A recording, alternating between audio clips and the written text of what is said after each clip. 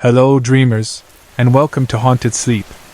Just a small heads up, there are a few ads during the first 10 minutes. After that, the experience is completely ad-free.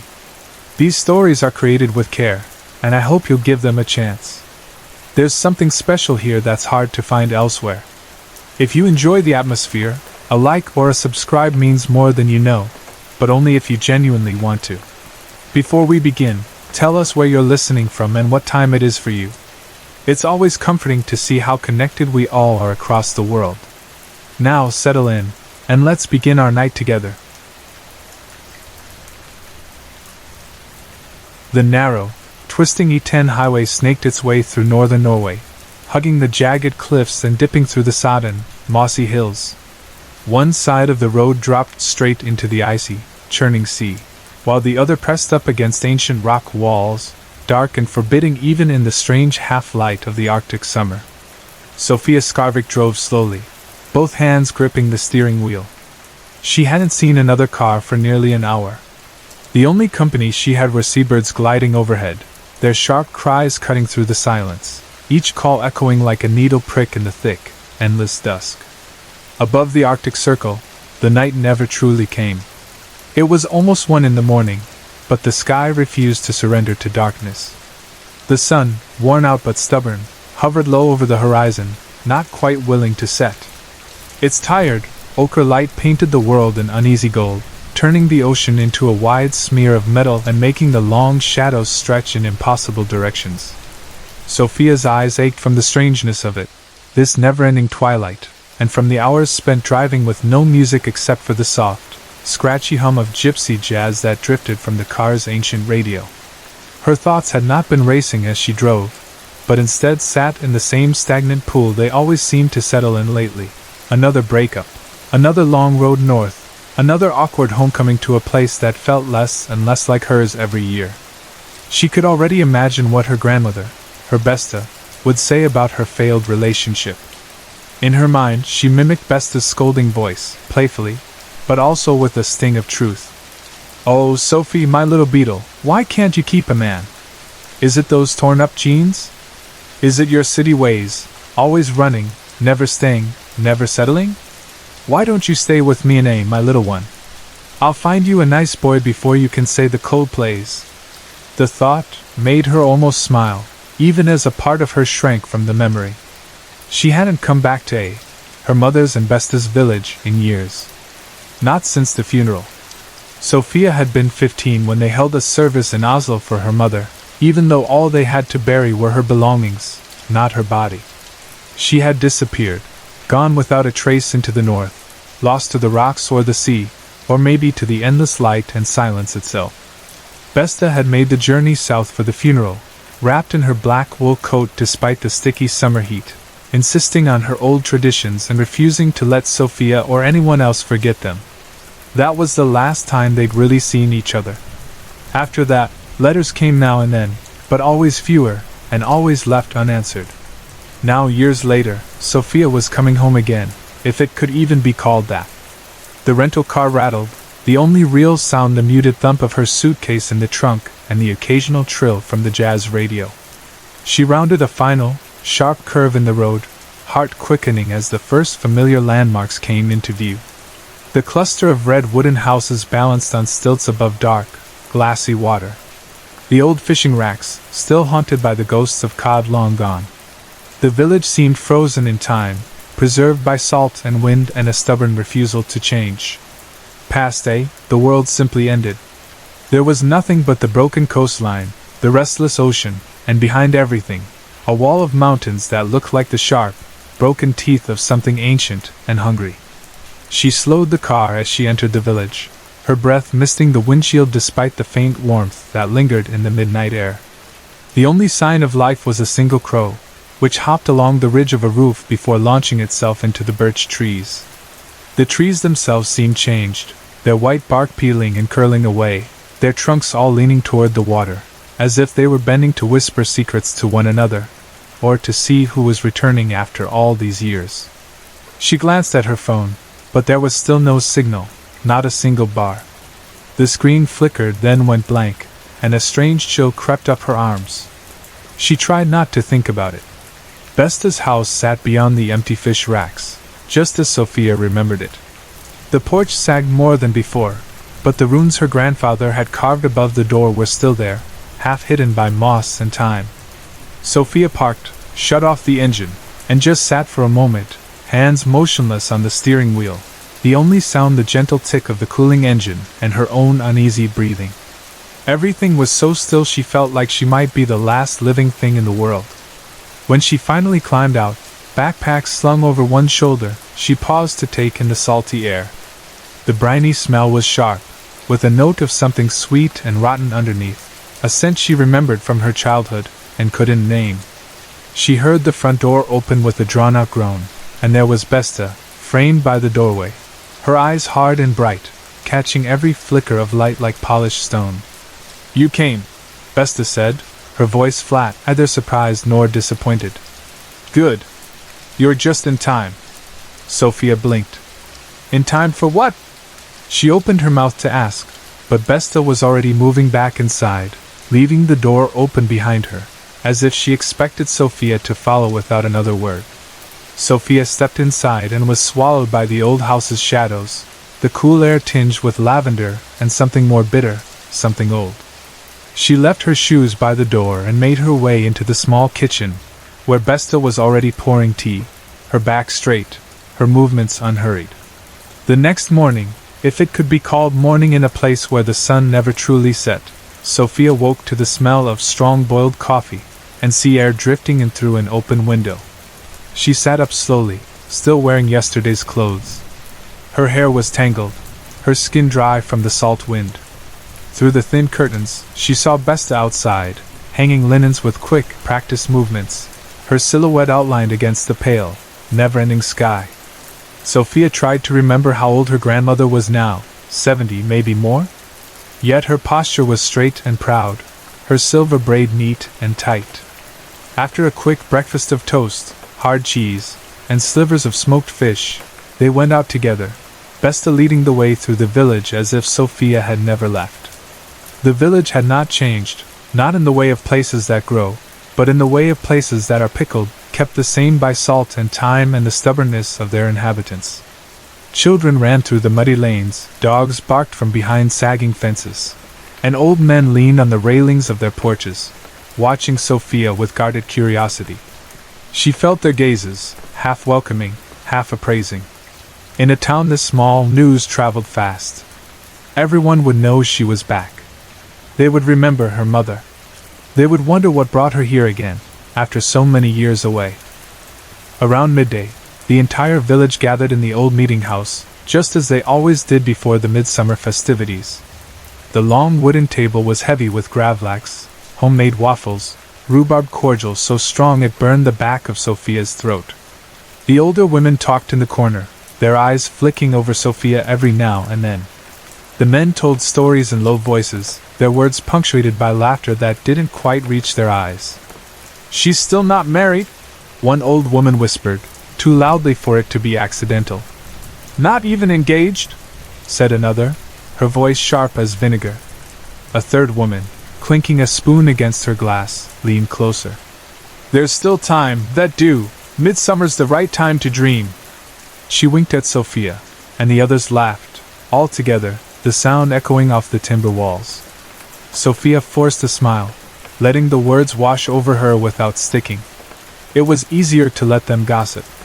Easier to let them think she was just another young woman looking for love, not someone haunted by a mother lost to the shadows and silence of the north. That evening, as the sunlight grew thicker and more golden, painting everything with a surreal, almost haunted glow, Besta brought out an old silver tin. She set it down between them with a soft thud and opened the lid. Inside were faded photographs, yellowed clippings from newspapers, a brittle sprig of dried juniper, and at the bottom, a scrap of paper printed with news about a missing hiker. Sophia shivered as she looked at it, feeling the weight of old stories pressing in on her. Besta didn't explain any of it. She just poured more tea, set it between them, and said quietly, "Tomorrow is midsummer. You'll go to the fest. You can wear my crown if you like." Her voice left no room for argument. Sophia looked at her, one eyebrow raised. Besta, I came here to see you. I'm off school for midsummer, that's all. Not for whatever this is. The flower thing. I don't believe in it. She tried to sound light, almost joking. Besta frowned, a deep line creasing her brow. So is dancing in circles, Sophie. Doesn't mean it doesn't work. She said it quietly, but Sophia felt the truth of it in her bones. These rituals, these old traditions, they ran deeper here than anywhere else. She didn't want to believe, but the land seemed to remember, even if she did not. Later, Besta stared at the kitchen wall, her eyes lingering on the black and white photos hung there, of Sophia as a child, of her mother, of family long gone. She spoke softly, without looking away. You don't have to be looking for anything, Sophie. If you do it right, it will find you. That night, Sophia lay awake in bed, staring at the ceiling as the endless daylight pressed in around the edges of the curtains. She heard the village settling into its summer night, a dog barking in the distance, the murmur of a late conversation, the creak of wood as the house breathed. Sleep came slowly, wrapping her in uneasy dreams filled with tangled roots and voices she couldn't quite understand. When morning came, it was impossible to tell. The sky was the same color as it had been all night, and the air was heavy with the scent of grass and salt. The village green had been transformed while she slept. Blue and gold ribbons fluttered from the birch poles, tables were crowded with platters of food, pickled herring, fresh strawberries, cakes stacked with cream. Children ran barefoot, weaving garlands from wildflowers, their laughter bright and sharp. Musicians played an accordion tune, elders clapping along, their hands rough and strong.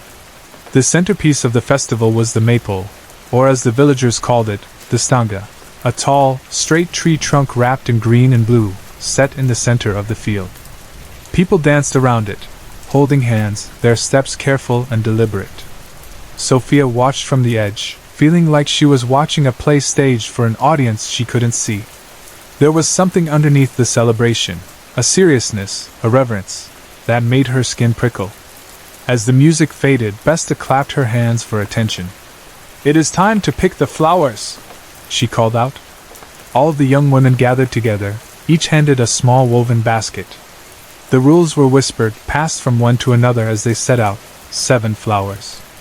Each from a different place. Each a different kind. No speaking. No looking back. And above all, no matter what you hear, no matter what you think you see, don't answer if someone calls your name.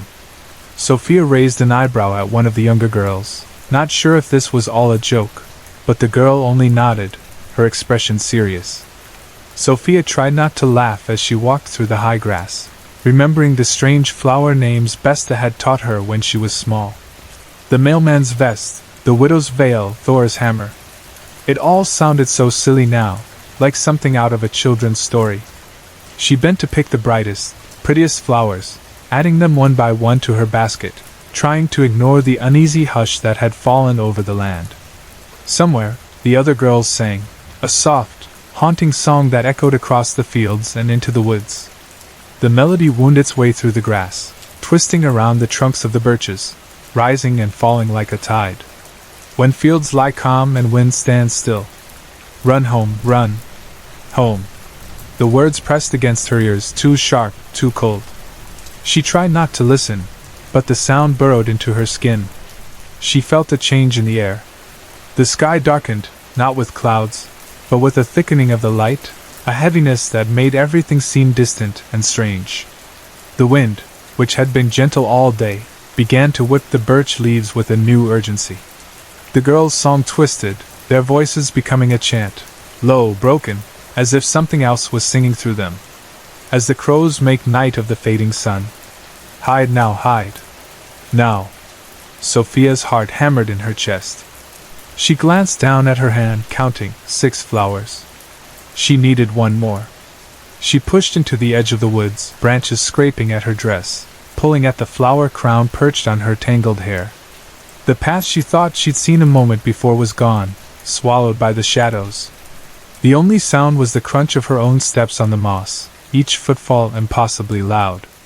She felt the world listening, waiting. Sophia crouched by a rock, spying a bright blue flower with 5 frayed petals and a black center, like an eye. Something inside her recoiled. The widow's veil? Besta's voice seemed to whisper in her mind. You don't pick that one, not unless you want the dead to follow. She hesitated, breath caught in her throat. A movement to her left, a shadow, tall and thin, too narrow to be a tree. Sophia froze. Then, a voice, soft and familiar. Sophia. She turned without thinking, without meaning to, her heart cold with fear. Another voice joined in, then another, low, broken, echoes trying to imitate human speech. Sophia. Sophia. Sophia.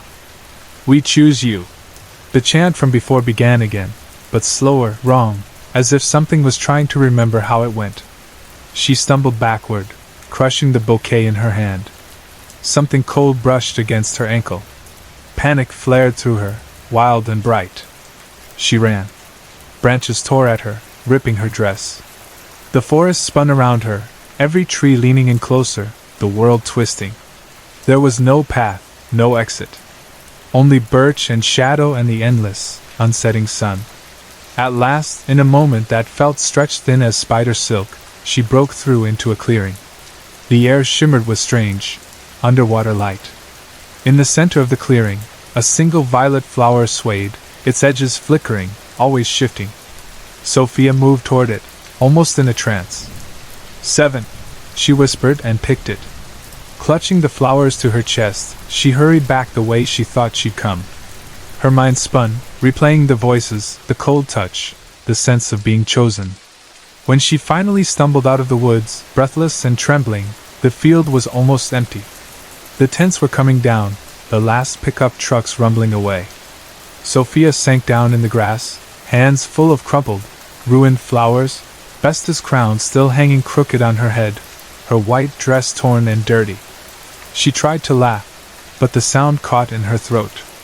All this for a free midsummer weekend in A, where nothing ever changes, where time stands still and people pretend they're still hunting witches.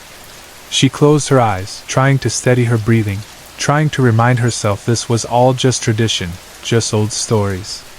But her heart would not slow. She didn't remember falling asleep in the end. She only remembered waking up in Besta's bed, still fully dressed, dirt streaked up her legs, her hands clenched tight around the wilted flowers. Her head pounded. The air smelled thick with lavender and stone. In the kitchen, Besta moved quietly, slicing bread as if nothing was out of the ordinary. But her movements were too smooth, too careful.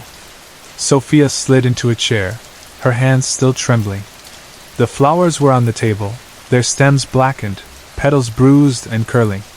Besta did not look up. You turned, didn't you?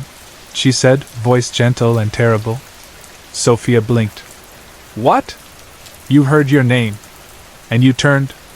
I told you not to. They told you not to. Sophia tried to answer, but no sound came out. A weight settled over her, old and heavy as the sea. They needed someone, Besta said quietly. Your mother was chosen. She ran. She died. They waited. Now it's your turn. Besta finally turned toward her, lips twisting into a smile. Something pale bloomed in her mouth, a small, white flower, petals unfolding with each shaky breath. Another bud pushed out from the corner of her eye, wet and shining, as blood and pollen trickled from her nostrils. The smile did not change. Sophia jumped from the table, chair crashing behind her. Besta laughed, the sound rattling from deep in her chest, echoing off the walls, the ceiling, the floor. You were meant to stay, little beetle Sophie. The land asked? It always asks. And always takes. Sophia ran. She didn't stop to change, didn't stop to think. She grabbed the car keys with hands that barely worked, flung herself into the rental. Her vision blurred, her breathing ragged, every muscle screaming for her to run faster, faster. The road unspooled before her, winding and wild. The GPS flashed, searching, lost. She just needed to escape, to get off the island, to find the E10 and drive until the world made sense again. But as she rounded a final bend, heart hammering, she saw her. A woman stood in the middle of the road, unmoving. She wore a white dress, crushed flowers in her hair, the same as Sophia. And as the car skidded to a halt, Sophia recognized her mother's face, changed and terrible, veins like roots spreading across her skin, eyes empty except for a faint flicker, like petals turning in a wind Sophia could not feel. Her mother raised a hand and waved. Sophia screamed. The wheel jerked. The car left the road, tumbling down the cliffs. When they found her the next morning, crumpled in the ruined car at the bottom of the rocks, the sky was as bright and endless as ever. They said she must have fallen asleep at the wheel. After all, it was easy to lose track of time, where the sun never sets. At the funeral, no one mentioned the flowers in her lungs, or the way her eyes remained open, as if watching for something only she could see. Back in A, the birch trees whispered in a wind that no one else felt. The stanga still stood tall on the village green, ribbons fluttering in the endless daylight. And somewhere, hidden in the thick woods beyond the fields, the old song began again, rising and falling, waiting for the next name to be called.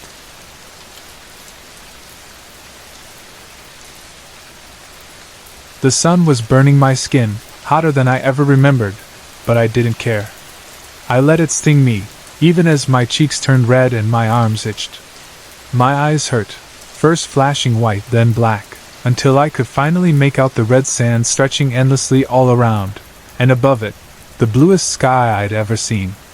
Aggie stood beside me, looking completely ridiculous, with her big straw hat on, her whole face and head wrapped up in a faded shawl, and her dark spectacles hiding her eyes. She looked like someone from a different world, someone too careful, too worried, too wrapped up to feel the sun the way I wanted to feel it. "Bobby, you're burning," she said, her voice muffled by all the cloth around her face. I laughed at her, spinning in a circle, making the sand fly up in little red clouds. I stretched my arms wide, taking in the light, the air, the feeling of being out in the world. "Aggie, the air! Isn't it the sweetest thing you've ever tasted?" I asked, and then I sucked in a huge, loud gulp of it, puffing out my cheeks as if I was tasting something so delicious I couldn't stand to swallow it. I couldn't help but laugh again, the sound rolling out over the sand, echoing against nothing. She walked a little closer, always moving carefully, like the sand might swallow her. "What's wrong?" she asked, but before I could answer, she thrust the hat onto my head, determined to protect me whether I liked it or not. "How do we know if the air is good yet?" she demanded, eyes hidden. "What are you talking about, Baggy?" "They said 5 years. 5 years, and it'd all be over, and it would be safe to come out. You remember, don't you? That's what they promised." She didn't say anything. Her silence made the desert around us seem even emptier, the sunlight sharper, the air heavier. I laughed again, more out of nerves than happiness. "Besides, I'd rather die than spend another hour in the hole." Just saying it made my heart race. I never wanted to see that place again, the endless gray concrete, the stale air, the feeling of being buried alive. "Bobby, at least it was safe in there," Aggie said softly. "If Papa hadn't—" She caught herself and stopped, closing her mouth tight. She looked out across the dunes and shook her head, her voice uncertain. "Come on, we've got 10 miles to cover before dark." I turned to look back at the little stone building that hid the bunker door. It was already half buried in sand, as if the desert was trying to erase it. I couldn't help but make a face at it, sticking out my tongue, waving 2 fingers in a silly V shape. It felt good, childish, free. "Bobby, stop being silly," Aggie scolded, but her voice sounded lighter than before, almost like she wanted to laugh too. "Come on, Baggy Aggie, you can't say you're not glad to turn your back on that place," I teased. She hesitated, looking back one last time. "I don't know. It feels peculiar to be leaving." She wrapped her shawl tighter. "That's because you were so little when we went in. You don't remember what it was like before. I used to ride to school on the back of a camel. Can you believe that? I hope there are still camels in the city. I really do. I'm only 2 years younger than you, Bobby. I remember the camels." She was defensive, but not angry, just sad maybe. "Yes, but you weren't allowed to ride one by yourself, were you?" I looked back one last time. The bunker was gone, swallowed up by the haze and the shifting desert. A strange feeling bubbled in my stomach, unsettled, like I'd eaten something bad. We hadn't brought much food, just a couple of pieces of Kendall mint cake.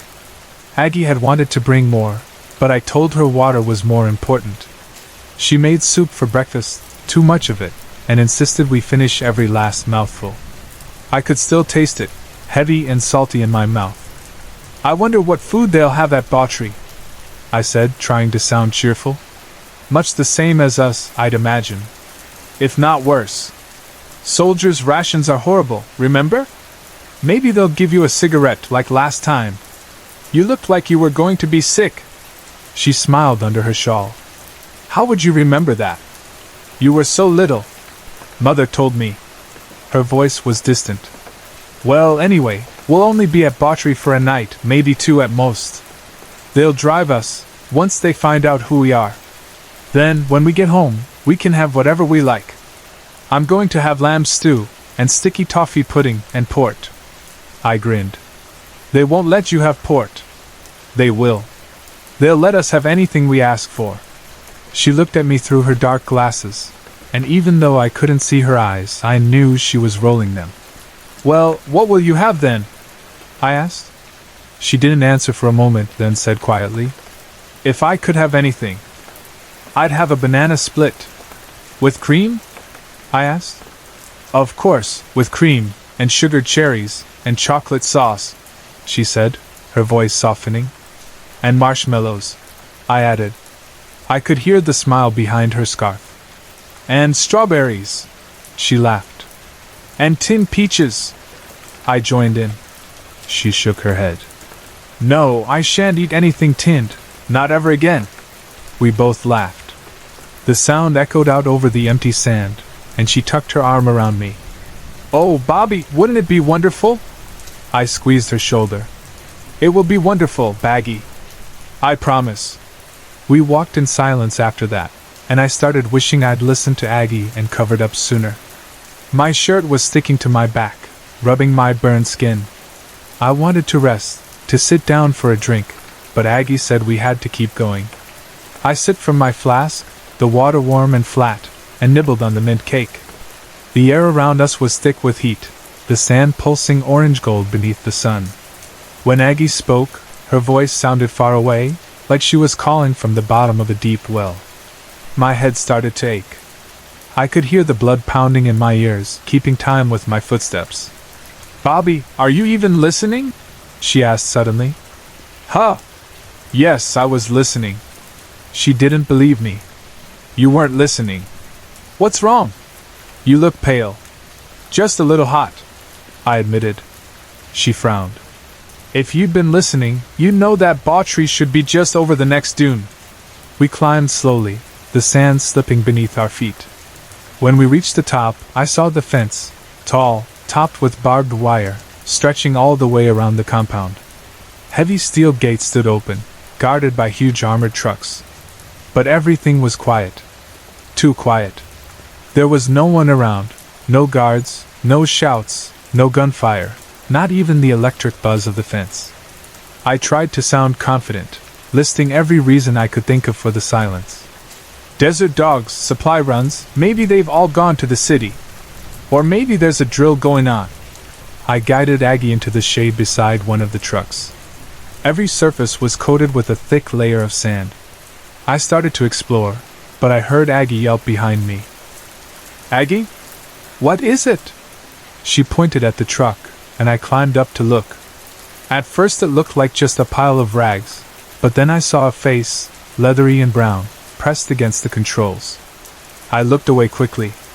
Oh, Aggie. I jumped down and put my arm around her.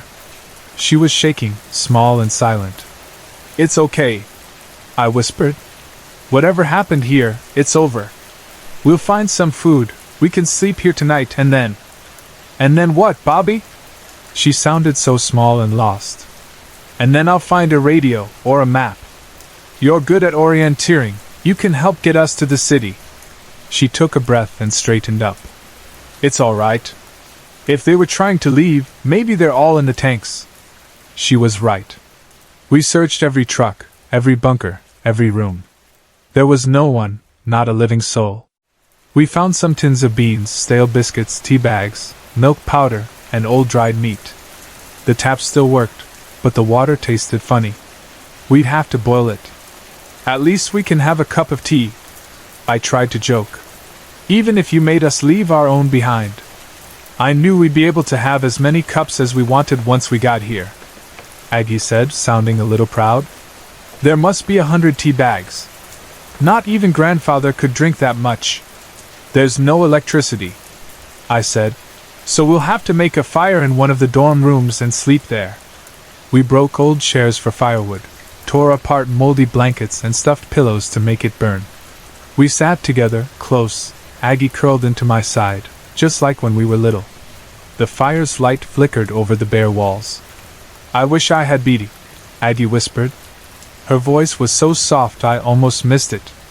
I jumped up, rummaged through my bag, and pulled out the threadbare toy elephant. Here, I said, pushing it into her arms.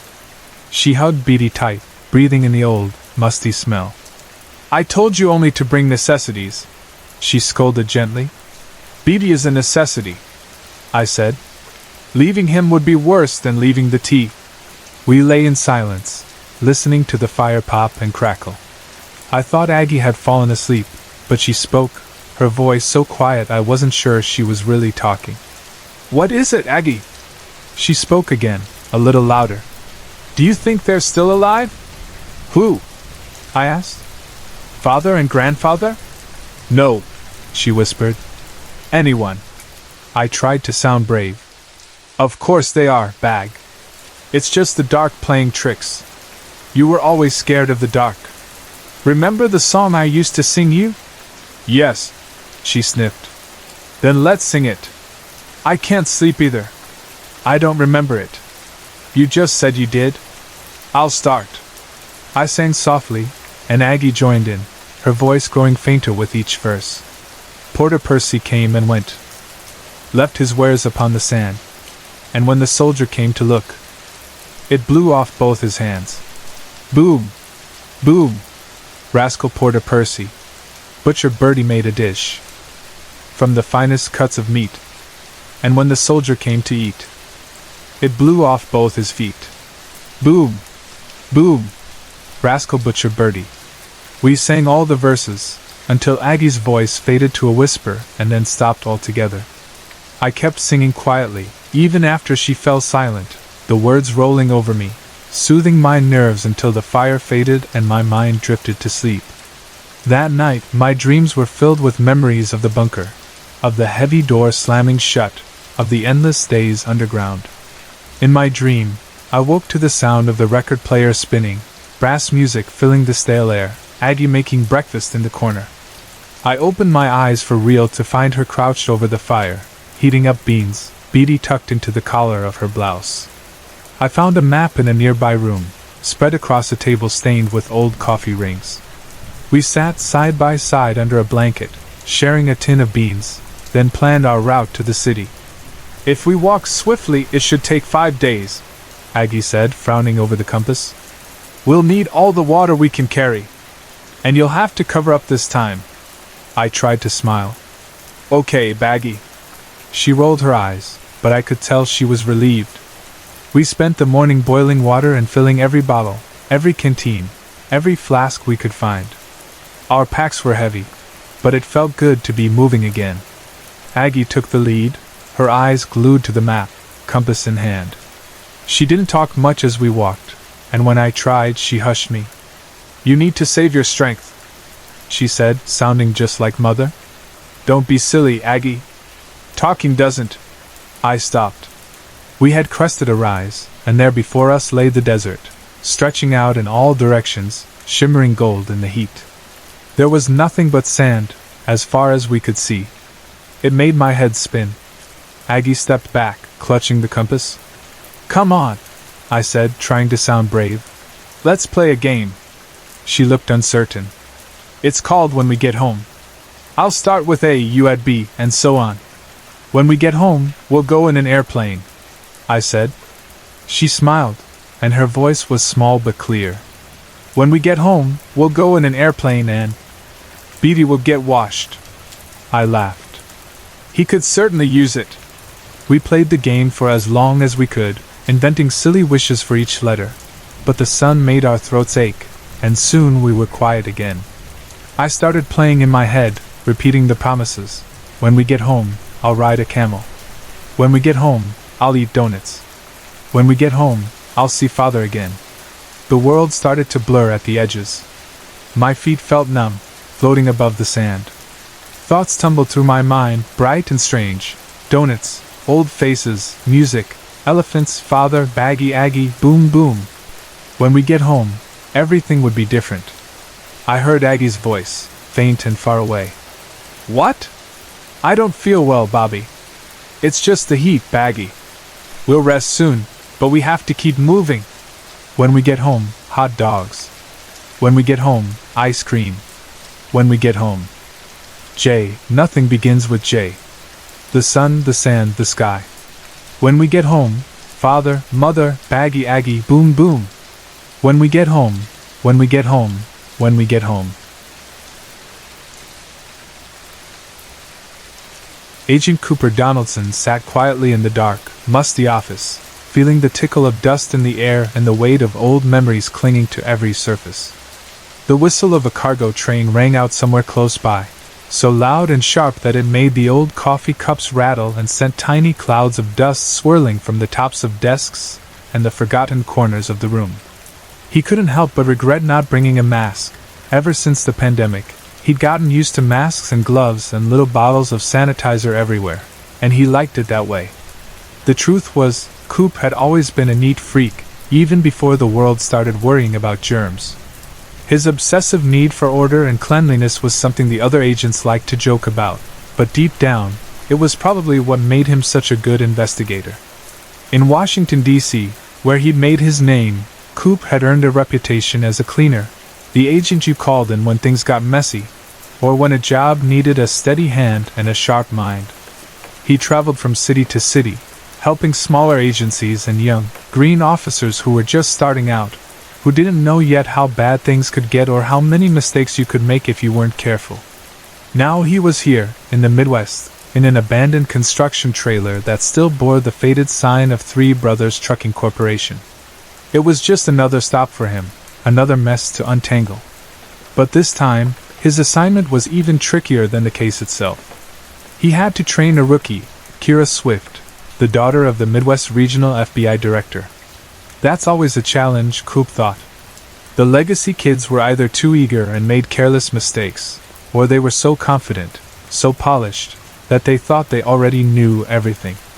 He'd seen both types before, and he was ready for anything. With the right training, even the toughest cases could be cracked, and even the worst recruits could become solid agents, if they wanted it badly enough.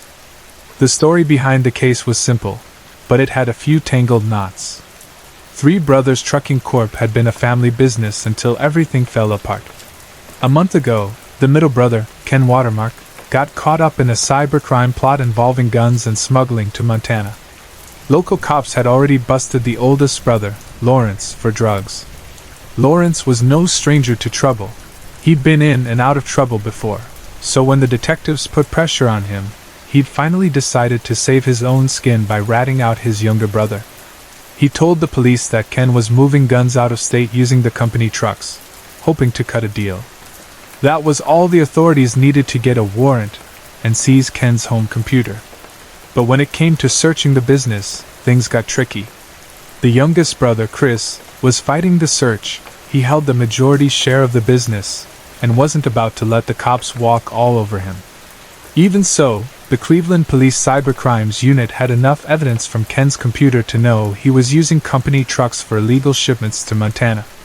They didn't know exactly who the guns were going to, but it didn't matter. As soon as an out-of-state connection was established, the FBI was called in. That's how Coop ended up assigned to the case, partnered with Kira Swift, the brand new trainee. He'd already ordered the office computers shipped off to their forensics department for a full examination. Chris, the youngest brother and current owner, insisted that only one program ran the company and that it was closely monitored, making it unlikely Ken had used his work computer for anything shady. Still, Coop wasn't about to take anyone's word for it. He wanted to search the trailer himself, top to bottom. Ken was already in custody, keeping his mouth shut behind a wall of lawyers. Coop pulled on a fresh pair of gloves and gave the office chair a quick swipe before sitting down. He took a slow look around, eyes sweeping over every surface, every forgotten item. Kira handed him a mask without being asked, and he almost smiled. That was a good sign. She was thinking ahead, passing his unspoken cleanliness test. The trailer hadn't been touched in a week. You could tell. The place looked like something out of an old cop show, with battered furniture and faded walls. In the middle were 3 desks, their computer towers missing, just blank, shiny spaces surrounded by dust.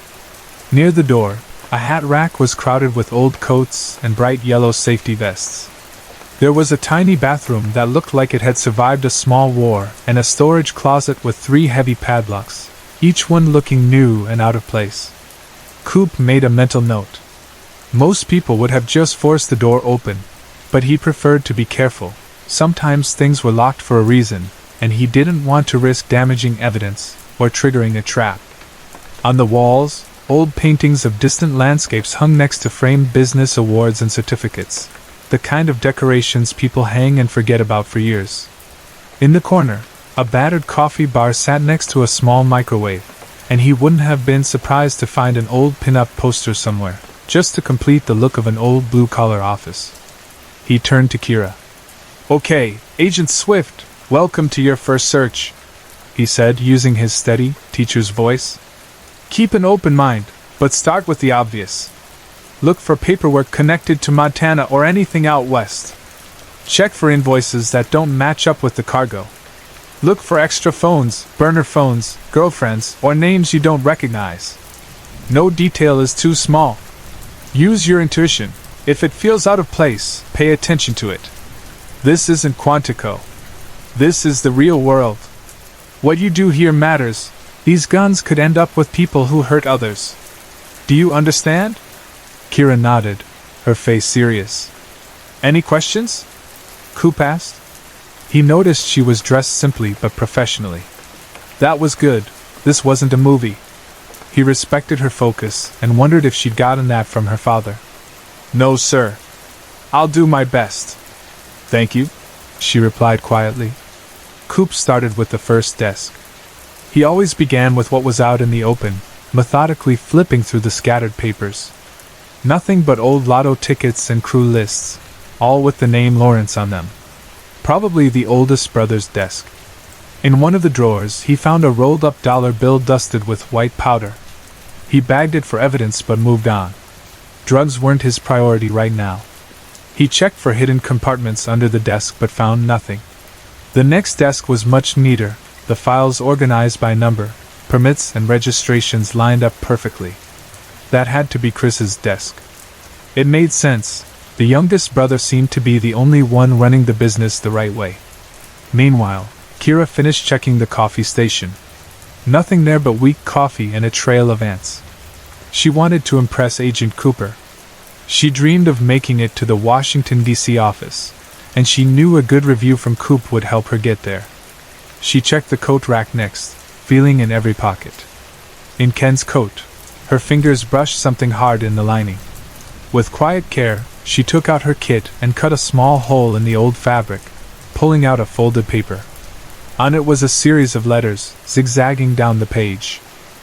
"Agent Cooper, I think I found something," she called. Coop took the paper and grinned. "Not very sophisticated, are they?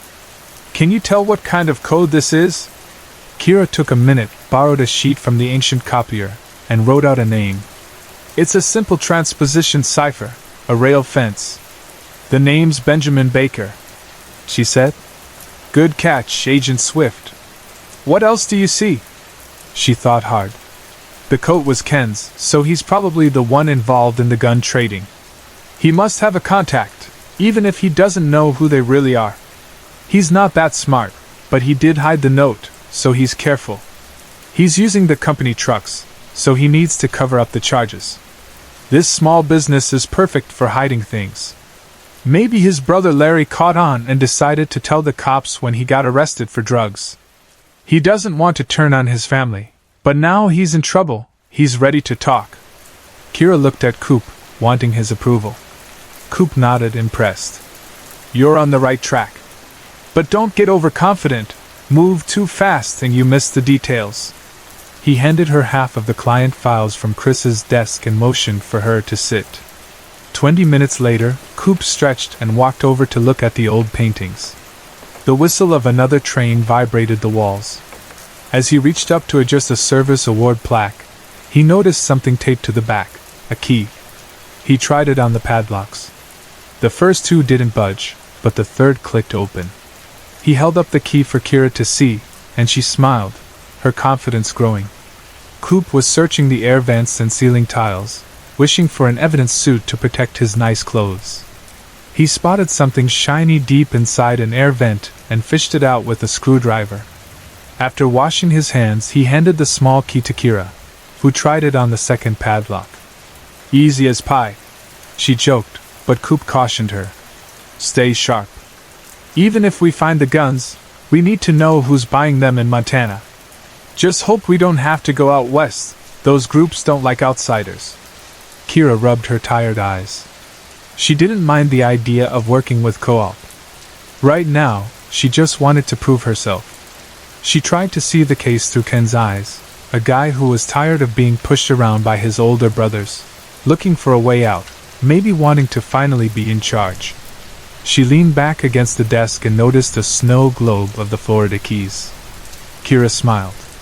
She used to collect those when her dad traveled for work. She picked it up, tossing it from hand to hand.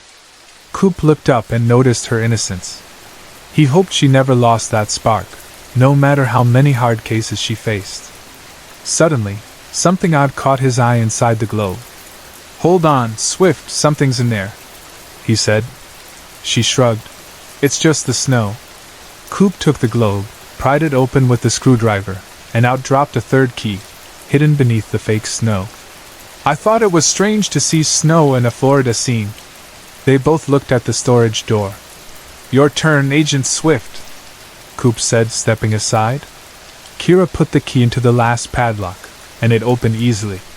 She took off all 3 locks, and together they pulled the wooden door open, its hinges creaking like something from a ghost story. They stepped through the doorway into a short hallway, and suddenly a speaker crackled to life overhead. Congratulations to Teen Cooper Swift. You have escaped from the FBI agency room in under an hour. You are now in 2nd place overall. We'll see you next week for the superhero room. Thank you for participating in the tournament at the Cleveland Escape Room studio. For a moment, Kira and Coop just stood there in surprise. Then Kira laughed, hugged him, and kissed his cheek as they walked toward the exit. Coop grinned, feeling lucky to have found someone who shared his sense of fun and challenge. He knew, right then and there, he was going to propose after they won the next round. With a smile, Coop slipped on his sunglasses and stepped out into the sunshine, feeling lighter than he had in years, ready for whatever challenge came next. Nora could hear the girls talking quietly, thinking they were whispering secrets to each other. But the apartment was small, and their voices easily reached her from the far end of the old, scratch table. That table was one of the few things Nora had chosen to keep when they left their old home, a piece of their past she couldn't let go. She'd hauled it in a borrowed trailer and set it up in this new, smaller space. I heard that Layla isn't going anywhere this summer, one of the girls said. What do you mean? Not even to camp? Another asked. I don't know about camp, but her mom is still looking for a job. Oralee frowned. So is my mama. Across the table, Nora stiffened at the words. She decided not to say anything, letting the girls keep their privacy. She could feel their curious eyes flick over to her once or twice. Lucy broke the silence, her voice barely above a whisper. Did you know that Layla's mom and dad don't sleep in the same bed? Nora almost laughed, but she caught herself. She pretended to focus on the website open on her laptop. Directions for submitting a scientific article online. For a moment, she considered putting on headphones, to give the girls space for their private world. They were still young, but they'd already built a universe of their own, with little secrets and stories she could only glimpse from the edge. Nora felt grateful just to be close to it, for however long it lasted. It pleased her that Aurelie, her daughter, was no longer asking with anxious hope if she and Aurelie's father would ever get back together. Aurelie seemed happy these days, settled in the new apartment and surrounded by friends, even though it was just a one-bedroom and they hadn't taken a real vacation in years. Nora was proud that they had managed to create a peaceful life, the two of them together, finding small happiness even in the middle of their struggles. Still, Nora caught herself feeling a secret relief when she heard that other parents were separating, too. There was a tiny, quiet voice deep inside her that almost wanted to say, "I told you so," as if her own hard choices were somehow justified by the troubles of others. That feeling would flicker in her heart, and then be quickly swallowed up by something softer and more protective. "There are just a few things daddies can do that mommies can't," one girl announced. "Like what?" "Like pee standing up," came the giggling reply. "Or grow a beard. My mommy has some hair on her face," a girl said, her tone matter-of-fact. Nora raised an eyebrow but stayed silent, listening with half a smile. "She could shave it," another girl suggested. "My mom uses cream," said someone else. "I'm not going to have hair on my legs," one insisted. "But it's on her face." Nora's mind drifted back to her work. This article she was about to submit was her first real success since she'd left the laboratory to raise Aurelie. She had been rising fast in her field, known for her research in behavioral psychology. But everything changed when she fell for a rebellious physics student at the university, a cliché that turned out more real than she could have imagined. He always argued that psychology wasn't real science. Nora frowned a little at the memory. "Mama, can we have some ice cream?"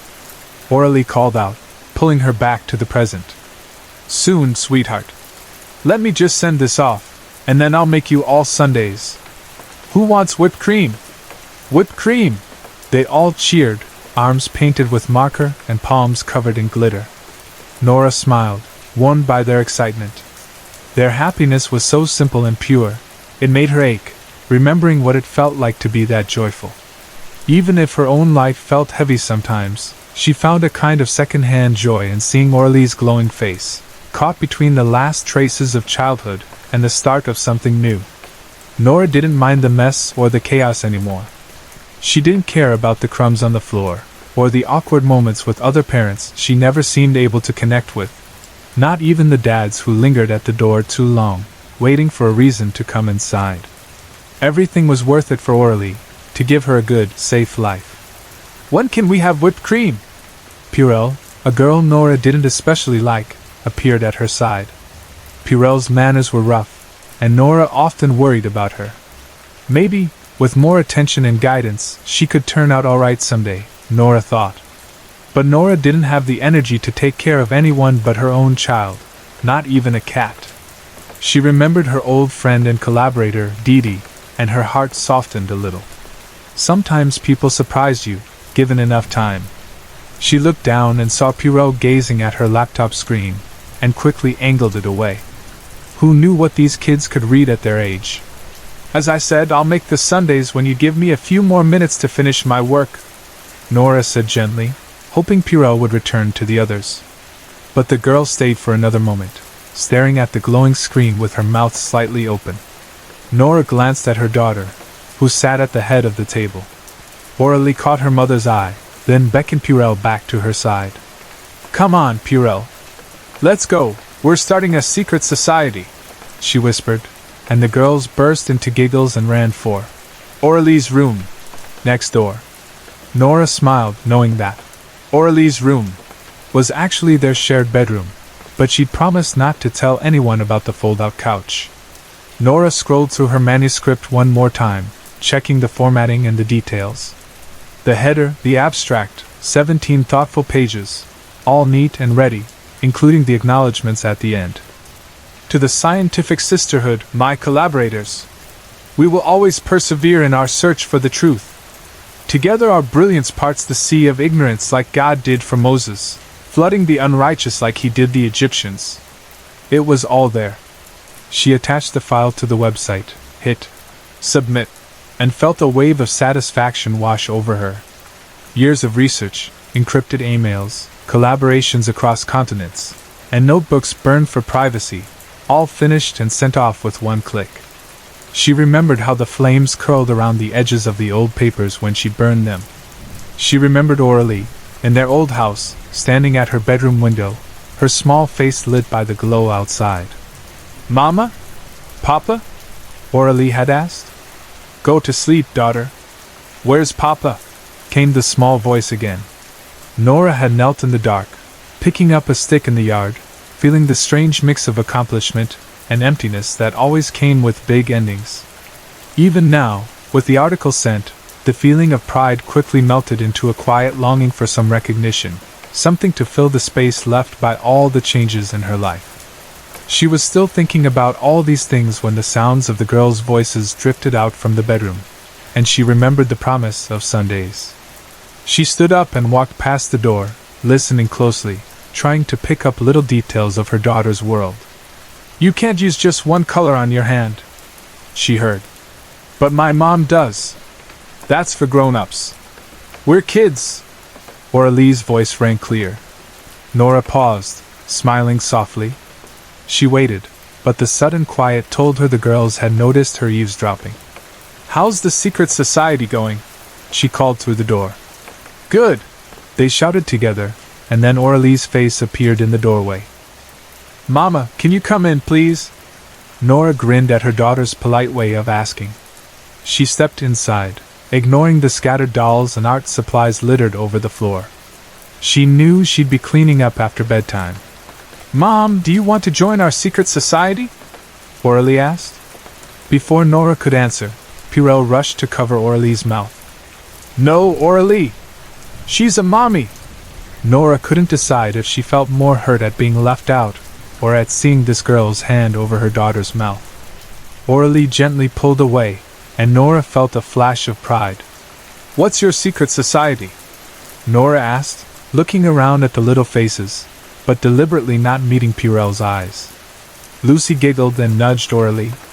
"It's where we come together," Aurelie whispered. "And tell secrets." Purell interrupted, blurting it out. Nora's heart sank a little. She wished she could share this moment with her daughter, but Purell's interruptions always seemed to spoil the magic. "So what kind of secrets do you tell?"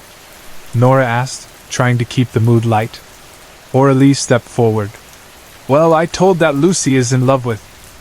Before she could finish, Lucy quickly clamped a hand over her friend's mouth, eyes wide and embarrassed. Nora chuckled softly. "Daughter, is it really a secret society if you tell your friends secrets?" she teased. Aurelie grinned sheepishly, whispering something to Lucy while Purell pulled at her shoulder. Nora quietly stepped out, leaving the girls to their world.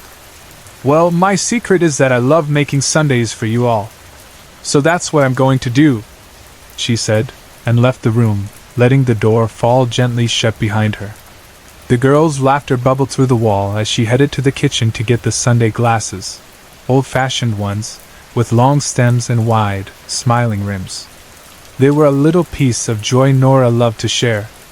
She paused, her hands on the counter, and let herself breathe out a long sigh.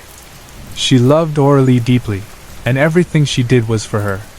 Still, being a parent wasn't easy. Sometimes, when the house was full of other children, Nora was more certain than ever that she had made the right decision to have only one.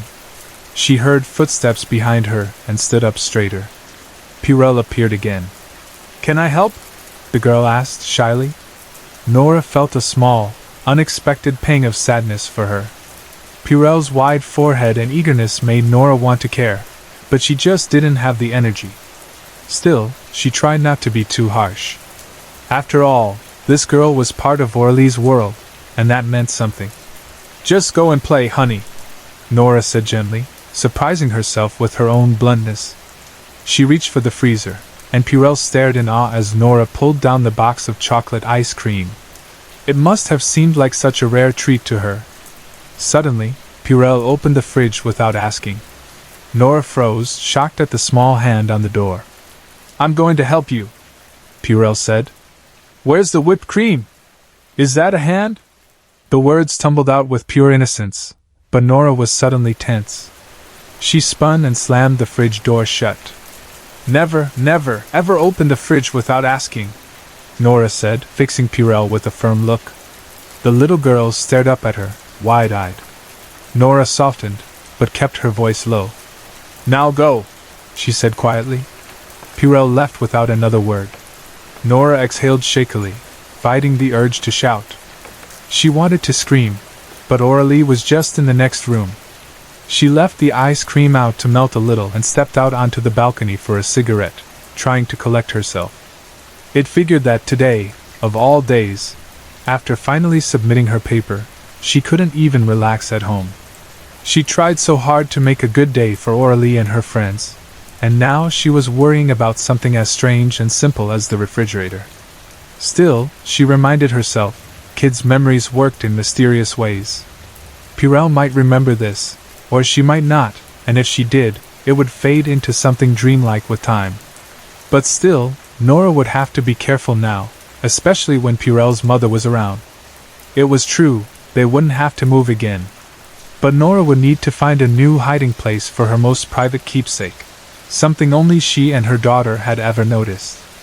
She remembered how the ring would shine through the green formaldehyde whenever the fridge was opened, how Aurelie said it looked like a star.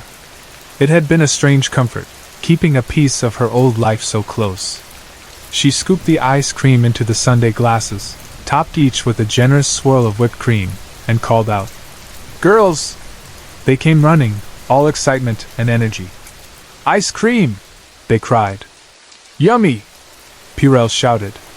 "Yes, it's yummy," Nora agreed, watching as Purell eagerly grabbed her spoon with her left hand and started eating. Aurelie caught her mother's eye and smiled. "Thank you, Mama." "You're welcome, baby," Nora replied, smiling back at her daughter. Nora knew she could trust Aurelie, her first and best collaborator, to keep a secret. And even if the world sometimes felt complicated and messy, she knew they would always have each other, and that was enough. Henry had always thought he knew every inch of his family's vast estate. From the rolling green lynchets where wildflowers painted the slopes in spring, to the old cherry tree stream his mother once led him to by hand, these fields and forests seemed to pulse with memory. As a child, he learned to recognize every plant, the kidney vetch blooming yellow in the thick grass, the cowslips clustered like hidden gold, the ancient trees that lined the winding creeks. Now, as a grown man, he found a sense of comfort in how little these things seemed to change. Yet, that morning, something on the land would make Henry realize that he didn't know everything after all. It was early, the kind of sharp, fresh dawn when the grass glistens and breath turns to smoke in the air. Henry rode his mare, Worthmund, along the dewy trails, feeling the powerful animal move beneath him with practiced ease. Worthmund was the pride of the stables, a heavy, dignified mare, muscled yet elegant, with a calm intelligence in her eyes. She had impressed everyone from the local farrier to the most elite guests at their annual autumn hunt. Henry took a quiet pride in her, feeling that she, too, was a part of his heritage. The estate was waking up all around them. As they passed the kitchen garden, Henry could see old Mr. Tilly, the gardener, stooped among the rows of onions, his silhouette dark against the mist. In the distance, the estate's stone manor caught the first blush of sunrise on its cold windows. Birds, startled by Worthmund's hoofbeats, darted from the hedgerows, and a fox slipped silently away through the dew-soaked bracken. Henry steered Worthmund down one of his favorite paths, the one that wound along the edge of the stream. Here, the land opened out into a wide slope, dotted with wild flowers and ringed by towering elms. The sky was streaked orange and gold, the last of the dawn burning behind drifting clouds. Henry felt a rush of peace as he breathed in the morning air. But as they rounded a bend and emerged into the heart of the pasture, a sharp glint caught Henry's eye. It flashed for only a second, but something about it pulled him from his daydream. He slowed Worthmund to a stop, peering across the grass. Something metallic lay half buried in the turf, winking in the rising sun. Henry swung down from the saddle, feeling the cool of the earth under his boots. For a moment, he simply stood and stared, uncertain. There shouldn't have been anything like this out here. Was it a forgotten tool? Some discarded bit of farm equipment? Or had someone, a stranger, trespassed on their land during the night? His mind spun with questions, a faint, uncomfortable prickle running down his neck. He knelt, brushing the grass aside to get a better look. The thing was mostly hidden by soil and roots, but enough was visible to show a brass sphere, about the size of a grapefruit. A curving groove traced a winding path around its polished surface, and it was strangely warm to the touch even in the cold morning air. Henry pulled off his gloves, ignoring the wet earth soaking through his knees, and dug his fingers into the ground, working the mysterious object loose. It was stubborn, wedged tightly, as if it had always been a part of the land. Dirt caked his hands, and his breath clouded as he worked. Finally, with a grunt, he pried it free. The sphere came loose with a faint sucking sound, leaving a gaping, muddy hole in the smooth field. Henry's hands were trembling as he stood, cradling the weighty object. He looked around, almost expecting someone to leap out and claim it, but he was alone, just the quiet sound of Worthman's breath and the distant caw of a crow. The sphere was heavier than he expected, almost pulsing in his grip. He made his way to the stream, intent on cleaning it before the mud dried. There, beside the water and under the thick shadows of the elms, Henry knelt again. He splashed the sphere, scrubbing away mud and grass with his sleeve. The cool water brought the brass surface to life, gleaming in the shifting morning light. Now he could see that it wasn't smooth. There were 4 tiny windows on each side, like the faces of a compass, and each one looked into the heart of the object, revealing a delicate, swirling hourglass filled with translucent particles. They floated along invisible paths, dancing and shifting, never settling for long enough to be counted. For a while, Henry lost himself watching those mysterious particles spin and drift. Each time he tried to focus on one, it slipped away, replaced by another and another. The effect was hypnotic. He wondered if he was imagining it, or if the sphere really was alive in some impossible way. Then his curiosity got the better of him. He ran his fingers along the groove, searching for a catch or latch. At last, he discovered a band of metal, hidden almost perfectly in the curve. It slid with a strange, snake-like motion as he pressed and turned it, and suddenly the view through the nearest window changed. What Henry saw next sent a jolt through his heart. He could see the stream, but not as it was. The water flowed faster, shimmering and bright, and there, a dead leaf swept past, twirling in a way Henry had never seen. He looked up, searching the real stream, but there was no leaf. When he turned back to the window, the vision was fading. Then, as if on cue, the same leaf floated by in the real world, following the exact pattern he had seen a moment before. Henry blinked, heart racing. He pressed the band again, turning it more quickly, and watched the windows. The vision leaped ahead.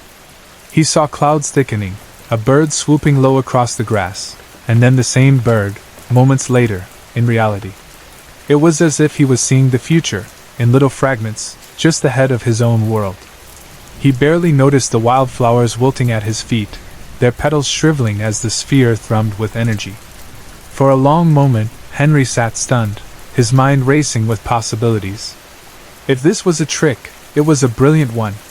If it was real, if he could truly see into the future, then the value of the sphere was beyond anything he could measure.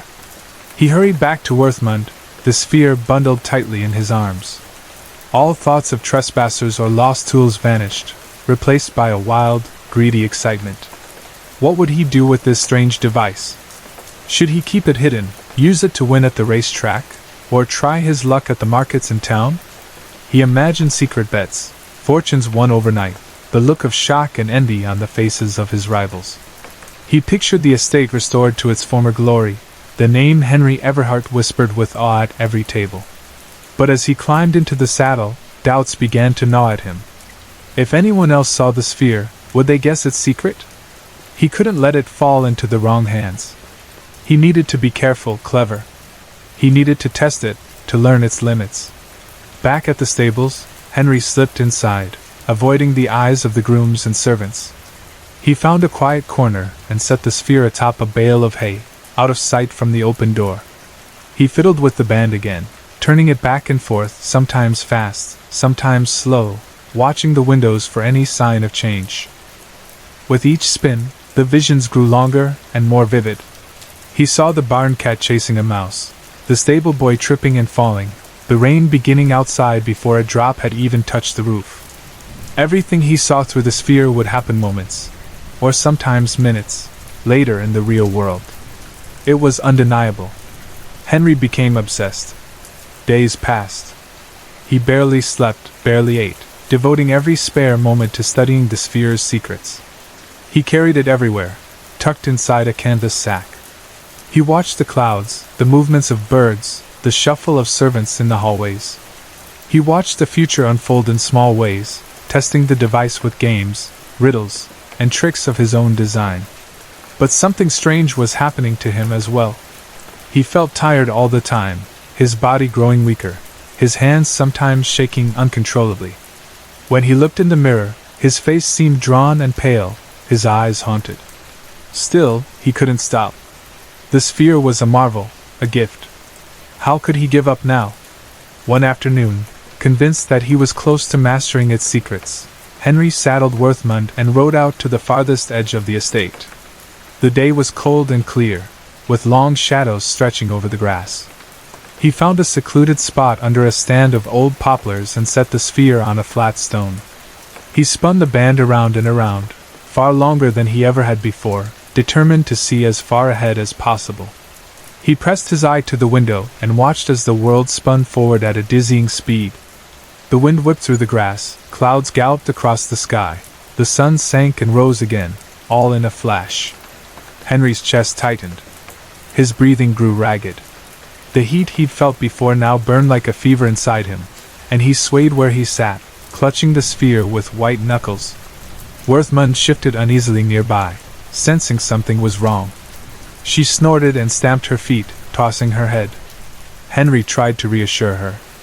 "It's all right, girl. Just a bit longer." But the pain worsened. He felt a wheeze in his throat, his vision starting to blur at the edges. Still, he wouldn't stop. He needed one last look.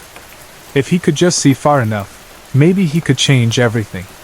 Maybe he could find the answer to every question, every problem.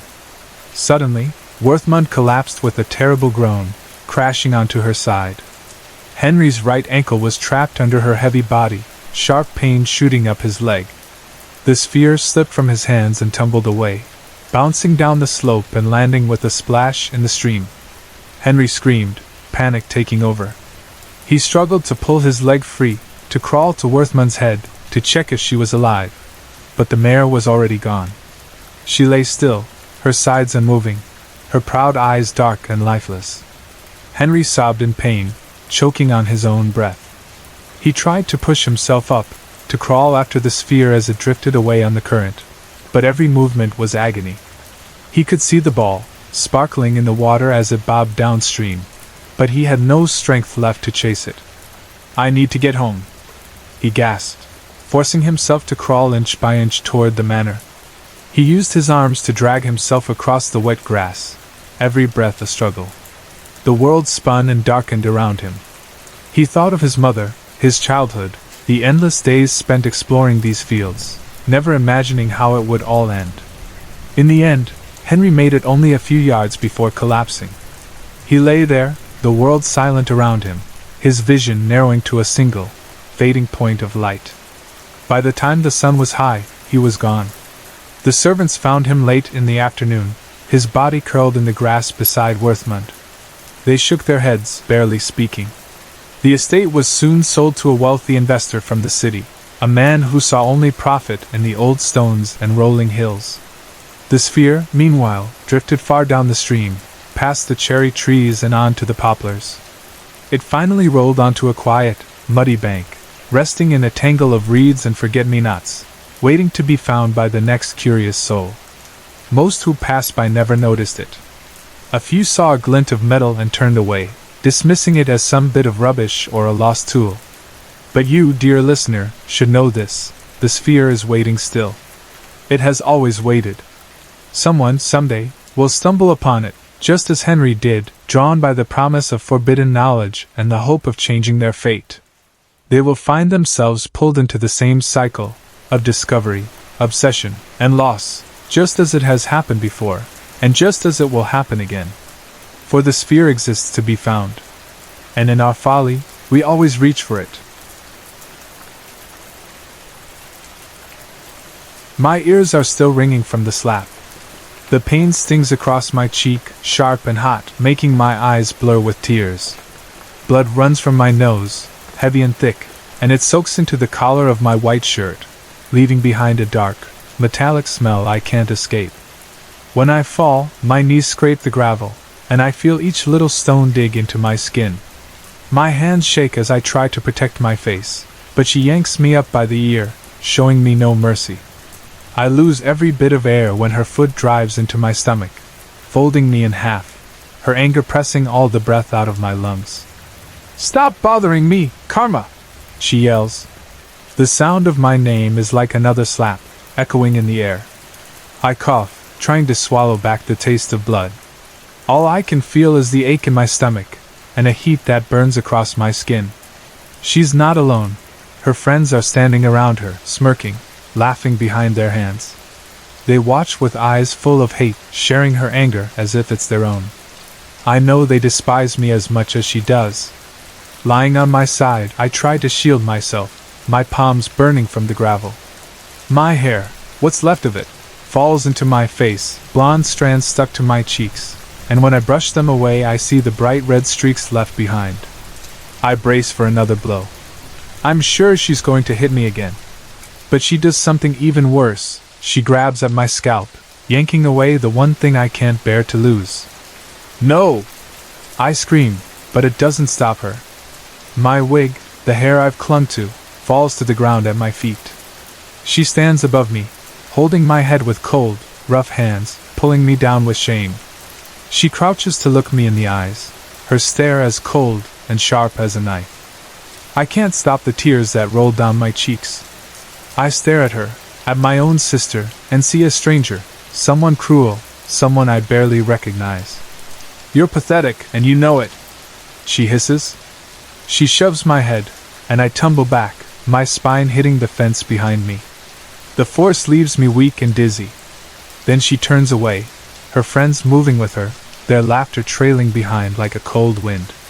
I'm left alone, sobbing out all the rage and hurt I've carried for so long.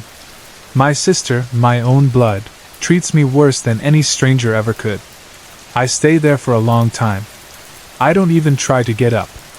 I let myself cry until there's nothing left, until my head aches and my face is streaked with tears and blood. The afternoon fades to evening. The sky darkens, turning deep blue above me, and still I sit in the shadow of the fence. Laughter from the other students drifts by, but nobody comes to help. My hands cover my face, but through my fingers I can see the last light of day. All I can do is wonder, how did my sister become this angry? How long before she goes too far? The thought sends a shiver down my spine. I shake it away, forcing myself to breathe, to gather enough strength to stand up and keep moving, no matter how broken I feel. But before I can push myself to my feet, I hear a voice. "You all right?" I flinch, startled. Someone is sitting next to me now, a girl I've never seen before. Her legs are crossed, and her hands rest calmly in her lap. She has a soft smile on her lips, gentle and patient, as if she's not in a hurry. She leans just close enough for me to see that she means no harm. "I wasn't here for long," she says, her voice low, almost secretive. "Don't worry." I keep my eyes wide, unsure if I should trust her. "Who are you?" I manage. She shrugs, her smile never leaving her face. "I'm a senior. What's your name?" "Karma," I say, voice barely above a whisper. "That's an interesting name. Do you have any friends, Karma?" I shake my head, hugging my arms tighter around myself. She picks up my wig, turning it over in her hands, examining it with an odd curiosity. I snatch it away, feeling exposed, raw. It's mine! I snap, clutching it tightly. You have hair, I don't. Her hair is thick and black, falling in glossy curls past her shoulders, framing her warm, tan skin. She looks a little sorry, her smile faltering, but it returns a moment later, brighter than before. Sorry. I didn't mean to upset you. Listen, I've got a remedy for you. We're more alike than you might think. How do you figure that? I asked, suspicious. She leans in, voice dropping to a conspiratorial whisper. I have enemies, and so do you. I hesitate, then slowly stand up. My legs wobble beneath me, but I force myself upright. I'm convinced she's here to make fun of me too, so I start to walk away. Wait, she calls after me. I stop, wary, and turn. There's a softness in her eyes now. I used to get bullied too. All the time. It always felt like they would win, no matter what I did. It sucks to be beaten down, especially when there's no reason for it.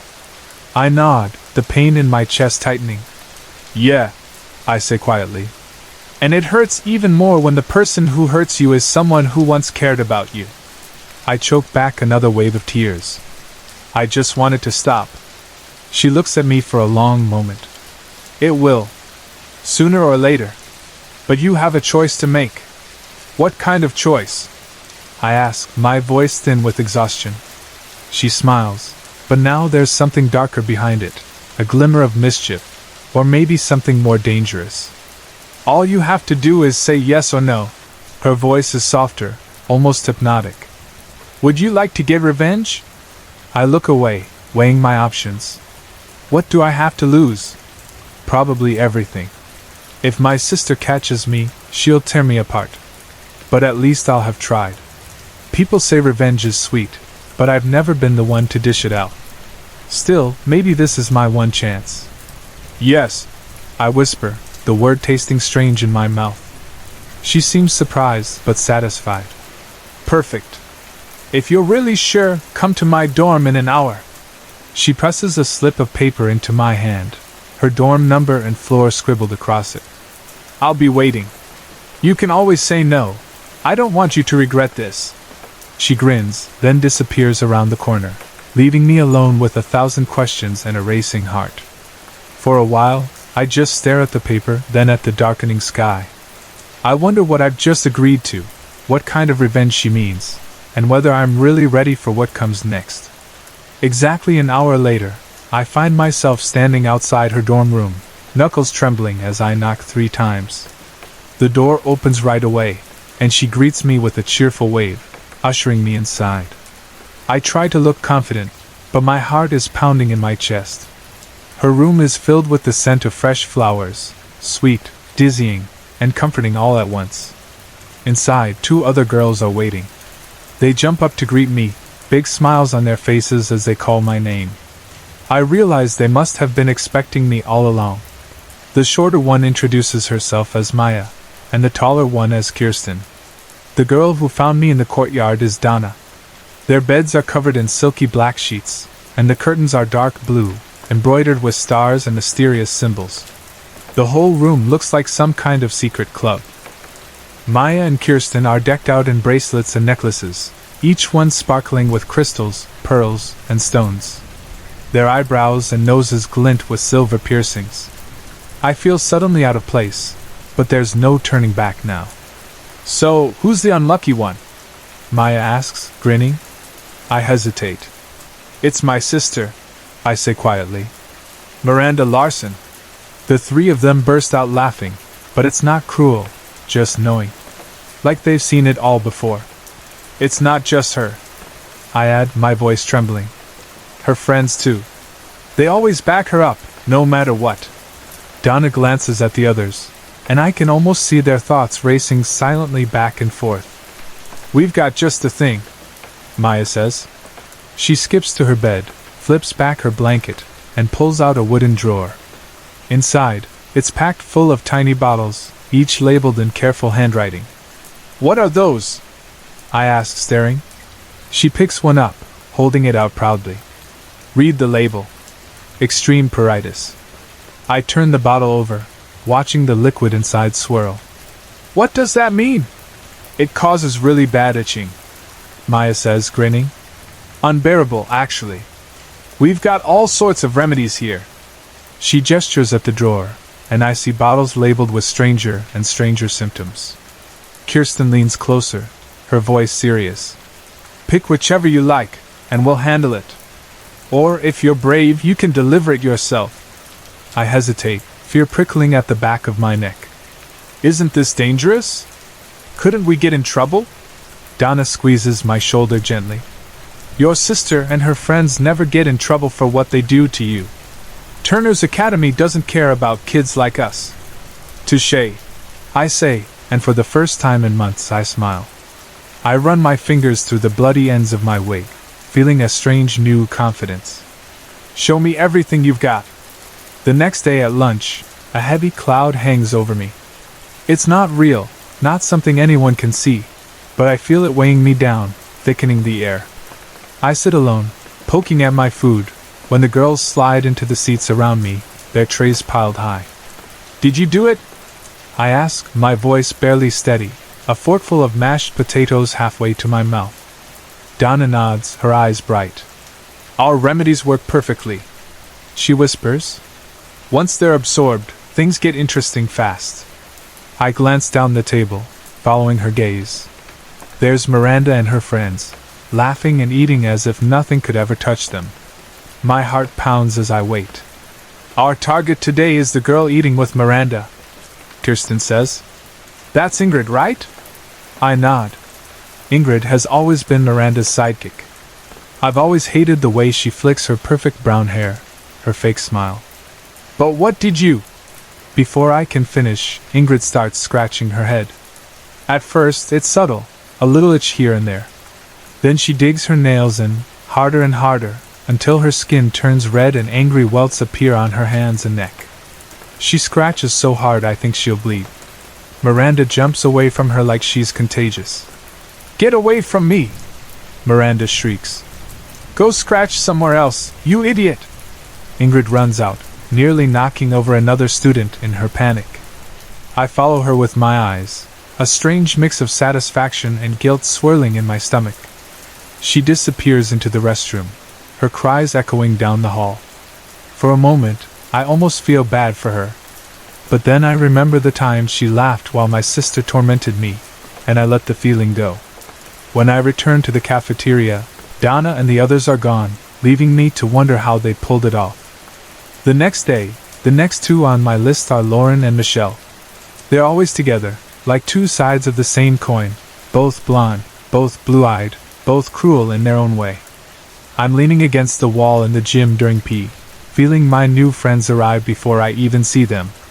They gather beside me, watching Lauren and Michelle with an intensity that makes me shiver. Maya nudges my elbow. Watch this. In 3, 2, and... I don't have time to react. Lauren and Michelle suddenly clutch their stomachs, their faces going pale. Then, in perfect unison, they throw up all over the basketball court, once, twice, again and again. The olive green vomit pools around their sneakers.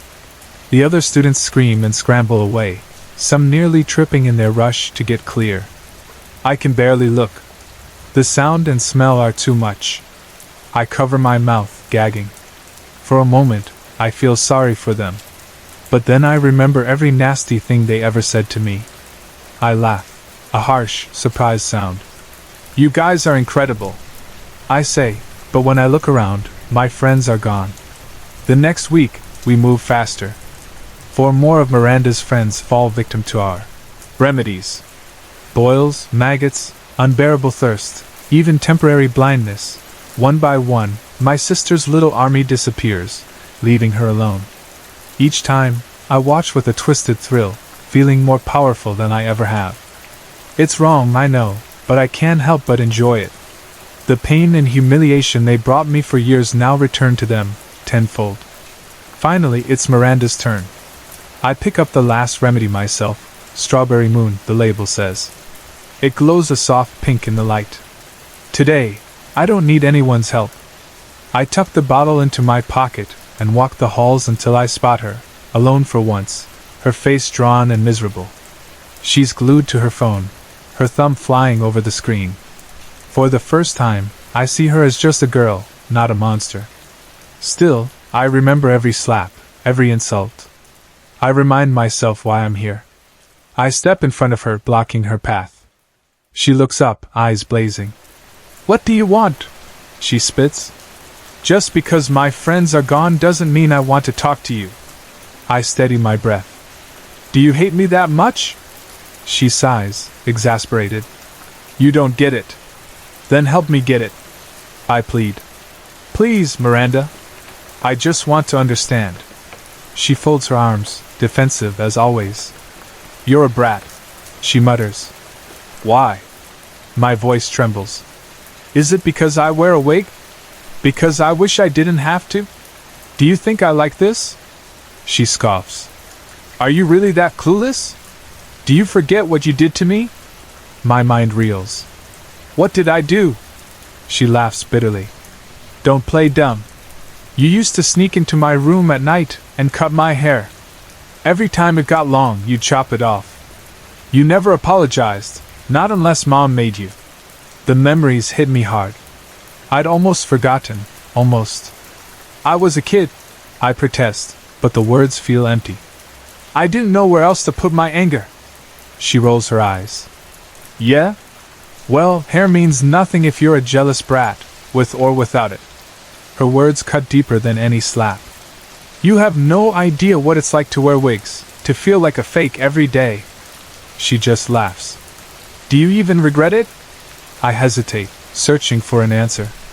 I want to say I'm sorry, but the truth is, I don't really regret it. I was angry, lost, lashing out in the only way I knew how. She shoves me hard. I stumble, but this time I don't let her win. I shove her back, pressing her into the wall. "I'm not going to stop until you say you're sorry." She spits. She doesn't hit me again, but I see the threat in her eyes. "I won't," I whisper. She sneers. "You're weak. Take it back," I beg, my voice cracking. "I won't. Take it back," I scream, my patience finally snapping. Anger surges through me, and before I can stop myself, I pin her down and pour the remedy over her head. It spills out, cool and sticky, soaking her hair. "What are you doing?" she shrieks, shoving me away. I step back, waiting. At first, nothing happens. Then Miranda's eyes go wide with horror. She clutches at her hair, but it falls away in thick, black clumps. In seconds, she's bald. Tears spill down her cheeks. Her voice breaks as she sobs, and for the first time, I feel truly powerful. I should feel guilty, but I can't stop smiling. If she hated me before, she'll never forgive me now. She runs away, her cries echoing down the hallway. I sit there for a while, suddenly exhausted. My hands feel heavy, like they're made of stone. People walk past, but nobody stops to ask if I'm okay. I glare at them, wishing I could punish them all. I reach for a lock of Miranda's hair, but before I can touch it, Donna and her friends appear beside me. "I didn't think you'd go through with it," Donna says quietly. "Not many people let their anger control them so completely." She pats my head, her touch strangely gentle. "Are you proud?" "Yes," I say, but my voice wavers. "No regrets?" Maya asks, taking my hands in hers. Her eyes are soft and sad. "None," I lie. They stand, arms folded, looking down at me. Their shadows fall over me, cold and unyielding. I feel like I'm shrinking, getting smaller with every heartbeat. Suddenly my hands burn. Ash drifts down onto my thighs, and I watch in horror as my fingers begin to crumble, one by one. There's no blood, just an invisible blade slicing me apart. "What's happening?" I scream, terror choking me. "Stop! Please!" Donna only smiles, the same dark smile I saw when we first met. "No regrets, right?" she whispers. Pain tears through me as my hands vanish. The tools I used for revenge are gone, and I'm left helpless. Donna kneels beside me, lifting my chin. Revenge is never sweet, karma, she says, her voice soft but cold. It always bites back, when you least expect it. Then she lets go and stands. The three of them turn and leave, their shadows retreating, leaving me alone. I look down at my empty sleeves, sobbing. I curse myself, over and over. Karma, you fool! I whisper, my voice trembling in the silence. And now, all that's left is the echo of my own regret. Sorry to interrupt. If you're enjoying the story, let me know in the comments and tell me where you're watching from. Don't forget to like and subscribe for more. I have always thought of myself as smart. Not just smart in the way teachers compliment you at the end of class or the way relatives pat your head during family dinners. No, I always knew my mind was sharper than most.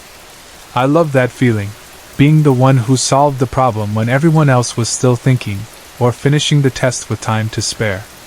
Since I was little, there wasn't a quiz I couldn't ace, a challenge I couldn't conquer. I thrived on it. It felt good to be ahead, and I never saw the point in hiding that. Why pretend to be less than I am, just to make others comfortable? That always seemed pointless. My brain was my greatest gift, and I was proud of it.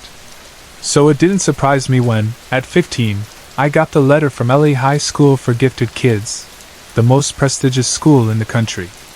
My parents, who were both alumni, barely managed to look surprised themselves. I guess, in some ways, we'd all seen it coming. LA was the place for people like us. A place where smart wasn't just accepted, but expected.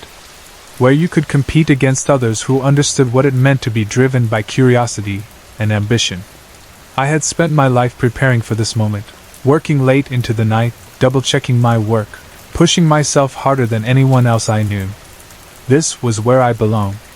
But even as I walked around the house clutching my acceptance letter, my parents sat me down and gave me a look that was half pride, half warning. They told me about Yenim, a club so secret and exclusive that most students never even found it, let alone joined. Yenim was for the best of the best, the kids who didn't just have high grades but something extra, something the world couldn't ignore. My parents had both been members, long ago, and it had changed everything for them. Membership meant power, connection, a future with no closed doors. But Yenim wasn't something you could just sign up for. There were no flyers or public invitations. You had to find it on your own. And then, if you were lucky, they might let you in.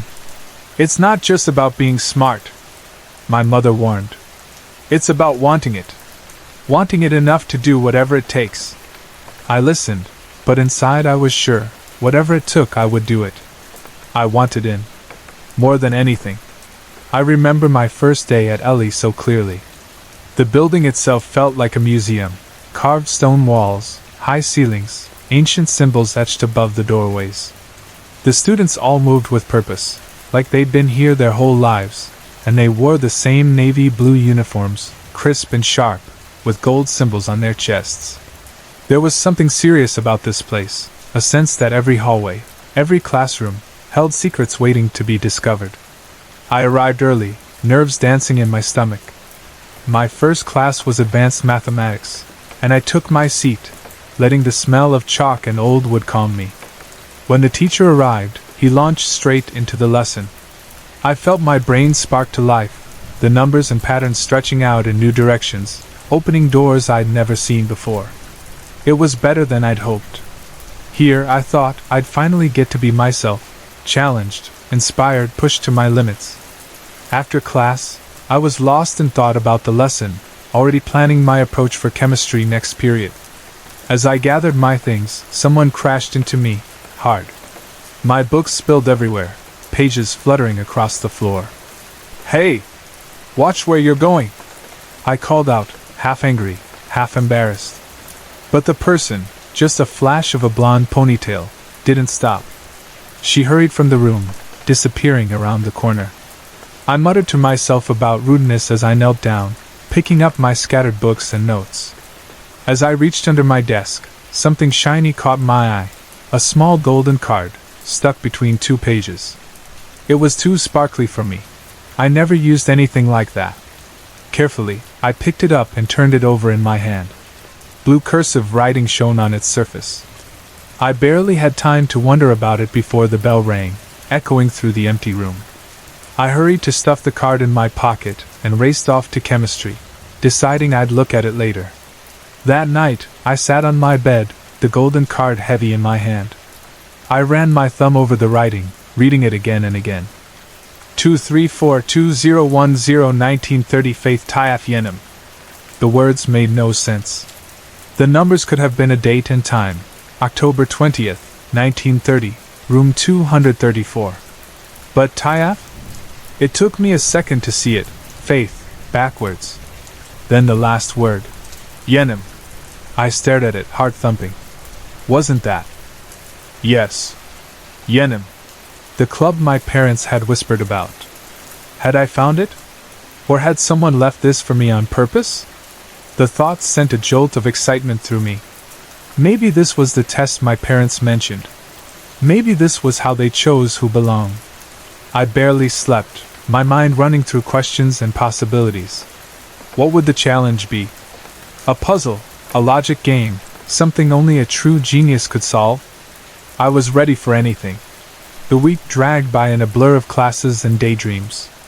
I watched the card every morning, making sure it was still in my pocket, afraid it might vanish or turn out to be nothing. But it was always there, solid, gleaming, promising.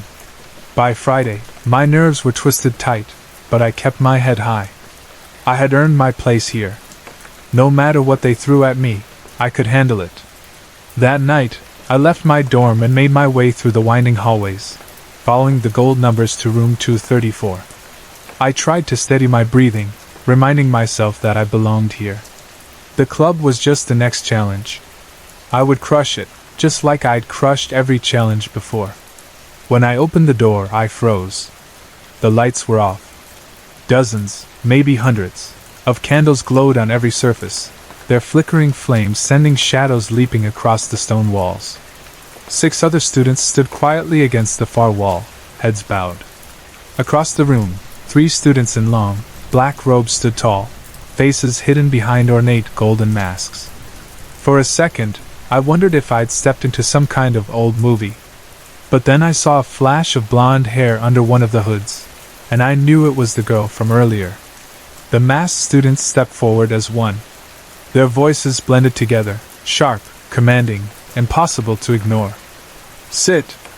Name. Desk. I found my desk in the back row. My name, Olivia Johnson, was carved into the wood in elegant blue letters. I traced the letters, my nerves settling for just a moment. It felt serious, permanent. The 3 robed students moved down the rows, passing out thick golden envelopes. When the girl reached my desk, she placed the test in front of me with a silent nod. My hands were sweating as I opened it.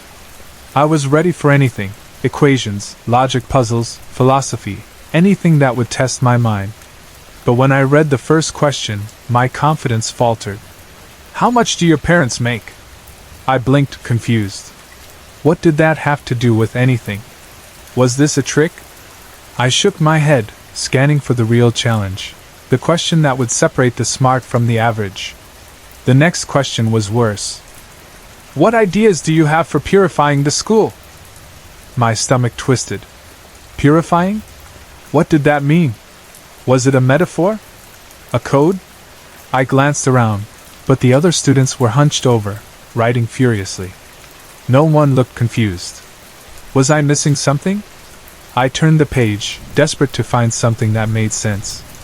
In what ways should undeserving students be punished? A chill crept up my spine. Suddenly, the golden ticket felt like a trap. Was this a joke? Was someone trying to mess with me? But then it clicked. Yenim was money, spelled backwards. Money. Of course. It was right in front of me the whole time. This wasn't about intelligence. It was about legacy, privilege, and keeping certain people in and others out. Everything made sense. The secrecy. The tickets. The carved names. This was a club for the wealthy, not the brilliant. I thought of my parents, of all their stories, and wondered how much they'd left out. How many times had they looked the other way? How many times had they told themselves it was just the way things worked? For a moment, panic threatened to choke me. My hands shook, my vision blurred. I wanted to run, to tear up the paper, to shout that this wasn't what I dreamed of. But I couldn't move. Suddenly, a shadow fell over my desk. I looked up to see the blonde girl standing over me, mask glinting in the candlelight. She leaned down, her whisper almost gentle. "Sometimes things need to burn so other things can shine." Her words settled in my chest, burning cold and bright. Was she warning me? Encouraging me?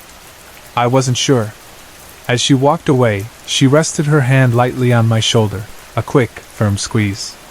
And in that moment, I realized something else. It didn't matter what I wanted this club to be. It didn't matter what I thought about privilege or legacy. This was the real test. Would I walk away? Or would I do what was needed for my future? I sat for a long time, staring at the questions, at the golden ticket on my desk. I thought about everything I'd worked for. About the doors this club could open. About all the things I wanted from my life. Was I selfish? Maybe. But I wasn't stupid. I picked up my pen and started to write. My answers weren't about truth or fairness. They were about survival. About getting what I wanted. Maybe that was the real intelligence, knowing which rules mattered and which ones you could bend. I handed in my test and walked out of the room, my heart pounding. I didn't look back. I knew, deep down, that my spot in Yenim was already mine. But as I walked through the shadowy halls, the golden ticket still pressed in my hand, I couldn't help but wonder if, just maybe, something inside me had burned away, too. I was walking alone along Beach Road in Poole, Dorset, for the third time that month.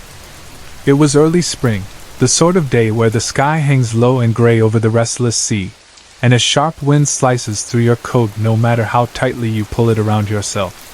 The air smelled of salt and something old and familiar, like the memory of 1,000 tides. Each step along the cracked pavement felt heavier than the last, my thoughts swirling with the weight of what was waiting back home. She was waiting too, though she'd never say it. My wife. We used to come here together every summer.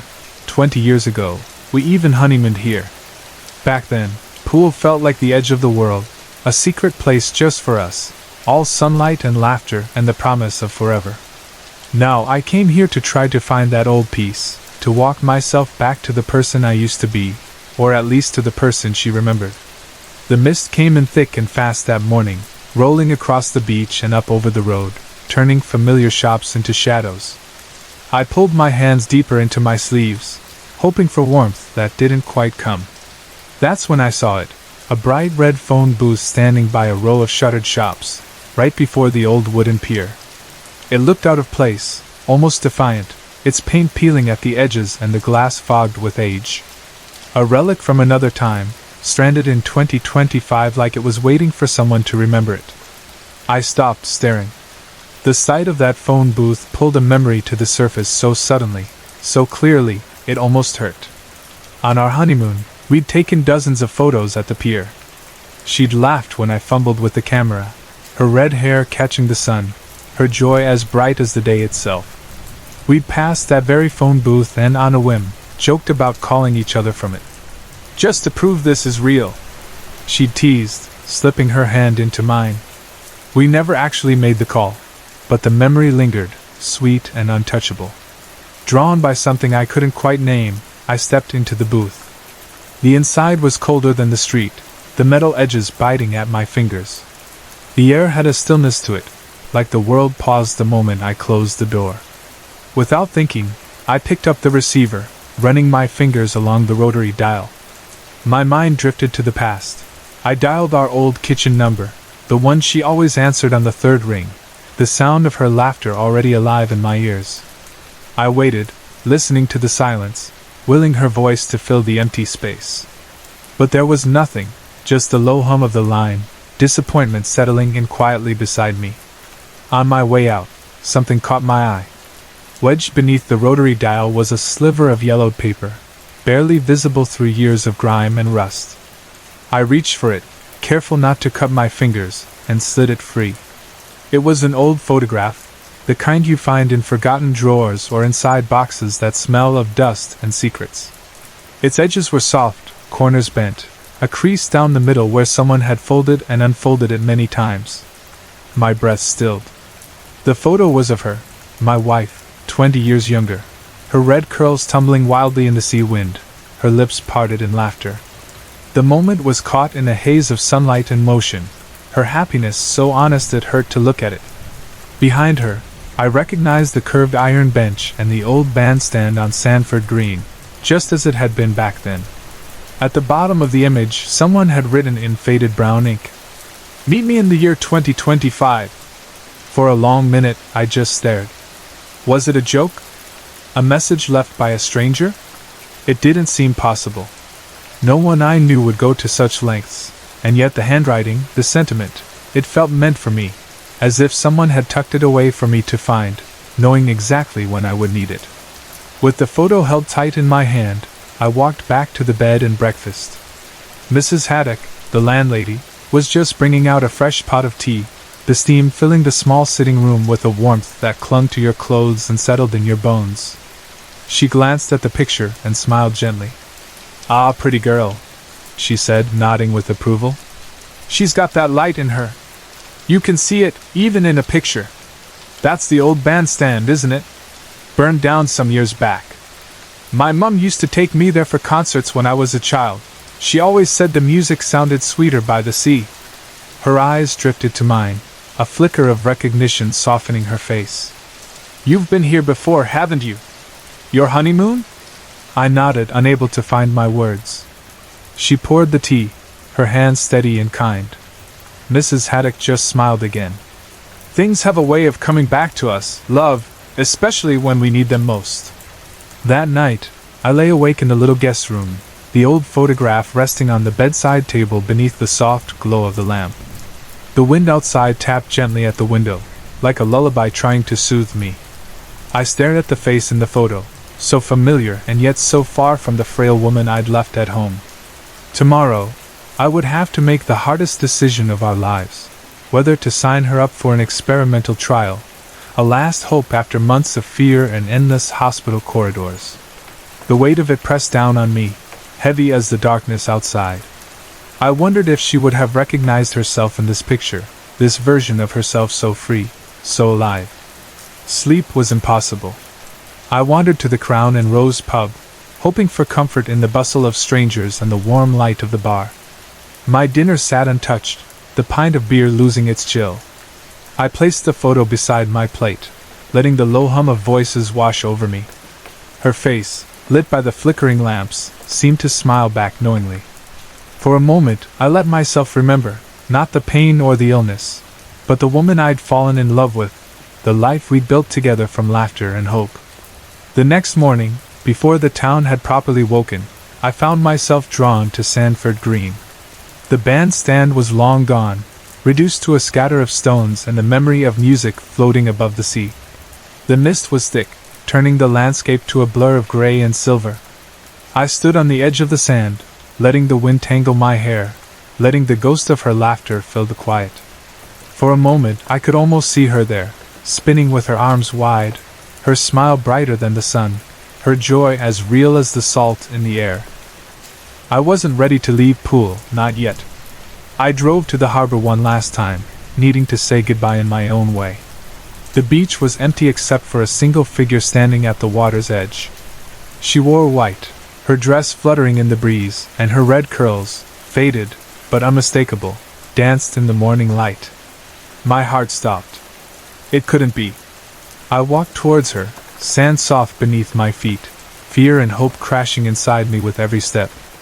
She turned, meeting my eyes with a look that held years of understanding. "I've been waiting for you," she said quietly, her voice gentle, achingly real. "You shouldn't have come all this way," I whispered, my voice trembling. Are you all right?" She stepped closer, her hands finding my face, her touch warm and familiar. "I knew where you'd be," she said, her eyes shining with that old spark. Her face was thinner, lined with pain, but her spirit was as fierce as ever. I reached for the photograph in my pocket, unsure if I was still dreaming, but she just smiled and shook her head. "No need," she whispered, as if she'd always known I was carrying the past with me, afraid to let it go. "We have now." We stood there for a long moment, wrapped in the hush of dawn, the mist swirling around us. I felt something shift inside me, a loosening, a peace I hadn't felt in years. Love doesn't fade, not really. It lingers in the places that matter, waiting quietly until we're brave enough to come back. That morning on the beach, in the quiet between waves and worry, I understood what she tried to teach me all along. Some things last beyond time, beyond sickness, beyond fear. Some things wait for us, patient, steadfast, until we are ready to return. And so I did. It is still the night before the body is discovered, and the air inside the old school is thick and unmoving, as if the building itself is holding its breath. I slip quietly through dimly lit corridors, the plush carpet under my feet muffling each step, amplifying the quick, wild beating of my heart. Each shadow thrown by ancient portraits on the wall seems to follow me as I move, silent and cautious, toward the enormous wooden doors at the end of the hall, the doors to the headmaster's office. There's a moment where I just stand there, staring up at the ornate panels and the heavy brass handle, the key in my hand slick with nervous sweat. I pause, questioning everything, my reason for being here, the risk, the line I'm about to cross. Is this for Ida, or for myself? Am I only trying to belong, or do I really care about the secrets hidden inside? The thought flickers through me like a cold draft before fading. The reason hardly matters now. What matters is that I'm here, and the key in my palm is very real. The lock is old, the tumbler stiff. When I finally work the key in and turn it, the click is thunderous in the hush of the corridor. I freeze, breath caught, eyes straining for any sign of movement. Nothing. The silence holds unbroken. Forcing my body forward, I nudge open the door and slip inside, shutting it behind me with trembling hands. For a long moment, I just stand there in the dark. The headmaster's office is bigger than any room I've ever called my own, with high ceilings lost in shadow and thick velvet curtains that absorb all but the thinnest slivers of moonlight. The faint glow drifts through the cracks, painting shifting silver lines across the vastness of the office, picking out shapes, the glint of brass, the outline of ancient machinery, the silent spines of hundreds of books. Everything in this room speaks of secrets, of the weight of years. Earlier today, Ida had slipped the key to me beneath our desk in the back row of ancient history. Her hand was steady, her eyes forward, her words a whisper meant only for me. "You'll know it when you see it. It'll be older and more tattered than the rest. Titled Legacies." She handed me the key as if it were nothing. I remember staring at it, turning it over in my palm, feeling the cool metal and wondering what exactly I was getting into. I'd asked her then, voice low, "Why do you need this book anyway?" I was staring at the floor, at the marks etched into the wood by generations of restless students. She never really answered. "That's not something a pledge should worry about," she said, not looking at me. There was a finality in her tone, a warning, really, if I'd had the sense to hear it. At dinner, Alexander caught the tremor in my hand as I reached for my glass. "Have you lost your mind?" he'd hissed, his words sharp and panicked over mashed potatoes and roast chicken. "Do you have any idea what kind of string pulling got you in here? Why risk throwing it all away? For a prank? You'll be expelled. You'll have to reimburse your scholarship." I just smiled at him, unable to reply, my gaze slipping to the polished table beneath my fingers. There were so many things about my life here that Alexander would never understand, struggles, hungers, the kind of longing that makes you reckless. He never had to fight for a place at the table. Not like me. But here I am, finally inside the chamber. The air smells of old books, wax polish, and a faint trace of pipe smoke. The headmaster's office is a maze of heavy furniture and cluttered workbenches. Shelves line the walls from floor to ceiling, packed so tight with tomes, journals, and loose sheaves of yellowing paper that I can't imagine ever finding anything here. Machines in various states of assembly sit on tables, strange contraptions of glass and copper, some filled with inky fluids, others bristling with gears and dials. They catch the moonlight and gleam with an eerie, alchemical glow.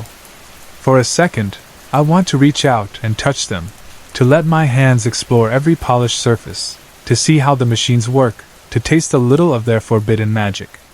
But I stop myself, focusing instead on the shelves behind the headmaster's desk. That's where the book must be. Ida said it would be obvious, but the truth is, nothing stands out at first. Every inch of shelving is jammed with books of every size and thickness, poetry, fiction, treatises on science and the arcane, some with titles in languages I can't even recognize. Some books have their covers marked with symbols instead of words, strange sigils burned into cracked leather. I begin at the bottom left corner, methodically scanning each spine, my fingers tracing the raised letters, moving aside loose papers and trinkets. Hours slip by. The room grows colder as the night stretches on, and I force myself not to rush. I have about 3 hours before the night staff begin their rounds, 3 hours to find a single book among thousands. Somewhere in the middle of a row, my eye catches a few titles that seem odder than the rest. The Silver Chronometer, The Time-Altering Properties of Light, Paradoxes of the Natural World. I pull one out, just to see, and a cascade of sketches and diagrams falls into my lap. Hundreds of fine lines looping and twisting, covering every scrap of margin. The drawings are beautiful and unsettling, as if they're trying to depict not just objects, but movement itself, or maybe time. I almost forget what I'm here for, lost in the swirl of lines and symbols. Then a sudden, piercing screech shatters the silence, making my heart lurch into my throat. I freeze, every muscle tensed, listening as a cacophony of noises rises in the dark, clinking, banging, whirring, and then a high, mechanical wheeze. My eyes dart around the room in panic. One of the machines on the desk has come to life, as if summoned by the very fact of my presence. Silver liquid trickles through tiny glass tubes, and gears at each corner spin with a steady, clockwork rhythm. The sounds settle into a low hum, and I stand there, pulse hammering, trying to decide whether this is a warning, some sort of alarm, or just a trick of the moonlight and shadow. That's when I notice the small mirror set into the side of the machine. It's covered in tiny symbols, the same ones etched into the handle of something nearby. A magnifying glass resting on the closest shelf. The moonlight has shifted while I've been searching, and now it reflects off the mirror, casting a thin, bright ray directly onto the shelf, illuminating the magnifier as if marking it out for me. The magnifying glass is old, heavier than it looks, and the handle is engraved with stars, planets, and looping lines that look almost like hieroglyphs. I turn it in my hand, the metal cold and smooth. When I peer through the glass, nothing seems to change at first. Then, as my eye adjusts, a shiver runs down my spine. There, through the lens, I see a pair of feet, clad in worn men's shoes, edging closer to the shelves. The rest of the room is unchanged, the carpet and shelves and machinery all as they are, but the feet are real, moving, shifting weight nervously. I lower the glass, and the feet vanish. I raise it, and they return, pacing softly, as if caught in another world. My hands tremble as I lift the lens higher, searching for the figure who owns those shoes. Slowly, Headmaster Hargrove's shape emerges in the small circle of glass. He's fighting to reach a high shelf, struggling to wedge a thick, battered volume into place. I watch, transfixed, as a stack of papers slips and tumbles to the floor, the sudden motion making a candle's flame on the desk flicker. I lower the magnifier. On the floor in front of me, nothing. The room is still, silent except for my own breath. I look back through the glass. The scene repeats, but the details are different each time. The light shifts, the papers fall a different way, the headmaster mutters under his breath. It's like watching ghosts trapped in the room's memory. A strange courage fills me. I use the rolling ladder to reach the high shelf where Hargrove was reaching in the vision. The books up here are older, dustier, and wedged tightly together. My fingers find the edge of a large, tattered volume, the Legacy's Register. I pull it free, the spine cracking in protest. My head spins as I slip the heavy book into the soft bag I brought with me. I check the office one last time, making sure nothing is out of place. Before leaving, I remember the magnifying glass. On impulse, I take it, sliding it into my pocket. I hurry out, locking the door behind me, the stolen key burning in my hand. The night outside is silent and deep. I hurry through empty corridors, every shadow seeming to press in on me, every sound too loud in the darkness. By the time I reach the Circle's hideaway, a cramped room deep in the basement, filled with old furniture and whispered secrets, I'm shaking with exhaustion. Ida is there, waiting. She snatches the bag from my hand, her eyes wide as she flips through the register, scanning the endless columns of names, birth dates, families, contributions, all men. All members of the old guard. Unworthy scum, Ida mutters, her voice fierce and trembling. She looks up at me, her eyes shining. I can't believe you actually did it. This is incredible. See? She says, her hand on my shoulder. This is what women can accomplish together. Imagine where we'd be if we had the resources of men. We must use every tool at our disposal. Bridge the gap, take what is rightfully ours. I nod, numb with fatigue, my mind spinning with thoughts I can't quite catch. So, is this it? Did I pass? She smiles, soft for a moment, then distant. Tomorrow we'll talk more, she says, dismissing me with a wave of her hand.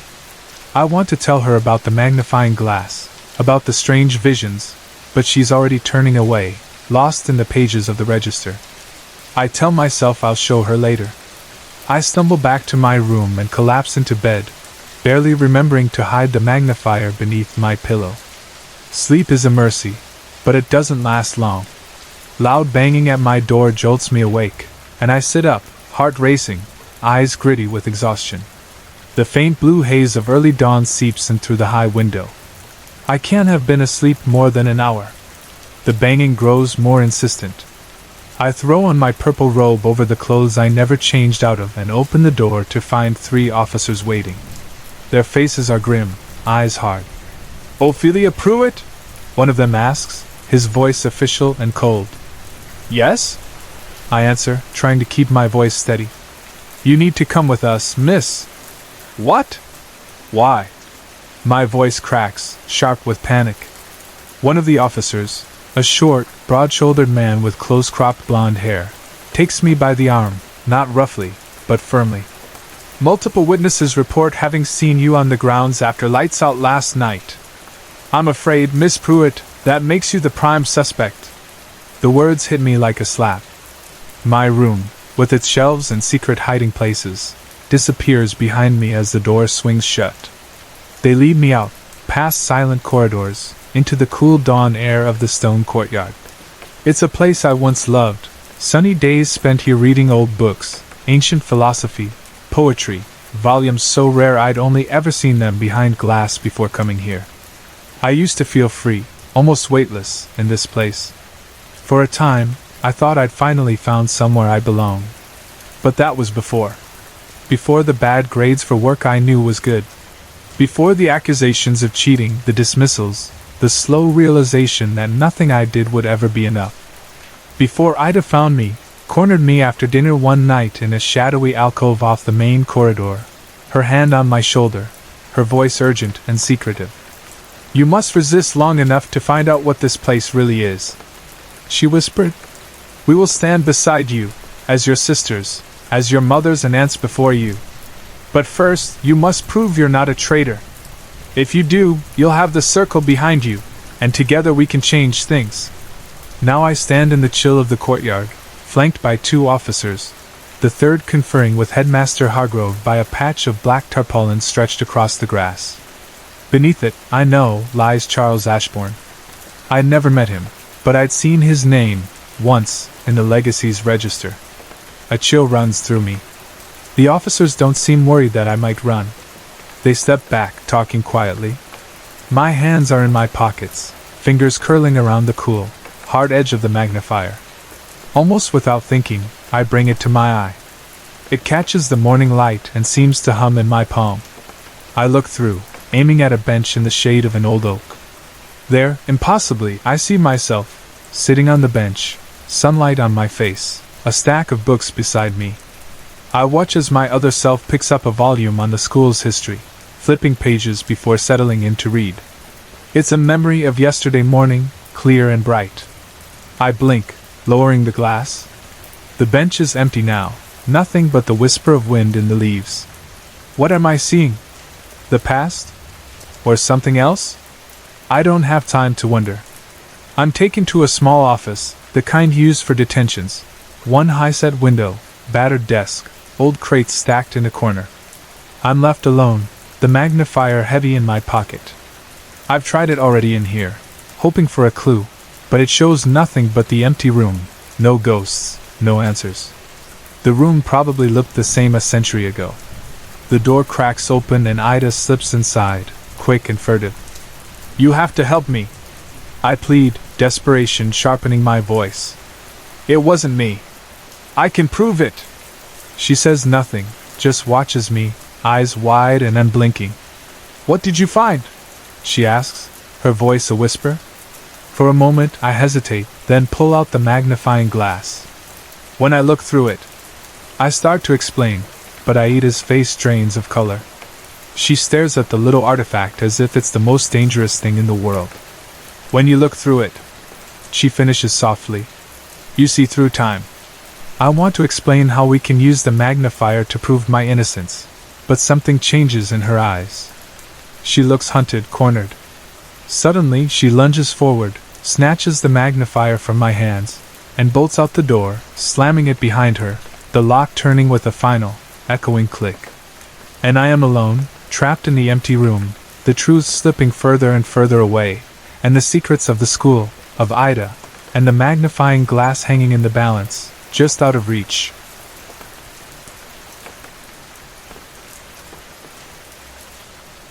Shelley B. Branch was having an ordinary Friday afternoon. She had sorted the mail, answered phone calls, typed a few letters, and ordered lunch, a chicken salad sandwich from Crumbly's. She had even treated herself to an extra pickle today. With her stomach full and the office quiet, Shelley sat comfortably at her desk, awaiting the afternoon's secretive meeting. The mysterious monthly gathering upstairs was about to begin. These special Friday meetings occurred once each month, and every time, they brought influential men to visit Shelley's boss, Mr. Carter. Doctors, lawyers, senators, inventors, police detectives, important men from all walks of life appeared at the office. The meetings always took place in the upstairs storage closet, which was locked at all other times. For Shelley, the storage closet seemed an odd place for such meetings, but curiosity was part of her job description. Or at least, that's how she justified it. Shelley had always been fascinated by the ritual that preceded these meetings. Every time, about 10 men would arrive, each accompanied by a beautiful woman. They walked in pairs, side by side, reminding Shelley of wedding processions she'd seen on television or perhaps Noah's Ark, 2 by 2.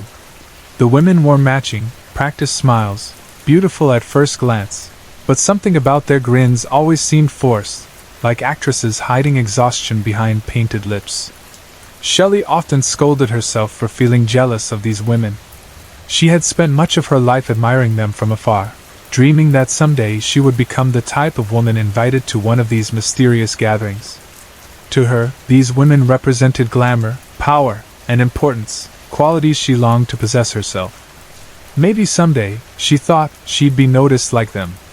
Of course, the easiest way to satisfy her curiosity would have been simply to ask about the meetings. But Shelley knew better than to pry into Mr. Carter's affairs. Secretaries who asked too many questions usually didn't last long. Once she had attempted to linger after hours, hoping to overhear something, anything, but Mr. Carter had quickly caught her and firmly instructed that on these special Fridays, she must leave early, without exception. Lately, he had even encouraged her to go home before dark every day, supposedly because of recent rumors about a kidnapper in the area. Shelley, although curious, wasn't willing to risk her safety or her job just to uncover office gossip. So she usually obeyed, watching from afar as the mysterious procession of men and women entered the office and disappeared upstairs behind the locked door. Like clockwork, the guests began to arrive again today. Shelley pressed the intercom button on her desk as instructed. "Send them up, Shelley." Thank you. Mr. Carter's voice crackled through the speaker. Mr. Carter will see you now, Shelley announced, trying to sound professional and indifferent, though inside she felt her curiosity mounting once again. She quickly tidied her desk, hoping for a last-second glimpse or a clue that might explain the secret meetings. As she rearranged her pens for the second time, Shelley suddenly felt a tap on her shoulder. Startled, she jumped and let out a small gasp. "Oh my!" she said, turning quickly. "Sorry, Shelley. Didn't mean to scare you," said Jeb, Mr. Carter's eldest son. Shelley's heart sank a little. Of all Mr. Carter's sons, Jeb was her least favorite. Something about him always made her uncomfortable, though she couldn't quite explain why. "It's all right," she said nervously. "My mother always says I'm scared of my own shadow." She giggled softly, her automatic response whenever speaking with men. "Scared of your shadow? Shelley, you're really something else," Jeb laughed. "Listen, I have a favor to ask. Feel free to say no, of course." As he spoke, Jeb's hand tightened slightly on her shoulder. Shelley felt uneasy, the sensation similar to when a stranger sat too close to her on a crowded train. She considered saying no immediately, but how could she refuse her boss's son without risking her job? "You know these meetings we have every month?" Jeb continued. His tone was friendly, but something in his eyes made Shelley nervous. "We bring the best girls we know. The smartest, the prettiest. Sometimes, if we're lucky, they're both. Just like you." Jeb reached up and tapped Shelley lightly on the nose, a gesture she found patronizing, as if she were a child or pet rather than an adult woman. "Why don't you come with me this week?" he asked, smiling. "You're good at your job, you're talented, and you're beautiful. Hasn't anyone told you that before?" Shelley thought back, searching her memory.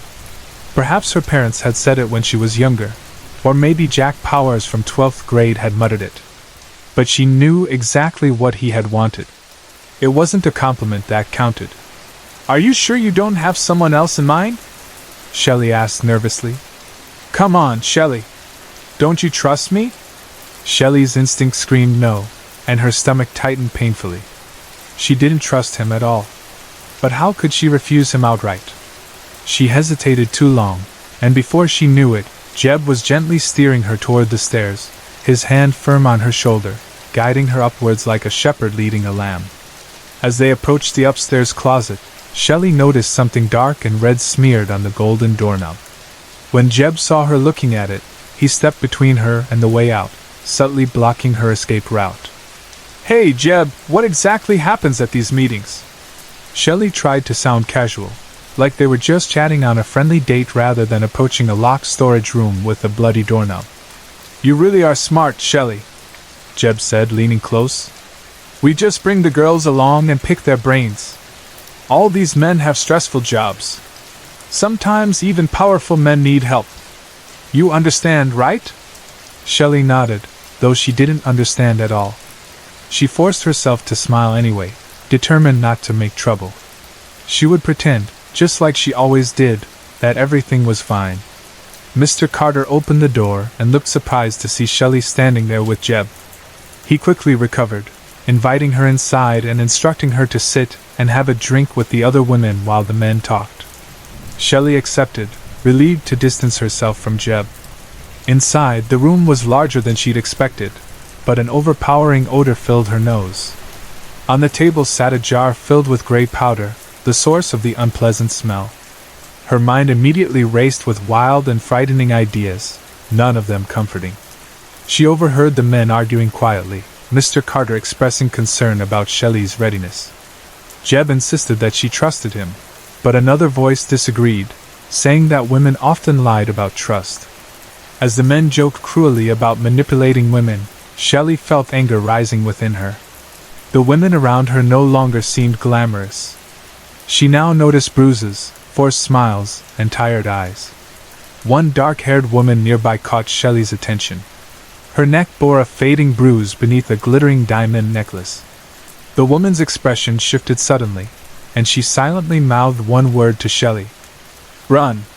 Shelley's heart pounded. Before she could react, Jeb appeared again, pressing 2 small tablets into her hand. "Here, take these," he said, smiling tightly. "They'll calm your nerves. Trust me."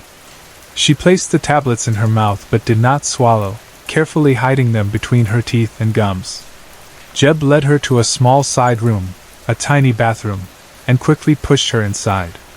The door clicked shut and locked behind her. Terrified, Shelley spat out the tablets and listened closely through the thin door. The men were discussing rituals, sacrifices, and women's roles in supporting powerful men. Horrified, Shelley realized what was happening and began searching desperately for something to help her escape. Finally, she spotted a hairpin on the floor. She grasped it quickly, working frantically to unlock the bathroom door.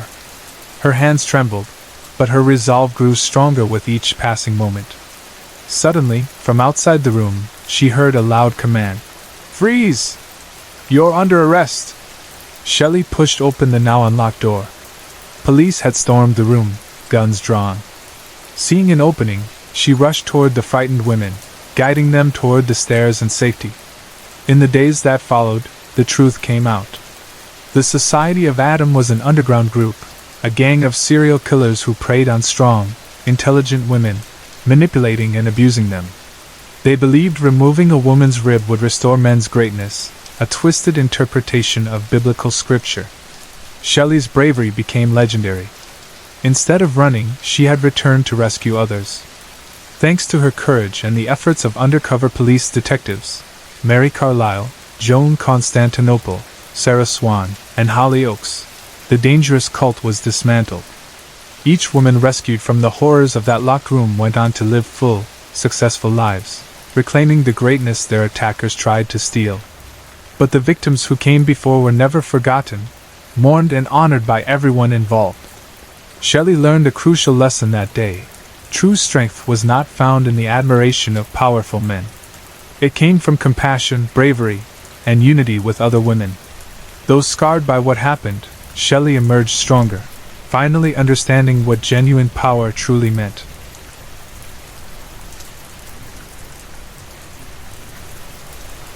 I have always liked to keep my workspace tidy. Every evening before I finish, I make sure to wipe down my desk, line up my notebooks neatly, and remove anything that does not belong. Everything has its place, and I make sure nothing unnecessary is left behind. That's why, when I noticed the small, ornate key on my desk, I was sure it had not been there before. It lay in the center, perfectly placed, almost as if it had been waiting for me. The key was delicate and beautiful, with swirling designs carved into the metal. The details seemed almost hypnotic, catching the light as I turned it in my fingers. I knew it didn't belong to me. It was too intricate for any of my ordinary locks, and far too old-fashioned to match anything in my modern apartment. As I picked it up, I noticed something odd. The metal felt strangely warm, and I thought I could feel a faint pulse in it, as if the key was alive and aware that I was holding it. I stared at it for a while, puzzled, and then I felt something change in the room. My vision flickered, just for a moment, and the air seemed to ripple, as if reality itself had shimmered for a brief second. Curiosity took over. I spent the evening searching for any lock the key might open. I tried every drawer, every old box in my closet, the safe, even my front door. None of them matched. The key was useless for everything in my apartment, but I couldn't bring myself to put it down. It was then that I noticed an old book on my shelf. My grandfather had given it to me years ago, and I'd never been able to open it. The book always seemed more decorative than useful, and I had kept it as a sentimental keepsake. Tonight, however, the book seemed to be calling out to me. I took it off the shelf and ran my finger along the spine. There, near the binding, I found a small indentation I had never noticed before. A keyhole. My heart pounded in my chest as I slid the key into the slot and turned it. But the book didn't open. Instead, the world around me changed. The air in the room seemed to fold in on itself, and then swirl away, like a curtain being pulled back from a window. It was as if a doorway had opened, not a door in my apartment, but a door into somewhere else, somewhere that shouldn't exist. Before I could catch my breath or even step away, the room was gone. I was no longer in my apartment. I landed on my feet, but I couldn't be sure what I was standing on. The ground was solid, but not in any way I recognized. The world around me shimmered and rippled, like water disturbed by a breeze. It felt like reality itself was trying to figure out what shape to take. I found myself in a long corridor, lined with countless doorways. Some doors were made of wood, others of steel or glass. Some of them seemed to pulse with life, like the walls themselves were breathing. At the far end of the corridor, I saw a figure, hooded and completely still. "You finally arrived," the voice echoed, but not in my ears. I felt it in my chest, as if the words were thoughts planted directly into my mind. "Where am I?" I asked, not sure if I had spoken aloud or only thought the question. "You are where the unclaimed truths reside," the figure replied, its presence filling the corridor. "Every lost answer, every abandoned memory, every unfinished thought finds its way here. They wait until someone is ready to claim them." I looked down. The key was still in my hand, now pulsing with a gentle but steady warmth. I realized I was not dreaming. I was here for a reason. "You are chosen to unlock one," the voice said. A doorway near me shuddered and slowly settled on a new form, dark, polished oak with a handle twisted into a complicated knot. The moment I touched the door, a wave of recognition washed over me. It was as if something hidden deep inside me had been found, a memory I didn't know I'd lost. The hooded figure moved closer, silent and watchful. I knew what waited beyond the door was not just any random room, but a piece of my own past, a memory that had been lost or hidden away. I was suddenly overwhelmed by the choice in front of me. I could step forward and face what I had forgotten, or I could close the door and leave that part of my past buried. My hand tightened on the handle as emotions rose up inside me. There was anticipation, fear, and a strange feeling of déjà vu. The memory waiting for me beyond the threshold wasn't just forgotten. It was something deeply personal, something I had buried for a reason. I could feel the pressure of the choice. If I stepped through, I might find something painful, or maybe something illuminating. I knew that once I saw it, there would be no turning back. The key in my hand grew even warmer, almost unbearably so. It seemed to urge me forward, like it wanted me to open the door. The hooded figure watched without a word, waiting to see what I would do. I took a slow, deep breath, and then, as if guided by the key, I stepped forward and opened the door. The world changed again. It shifted like ink dissolving in water. Walls and furniture began to take shape around me, the air filled with the faint smell of old paper and dust. I recognized this place immediately. It was a classroom, lit by the soft, golden light of late afternoon. The desks were empty except for one, my own. Across from me sat a girl with long brown hair, Clara. The memory hit me like a familiar song, one I hadn't heard in years but never truly forgotten. I was 17. Clara and I had spent countless afternoons in this classroom, debating philosophy, talking about fate, about the choices we make and the ones we regret. It was our favorite place to meet, just the two of us. On this particular afternoon, Clara had turned to me with a question, simple, but heavy with meaning. "Would you change the past if you could?" she asked. At the time, I had laughed and made a joke, brushing aside her question with a clever remark. I had no idea how much that moment would come to matter. After that day, Clara vanished. There was no warning, no note, no explanation. She was just gone. I had tried to move on, tried to convince myself that some mysteries were never meant to be solved.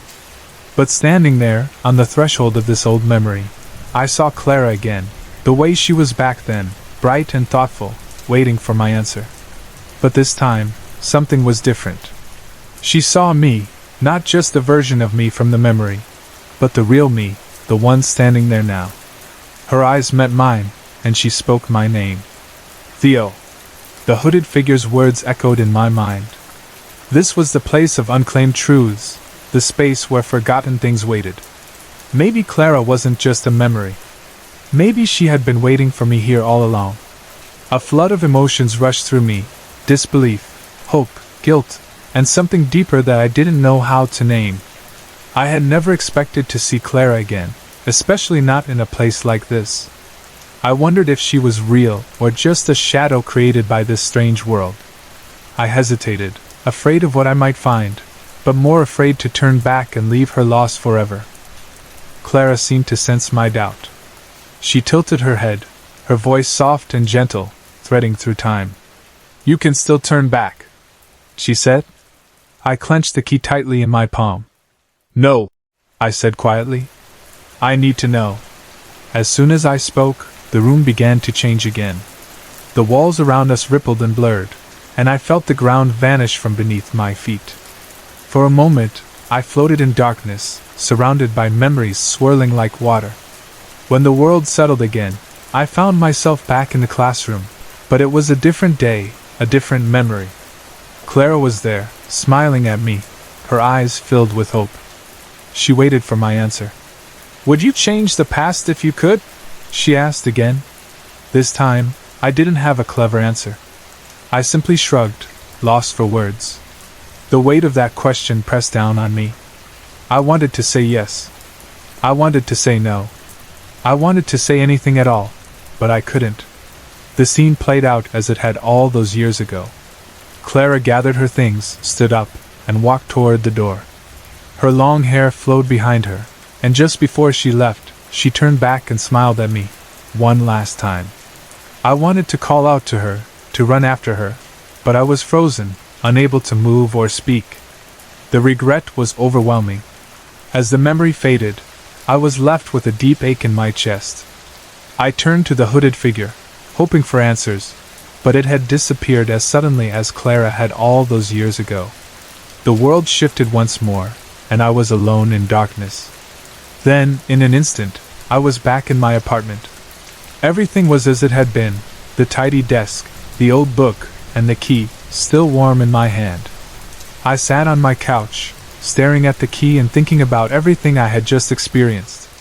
The memory of Clara was as vivid as the last time I saw her. The regret for not reaching out, not walking with her when I had the chance, burned fresh in my heart. Tears welled up in my eyes as I realized that some opportunities, once lost, never return. The key that had opened the door to my forgotten past now felt heavier than ever. I placed it inside the book and closed it carefully. As I sat there, alone with my thoughts and memories, I wondered if some doors should remain closed, or if it is always better to face what we have left behind. Outside my window, unseen, the hooded figure waited in the shadows, patient and silent, watching for the moment when I would be ready to face the truth again.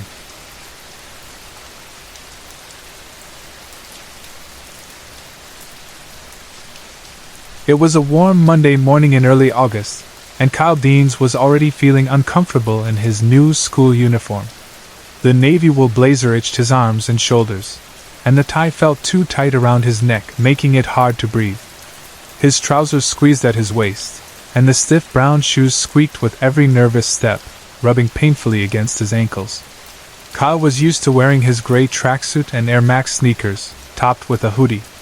But now, all those familiar things, including his phone and earbuds, were locked away in a black box. It felt as if his real identity had been sealed up too. As Kyle walked beneath the heavy stone arch at the entrance, he glanced up and saw the school's motto carved into the stone. Ex ignorantia veritas. From ignorance, truth. He remembered hearing those words when he'd first learned he was moving schools, just a few weeks earlier. On the last day of term, the head teacher had called him out of the assembly unexpectedly. Kyle was told he had been chosen for something special. An honor, they said. He was leaving Slackdale Comprehensive and moving to the prestigious Magnamentis Hall on a kind of scholarship, the sort given to kids who might benefit from a more cultured education. Kyle's friends back home had teased him about it all summer. They'd laugh, calling out, "No way, bruv, you're going to be all posh now." He could still hear their voices as he approached the gate, where a serious-looking man in a long coat waited with a clipboard.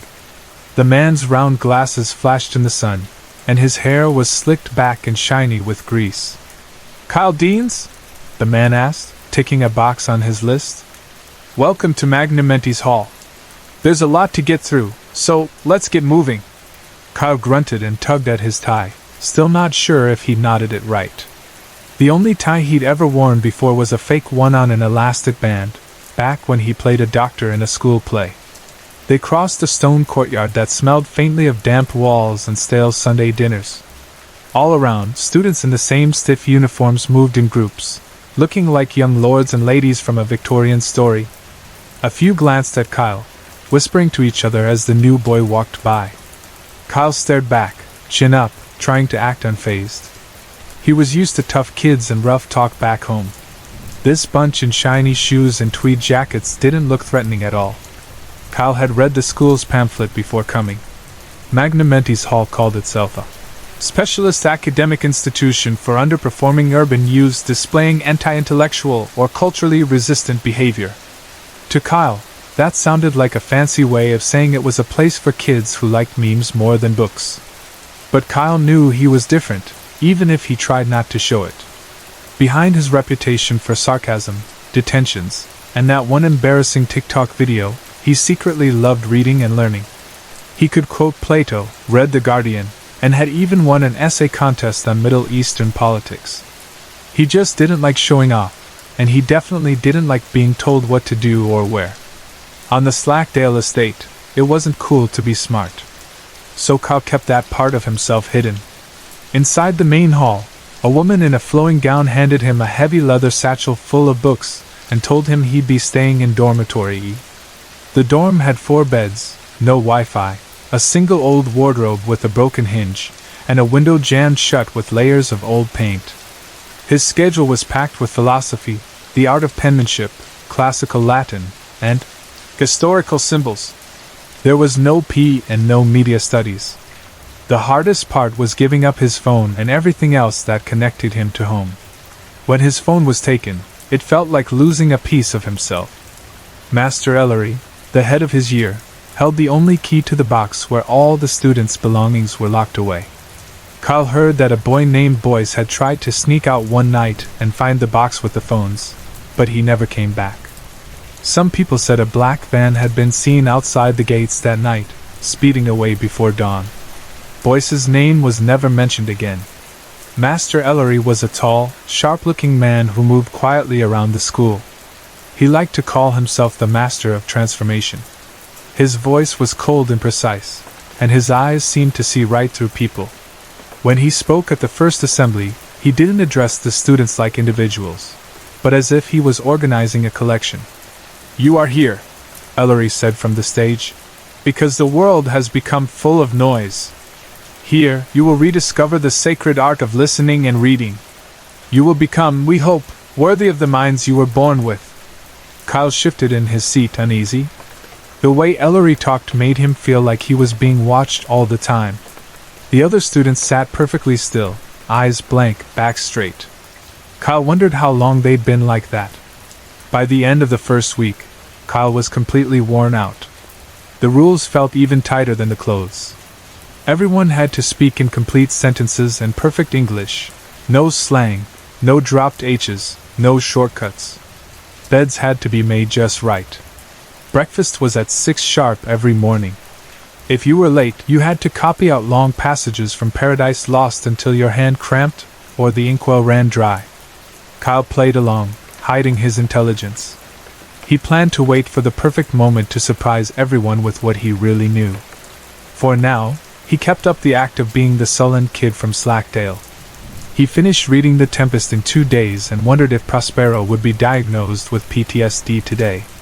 He looked around at the school's old features, comparing them in his head to grand castles and stately homes he'd read about. He began a secret journal, writing about what it was like to lose your phone and have to actually talk to people. One evening, after a long day of writing Latin in perfect script, Kyle let his guard down and corrected a master on a Shakespeare quote. "You're quite precocious, Deans," the master said, looking surprised. Kyle just shrugged. "I only read the footnotes, sir. I don't know nothing about Shakespeare. It's I don't know anything about Shakespeare." The master corrected him, and Kyle shuffled away, his shoes squeaking on the shiny floor. After the second week, the dreams began. Kyle would wake in the night to find strange ink markings covering his arms, spidery text that vanished by morning. Sometimes he heard scratching sounds behind the walls, or whispers in the dark. One morning, he found a leather bookmark next to his bed, covered in strange symbols. On some nights, he would wake sweating, just in time to see words fading from his skin, words like, "The story is writing you too." Kyle started to believe something was wrong with Magnamenti's Hall, but he didn't tell anyone. He decided it would be safer to keep pretending to be the dumb kid, hoping he could get himself expelled and sent back to his old life at Slackdale. The only person Kyle felt he could talk to was Dorothea. She seemed to fit in, but Kyle could tell she still had some spark left, something that hadn't been smoothed away by the school. Dorothea sat behind him in History of Forgotten Empires, a class taught by Master Ellery. She had short dark hair and blue eyes, and she often passed him notes on old yellow scraps of paper. She told Kyle she'd been there for a year, maybe more, but she couldn't remember much from before she arrived. One day in class, Dorothea tapped him on the shoulder and handed him a note when Ellery wasn't looking. She glanced at him, her eyes serious. In messy handwriting, the note said, "Ellery is a binder. He writes students into the archive. Literally. Once you've been rewritten, you don't leave. You belong to the bindings." Kyle kept the note close, thinking about the dreams and the marks on his skin. He started watching the other students more closely. He noticed the way they all went silent when Ellery walked in, how their notebooks filled with lines and lines of careful writing. He found old books in the library, with names of students from years before, some of whom still seemed to be around. The note Dorothea gave him started to make more and more sense. He caught up with Dorothea one day as he was returning a copy of The Picture of Dorian Gray to the library. She'd just come out of a classroom, slipping something into her pocket. "Hey," Kyle said. "Thanks for the note. It makes sense, in a weird way. You're still having dreams? The ink, the strange words?" Dorothea asked. "Yeah," Kyle replied, pulling the yellowed paper from his pocket. "What did you mean about Ellery being a binder?" "It's exactly what it sounds like, Kyle. Think about it," Dorothea said with a quick, secret smile. As the sound of doors opening echoed down the corridor, she slipped a heavy key into his hand. "You like the library? I've seen you there. This key will open more than just a few books." Then she disappeared as Master Ellery came down the hall, looking right at Kyle with sharp, reading eyes, before turning and walking away. That night, Kyle's dreams grew stranger. He saw his old school, his friends in tracksuits and hoodies, their faces hidden under hoods. He called out, but they didn't seem to hear him. He tried to run after them, but his feet wouldn't move. His brogues felt like blocks of stone. Symbols and words he couldn't read crawled up his arms. He saw rows and rows of leather-bound books, hemming him into the dark corners of Magnamenti's Hall. Kyle woke with a jolt. It was just after 2 in the morning. The dorm was quiet, the other boys asleep. He reached under his mattress and pulled out the heavy key Dorothea had given him. Sneaking down to the library, Kyle went straight for the restricted archive. He figured this must be what Dorothea meant. Maybe it was too late for her. Maybe she was almost fully changed by the school, but she had helped him as much as she could. He used the key to unlock the heavy oak door. Inside, he found a long, dark room lined with shelves stretching from floor to ceiling, all packed with leather-bound books. Gas lights flickered overhead. As his eyes adjusted, Kyle read the names stamped in gold on the spines: Barnaby Taylor, Trevor Bardland, Saskia Drew, Taylor Broadbent, Sebastian Boyce. That name stuck out, Boyce. There had been a Boyce here, hadn't there? He pulled the book with Boyce's name from the shelf. The pages at the front described a boy's life and arrival at Magnamenti's, but most of the book was empty. Kyle put it back and picked another, Meredith Paramore. This one was full, but sections were blacked out with rows of X's, as if someone had changed what was written. Flicking through, he saw how Meredith's life was documented, but with details scratched away. Deeper in the room, Kyle sensed a change. Some shelves seemed to pulse with quiet energy, as if the books themselves were alive.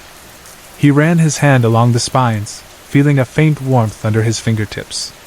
His hand stopped on a black-bound book with no title. As he pulled it free, the book seemed to hum, vibrating slightly in his hands. He opened the cover and stared at the first page. There, in fancy writing under this year's date, was his name, Kyle Deans. He read the first lines. Kyle Deans arrived dressed in synthetic rebellion, surrounded by the noise of social technology. At Magnamentes, the ink would find his true spine. He was to be transformed. To become an individual of elegance and learning. To become part of the story of this glorious institution, taken from the noise-filled urban world. He will become part of the literature for those who will follow for years to come. Kyle slammed the book shut. He realized with a chill that Dorothea had been right all along. He was being rewritten. His story, his life, was being changed. He hurried back to the main library, searching for a pen. On the librarian's desk, he found a pot of black ink and a fountain pen. He returned to the archive and sat cross-legged on the floor, the book open in his lap.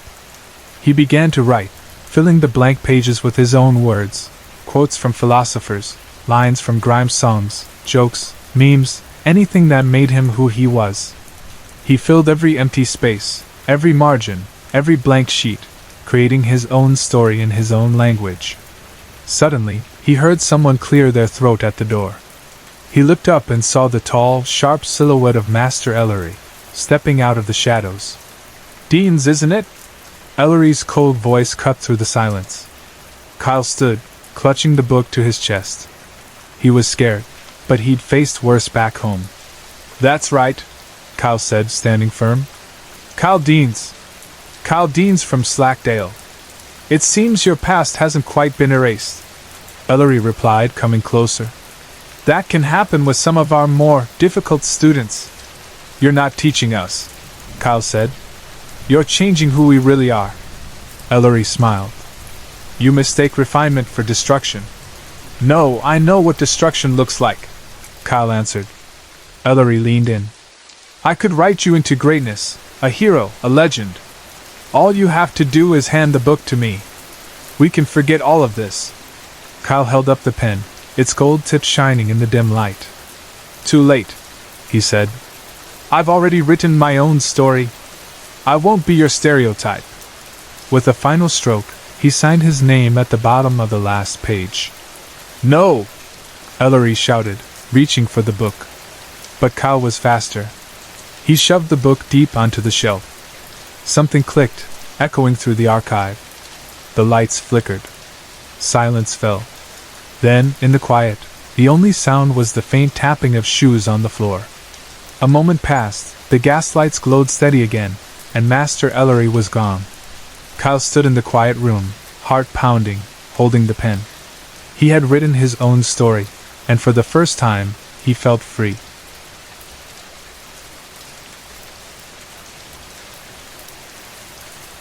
In the heart of the city that never slept, under all its noise and bright lights, an ancient society quietly survived. Few people even knew of its existence.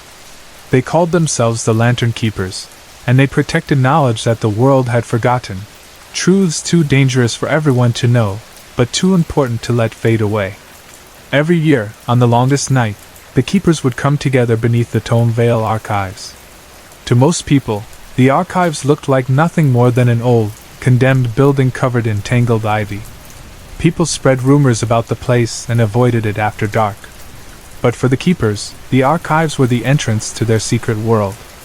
Deep in the basement, behind a shelf that looked like any other, a hidden stairwell twisted down into the earth, lit by lanterns that glowed endlessly, as if no wind or time could ever put them out. At the very bottom was a round chamber, walls lined with ancient books and shelves holding strange artifacts from long ago. Above them, the ceiling formed a dome painted with constellations the world no longer recognized. This was their secret sanctuary, a place they called the Sanctuary of Lanterns. 9 keepers made up the society, each chosen by the generation before them. Even they did not know each other's true identities. Every keeper wore a deep black cloak and a porcelain mask, each marked with a special symbol.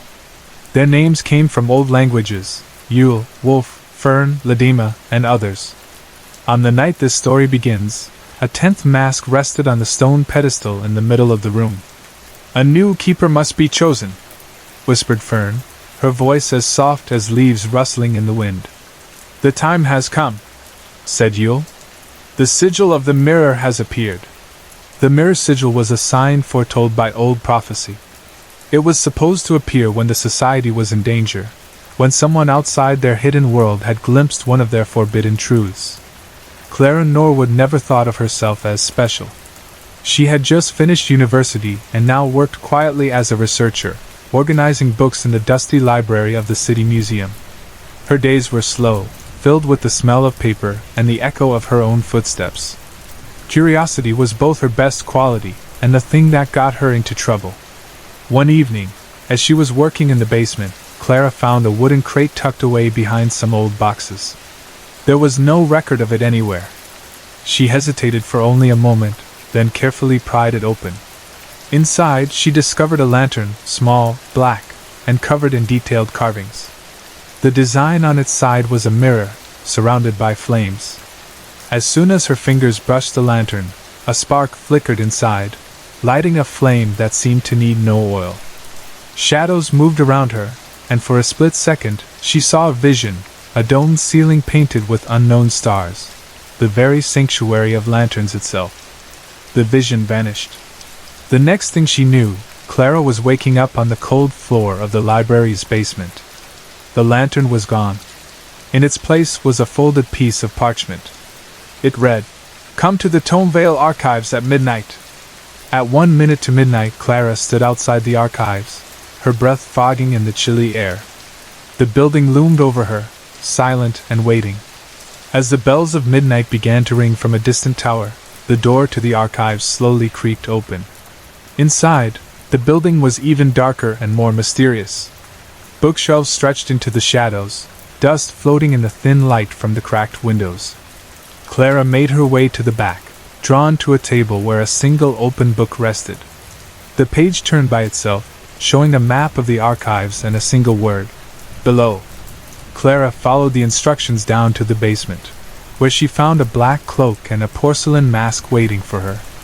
Another note sat on top. "Put these on and descend." She put on the cloak and mask, then found the hidden stairwell. Heart pounding, she began her descent into the earth. At the bottom, the chamber opened up before her, just as she had seen in her vision. Cloaked and masked figures stood waiting.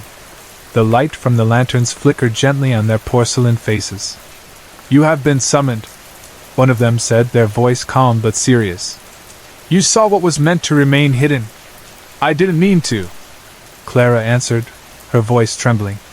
"But the lantern chose you," another keeper said. "The mirror sigil binds you now. There is no turning back." Clara looked around the room, feeling the weight of what was happening. "What is this place?" she asked quietly.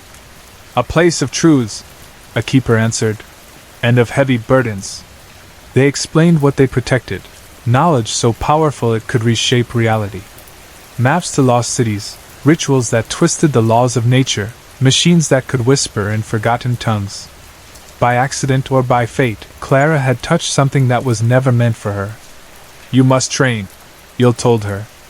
"Darkness is moving in the world, seeking out our light. You must be ready." Clara's training was hard. She learned to read languages no one else remembered. She spent hours meditating under the lanterns, until strange visions began to visit her. She solved puzzles meant to break weaker minds. The other keepers stayed distant, their masks never coming off, their real names never spoken aloud. But Clara, now known as Seaware, the mirror, discovered she had a gift that set her apart. She could sometimes see small glimpses of the future. She saw her first vision during meditation in the dome room. Fire devoured the sanctuary.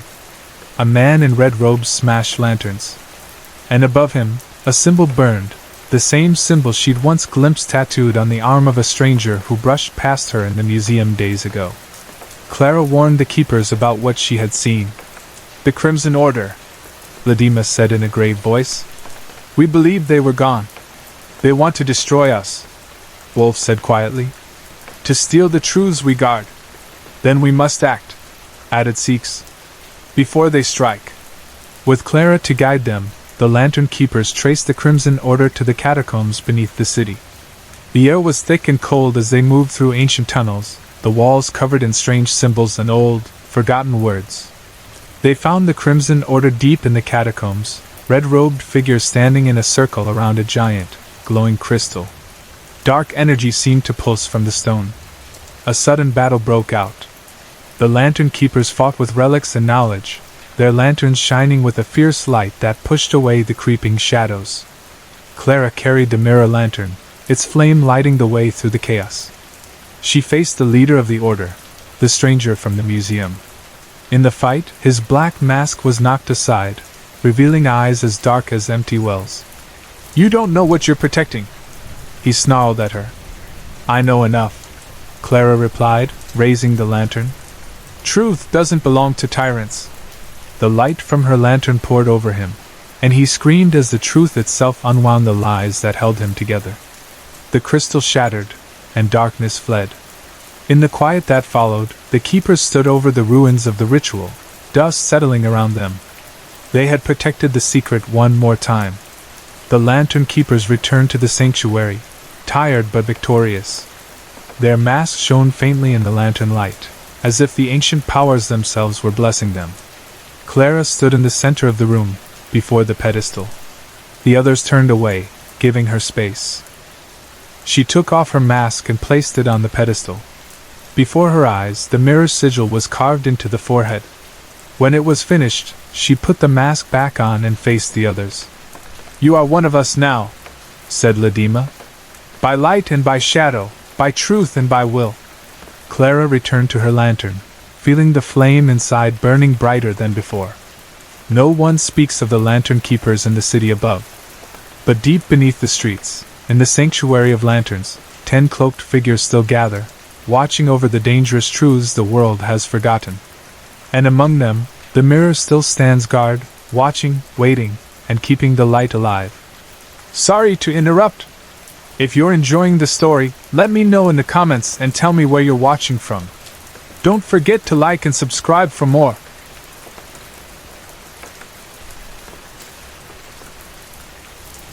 He stared at the empty spot in his private cache for a long time, the way someone might gaze at a wound and be unsure whether to touch it. His journal was gone. Again. The feeling wasn't one of shock or even anger this time. If anything, there was a slow, resigned calculation in his chest, a sense of grim inevitability, the tightening of a net he'd seen drawing close for weeks. This was the 4th time since the start of the semester that his materials had disappeared.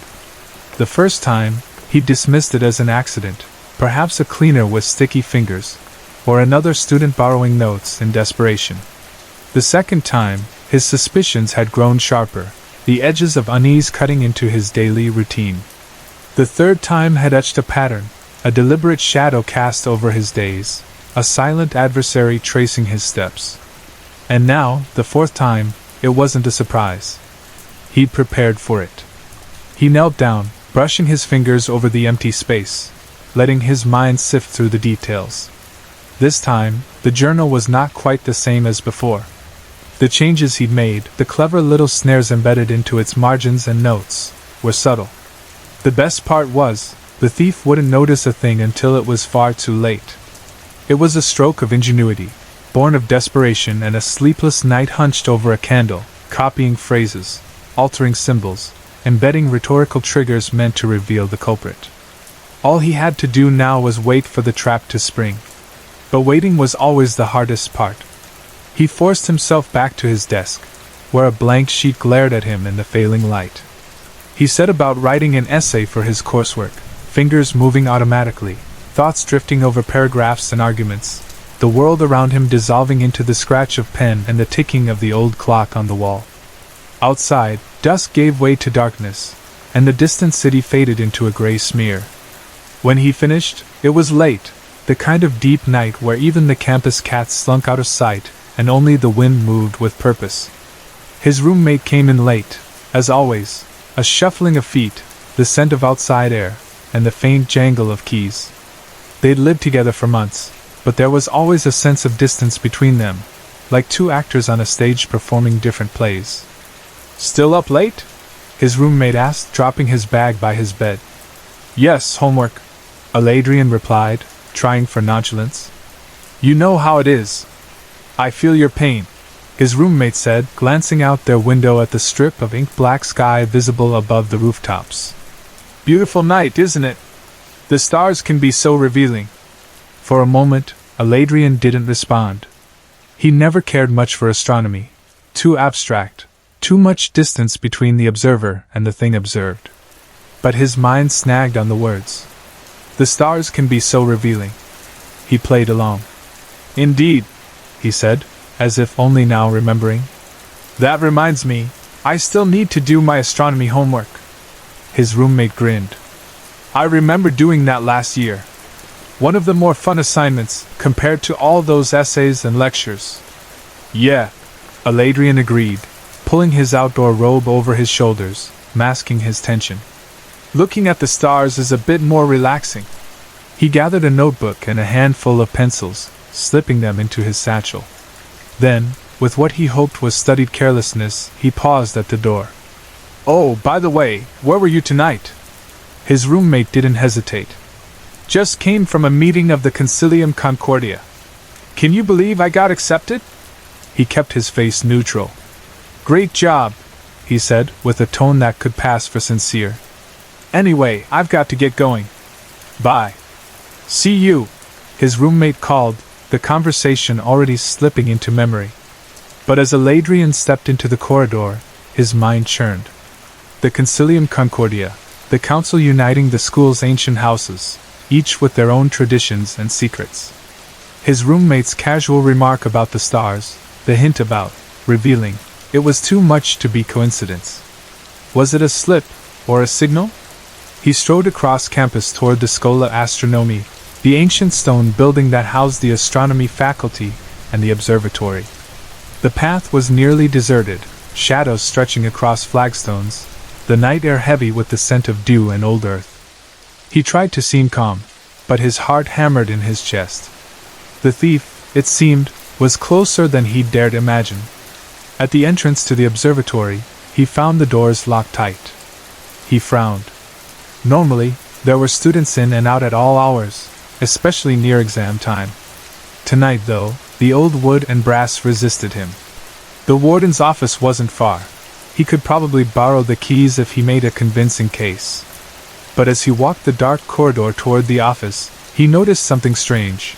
One of the heavy oak doors leading to a study room stood slightly ajar, a thin thread of golden light spilling out onto the stones. He hesitated. Students often burned the midnight oil in the library, but the observatory was different, smaller, more private. He almost kept walking. Almost. But curiosity is a dangerous thing. He touched the door with his fingertips, barely pushing it, when a booming voice rang out, deep and commanding, echoing off the high ceiling. "Come in!" He flinched, heart pounding, thoughts racing. Was this connected to his journal, or just a coincidence? He almost turned and ran, but some stubborn spark drove him forward, against every instinct screaming at him to leave. The room was like something out of an old painting, 3 long tables, ancient and battered, arranged in a half-circle facing a single wooden chair. Darkness pressed at the edges, broken only by a single overhead lamp that threw a harsh beam down onto the empty seat. Behind the tables sat 3 tall figures, their faces lost in shadow beneath the deep hoods of ceremonial robes. Their hands were folded, still and silent. He hesitated on the threshold, his body taut, waiting for a signal to bolt. "Seat yourself!" commanded the same deep voice. It was not a request.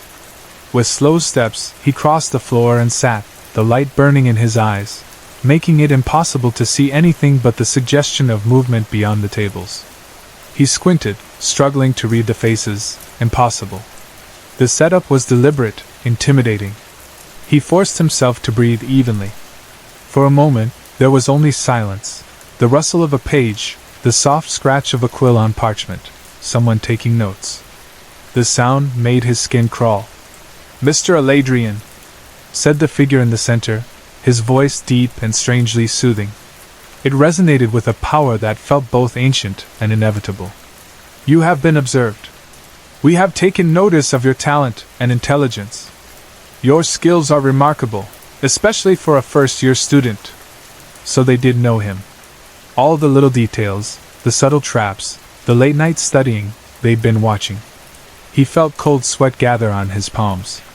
He tried to keep his voice steady. "Who are you?" "We, Mr. Aladrian, are the Ethics Curatorium of the Concilium Concordia," the central figure intoned. His stomach dropped. This wasn't just some campus prank or petty theft. This was the secret council at the heart of the school's power structure. He started to rise from his seat, panic prickling along his skin. "Remain seated," the harsh voice on the right barked, the threat clear in every word. "Or we will have to force cooperation." He froze. 3 against 1. Nowhere to go. Another pause, the air heavy with unspoken things. "I trust you know why you are here today, and what has led you to us, Mr. Aladrian?" the deep voice asked, tone even. He swallowed hard, mind racing. What did they know? What could he risk revealing? He needed to play this carefully. "I believe my research has attracted attention," he managed, keeping his voice from shaking. To his left, the figure in the hood let out a soft, almost amused chuckle, a woman's voice, light but edged with steel. "You could say that," she said, voice echoing in the darkness. "You've progressed quickly these past few months. It was a bold move to embed a trace in your journal, so that the thief would betray himself. Luckily, it also gave us the chance to lure you here." So they knew everything. The intricate trap he'd spent weeks perfecting had been unraveled in hours. He felt the weight of defeat settle in his bones. He was outmatched. "Your work, while crude, exceeds that of any first year we have ever seen," the deep voice continued.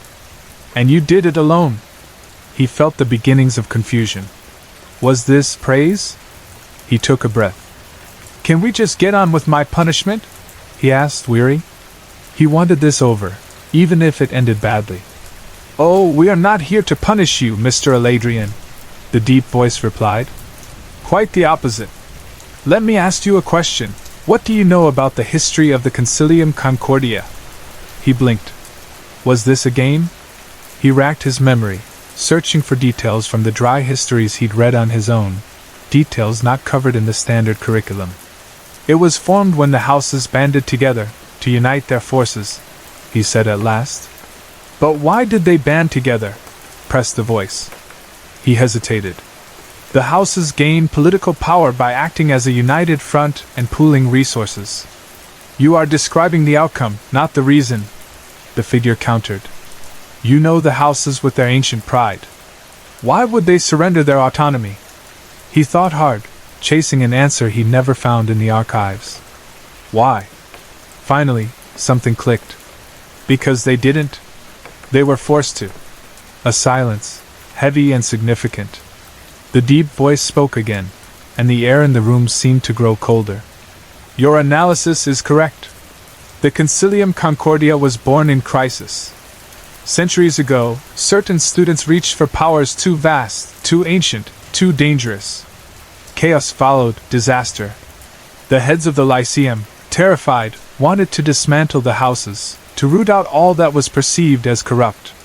But the brightest among those who had touched forbidden knowledge proposed an alliance. They promised the administration they would enforce ethical behavior among all houses, buying time for the societies to survive. Thus the Concilium was born, and at its heart, the Ethics Curatorium. Outwardly, we project security and virtue. Inwardly, we search for minds capable of handling knowledge others would call dark or forbidden." The words struck him like thunder, both exhilarating and chilling. "And have you learned to master it?"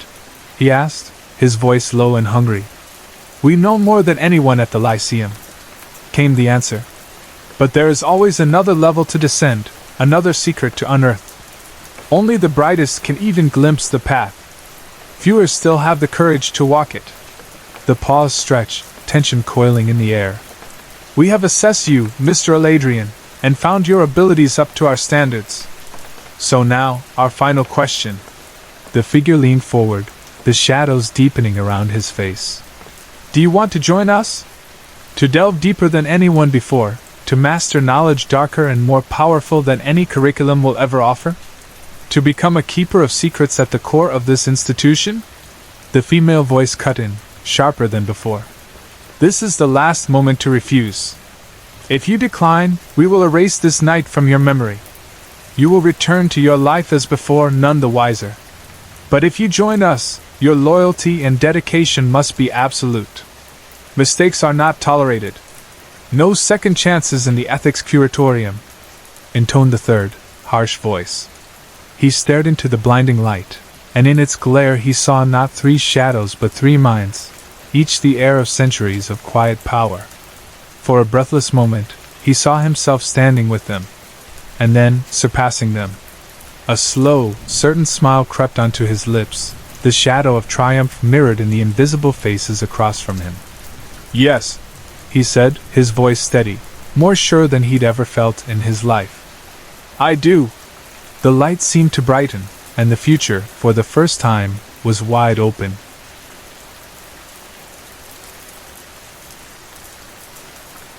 Their fingers met the water, not plunging but brushing, tentative as the first notes of a forgotten song. The world held its breath, a hush so profound Ira felt her heart slow, as if the moment itself wanted to last. For an instant, the pool was nothing but a pool. Then it began to deepen and swirl, slow at first, then faster, silver light and honeyed shadow braiding together like roots beneath the earth. The air thickened, tasting faintly of violets and rain on stone.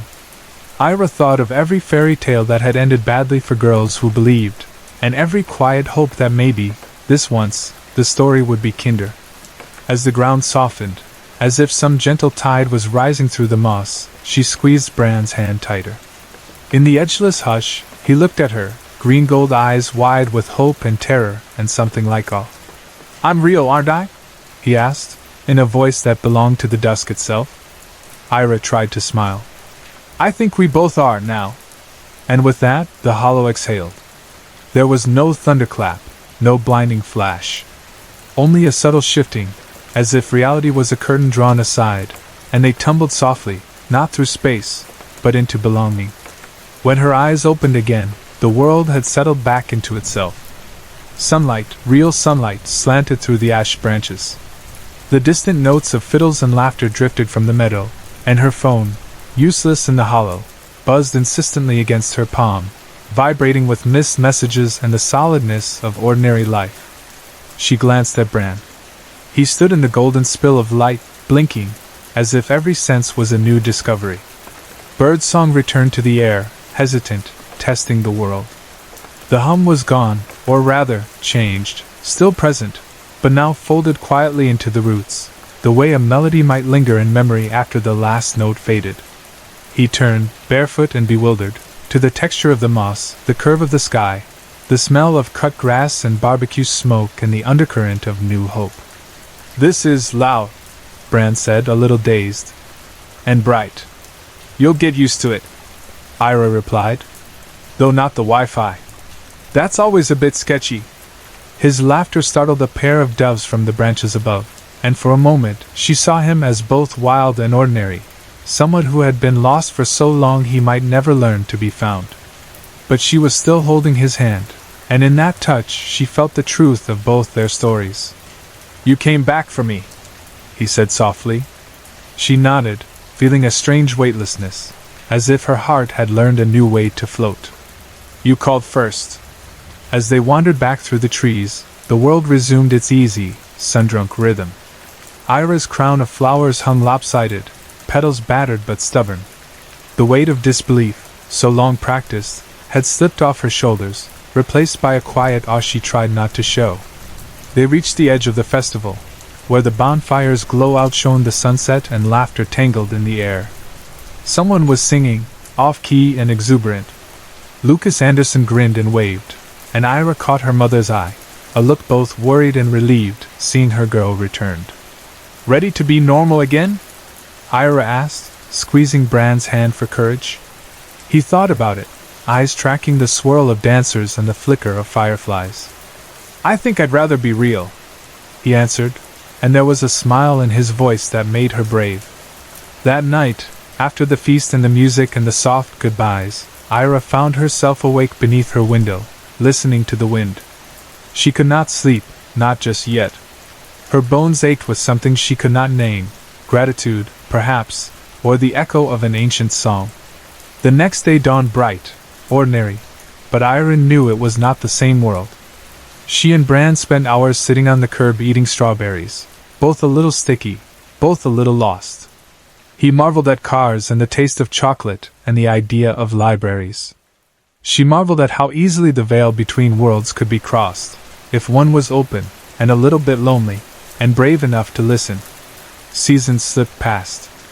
Bran grew into the world at his own peculiar angle, never quite right, never quite wrong. He made friends slowly, kept out hours, and had opinions about pine cones and poetry and the best way to whistle through your teeth. Ira kept the secret close, not out of fear, but because wonder is too precious to squander on those who would not hear it. Sometimes, together, they walked back to the edge of the ash grove. Sometimes Ira went alone, a wildflower in her hair, feeling for the hum beneath the world. The trees greeted her with a hush, a memory pressed into bark and leaf and shadow. But the veil remained closed, and she found she did not mind. She had already crossed once. That was enough. And on midsummer nights, when the world seemed to tremble at the edge of what might be possible, Ira lay awake and listened, and felt the quiet, bone-deep lullaby the world still sang, and smiled, knowing that once, when she was brave and open and just a little bit foolish, she had answered it. And someone, had answered back. Sorry to interrupt. If you're enjoying the story, let me know in the comments and tell me where you're watching from. Don't forget to like and subscribe for more.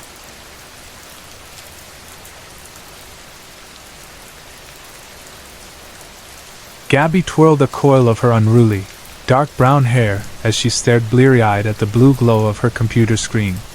The cursor blinked back, implacable, refusing to conjure new words no matter how long she squinted or yawned or willed them into existence. Rain lashed the window just over her desk, smearing the night with streaks of watery neon, and the sullen New England winter pressed close, making every pane of glass feel like a thin barrier between herself and a sea of cold. Out on the quad, lights glowed above slushy sidewalks, and the wind carried the distant clatter of empty recycling bins. Gabby's office, small, windowed, wood-paneled, and perpetually cluttered, had always felt like a refuge from the university's harsher edges, even if her desk was a monument to loose paper, battered paperbacks, and caffeine-stained mugs. She'd been working here nearly 3 years, but tonight, under the drone of rain and the tyranny of deadlines, it felt smaller and more isolating than ever. A break beckoned on the horizon, just 1 month more, but tonight the world was reduced to the circles under her eyes, the ache in her shoulders, and the sentence that wouldn't write itself. She rubbed her temples and sighed, then let her gaze drift toward the office's only patch of peace, a calico cat, curled up in a patch of lamplit warmth on the visitor chair, her tail twitching through a dream. "Que soons con los angelitos," Gabby whispered, soft and fond. Her mother's lullaby, still rising to her lips when the world felt fragile. "Sleep with the angels, Querida." The cat purred in reply, eyes closed, as if she understood every word and every longing behind it. She smiled, bittersweet, and rose to make herself tea, a habit she'd picked up in graduate school, something to separate long hours of work from the too short hours of sleep. Coffee had always been her mother's domain, strong, bracing, and always a little too sweet. Gabby had inherited her mother's stubbornness, her dark eyes, and her solitary streak, but she'd made tea her own. She filled the kettle, feeling the familiar ache of missing someone slip into the space behind her ribs. If only her mother could see her now, full-time professor, doctor of English literature, finally holding her own after years of uncertainty and hunger. Her mother had been so proud the day the offer letter arrived, dancing Gabby around the tiny kitchen in their Boston apartment, laughing and crying all at once. But pride always came laced with worry. "Gabalita, you're so pretty, why no man?" She'd rolled her eyes, but these days, alone on a rain-lashed campus, Gabby would have traded a year of sleep for one more night hearing her mother's laughter. But life, she thought, was a series of small victories and quiet, private aches. She poured boiling water over the tea bag, the herbal scent unfurling. The cat opened one eye, blinked, and then settled again. Gabby's thoughts drifted to Professor Thomas Anderson, her professional nemesis, and the persistent thorn in her otherwise hard-won peace. Even in her own head she called him Professor Anderson. Never Thomas. Never anything less formal than his full title. Tall, impeccably dressed, always with that faint air of old money and old manners, he made a habit of undercutting her at every opportunity. She remembered, not fondly, the last faculty meeting. She barely sat down when he'd begun. "Ms. Delgado," he said in that soft, disdainful British accent, "I have reviewed the grant you're considering. I don't think it's a wise use of your time." She'd stiffened, every instinct screaming to retort, but she kept her tone polite. "Can we discuss this later, Professor Anderson?" He'd nodded, a slight, chilly smile on his lips. "Fine. You know my office hours. See me Monday." She turned away before he could see her rolling her eyes. "On Burro Viejo, impotent y cascarabias." Her mother might have called him an old, impotent, cranky donkey. Gabby sometimes suspected he was only in it for the pleasure of making life harder for anyone who didn't fit his image of academia. Before she could reheat her tea for a third time, the sound of hurried footsteps outside her office broke the silence. Her door burst open and Pete tumbled inside, damp hair sticking to his forehead. Peter Campbell, her closest friend on campus, looked every inch the science nerd, skinny as a yardstick, hair always in a state of academic disarray, glasses perched precariously on the end of his nose, but his eyes shone with excitement and earnestness. Gabby trusted Pete in the way only people who have survived grad school together can. "Gabby! You've got to come see this. I found something insane!" She blinked, startled from her thoughts. "Pete, I'm drowning in work. Can't this wait until—" "No, really, you have to come. It's important. Like, call the news important." Gabby looked to her cat, who had already hopped down from her chair, apparently eager for adventure. "Should I bring Alice?" she asked, only half joking. "Sure, bring her. Nobody's around now anyway," Pete said, glancing at the clock. "Come on, I'll explain on the way." Gabby hesitated, then grabbed her coat and the cat's harness. "All right, but if this is another one of your weird science experiments—" "It's not. Trust me." The university's hallways after hours felt both familiar and ominous, the echoes of their footsteps chased by the rattle of wind outside. Pete clutched Alice to his chest as Gabby hurried behind him, the odd trio moving past offices and classrooms lit only by emergency exit signs. Gabby felt goosebumps rise along her arms as they neared the end of the hall. "Which room are we going to, exactly? I don't remember anything down here except for old storage." "That's just it," Pete said, stopping before a door she'd never noticed before. "I've walked this hallway 1,000 times, but I've never seen this one. Look at it." Gabby blinked. The door was unlike any other on campus, ornately carved with scrollwork and flowers, edged in gold leaf, with a doorknob that gleamed like polished brass. "You sure this isn't just your imagination? It looks like something out of a fairy tale." Alice sniffed the threshold, alert but calm.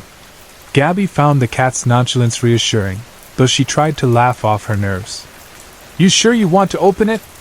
Last time I listened to you, I nearly got electrocuted." Pete grinned, flapping his arms.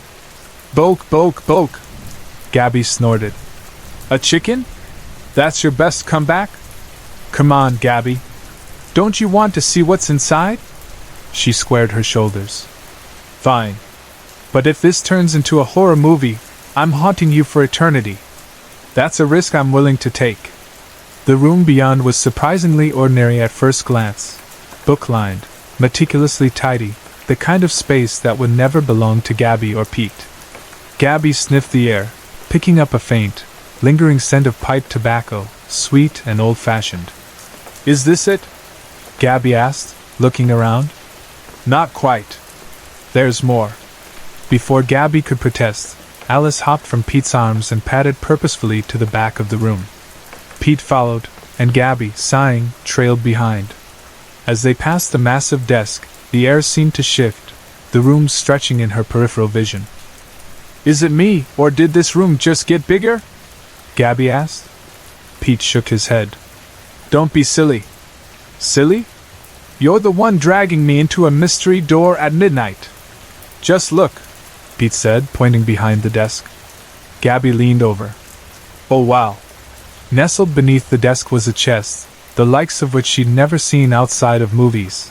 A steamer trunk adorned with intricate carvings and burgundy inlays, dials and gears lending it a steampunk flair. "Pete, are you sure we should be here? This looks expensive. And old. We're not taking anything. I think it's important. Like capital I important."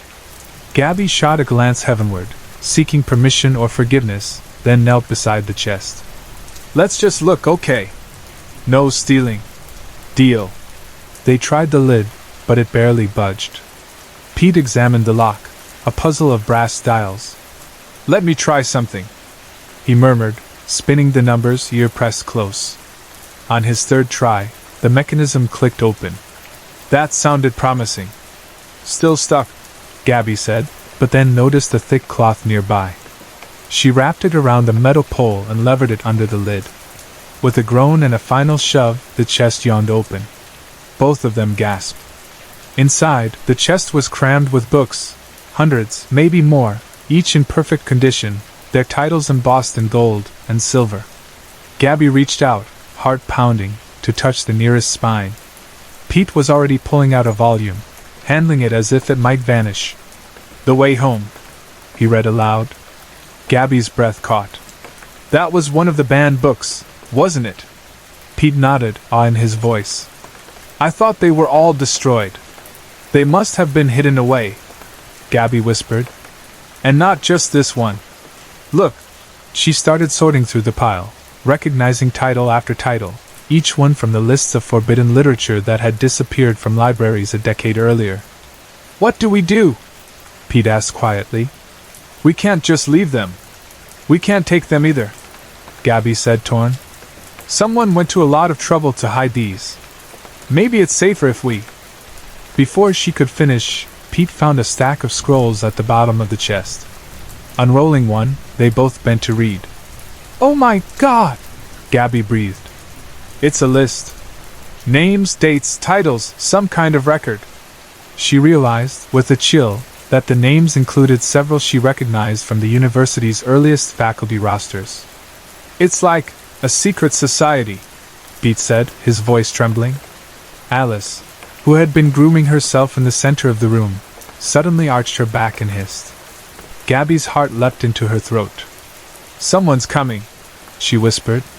Pete froze, then looked around desperately. "Is there another way out?" Before they could decide, the ornate door swung open. Professor Thomas Anderson stood in the doorway, arms folded, expression inscrutable. Gabby's pulse thundered in her ears. Pete shifted beside her, eyes wide. Alice had already vanished. Professor Anderson's gaze swept the room. "What exactly do you two think you're doing?" Gabby found her voice first, weak and wavering. We just—" Pete stammered. "We were just curious, sir." Anderson's eyes softened, ever so slightly. "You know what they say about cats and curiosity." His gaze flicked toward the spot where Alice had disappeared. Gabby, still bracing for disaster, was stunned by the change in his voice, softer, almost paternal. "Can you tell us what this is, Professor?" He smiled, just a little. "Professor Delgado, I expected more from you. But perhaps I shouldn't have." Gabby frowned, caught between confusion and exhaustion. "You expected us to find this?" Anderson's gaze grew distant.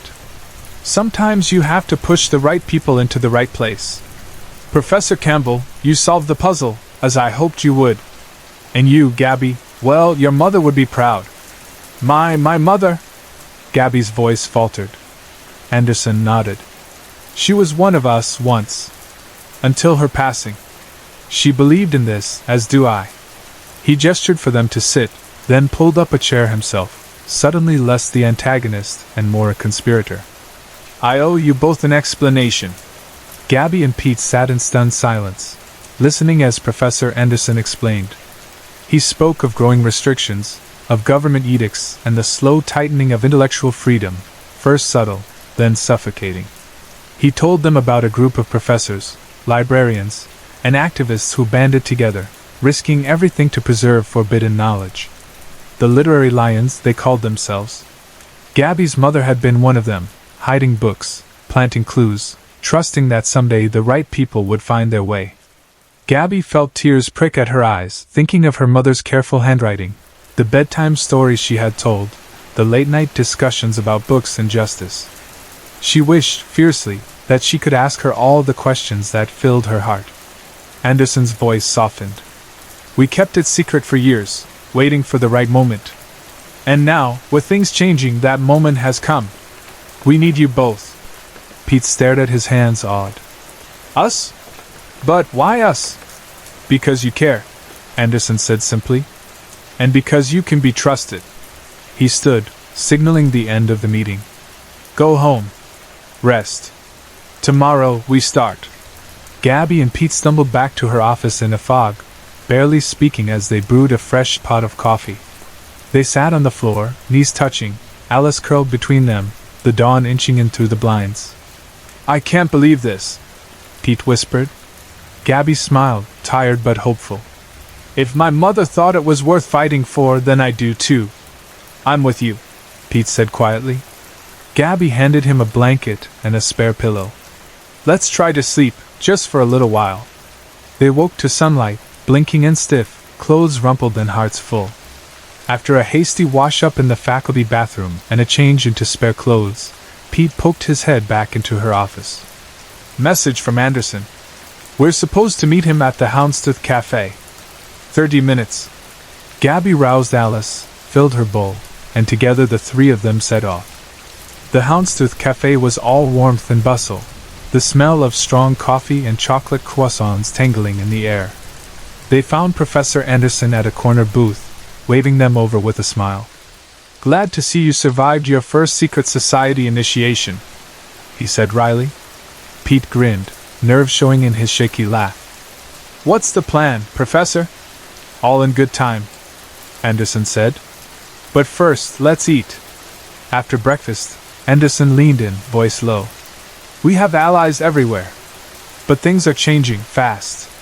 A shift is coming, not just here, but abroad. We need you both in Oxford. Oxford? Gabby gasped. As in England? Anderson nodded. The literary lions are international now. Oxford's ready for change, but they need help. When you arrive, you'll meet Lillian Redmond. She'll explain everything. But remember, this is dangerous work.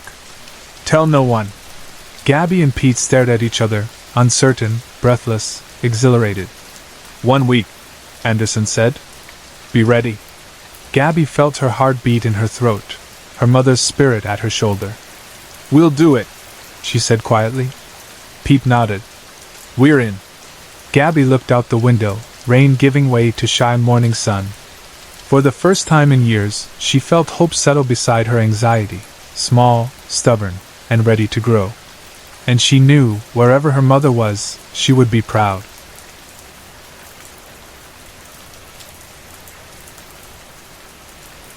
She stood in the shadows of the attic, alone, brushing a cobweb from her hair. The silence pressed in, thick and suffocating, wrapping itself around Amelia like a heavy woolen blanket. The air up here had a forgotten taste, dust, mothballs, and the faint tang of old sadness, making her throat tight as she whispered to herself. Where do I start? Overhead, a bare light bulb swung, creaking in the draft, its pale light stuttering over the eaves. It ticked gently side to side like the cold, precise metronome and Rose used during childhood piano lessons, always stern, always keeping time, always reminding Amelia to play it right. The memory sent a sharp shiver through her spine. The room was stark, stripped of comfort, aching for repair and affection. Light struggled through the single, grimy window beneath the peaked roof, turning the motes in the air to gold. Decades of grime had blurred the world beyond into smears of gray and brown, making the attic feel even more cut off from the rest of the house, another planet, hanging just above everything she thought she knew. How will I ever get this done? The question lingered as she eyed the chaos. Boxes toppling on each other, broken chairs wedged beneath collapsing shelves, and in one corner, a fractured mirror blocking yet another window, sending a warped version of herself glaring back.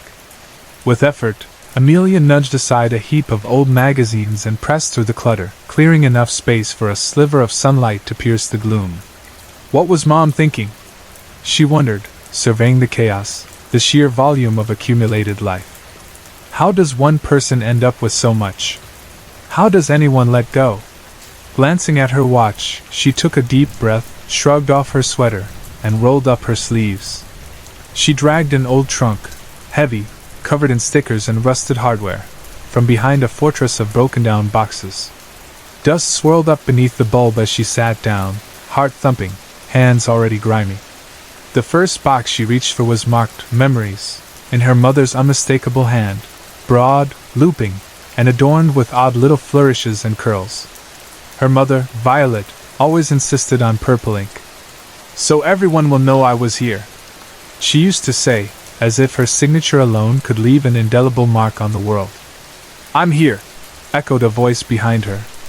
Amelia jerked so hard she smacked her head on the swinging bulb, making the whole room sway in her vision.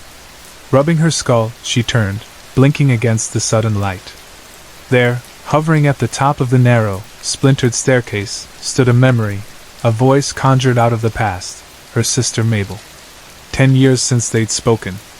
10 years, but there was Mabel, still tall and lean, dark hair pulled into a knot, a wary smile playing on her lips. Forcing a smile, Amelia said, "I'm glad you made it. This is bigger than I thought. I brought bins for sorting, keep, donate trash."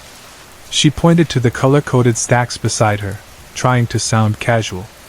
Mabel poked through a pile of broken toys, hauling out a rickety stepladder.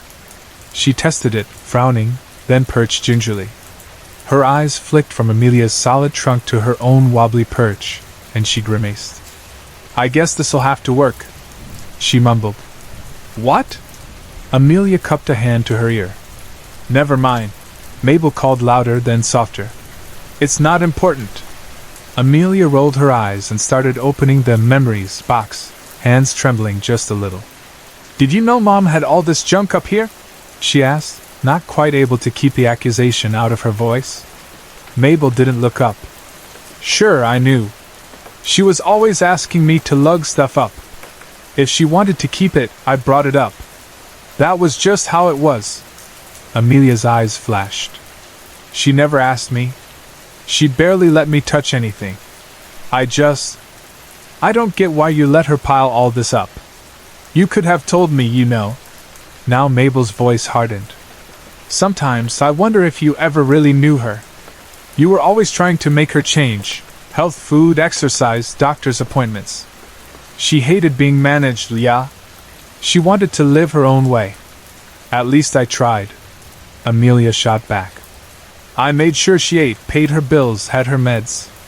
While you were off living your life, pretending she was just some problem to avoid." The attic seemed to grow colder.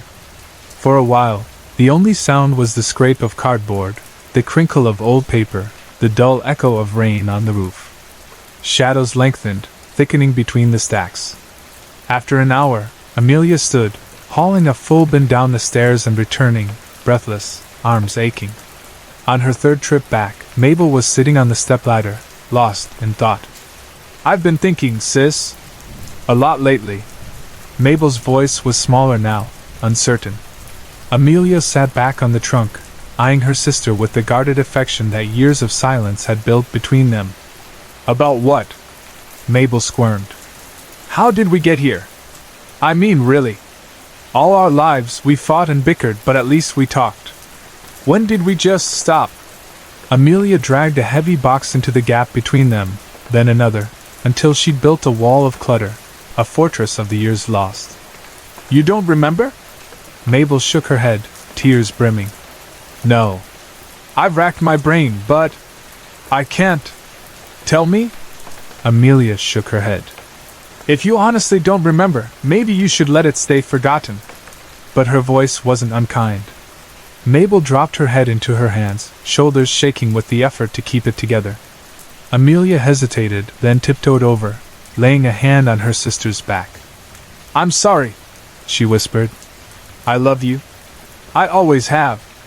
Mabel looked up, red-eyed. Then why did we stop? I need to know.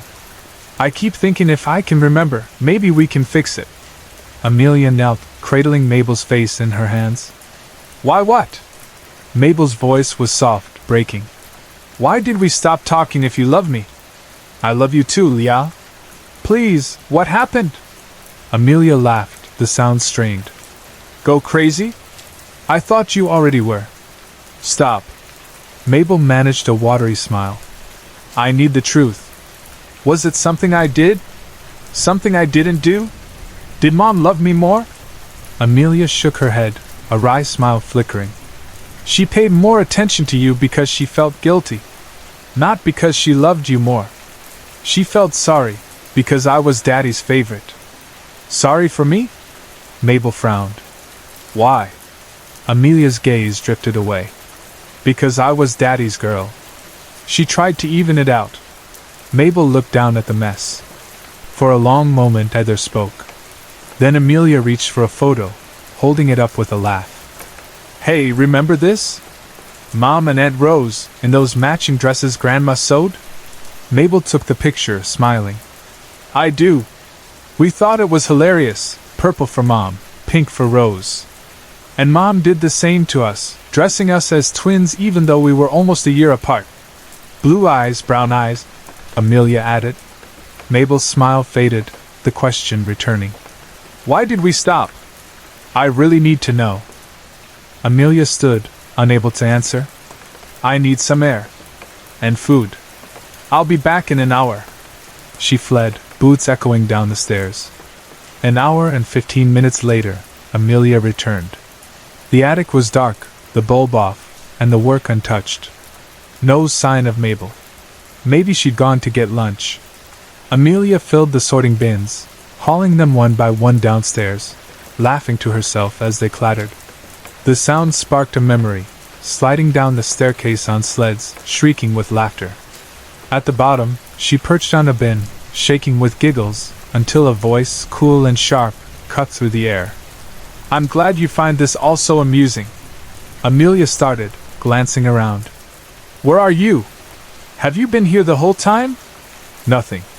Silence pressed in, thick as velvet. Amelia tiptoed through the living room, peering behind furniture, searching for clues. Finally, she noticed the closet door ajar, the enormous closet where, as girls, they played school for hours. Steeling herself, Amelia opened the door wide. The familiar scent, stale perfume, old paper, the faintest wisp of cedar, washed over her, making her dizzy with nostalgia. The twin desks still sat side by side. In one, hunched and shadowed, sat Mabel, clutching a flashlight in one hand and a faded rag doll in the other, Betsy, the doll neither sister could quite claim or let go. The doll's dress was a patchwork of purple and pink, its yarn hair a ghostly version of the colors it once flaunted. Its mismatched button eyes, one brown, one blue, seemed to glimmer in the flashlight's beam. Aunt Rose had insisted the doll would teach them sharing, cooperation, love. Mostly, it had fueled new arguments, each one sharper than the last. On the desk in front of Mabel was a gray metal box, its lock pried off with a pocket knife. An envelope lay beside it. Mabel's voice was flat. I remember now. Amelia slid into the desk beside her. Without speaking, Mabel handed over the envelope, still gripping the doll tight. Inside was a single sheet of lined paper, folded and creased with age. Amelia read by the shaky beam of the flashlight, the words crawling up out of memory like something long buried. Halfway through, she set the letter down, covering Mabel's hand with her own. Mabel stared into the dark, voice barely above a whisper. You were right. You always were. But I didn't want to admit it. Amelia tucked the letter back into the envelope, then wrapped her arms around her sister. "I never wanted to be right," she said, voice ragged. "I hated how sad you got when Dad paid attention to me. I thought if Mom loved you more, it'd make things fair. I was so stupid." Mabel shook her head. "And I never should have called you a liar. I just couldn't believe Mom would keep something like that from me. I thought you didn't remember. That day was the worst of my life," Amelia said. "Mine too." Mabel turned the doll in her hands. "We were fighting over Betsy. The day you left for college. I said I should keep her because Daddy loved you more. You argued for her because Mom loved me more. What really hurt was when I told you why Dad loved me more," Amelia said. "You told me he wasn't really my dad. That Mom had an affair. I didn't want to believe it." Mabel's voice shook. "We were too old for dolls, but it felt like the last thing keeping us sisters. When you tried to take her, I snapped. It wasn't the doll," Amelia said softly. "It was the truth you didn't want to hear. You told me to prove it, or take it back." Mabel's eyes widened as the memory surfaced. "You couldn't prove it. You only overheard Grandma and Aunt Rose." "That's right. You called me a liar. You said you'd never speak to me again until I brought proof. And I never could." Mabel's hands trembled. "If we'd found this letter, we could have fixed everything. I'm sorry, sis. For the lost years. For everything." Amelia didn't answer right away. She just sat, staring into the dark, until finally, Mabel nudged her. "What?" Amelia took a shaky breath. "I have something to confess." Mabel's eyes narrowed. "What?" "I lied," Amelia said, voice so small it nearly disappeared. "I was jealous of you and Mom. I made up the story. There was no affair." For a moment, time seemed to stutter. Mabel stood, face clouding, blue eyes burning cold. She tightened her grip on the flashlight and doll, body rigid with a rage that felt almost inhuman. Amelia tried to move, but her legs would not obey. The air thickened, pressing her into the floor. She watched helplessly as Mabel raised the flashlight and swung, a blur of light and pain. A spark of agony exploded above her left eye, colors blooming into darkness. When Amelia woke, the house was empty, silent, cold. Mabel and the doll were gone. She tried to sit up, but the pain was overwhelming. She collapsed, trembling, waiting for help. Piecing together the memories, a pattern slowly formed. Every time their fights had spiraled, the doll had been there. Betsy, the silent witness, the spark. With nothing left to do, Amelia picked up the box, turning it over, searching for answers. A single postcard fluttered out and landed in her lap. "Dear William and Violet, I trust you received the gift I made for the girls. It's sewn from scraps of our childhood dresses and filled with ancient stuffing from toys we used to play with and fight over. The eyes are from their old school uniforms, one brown, one blue. I found Frank's diary, describing your affair. I know Mabel is his. I'm leaving him. But I wanted the girls to have this doll, made from my heart, hoping it will teach them what it means to share something with someone they love. Of course, this card won't reach you until after the girls have opened the gift. You can't just make it disappear. Love, Rose." Amelia's hands shook as she stared at the words.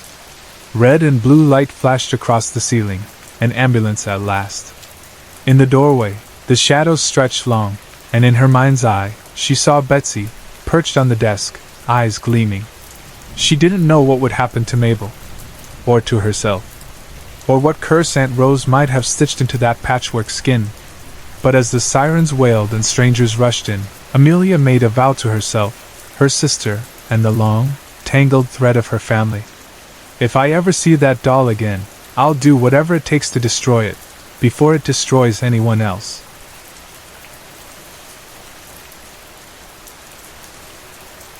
I wasn't all that surprised when the letter finally arrived. The envelope was old and yellowed, with soft, chewed-up corners as if someone's dog had gnawed on it long ago. My grandfather, Albert, had lived to 112, outlasting nearly everyone else, before passing away quietly on his farm. With no other relatives, I always knew his land and belongings would come to me. As a child, I'd spent every summer on that farm.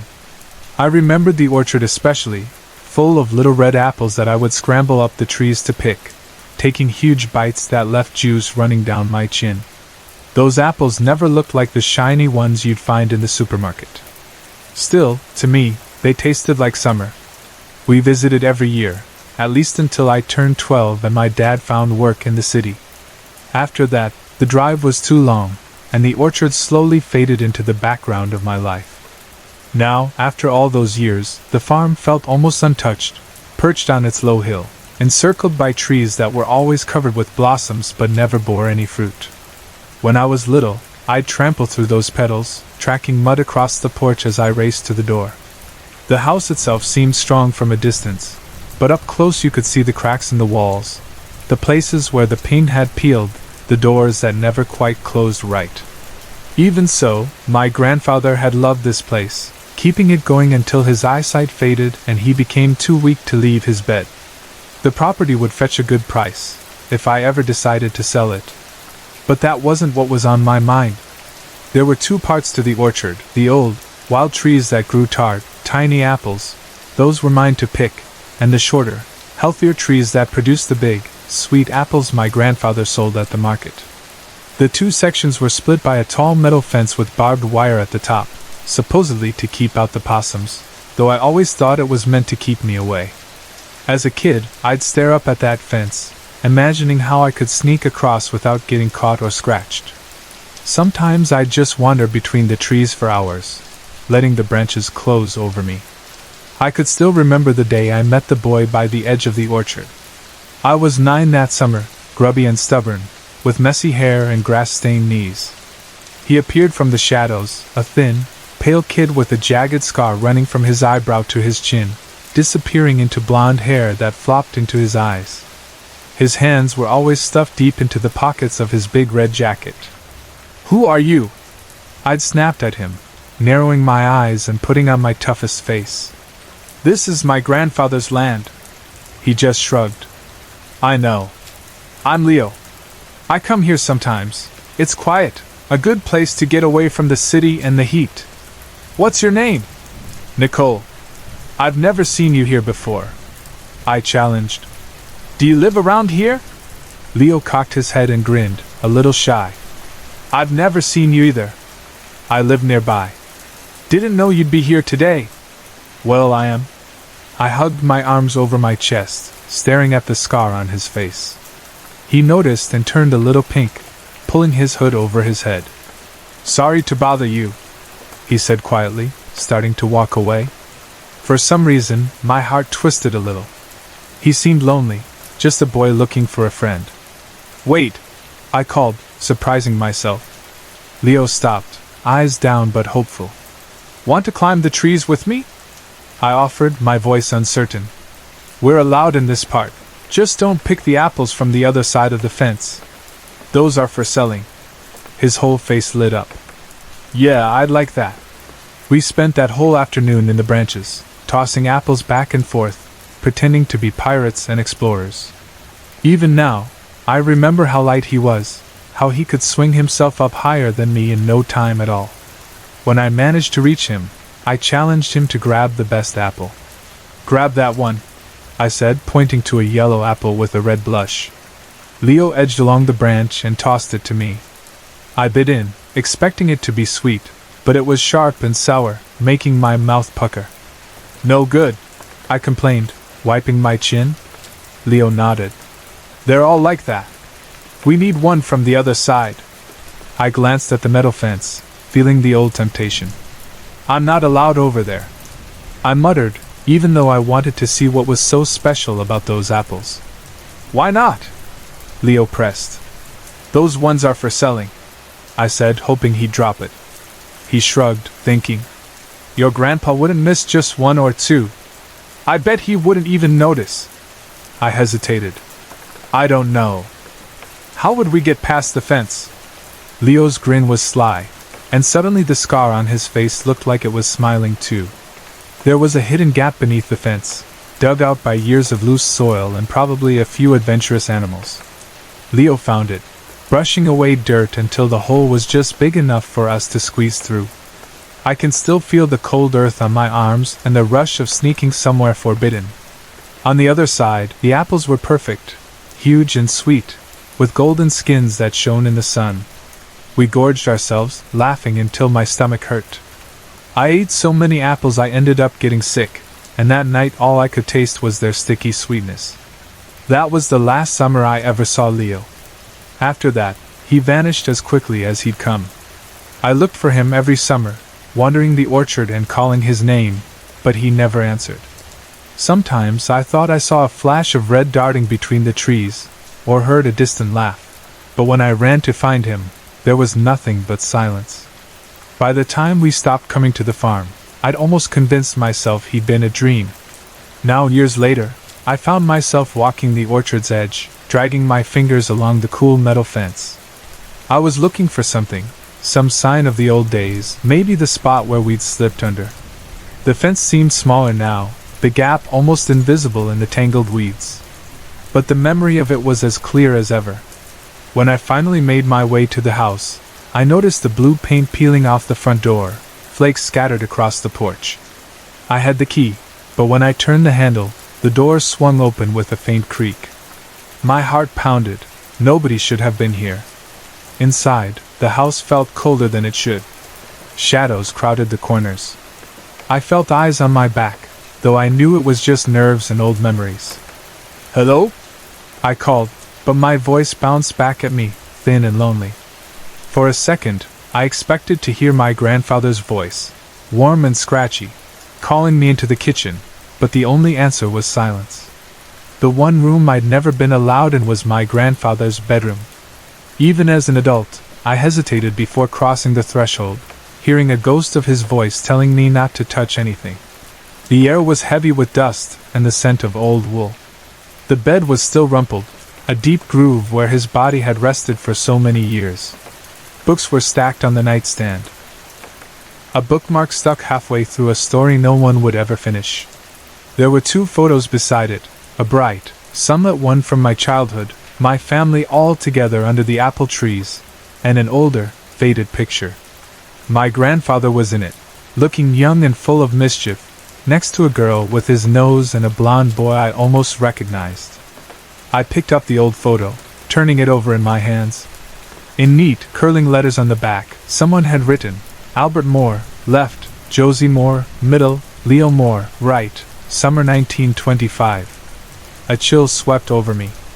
I stared at the boy's face, the same high cheekbones, the mop of blonde hair, and suddenly I knew. It was Leo, the boy from the orchard, the friend I'd met decades ago. But that was impossible. If this photo was from 1925, Leo should have been an old man by the time I knew him. But the boy I remembered was always the same, young, sharp-eyed, a red jacket and a crooked scar.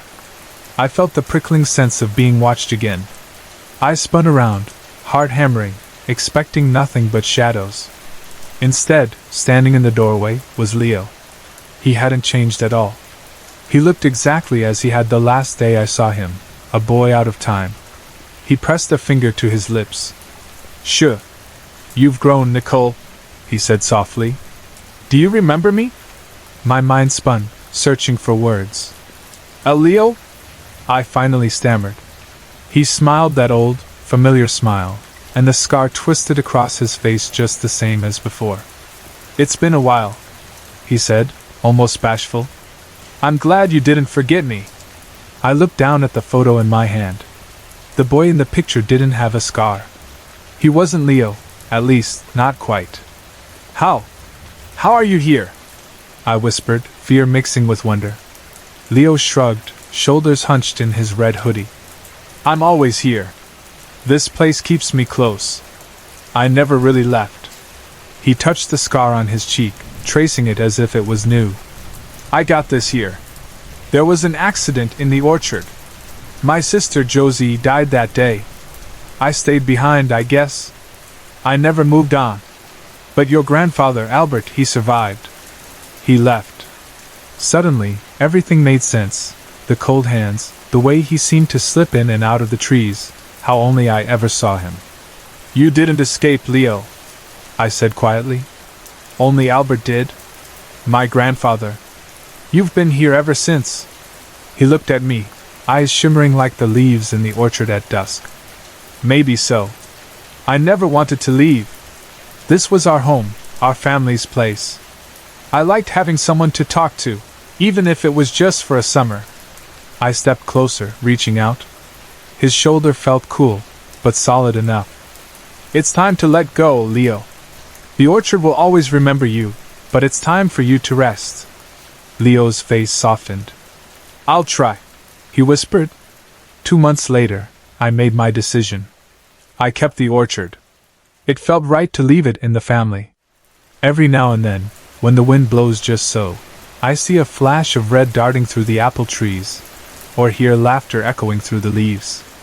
And I remember the orchard boy, the friend I found, and lost, and found again.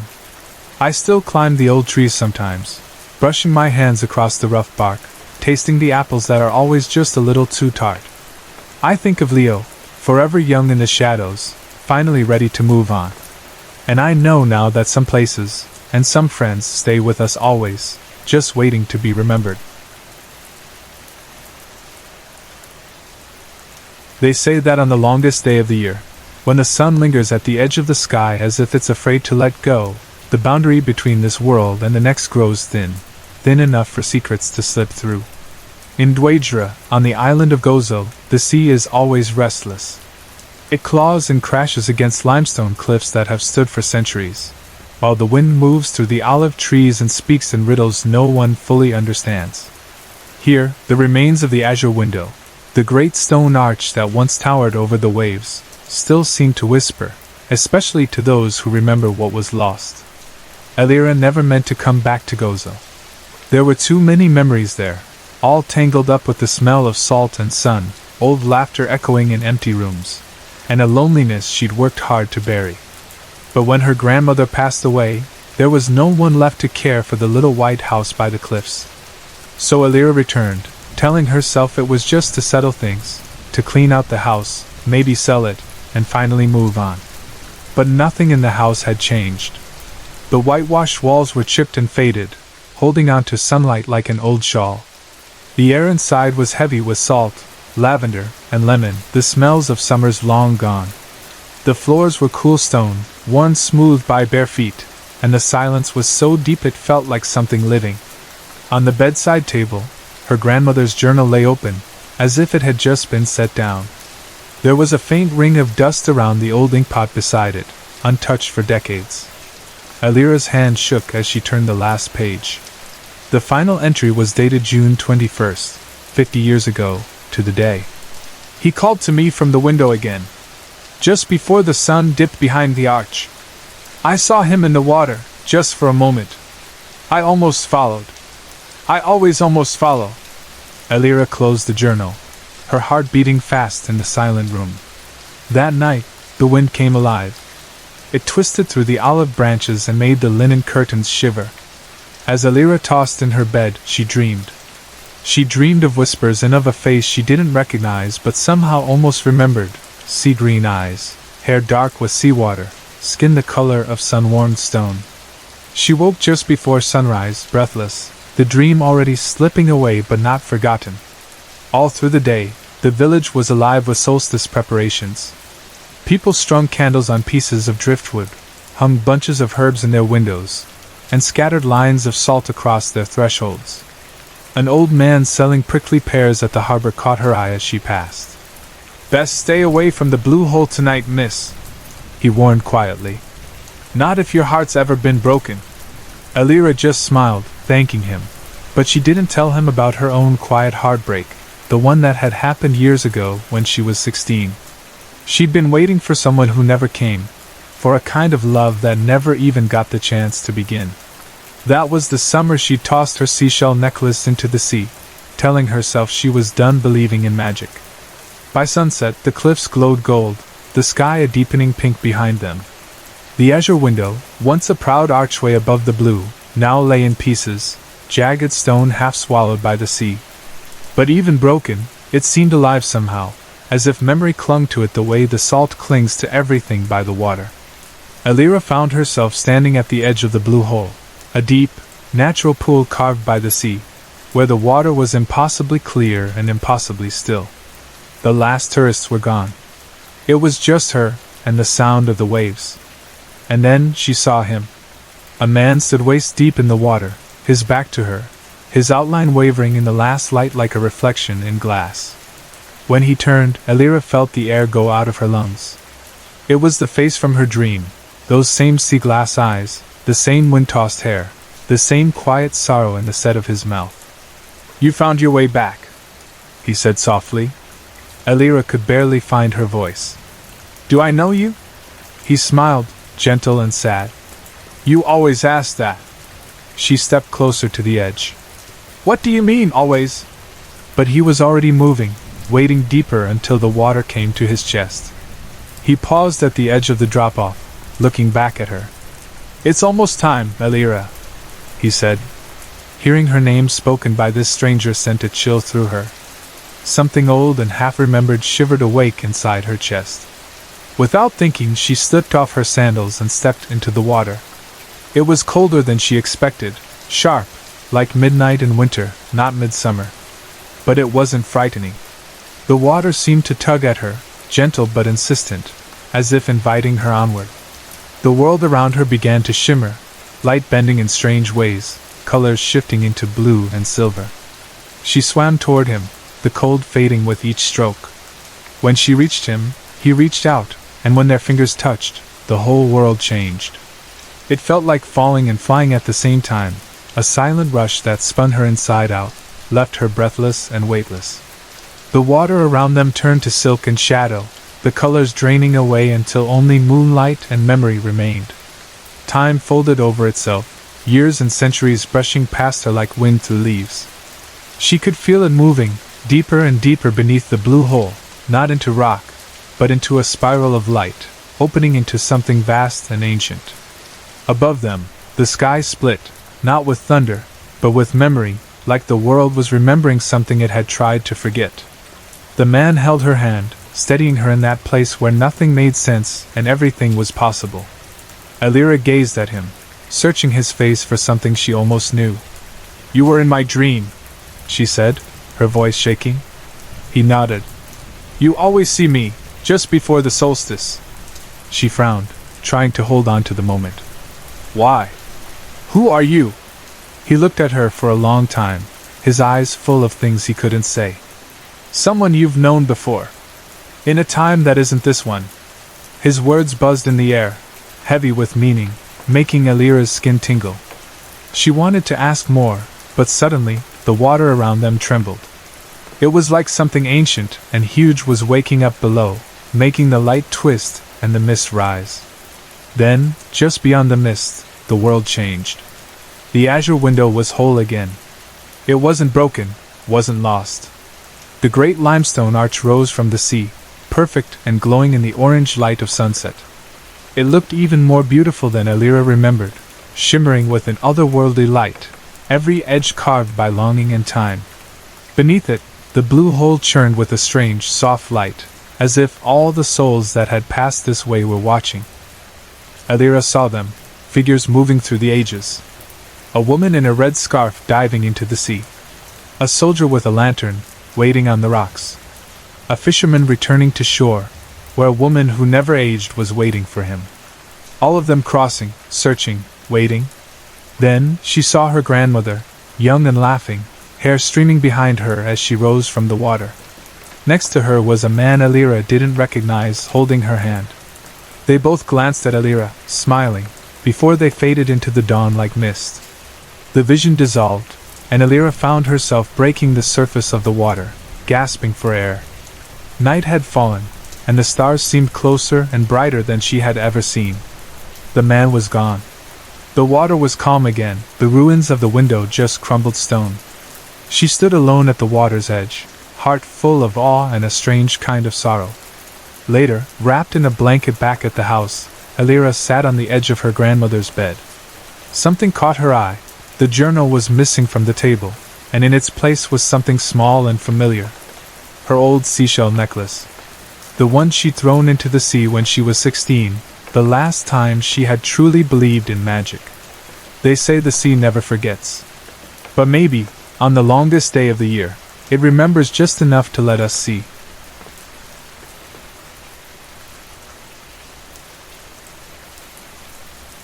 The neon gates of Solstice Grove blinked in the falling dusk, all strange and dazzling. Giant sunflowers turning slowly, their petals lit from within, and a big, round sun face grinning down with eyes that flickered like they could see straight through you. Above it all, a sign buzzed and crackled, "Welcome to the longest day of the year." Far-off chanting hummed beneath the static of warped speakers, tangled with the scent of wood smoke and wet earth. There was a sharp, metallic edge in the air, almost like copper. Tasha pulled her jacket tighter around her shoulders.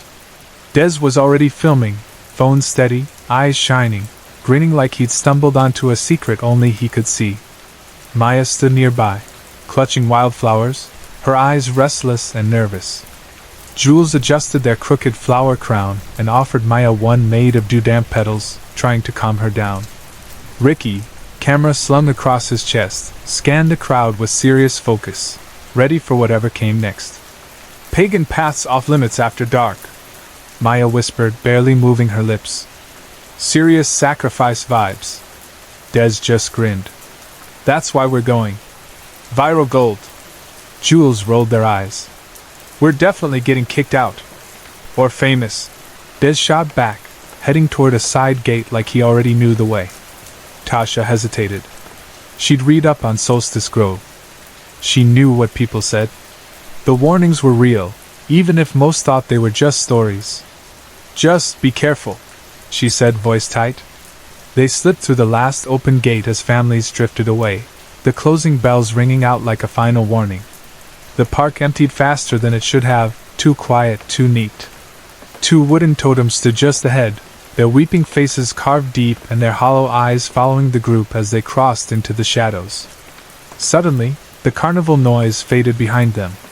No music. No lights. Only the crunch of gravel beneath their feet and the rustle of leaves above. "Guys," Maya whispered again, almost trembling. "I told you." "Sacrifice." Des just smiled, holding his phone up like a torch. "Welcome to the real Solstice Grove." They walked deeper into the woods. The path twisted between towering trees that seemed to lean closer with every step. The night air thickened with smoke and the sharp smell of burning wood, mixed with something sharper, like sulfur and old decay. Tasha's flashlight flickered, its weak beam shaking over the path. Ricky lifted his camera, its screen making their faces glow pale in the dark. "Okay, this is sick," Ricky muttered, a nervous thrill in his voice. "It feels real. Like curse real." In a small clearing, a stone altar waited. It was mossy, cracked, old. The surface was smeared with dark, dried stains no one wanted to name. Around it lay bits and offerings, dried herbs, broken coins, faded photos, brittle flowers. And then something worse, cracked human teeth and blackened bone. Maya's eyes went wide. "This isn't for show. This is real ritual." Jules stared, uneasy. "It's too detailed. Too old." Tasha stepped closer, squinting at a metal plaque at the altar's base. The words were barely readable, hidden beneath grime. "Teal break the cycle, the sun must die." Before she could say anything, a low creak echoed from the trees. Wood groaned. Leaves rustled. Something huge moved, breaking branches as it came. From behind a twisted oak, the harvest guardian appeared. It was tall and wide, its whole body wrapped in bark and withered leaves, more plant than human. Its face was hidden by a wooden mask with a big, twisted smile and no eyes, just dark, hollow sockets that seemed to pull in every glimmer of light. In its gnarled hands, it held a rusted scythe, long and jagged, stained dark with old blood. Ricky raised his camera. "Guys, this is the sickest." The guardian lunged. The scythe swung low and hard. It tore straight through Ricky's chest with a horrible, wet sound. Blood sprayed across the altar, splattering the moss, pooling under the trees. Ricky fell, gasping, hands clutching at the ruin in his chest. The guardian pressed a burning bundle into the wound, and suddenly, Ricky was screaming as the fire took him, as flames ate him alive. And when it was over, only ashes remained. The altar glowed, faint and strange. One down. When they tried to run back, the forest shifted behind them. Or maybe it had always been like this, and only now did they see. The trees moved, branches weaving together, closing the way. There was no exit. No trail back to the neon gates. The only sound now was the flicker of small fires and rusted barrels scattered through the woods, casting strange, moving shadows. The fair was gone. What was left was something older and much, much darker. Tasha swallowed hard. "We're trapped." Des stared at his phone. It flickered, then went black. No signal. No GPS. He forced the calm he didn't feel. They bunched closer together, eyes searching the woods. Ahead, something new came into view, a towering maze of vines, barbed wire, and twisted metal. In its center stood a giant wicker man, arms wide, its empty eyes following them. "We have to go through," Tasha said, voice steady even as her hands shook. "The maze, it wants us to enter." Jules shivered. "Next stage? Like a ritual?" Before anyone could answer, a sharp crack snapped through the woods behind them. Snap. Twigs. Footsteps. Heavy and close. They spun, but saw only shadows. Tasha hissed, "It's here!" The air grew cold, breaths coming out as steam. Then, a flash of the scythe in firelight. The guardian had returned. Panic exploded. They ran, crashing through the branches, thorns tearing at their skin. The path twisted, punishing any who hesitated. Des stumbled, Jules cried out, bleeding from a fresh cut. Tasha grabbed them both. "Don't stop. Move!" Behind them, scraping steel and a low, hungry growl. The maze swallowed them. Inside, straw dolls hung at every corner, grinning with crooked, stitched mouths. Tasha clawed at the vines. "This isn't a maze," she whispered. "It's a trap." Jules tripped over a root and hit the hedge wall hard. "Wait!" they gasped, but the ground shifted, and they fell again. "Jules!" Tasha shouted. But it was too late. Above them, the maze seemed to inhale. The guardian dropped down, silent as death. The scythe plunged through Jules's chest with a sickening crunch, pinning them to the wall. Blood sprayed, soaking the vines. Jules screamed, but it came out as a wet, broken sound. Then the vines moved, slithering over arms and legs, wrapping tight. A vine, tipped with something dark, hovered above Jules's mouth. It pushed in, choking off breath and sound, forcing itself down their throat. Their body convulsed, then went limp, mouth frozen open around the vine. Tasha screamed, but the air swallowed her voice. Jules was dragged into the wall, vanishing. The maze sealed behind them. The guardian turned, its head cocking, hungry. But instead of chasing, it pointed deeper into the maze, showing them the way. Tasha backed away. Des pulled her along. They ran. Another sacrifice complete. They burst out of the maze into a torchlit clearing. The air was thick with the smell of scorched hay and blood. In the center, half buried in moss, was another stone plaque. Tasha brushed it clean. It was warm, even now, as if it still remembered the sun. To break the cycle, the sun must die. Her stomach twisted. "This isn't just a story," she said. "This park, it's built on something old." Maya's laugh was shaky, breaking into a sob. "No. It's just a scare park. A game. I saw Jules die," Tasha snapped. "I saw Ricky. This is real." Maya wrapped her arms around herself, eyes wild. "It can't be." Des stood apart, arms crossed, eyes lost in the trees. "We need to keep moving," he said quietly. Tasha frowned. "What's wrong with you?" He didn't answer. He just turned and walked deeper into the woods, away from the light. Maya began to panic. "4 elements. 4 of us. It's a ritual." "What?" Tasha asked. "Earth. Air. Fire," Water, Maya whispered. Ricky burned. Jules choked. Air. I don't want to be water. I can't drown. She ran. Maya! Tasha shouted, but Maya was gone in seconds, vanishing into the dark. Des just watched her, face calm, eyes empty. You're just letting her run?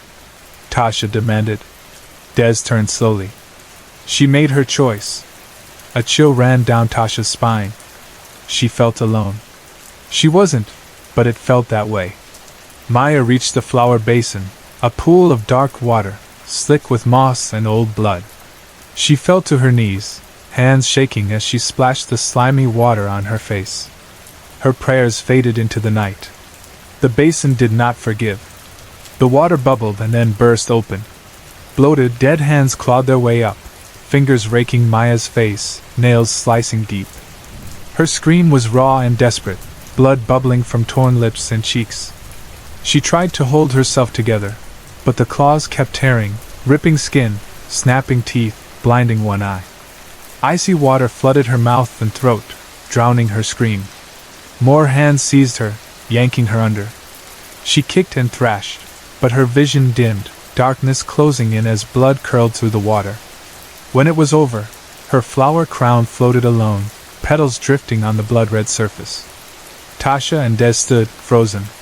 Tasha retched, Des silent and hollow. The ritual had claimed another. Only Tasha and Des were left. They reached the center of the grove, where trees bent inward, forming a rough circle. The ground seemed to pulse beneath their feet. Tasha was exhausted, her clothes stiff with dried blood and dirt. We have to end this. Des said nothing, kneeling at a mossy stone.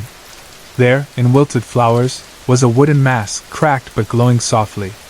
Tasha's heart pounded. What are you doing?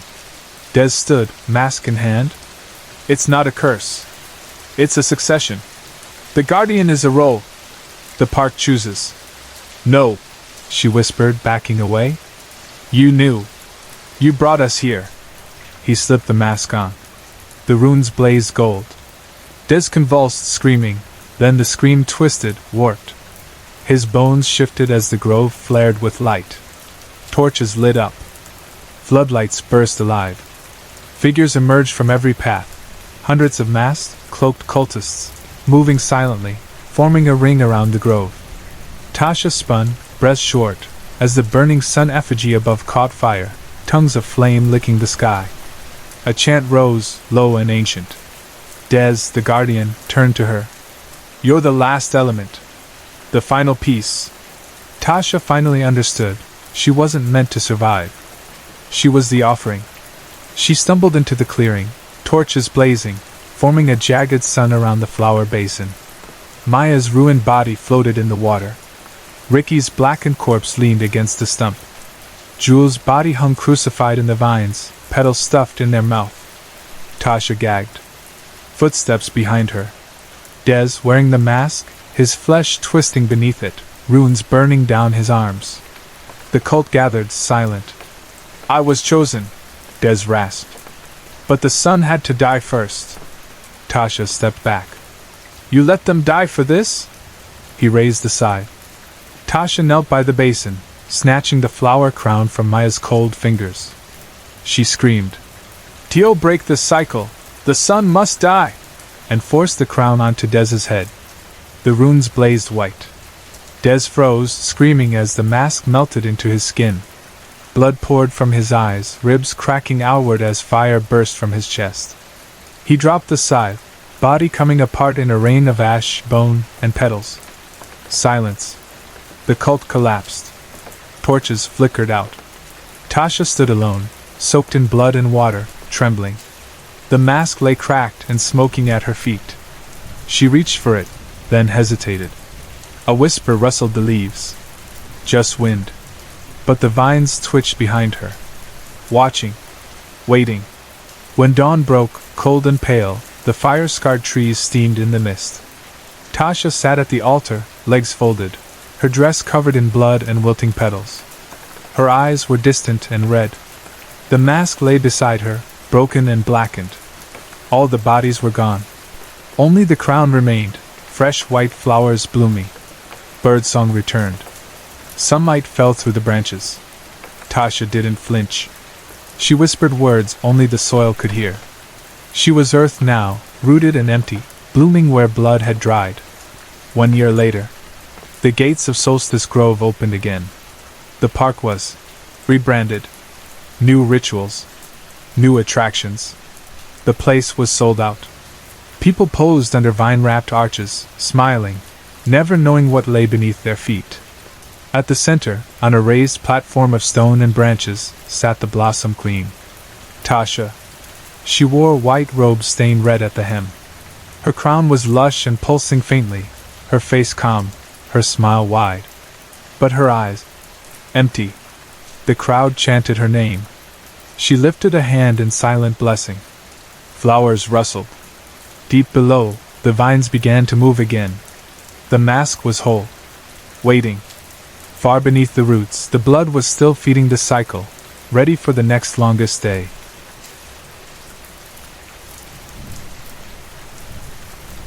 How about a sorrel hibiscus mule?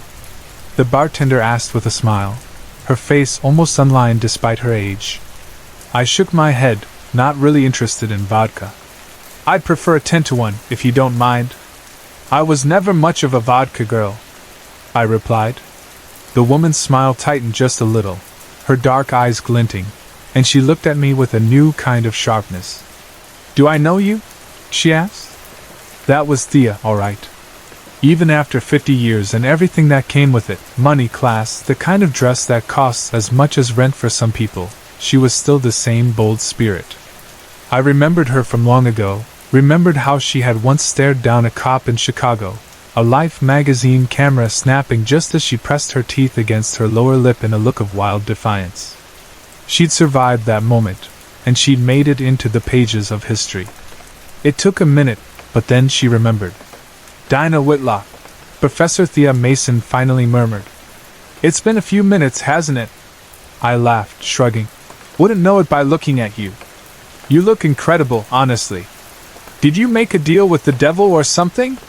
My joke was a little careless, but Thea just shook her head and gave me another searching look, sizing me up as if she was remembering more than I said.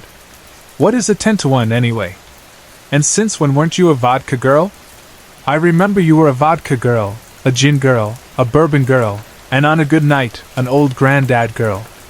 Do you want the mule or not? Before I could answer, she grabbed a thick-bottomed glass, poured a bright red spirit called sorrel over ice, and squeezed a wedge of lime over it. I'd heard about this red drink from friends from the islands, but I'd never actually tried it before. Aren't you supposed to serve that in a copper mug? I asked, only half joking. That copper mug thing was just a marketing gimmick from Smirnoff in the 1940s, she said.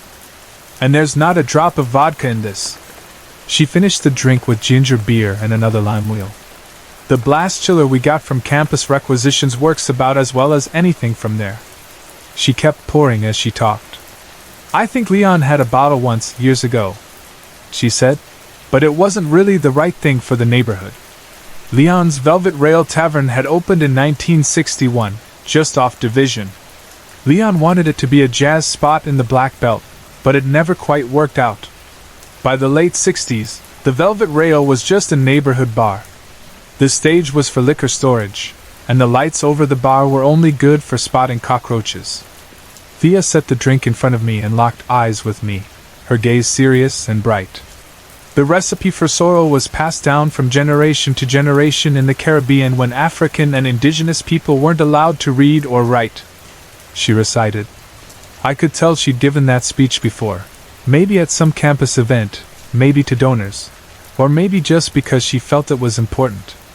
We were at a student fundraiser and runway show to protest some new funding cuts from the government. Money that had gone to diversity programs and multicultural centers, now suddenly at risk. My drink would cost me $20, just like any fancy cocktail in the city, but tonight it meant something else. Thea went on. In 2012, Jackie Summers, the grandson of Barbados immigrants, became the first black American since Prohibition to get a distiller's license. He revived sorrel, Moroccan sorrel, to be precise, with Nigerian ginger, It's all about heritage. She pointed her chin over my shoulder, and I turned to see the runway. A tall, striking young woman moved gracefully down the black-draped stage, her hair done in beautiful braids and a rich blue and cream head wrap tied on her head. The lights overhead glowed red, yellow, and green. A velvet-voiced announcer spoke up, describing the student on the runway as Nicole Mitchell, a dual textile arts and marketing major. She wore a sleeveless tunic made from scraps of hand-woven cloth, each swatch dyed with indigo, turmeric, and sorrel, honoring roots and sustainable practice. There were narrow strips on the chest that formed Adinkra symbols from West Africa, symbols of resilience and community. Nicole's pants were wide-legged, high-waisted, and made from grain sacks collected from the local food bank, the faded branding left visible. On her thigh, stitched in careful letters, was a quote from Toni Morrison. "The function of freedom is to free someone else." I whispered to Thea. "Not exactly J. Crew or J. Peterman, or even J.C. Penney." Thea's smile got wider, her whole face lighting up. She had the kind of smile that told you she was waiting for just the right moment to take over the room. "What do you think?" she asked, nodding at my drink. I took a sip. "It's great. I'd forgotten what a good bartender you were. Surprised you're not backstage yelling at everyone and running the show." Thea shook her head. "I believe in student autonomy," she said, her voice proud. "It's important for them to feel in charge, to find their own passions. Besides, serving drinks to donors keeps them happy. As long as I don't cut off a finger slicing up garnishes, we're good. Remember that?" I looked down at her left hand, suddenly self-conscious. Thea noticed and got ahead of me again. "What's up, Dinah?" I cleared my throat. "I remember your grandmother telling me about your family connection to John Thomas." Thea's eyebrow went up. "Let me find someone to take over at the bar for a minute, and I'll make myself a Tom Collins. Never did like sorrel, to be honest." We found a quiet spot, a couple of chairs in a hidden niche on the third floor. Thea brought me another mule and sat down with her gin and lemon, swirling it gently. I took a deep breath, looking around at the crowd below. "We've come a long way, haven't we?" I said. Thea nodded, her eyes thoughtful. "John W. Thomas was the first African American elected to the Illinois General Assembly in 1876. He helped pass the first anti-discrimination law in 1885. Born into slavery in Alabama, he came to Chicago after the Civil War, opened a grocery, started a black school, joined Olivet Baptist, and practiced law after passing the bar. When he died, he was one of the wealthiest black men in the county." Thea smiled a little. "Grandma Samuelson always liked to go on about how he was a cousin, third or fourth or 10th, depending on the story. She claimed her own mother actually met him, but I doubt it was at a family picnic. Thomas made it possible for black politicians to come up in Chicago. My grandma hoped he'd be a role model for me, that I'd be a lawyer or maybe even run for office. But that dream died after the Life magazine spread." She paused, looking at me. "So what's Cousin John got to do with us tonight?" I didn't waste time. "I'm writing a book about Thomas, his legacy, the politicians who came after, the whole network that grew out of his work.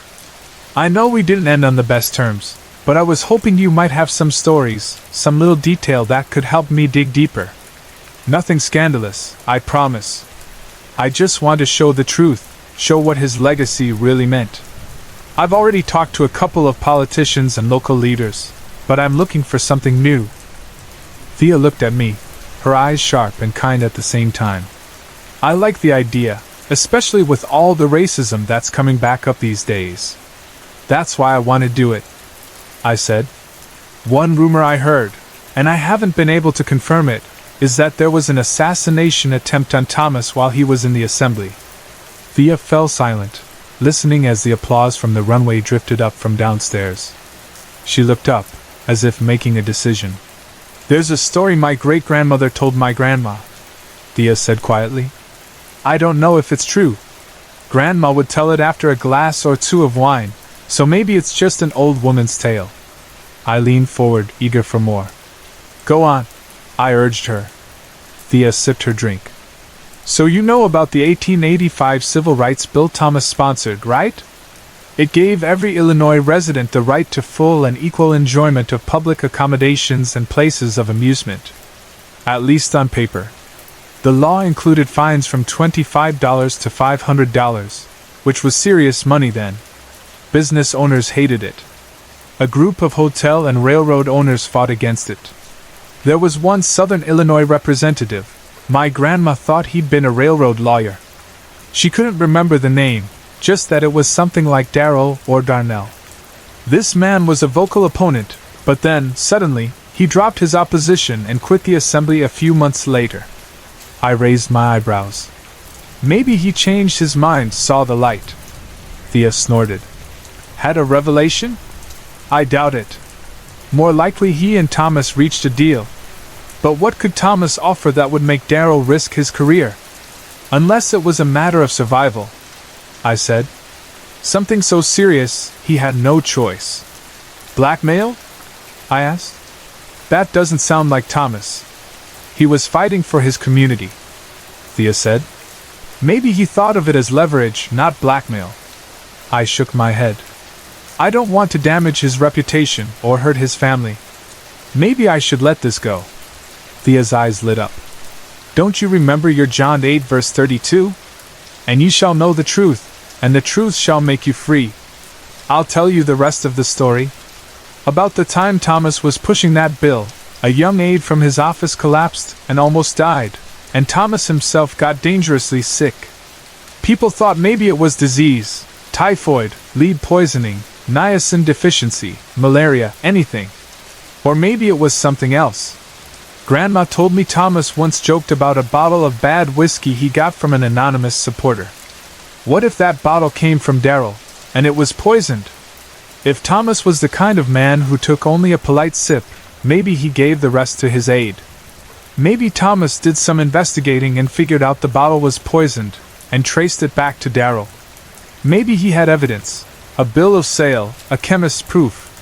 Suddenly, Darrell was trapped, and Thomas had the power to make him help pass the bill. Darrell left the assembly a few months later, maybe because he was afraid Thomas would use what he knew against him. That's what my grandma believed anyway. Thea's phone buzzed, and she answered quickly, muttering to someone on the other end. She put it away. We need to get back downstairs, she said. I've got a nervous student backstage who needs help. We'll talk more soon. She stood and waited for me to follow, and I stumbled after, my mind whirling. Downstairs, the event was moving along. The announcer brought out another model in a dramatic dashiki, and Thea made her way behind the bar, where a young woman with purple hair was pouring whiskey. The girl smiled at Thea, who squeezed her arm. Let me finish this drink, the girl said. Christina's a good kid, Thea told me, then turned her gaze on me again, and I felt uneasy. There's always been something a little reptilian about you, she said quietly. But now I think maybe you're more like an amphibian. You're good at changing, aren't you? I felt the air thicken. What do you mean? I asked, trying to sound casual, but Thea was already pressing on. I knew you were Dinah when you made that vodka joke, but when you left your glass at the bar, I knew something was up. When I was cutting limes, I told that story about being careful with a bar knife, and I saw you look at my left hand. But that was your story, not mine. You were always the one with the scars. One night, years ago, you sliced off part of your right pinky while slicing up fruit. I tried to get you to go to the ER, but you refused. You didn't want to lose your job or your pay. I said you'd get a discount at the nail salon, but you laughed and said maybe it'd impress the more radical types. We patched you up the best we could, but you always hid your hand after that. Thea reached under the bar and pulled out a plastic bag. My stomach dropped. I didn't give you a copper mug for your meal because copper doesn't hold fingerprints well, but this glass does. And there are 10 perfect fingerprints, no scars, no missing bits. So either you've had some very impressive surgery, or you're not who you say you are. My legs almost gave out, and I looked for a chair to steady myself. Just give me a minute, I whispered. Thea watched me with a cool gaze. When I realized you weren't Dinah, I brought you upstairs and called Christina for backup. Grandma never drank, but she was the keeper of family secrets, and she kept very good notes. I know the name of that politician, Everett Darnell, from Quincy, Illinois. His descendants run a big company now. But I wanted to see how you'd react. Are you okay? I think so, I muttered, my mind spinning. I shouldn't have agreed to this. It was supposed to be about the South Side. Thea's eyes softened just a little. The South Chicago Revitalization Hub, right? The high-speed rail, new hotels, big money projects. It's all over the news. No wonder the community is worried. They don't understand. I tried to argue. The jobs, the future for who? Thea asked. Do you think there's room for the old neighborhood in this new world? Or is it all about making money, no matter who gets pushed out? Let's stick to the truth. Darnell's people want to make sure no ugly secrets come out before the city signs off. That's why you're here, isn't it? I hesitated, then answered quietly. Geneva. Thea nodded. Well, Geneva, how do you feel about all of this? I looked away, watching the crowd and the girl in the dashiki. I don't know anymore, I said. Thea gave a small smile. Let's have another round, she said. And maybe you'd better stay for the night. Those mules have a way of sneaking up on you. She poured us both another drink, and for a moment, everything seemed to slow down. The music, the lights, the hum of conversation, all blending together into something soft and real. Even after all these years, there was something comforting about being back here, in a place where stories still mattered, and where the past, with all its secrets and sorrows, was never truly gone.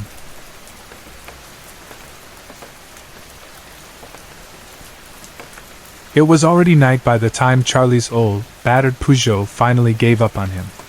He had been driving for over 7 hours, pushing on through the winding roads of the Scottish Highlands, clinging to some hope that distance would make things feel different. But nothing made sense, not really, not anymore. When the engine sputtered and died by the side of the empty road, he banged his fist against the dashboard in frustration. The echo of his outburst faded into the silence that surrounded him. He slumped back, the weight of everything pressing down, heavy and unmoving. With a deep sigh, he stared up at the roof of the car, willing himself to calm down and gather his thoughts. But all he could feel was exhaustion. He tried to remember when he'd last passed a town or even a light in a window, but the memories of the past hours were just a blur.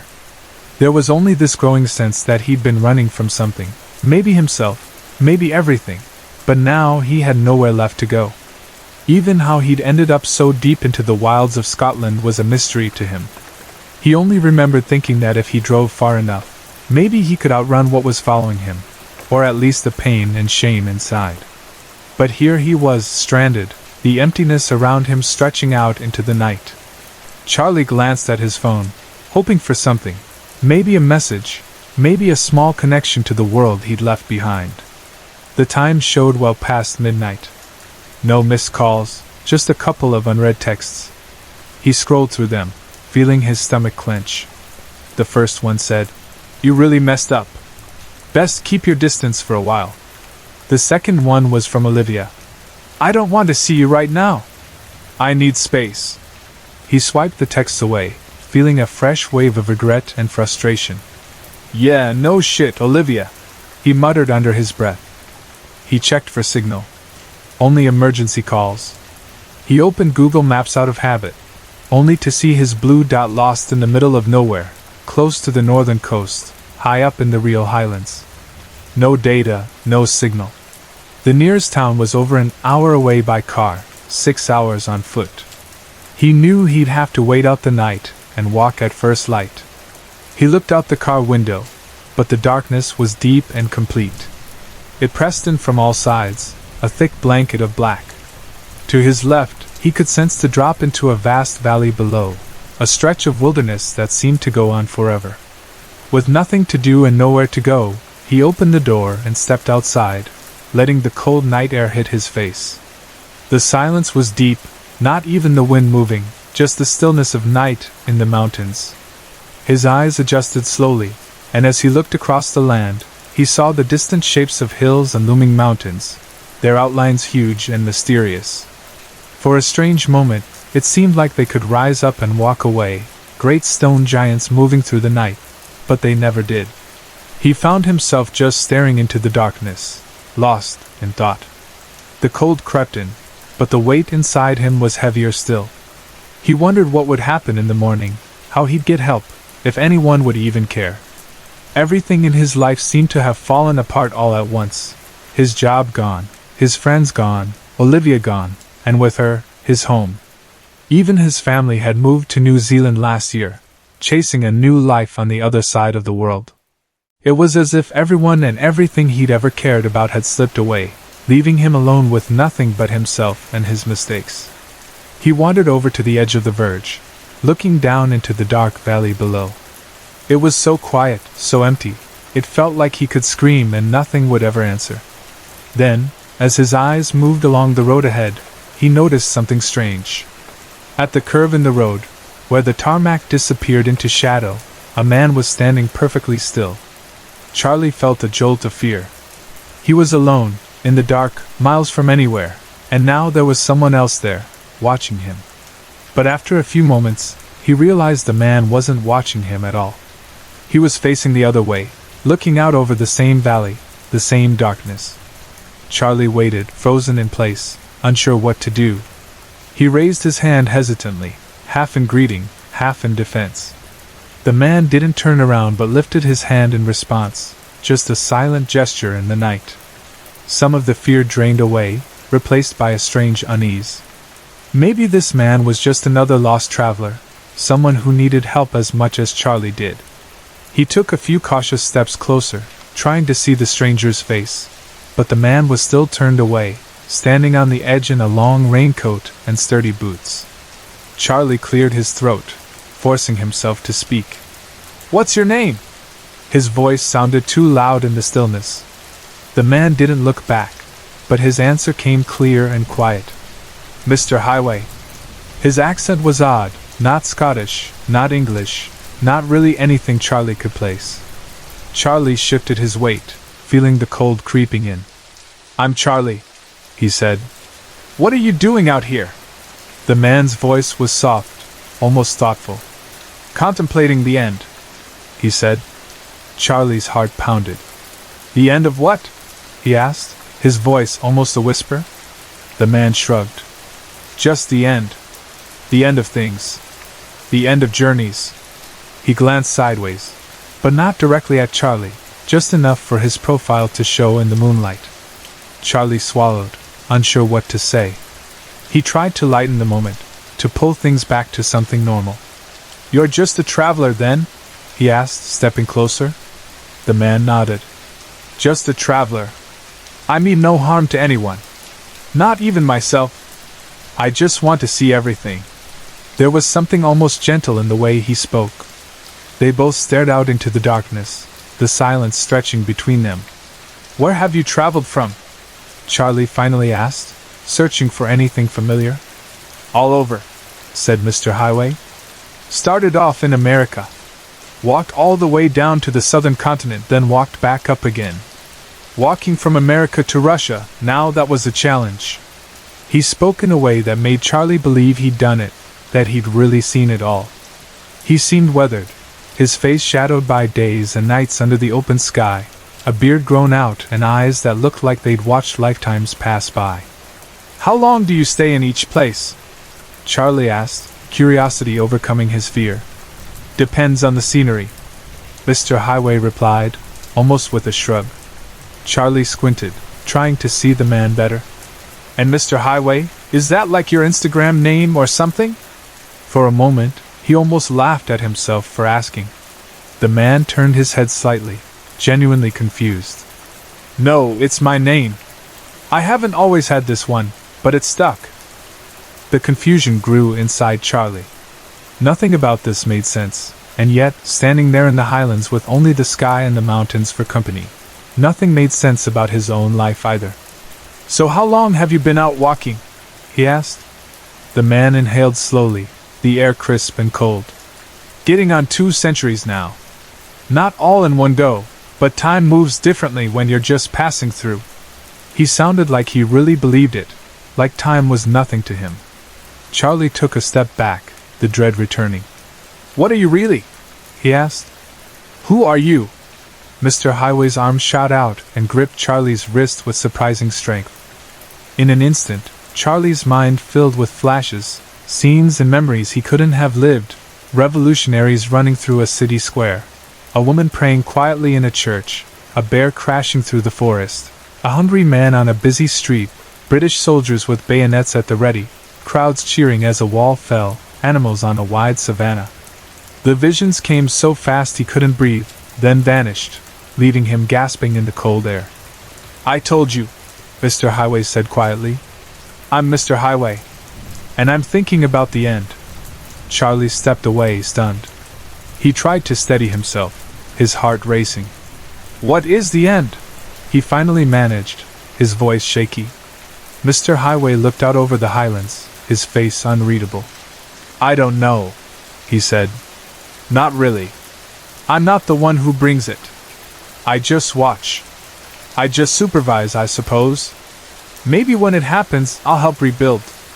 Until then, I just keep moving, keep seeing. Charlie's head spun with questions, but none of them made sense. But if you've seen so much, do you know how it ends? Do we destroy ourselves? Mr. Highway shook his head. People always expect the end to be loud, a bang, a flash, a great explosion. But it won't be like that. The world will end not with noise, but with a joke, a clever remark. That's what I think. He chuckled quietly, a dry sound in the darkness. Charlie stared at him. Are you God, or the devil, or something? He asked. The man laughed again, genuinely amused. No. I'm not here to judge anyone or save anyone. I've met a few of the ones who try. They all hope to make things better, but it's never easy. I just watch, that's all. He turned and looked at Charlie, his eyes clear and searching. What about you, Charlie? You seem lost. Charlie's voice was barely more than a whisper. I am lost. I've lost everything. I messed up, and I hurt people. I don't even know what I'm supposed to do anymore. I came all this way and I'm still empty. I just wanted a win, just once in my life. And now, I feel like none of it matters. Mr. Highway knelt beside him, his gaze soft. I know what you mean, he said. It's easy to lose yourself out here. But sometimes you need someone to show you another way. Charlie stared at the ground. What could I do? I don't even have a home anymore. Mr. Highway looked at him thoughtfully. Would you like a job? He asked, almost as if offering him a cup of tea. I need someone to help me. The pay is excellent, all expenses paid, and you get to travel. Not too much if you don't want to. Charlie blinked. What kind of job?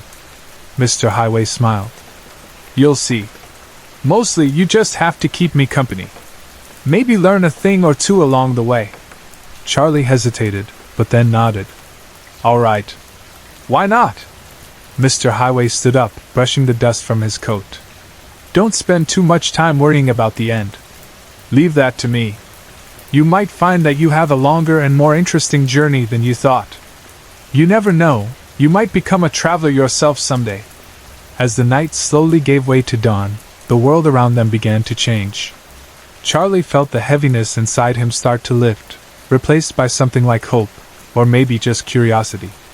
Mr. Highway had seen the best and the worst of the world, and still, he kept going, kept watching, kept walking. Charlie thought maybe that was something worth learning after all. Later, when the seasons had changed and spring brought green back to the valleys, another traveler named Cole found himself stuck on the same lonely road, his car finally quitting on him just like Charlie's had. Cole cursed his bad luck, wishing he'd listened to the engine warning light. He got out, taking in the beauty all around him, the endless valley, the sky stretched wide, the mountains rising like ancient guardians. As he walked along the roadside, he came across a small structure, a stack of stones no taller than his knees. On top of the stones was an old, battered book, its cover barely legible from years in the weather.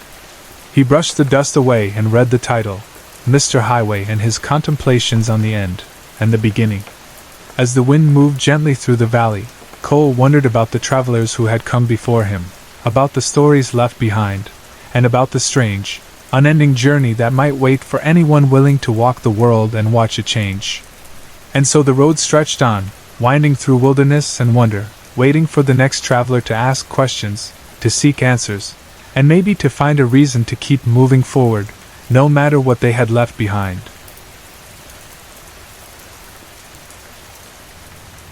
I felt the cold, gentle touch of a delicate hand on my shoulder. Her slender fingers moved softly down my arm until they reached my clenched fist, and then she wrapped her porcelain-white fingers, nails painted a pale lavender, around my hand. A moment ago, her touch was all I wanted. I had longed for something like this, someone who truly wanted me. She wanted me as much as I wanted her. So why was I lying here turned away from her? Was it shame or guilt? Was it the harsh realization that I'd made a mistake? I should know better. I thought I was better than this. I could feel my hand gripping the sheet so tightly I thought I might tear it apart. Don't worry, James. This doesn't have to mean anything if you don't want it to, she said, her voice so sweet and gentle, like she didn't have a clue what this city was truly capable of, or what happened deep in its shadows. Just two incredibly sexy people finally giving in to their desires for a night. I heard her sit up in bed. I felt her hair brush my bald head as her warm lips pressed against it. I closed my eyes and tried to focus on this moment, tried to get out of my head. She was right. Why should I feel so guilty when the whole reason we went out before work was because I'd finally found proof that Betty was cheating on me? I let go of the sheet and turned over. Charlene's perfect, young body was right there, her emerald green eyes looking at me with that same innocence her voice carried. Her skin glowed faintly in the soft light, and her strawberry blonde hair fell over her chest, making her look even more beautiful. She was waiting for me to say or do something. What kind of man was I now? Was I the kind who had a one-night stand with a coworker and then went back to his wife, or the kind who kept long affairs on the side? I always thought I'd never be a cheater, but that illusion was gone now. It doesn't have to be for a night if you don't want, I managed to say, though my voice sounded shaky, even to me. Maybe I was the kind of man who had affairs. It had been so long since a woman had wanted me. Charlene didn't look at me like I was broken, even though I knew I was. She didn't know what my job had turned me into, what this city had done to me. She brought me a comfort that Betty, my own wife, had given up on a long time ago. I couldn't even blame her. She knew what I was. She knew what the shadows of this city did to people. I glanced at the clock on the nightstand behind Charlene. It was 9:30 p.m. The bright lights from the busy nightlife of East Side Savoria poured through the cheap hotel window, splashing color on the walls. She giggled quietly. Well, as much as I'd love to go for round 4, we have our jobs to do. She grabbed her phone, and I saw the lights come on. I picked up my own phone. The screen was flashing, 6 missed calls from the Sarge. I cursed under my breath. I guess this was my punishment. The gold cross around my neck felt heavier than ever. I sighed, the deep, tired sigh of a 32-year-old man who was still young enough for the night shift, but already sick of it. In this neighborhood, nobody ever seemed to quit. Their sins always caught up with them, and always right when I was about to clock in. Come on, James. We've got bad guys to catch. Charlene was getting dressed. She slipped into her usual tight black jeans, a bright red blouse with a silver pendant, and her red leather jacket that cut off at her waist. She loaded and holstered her white Desert Eagle in her brown leather holster, but the other holster on her right side was empty. What happened to the other one? I asked, motioning toward the empty holster. She smirked.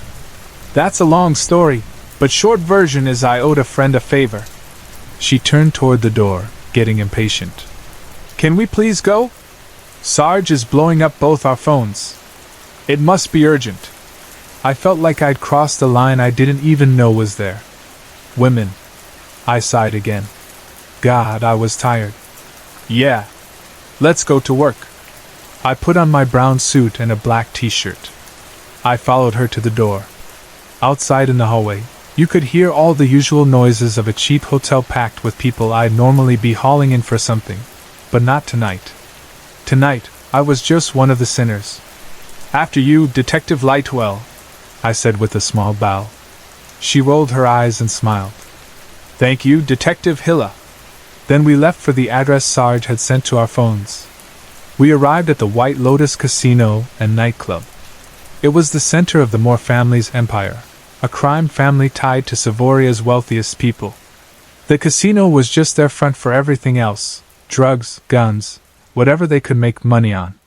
I just closed a case with over 20 street dealers, all carrying small handguns with the serial numbers filed off. Americans, always flooding the streets with guns. I knew Melissa Moore, the youngest in the family, had been trying to break into business outside Savoria for months. But nobody at the top seemed to care. The Savoria Police Department was basically just a servant of the private police department, and the PPD served the people at the very top, Original Products Incorporated, and their CEO, Isaac Anderson. I knew they were all in it together, but I couldn't prove anything. The White Lotus was a huge white building shaped like a flower, lit up with gold, shining over Affluent Avenue. Even now, the strip was busy, people out to live or just trying to forget their problems. Sarge had blocked off the main entrance for us. "Well, it's about time. Hilla! Lightwell! Get over here and tell me what we got!" Sarge's voice thundered out, making me want to hit him. He was big, 6'5", built like a bodybuilder, brown-skinned, and tonight, I felt like I could actually take him if I wanted to. Don't, I told myself.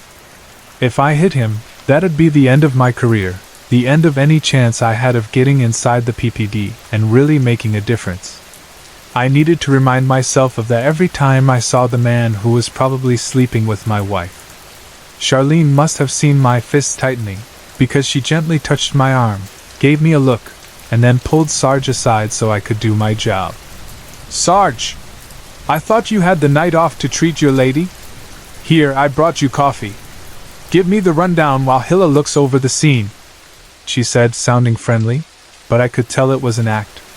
I heard Sarge talking, his voice all charm, like always when he was around anything pretty and under 30. I got to work. 3 bodies lay sprawled in a 10-foot circle, 1 adult male, 2 teenage girls. The man was dressed like a bouncer from the White Lotus. The 2 girls wore matching blue and red dresses, like they'd just come from the nightclub. They were all covered in blood, lying in the same dark pool, with shattered glass around them and embedded in their arms and faces. I looked up and saw 2 windows broken on the 4th floor, fresh police tape across the gaps. The man's gun was still holstered, but not clipped in, strange that it hadn't fallen out when he landed. A little further down, a bloody combat knife lay on the ground. Standard army issue. I put on my gloves and started searching for clues. The man had a wallet with cash and a Savoria driver's license. That was rare in this part of town. Most people had a BT Express pass for the bullet trains. I checked his pockets again. No train pass, just his name, Valentino Cienzo. He looked like a boxer, olive skin, but his clothes didn't fit. Blazer sleeves too long, pants baggy, shoes too small.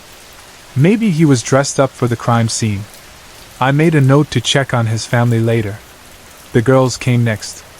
The one in the red dress didn't have anything except a knife holster on her thigh that matched the knife found. The girl in blue had a small clutched purse in her pocket, somehow not lost in the fall. Inside was some cash, a bag of red pills, probably illegal stimulants, and her Savoria ID, Lacey Cummings. Both were white, blonde, blue-eyed. Was that a pattern? "Hilla! You done playing Sherlock yet? You got witness statements to take." Sarge barked at me. "The brass hired me to play Sherlock since no one else in Precinct 32 can do it as well." I shot back, peeling off my gloves with a snap. "Whatever. You and Lightwell get in there and do your jobs. Brass wants this mess solved before morning." I watched him spit tobacco on the ground near my shoes. Typical of the top brass.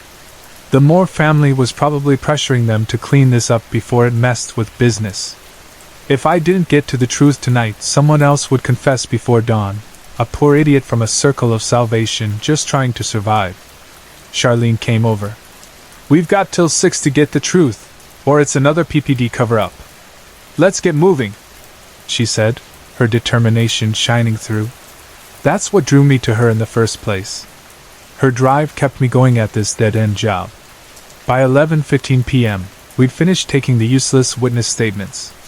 Everyone saw the victims jump from the 4th floor windows, but I knew better. The White Lotus had bulletproof glass. No one had the strength to break it, especially not the victims. Inside the casino, the noise of gambling and the crowd was deafening. 3 people had just died, but nobody seemed to care. People kept throwing their money away, convinced they might win big, but the Moore family always made sure the house won. The night manager met us and handed us a keycard for room 402. "I'll talk to the manager and the security guards who were here. You check the room," Charlene said. I grabbed her wrist before she left. "Be careful. We're in enemy territory." She smiled at me, that same smile that melted me the first time. "You too, James." Then she headed off to the security desk. I rode the elevator up to the 4th floor, swiping the card to let myself in. The smell of bleach and cleaning chemicals hit me right away. The room was plain, decorated in the Moore family's trademark gold and white. The bathroom was spotless, the marble sink gleaming. 2 empty jugs of cleaning bleach sat in the shower. Someone had tried to clean up in a hurry, but they hadn't done a perfect job. I spotted a dark, rust-colored stain in the corner of the shower, in a place you couldn't reach easily unless you were tall. I searched the room, opening every drawer, checking under the bed. In one nightstand was a box of condoms and a bottle of lubricant. In the other, a wad of cash, at least $3,000. The bed was covered in blood and other stains, but the patterns looked poured on, not the result of a struggle. Everything about the scene felt staged. I checked the window glass left on the floor, thick, smooth, bulletproof. Then, without warning, I felt a force push me from behind.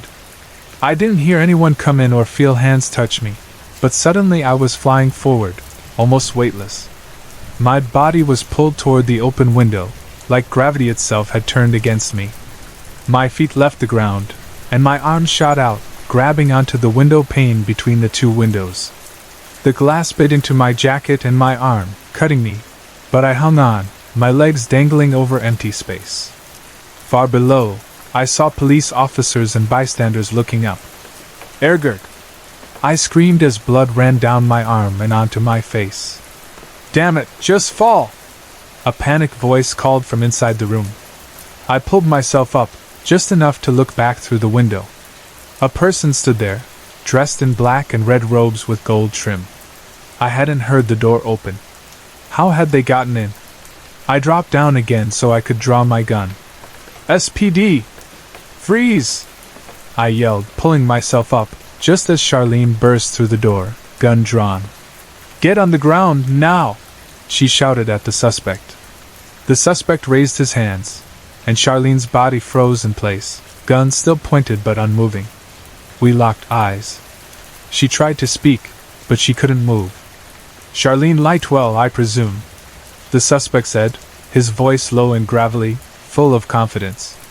"My superior wishes to speak with you," he said, then turned his head toward me. The hood shadowed his face, but his eyes glowed faint red. "Only you. He has no need for people lost to the shadows." He lowered his hands, and Charlene exhaled. She spoke, her voice shaking but steady.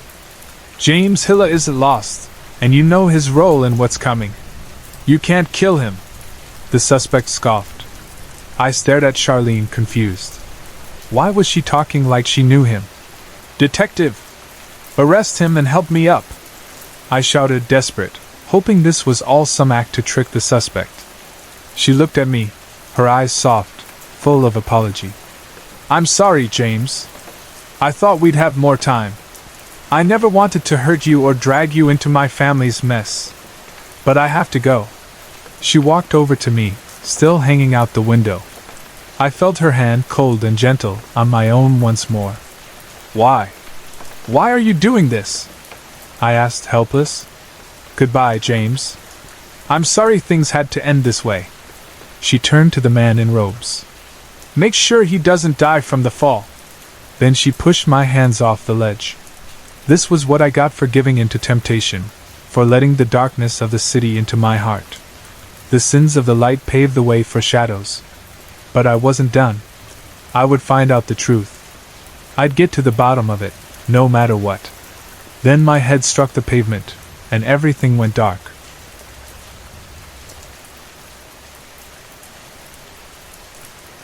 Elara lived on the very edge of Whisperwood, an old forest whose secrets ran deeper than anyone could imagine.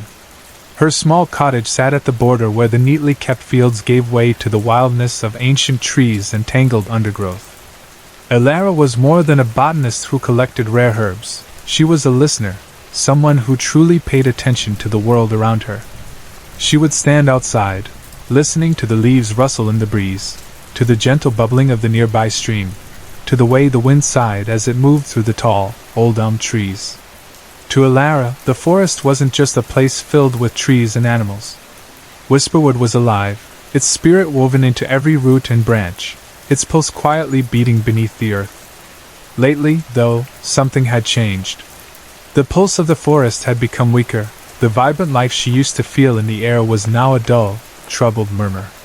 Some of the oldest groves seemed dim and faded.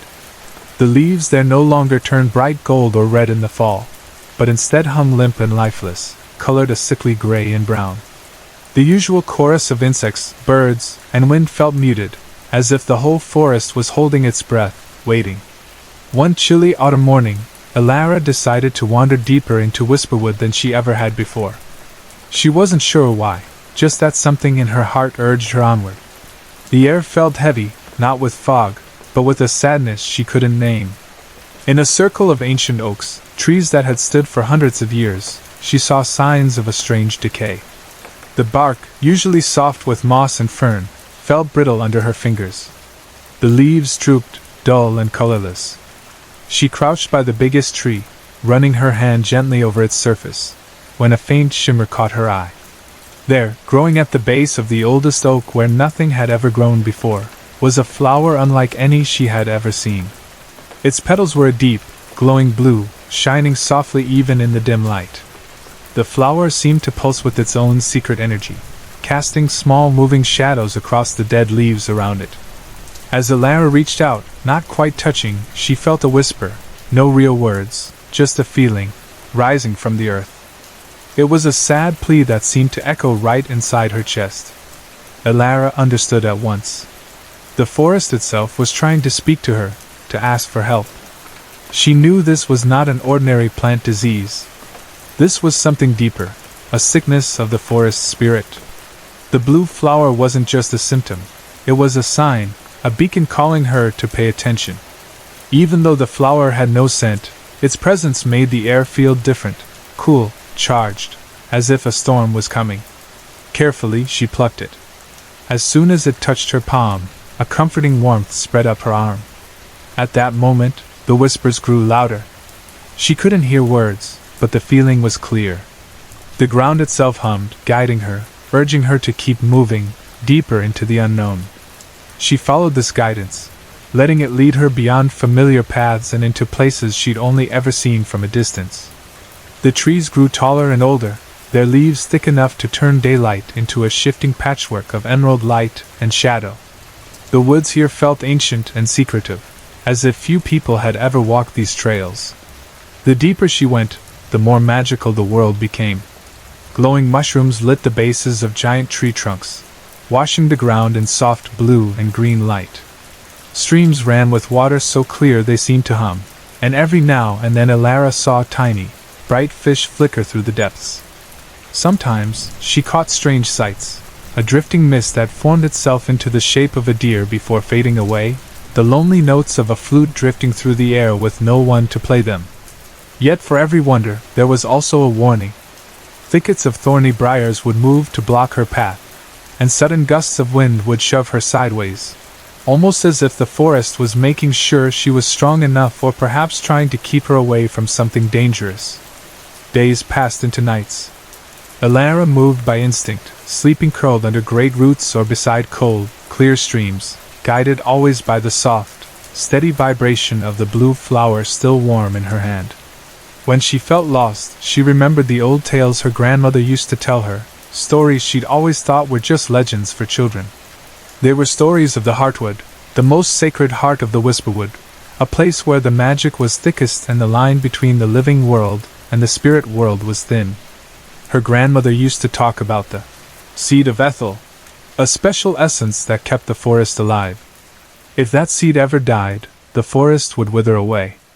Elara had never believed those tales, until now. As her journey continued, the physical path started to feel like a spiritual one. The pain of the dying forest pressed into her chest, making each step heavier. The air grew even colder, and the ground, covered with deep moss, became soft under her feet. She passed ancient stones set into the earth, so covered with green moss and old leaves that only a hint of their shape could be seen. Arranged in spirals and circles, they seemed to glow faintly with the same blue light as her flower. She realized then that she was close. These stones were markers, left long ago by people who had also loved and cared for the forest. Finally, after days of travel, the trees opened up. She found herself standing at the edge of a huge, hidden grotto. The place was beautiful, but in a sad, haunting way. At its center stood something that was not a tree but a huge, jagged crystal rising from the earth, glowing faintly with blue light. This was the Heartwood, the very soul of Whisperwood, the place she had only heard about in bedtime stories. But it was fading. Deep cracks spidered across the crystal's surface, and the blue glow flickered weakly, losing a battle against patches of gray, lifeless stone. Around the base, all the grass and flowers were shriveled and dry, not rotten, just empty, as if their life had been taken away. The silence here was so complete it felt heavy, almost painful. Elara stepped forward and knelt before the Heartwood. The blue flower in her hand was shining so brightly now it almost hurt to look at. It vibrated wildly, urging her to move closer. She reached out and pressed her palm against the cold surface of the crystal. A jolt went through her, not painful, but full of deep, old sadness. Then suddenly, she saw a vision, a memory, but not her own. She saw ancient hands lowering a bright, star-shaped seed into the Heartwood, and all around, a pure, beautiful song played, filling the air. The seed of Ethel, and the song of Verdance. The vision showed her the truth. The seed at the heart of the forest was dying, and only the old song could revive it. Trusting her instincts, Elara reached into her pouch and pulled out the small wooden flute her grandmother had left her. She had never learned to play, but as she put the flute to her lips, her fingers moved on their own. The melody that came out was old and strong, sad but full of hope, the song of Verdance. The notes echoed around the grotto, chasing away the silence. As she played, the blue flower in her hand turned into sparkling dust, lifting into the air and swirling around the crystal. The light filled every crack, every broken place, and the gray faded away, pushed back by the glowing blue. The crystal pulsed brighter and brighter. The air filled with warmth and life, and Elara felt the entire forest take a breath, filled with relief and joy. The Heartwood shone now, brighter than ever. The withered plants around it perked up, their leaves turning green, flowers blooming at their tips. The crushing silence was replaced by a gentle, humming sound, the living heartbeat of Whisperwood renewed. Tired but happy, Elara let her hands drop. She felt like she belonged to this place in a way she never had before. Through the soft rustling of leaves and shifting of light, the forest spoke to her, filling her with warmth and gratitude. She stayed in the grotto for a day and a night, soaking in the Heartwood's new energy. All around her, the magical creatures of Whisperwood celebrated. Fireflies moved in swirling patterns, their lights shining like tiny stars. The air was full of gentle music, a symphony of voices that couldn't be seen but could be felt everywhere. Elara understood now that she was not just a visitor. She was part of the forest's story. When she finally walked back to her cottage, the world felt different. The trees were brighter, the air cleaner. The whispering hum she heard in the leaves was now a song of happiness. Elara kept collecting herbs, tending her plants, and walking the woods, but now she did it knowing her purpose. She had seen the hidden connection between nature and magic. She had felt the weight and joy of being a guardian. The Whisperwood thrived, a place of beauty, old secrets, and gentle magic. Elara watched over it all, listening to the rustling of leaves and the ancient, joyful song of the heartwood, knowing she was forever a part of the forest's living spirit, a keeper of the magic that runs quietly beneath the roots and between every shadow and ray of light.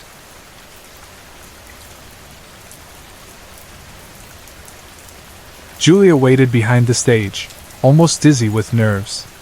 She wasn't up next, but her turn was coming soon, much too soon for her liking. Only one act stood between her and the moment she had to step out in front of the lights. She watched as a family of 3 got ready, a mother, father, and their tiny daughter, all dressed up for their dance routine. The mother wore a bright, glittery pink and black leotard with a skirt that shone under the lights.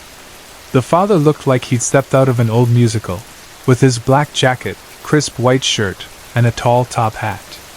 Their little girl, maybe 3 years old, wore a short tutu that matched her mother's, her feet tapping in shiny black shoes.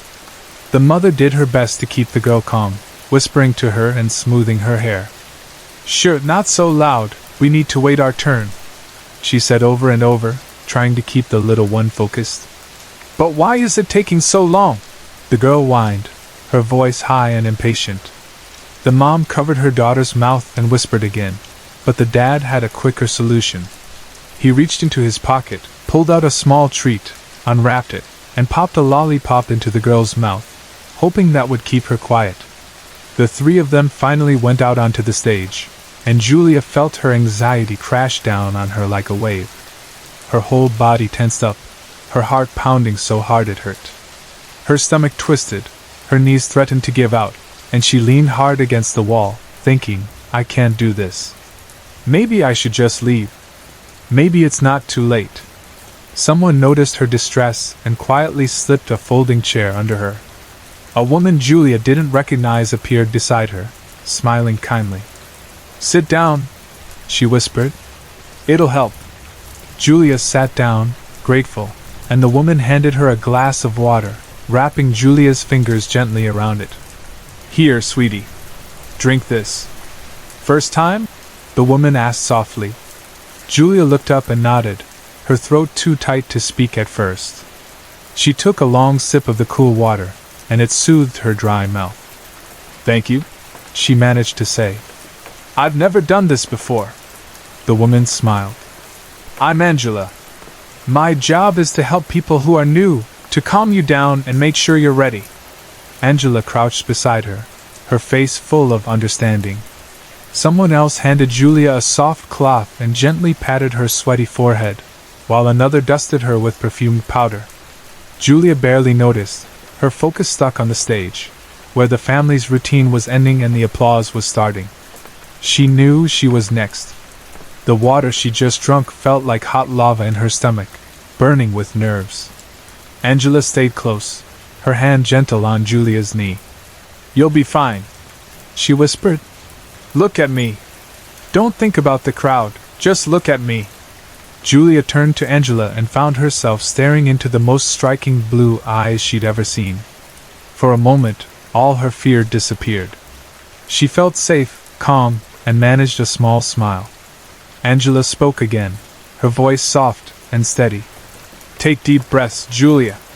Keep your eyes on me and just breathe. Don't think about anything else. You're here for a reason. You wouldn't be here if you didn't have something special." Julia listened and did as she was told. She breathed in and out, focusing on Angela's calming gaze. She began to believe, just a little, that maybe she could do this after all. Then her name was called. Angela helped her to her feet, straightened her dress, and squeezed her hand. She gave Julia a quick, warm hug, turned her around, and nudged her gently toward the stage. The lights hit Julia's eyes hard, blinding her. She walked slowly, one careful step after another, toward the microphone in the center of the stage. "A little faster!" Angela's encouraging voice called from the wings. "You've got this, girl!" Julia reached the microphone, clung to it with both hands, and tried to stand tall, remembering how she'd practiced so many times at home. She smiled as best she could, like she'd rehearsed. She leaned forward, her voice trembling a little. "Hello, my name is Julia Crawford." The sound of her own voice, so loud and clear over the speakers, made her jump. She looked over her shoulder at Angela, who was standing just off stage, giving her a huge thumbs up. Julia managed a shaky smile in return. Then one of the judges asked, "What will you be doing for us today, Julia Crawford?" I'm going to sing a song," Julia answered, her nerves showing. "It's an original. I wrote it myself." A small wave of laughter passed through the audience and the judges' table. Someone leaned into a microphone and said, "That's what an original means, sweetheart," their voice echoing through the room. There was more laughter. Julia's cheeks burned. Why did I say that? She wondered, feeling her embarrassment grow. A female judge quickly jumped in, her tone kind and reassuring.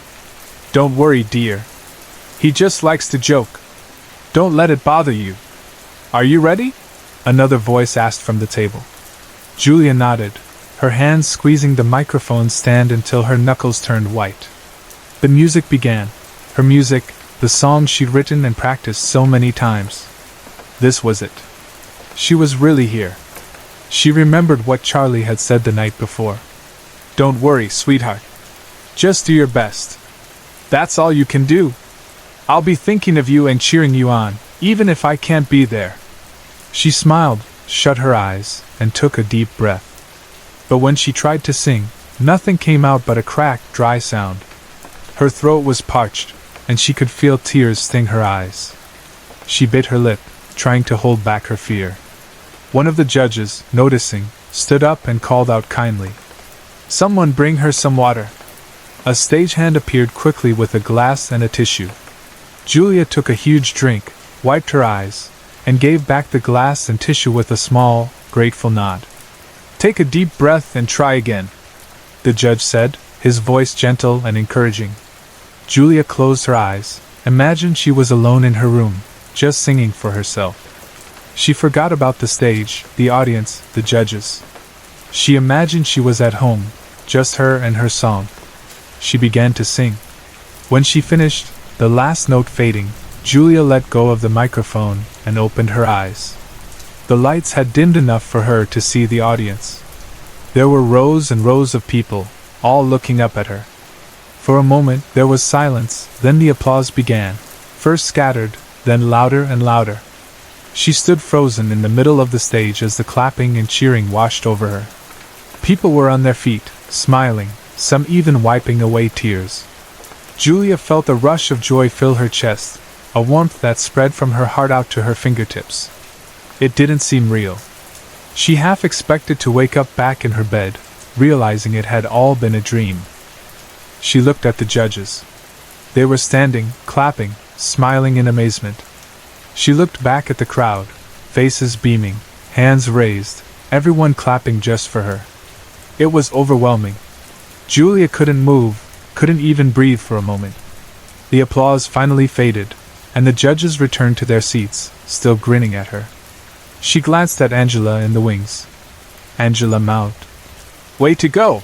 and motioned for Julia to face the crowd. Julia turned back and stood there, waiting for the dream to end. A judge's voice boomed out, "That was the best performance I have ever heard. I vote yes." The rest of the judges agreed, each giving their praise, their smiles showing just how much they had enjoyed Julia's song. Julia tried to hold on to every word, every moment. She watched the judges' faces, how they smiled at each other, shaking their heads in disbelief. She felt every second burn itself into her memory. She couldn't help it. She started to laugh and cry at the same time, wrapping her arms around herself. All those lonely nights, all those hours practicing in front of her mirror, they had all led to this moment. She'd done it. Maybe it wasn't a dream. Maybe it was real. Or maybe, she thought, she had died and gone to heaven. If this was what heaven felt like, she'd never be afraid of anything again. Still smiling, Julia started to walk off stage. Angela was waving to her, mouthing something Julia couldn't quite hear. "What?" Julia asked, bringing a hand to her ear. "Bow," Angela mouthed again, grinning. "Turn around and bow." Julia laughed, turned back to face the audience and judges, and gave her deepest, most grateful bow. She held it for a moment, then slowly stood up and walked backstage, her heart so full she thought it might burst. Halfway between the center of the stage and the wings, she looked for Angela. But suddenly, Angela was gone. The backstage area was empty. Julia felt panic rise. What's happening? Am I dreaming after all? Was Angela an angel? She tried to move, but her feet felt stuck to the ground, as if someone had glued them in place. Her head spun, the room grew hot, and she reached out for the chair where she'd sat earlier, hoping it would steady her. Her voice barely worked as she tried to call for help. Suddenly, she heard Charlie's voice calling her name. "Julia, honey, wake up. You're having a bad dream." Julia blinked, confused. She was back in her own room, the familiar walls around her, Charlie beside her, worry in his eyes. Charlie hugged her, comforting her. "Don't worry, sweetheart. Just do your best. That's all you can do. I wish I could be there, but I'll be cheering you on in spirit." Julia sat up, taking a deep breath. The fear had faded. Somehow, after the dream, she felt calm. She got up, ready to face the real stage, wondering why her nerves were suddenly gone. Maybe, she thought, she had already won.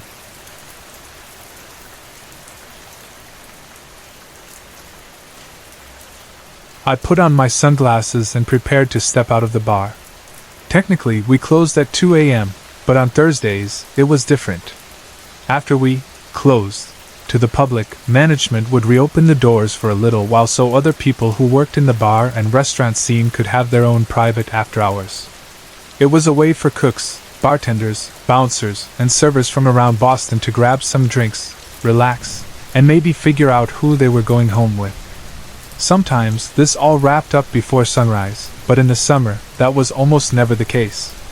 I squeezed my eyes shut against the light, even though it never helped. The sun was already glaring off the Boston harbor, turning the streets almost white, and my head was spinning. That's when I felt a heavy hand slap my shoulder, snapping me out of my daze. "Another night, another dollar, right?" said a familiar voice. I grunted.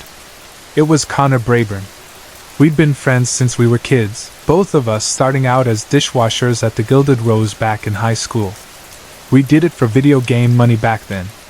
Now, in our early 30s, we were still at the Rose, just with more responsibility. We handled security, and closed up at the end of every shift. "Damn, that sun is bright, huh?" Connor squinted into the glare. There won't be many more mornings like this. How about we grab a bottle from the bar, head to Castle Island, and drink in the sun until we pass out? What do you say? I'm too old and too tired, Bernie. I need to get to bed. Come on, Cal, you're not old. I've only got one more week at the Rose anyway. Then it's police academy for me. After that, I'll have to start growing a mustache and eating donuts for breakfast. No more falling asleep in the sun for me. I reminded him that not all cops ate donuts and had mustaches. He laughed and said he knew. I told him I knew he knew. For a second, we just stood there looking at each other. Then he threw a playful punch at me. But even joking around, Connor packed a lot of power, and his fist glanced off my temple. I grinned at him, more out of habit than anything. Sorry, officer. I've got to get some sleep. I've got a case to work this afternoon.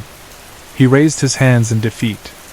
I started walking away, but he gave me another smack on the back for good measure. You read too many detective novels, Cal. Who even hires private detectives anymore? You should have joined the Boston PD with me. As he jogged off, I could already feel the bruises coming up on my arms and shoulders. I got back to my apartment in Jamaica Plain just after 6 a.m. I wanted nothing more than to crash into bed, but I'd gotten a bunch of texts from my current client while I was working the bar, and I had to answer before I disappeared for the next few hours. After a decade of bouncing and bar work, Connor and I both tried to move into grown-up jobs when we hit 30. He started his police training, while I got licensed as a private investigator. I'd only been at it for a few months, and work was slow, so I kept the Rose job to make ends meet. This was only my second real case as a PI, and I didn't want to screw it up. The case was personal. One of my neighbors, Ines Montero, had lost her 14-year-old son, Miguel, to an overdose just 2 weeks ago. The cops said his vape pen was laced with fentanyl, but she doubted they'd keep looking for who gave it to him. She told me she'd pay me $1,000 if I could figure out who sold the pen and make sure the police knew about it. She wanted justice. Maybe revenge. Honestly, I didn't think I'd be able to find whoever poisoned her son, but she was my neighbor, a grieving mother, and $1,000 would really help right now. I'd been working the case for 4 days and made a lot of progress at first, but then I hit a wall. I found out who Miguel's friends were, which ones vaped, and that they bought their pens and cartridges from some guys outside the school at dismissal. Not much to go on. I texted Ines. "Hey, Mrs. Montero, it's Callum Bentham from upstairs. Sorry I missed your calls last night. I was working. I might be tough to reach for a few hours, but I'm heading back to the school today to see what I can find out about the people selling those vapes. I'll call when I'm on my way." After a shower and cranking up the AC, I scrolled through some news on my phone and finally crashed. I woke up to someone pounding on my door. The knocking was urgent and relentless, like they'd started off polite and given up. I yanked on some sweatpants and grabbed a faded yellow t-shirt, one I hated but still wore, a souvenir from an ex. I kept it out of spite, or maybe because sometimes I missed her. "Mr. Bentham! Mr. Bentham!" A voice called, still pounding on the door with metronome-like rhythm.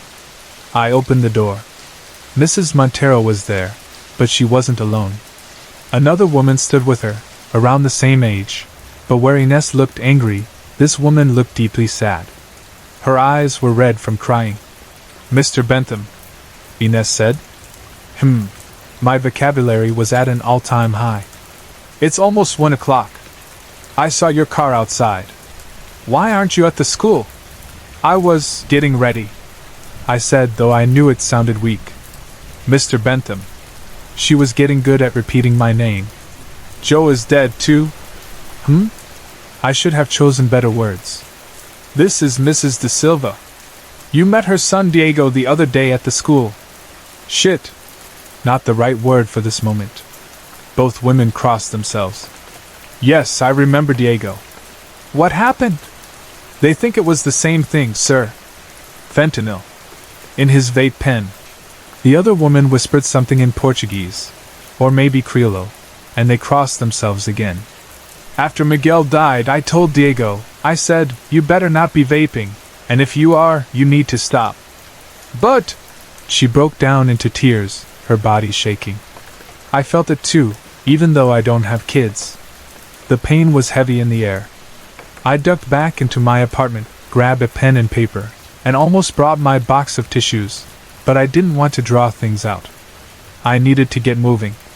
"Here. Write down your number and any friends Joe and Miguel had in common. If you have their parents' numbers, write those too."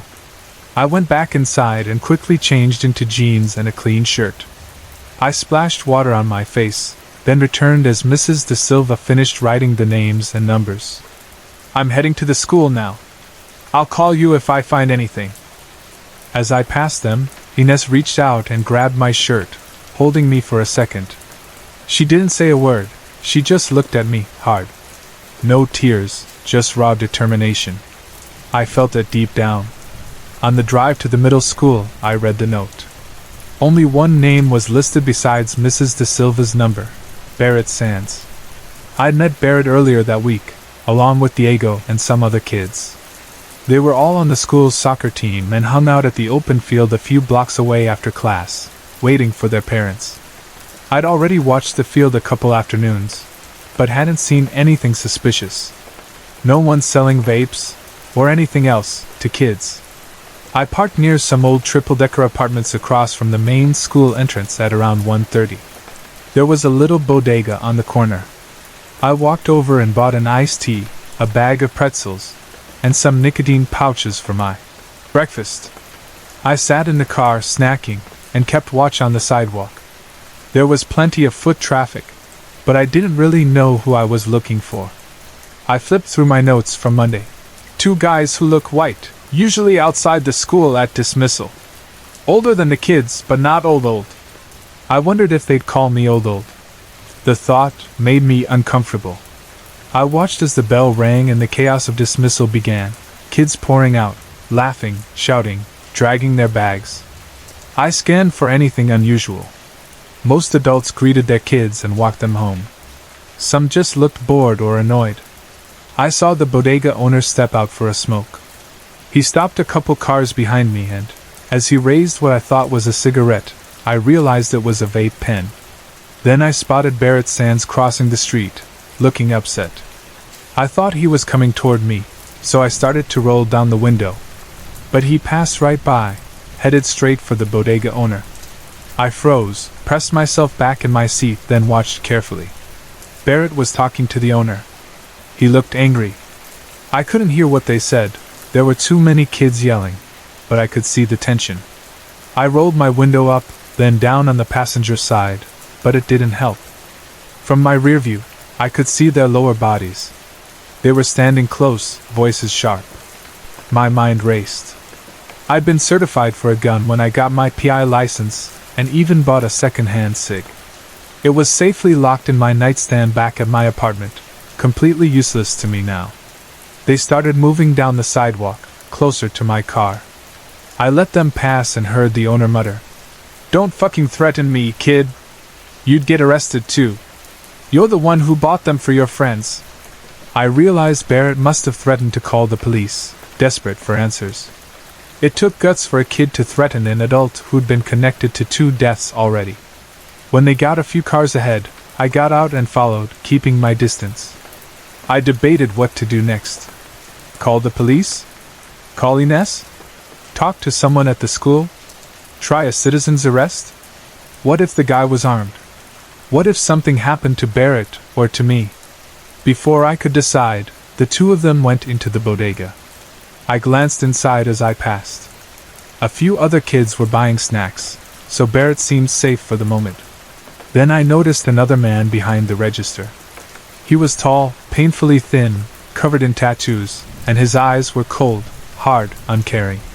If I had to guess what a fentanyl dealer looked like, it would be him. I stepped around the side of the bodega, near the trash cans, and pulled out my phone. "Connor? Cal! You're up early. Want to play hoops before your shift?" "Not today. You know that case I've been working? There's been another death. I think I've found the guys who sold the vapes with fentanyl." "Shit. Where are you?" "Bodega across from the school. Branch and Geary. I'll call it in to someone I trust at the department. I don't want it to get out of control. There are kids inside. Don't let them come in like a SWAT team. I'll let them know. These guys look dangerous, man. Just make sure." I stopped. I hadn't noticed the tattooed guy coming out. He stood in front of me, holding a trash bag, his other hand sliding behind his back, reaching for a weapon. Shit. Years as a bouncer had taught me to handle rowdy drunks, but this was different. I didn't have time to think. My body just moved. I dove at him. He pulled out a gun, but I hit him before he could aim. We crashed into the trash cans. The gun went off somewhere in the pile of garbage and wrappers. I didn't go looking for it. I just locked both hands onto his wrists, fighting to keep control. I managed to pin him, but he drove his head into my nose. Blood poured down my face. He was taller, but I was heavier, and I hoped I was meaner. I slammed my own forehead into him, blood covering both of us now, though only my blood. He kicked me hard, pain exploding in my gut, but I held on. He broke free for a second and started digging through the trash. I knew he was looking for the gun. Sirens echoed in the distance. getting closer but not fast enough. I forced myself up, desperate to stop him. The kids from the bodega had run across the street, thank God, but they were still watching, not running away. I saw Barrett with them, at least he was safe. I jumped on the man's back, using my weight to hold him down. He struggled, reaching for something in the trash. I pulled his neck back with one arm, then punched him hard in the head. He kept fighting, reaching for the gun. He got his hand on it, but I managed to wrestle his arm, keeping the gun pointed down. If it went off now, someone might get hit, maybe one of the kids. I took another risk, shifting all my weight onto his arm and punched him again, hard. He finally went limp. I grabbed the gun, popped out the magazine, and tossed them both in different directions. I checked. He was out cold. I fell back, gasping, covered in sweat and blood, my heart pounding. The sirens were right on top of me now. I closed my eyes, just trying to breathe. When I opened them, the sunlight was blinding again. A shape moved in front of me, blocking the glare. Cal. Connor. You look like hell. And for the first time that day, we both laughed. Sorry to interrupt. If you're enjoying the story, let me know in the comments and tell me where you're watching from. Don't forget to like and subscribe for more.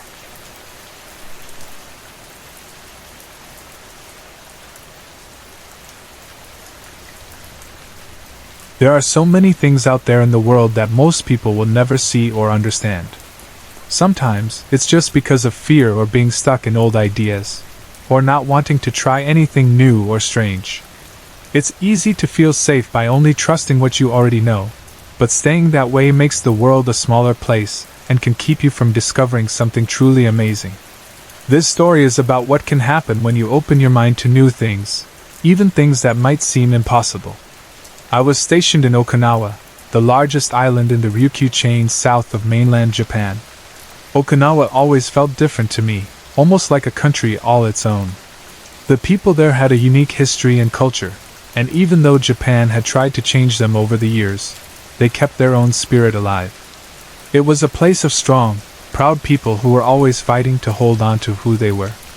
Okinawa is also where karate was born, real, open-hand, fighting, both an art and a way of thinking.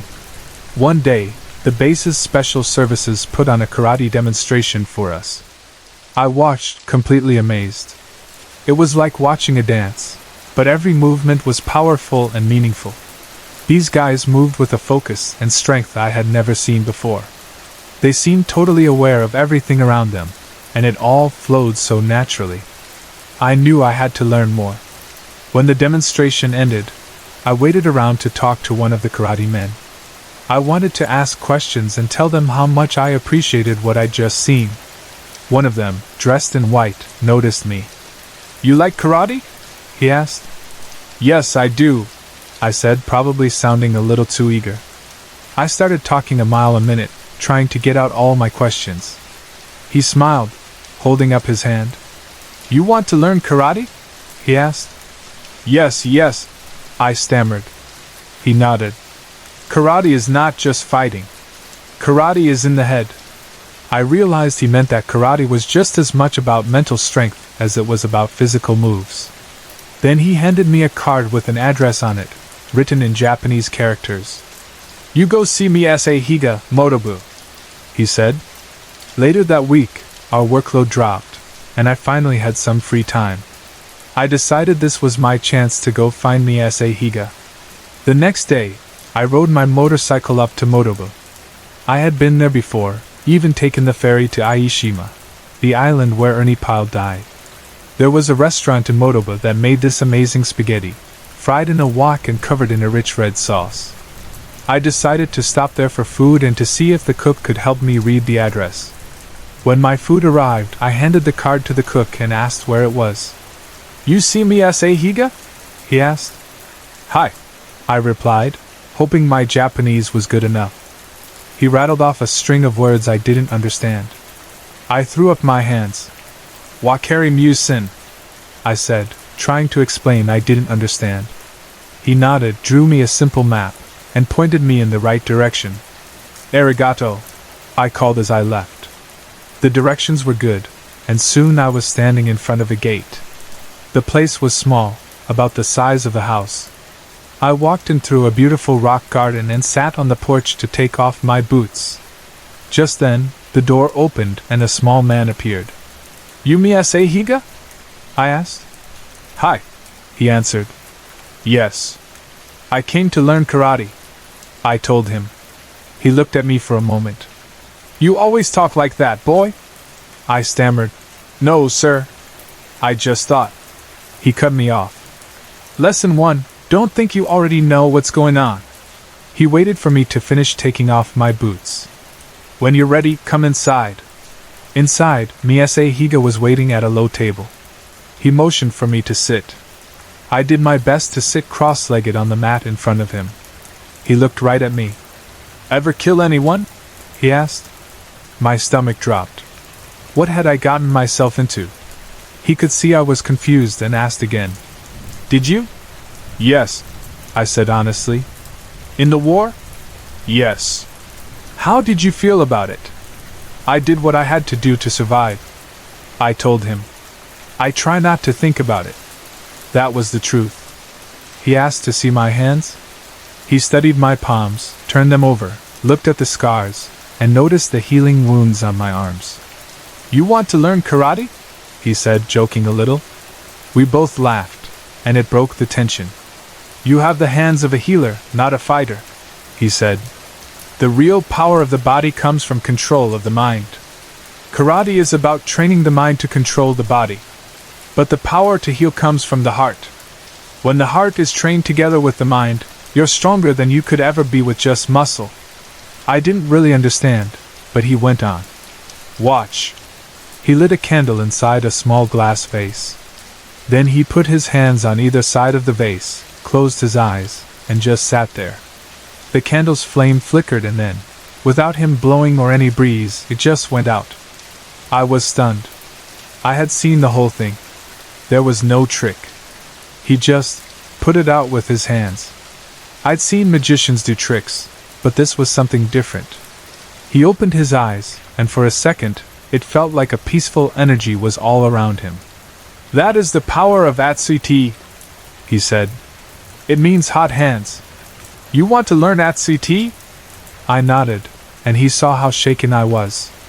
"Come back in 2 days," he told me. "Think about what you saw today. If I don't see you again, I'll understand."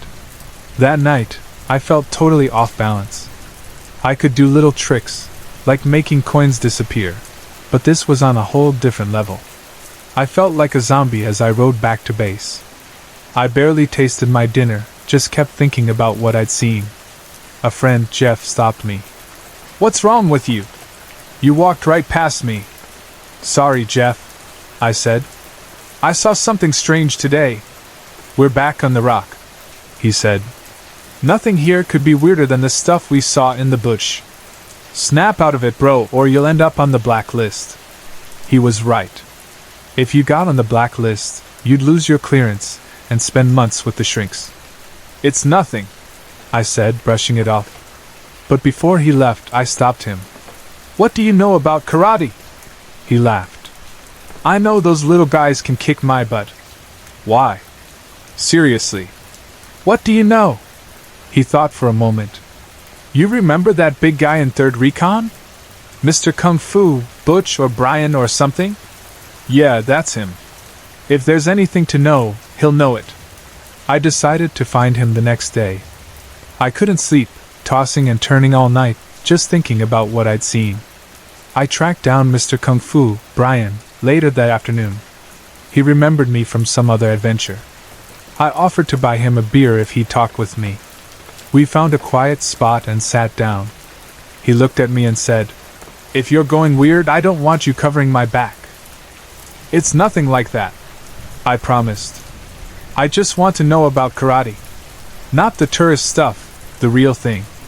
He started talking about the different styles, how he'd spent years learning, and how even with all his training, there were still smaller men who could beat him easily because of their skill. Finally I asked, "Have you ever heard of putting out candles with your mind?" He snapped his head around, eyes wide. "Where did you hear about that?" I shrugged. Around. What do you know? Dim mak, they call it the death touch. There are pressure point techniques from China and Korea. The candle thing is rumored, but a lot of people are afraid of it. I finished my beer, thanked him, and left. Tomorrow was the day. I still wasn't sure if I would go. That night, I tossed in my bunk again. Around midnight, I saw Miese Higa's face in my mind. I felt peaceful, the same feeling I'd had after the candle demonstration. I decided I had to go.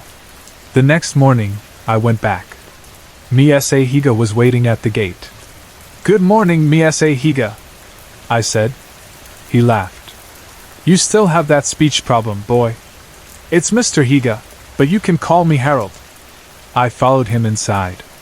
On the table was a bamboo stalk. He told me to put my hands together, fingers straight. He placed his hands over mine and closed his eyes. I felt the tingling that started in my hands and spread up my arms. When he opened his eyes, he told me to feel the bamboo. I picked it up. It was cool and smooth. "Close your eyes and feel the bamboo," he said again. I did. This time, the texture seemed to change. I felt the tiny scratches, the rings where it had grown, and even the fibers inside the stalk. It was like I could feel the life inside the plant. When I opened my eyes, I saw him smiling at me. "Very good," he said. "What did you feel?" I told him I felt connected to the plant, like I was part of it. He handed me a rock next. It felt different, less alive, just a hard object. He explained. "The bamboo is living, it has a life force. The rock doesn't." We spent most of the day like that, me feeling things, learning to sense the energy in different objects. Sometimes he'd stop, put his hands over mine, like he was recharging my energy. Even something as simple as a pineapple felt magical this way. The world seemed richer and more complex. By late afternoon, we were both hungry. "Let's get spaghetti in town," I offered. My treat. "No," he said. "Yakisoba. Hiro makes the best on the island." "Sounds good to me." We headed out. He slipped on his shoes and I laced up my boots, grabbed my helmet, but he said, "We will walk." We walked down the dirt road toward the restaurant. Half a mile in, he stopped. "You move well," he said. "Grab my wrist hard." I did. He told me to squeeze harder. I did, until I thought I might hurt him. Then, with barely a movement, he twisted his arm, and suddenly I was just holding empty air. He'd slipped right out. "When you felt the bamboo with your hands, the strength was hidden. When you felt it with your heart, the strength was revealed. The strong of heart are mighty," he said. We walked the rest of the way in silence. I kept thinking about that bamboo, and how easily he'd slipped out of my grip. At the restaurant, Hiro spotted us and rushed out of the kitchen, bowing deeply to Miese Higa and greeting him with great respect. They exchanged polite words, and Hiro led us to a table. "Want a beer?" Miese Higa asked. "Yes, please." He ordered 2 Nego Maisu, local slang for Orion beer from the capital. The beers arrived, and we toasted. "Kanpai," then took a long drink. He called for sake, too. In Okinawa, you don't sip sake. You knock it back fast before it melts your teeth. This was the strong stuff, the kind that catches fire if you get too close. The food came, hot yakisoba, with thin slices of beef, onions, vegetables, and noodles in a rich brown sauce. It tasted incredible, especially after a beer and sake on an empty stomach. "This is real beef, not dog like other places," Miese Higa joked. "I'll drink to that," I said, and we toasted again. After we finished eating and another round of sake, I tried to pay. Hiro shook his head, looking almost insulted. "Miese Higa come, no money." "You come with Miese Higa, no money too." I thanked him and apologized if I'd offended him. Hiro and Miese Higa spoke for a minute in Japanese. I caught the word gaijin, foreigner, but didn't understand the rest. I turned to Miese Higa. "I wanted to buy you dinner. You've taught me something that changed my life. We never even talked about payment." He shook his head. I don't need money. Hiro was honored to serve us. What did you say to Hiro? I asked. He smiled. I told him you were my son. Your son? You don't even know my name. He looked at me, peaceful. I know your heart. That's what matters. We walked back in silence. At the compound, he told me to take off my boots and come inside. He was sitting at the small table with sake ready. Today you learned a lot. Tonight you drank a lot. Stay the night and rest. We had one last sake. My legs were cramping, so I stood up and nearly fell over. I grabbed a post for balance and closed my eyes for a second. Suddenly, I saw a small Okinawan woman smiling at me. It was the kind of warm smile my grandmother used to give. Son, son, son! I heard Miese Higa calling. I saw Yukai, I said, barely above a whisper. Your wife. She smiled at me.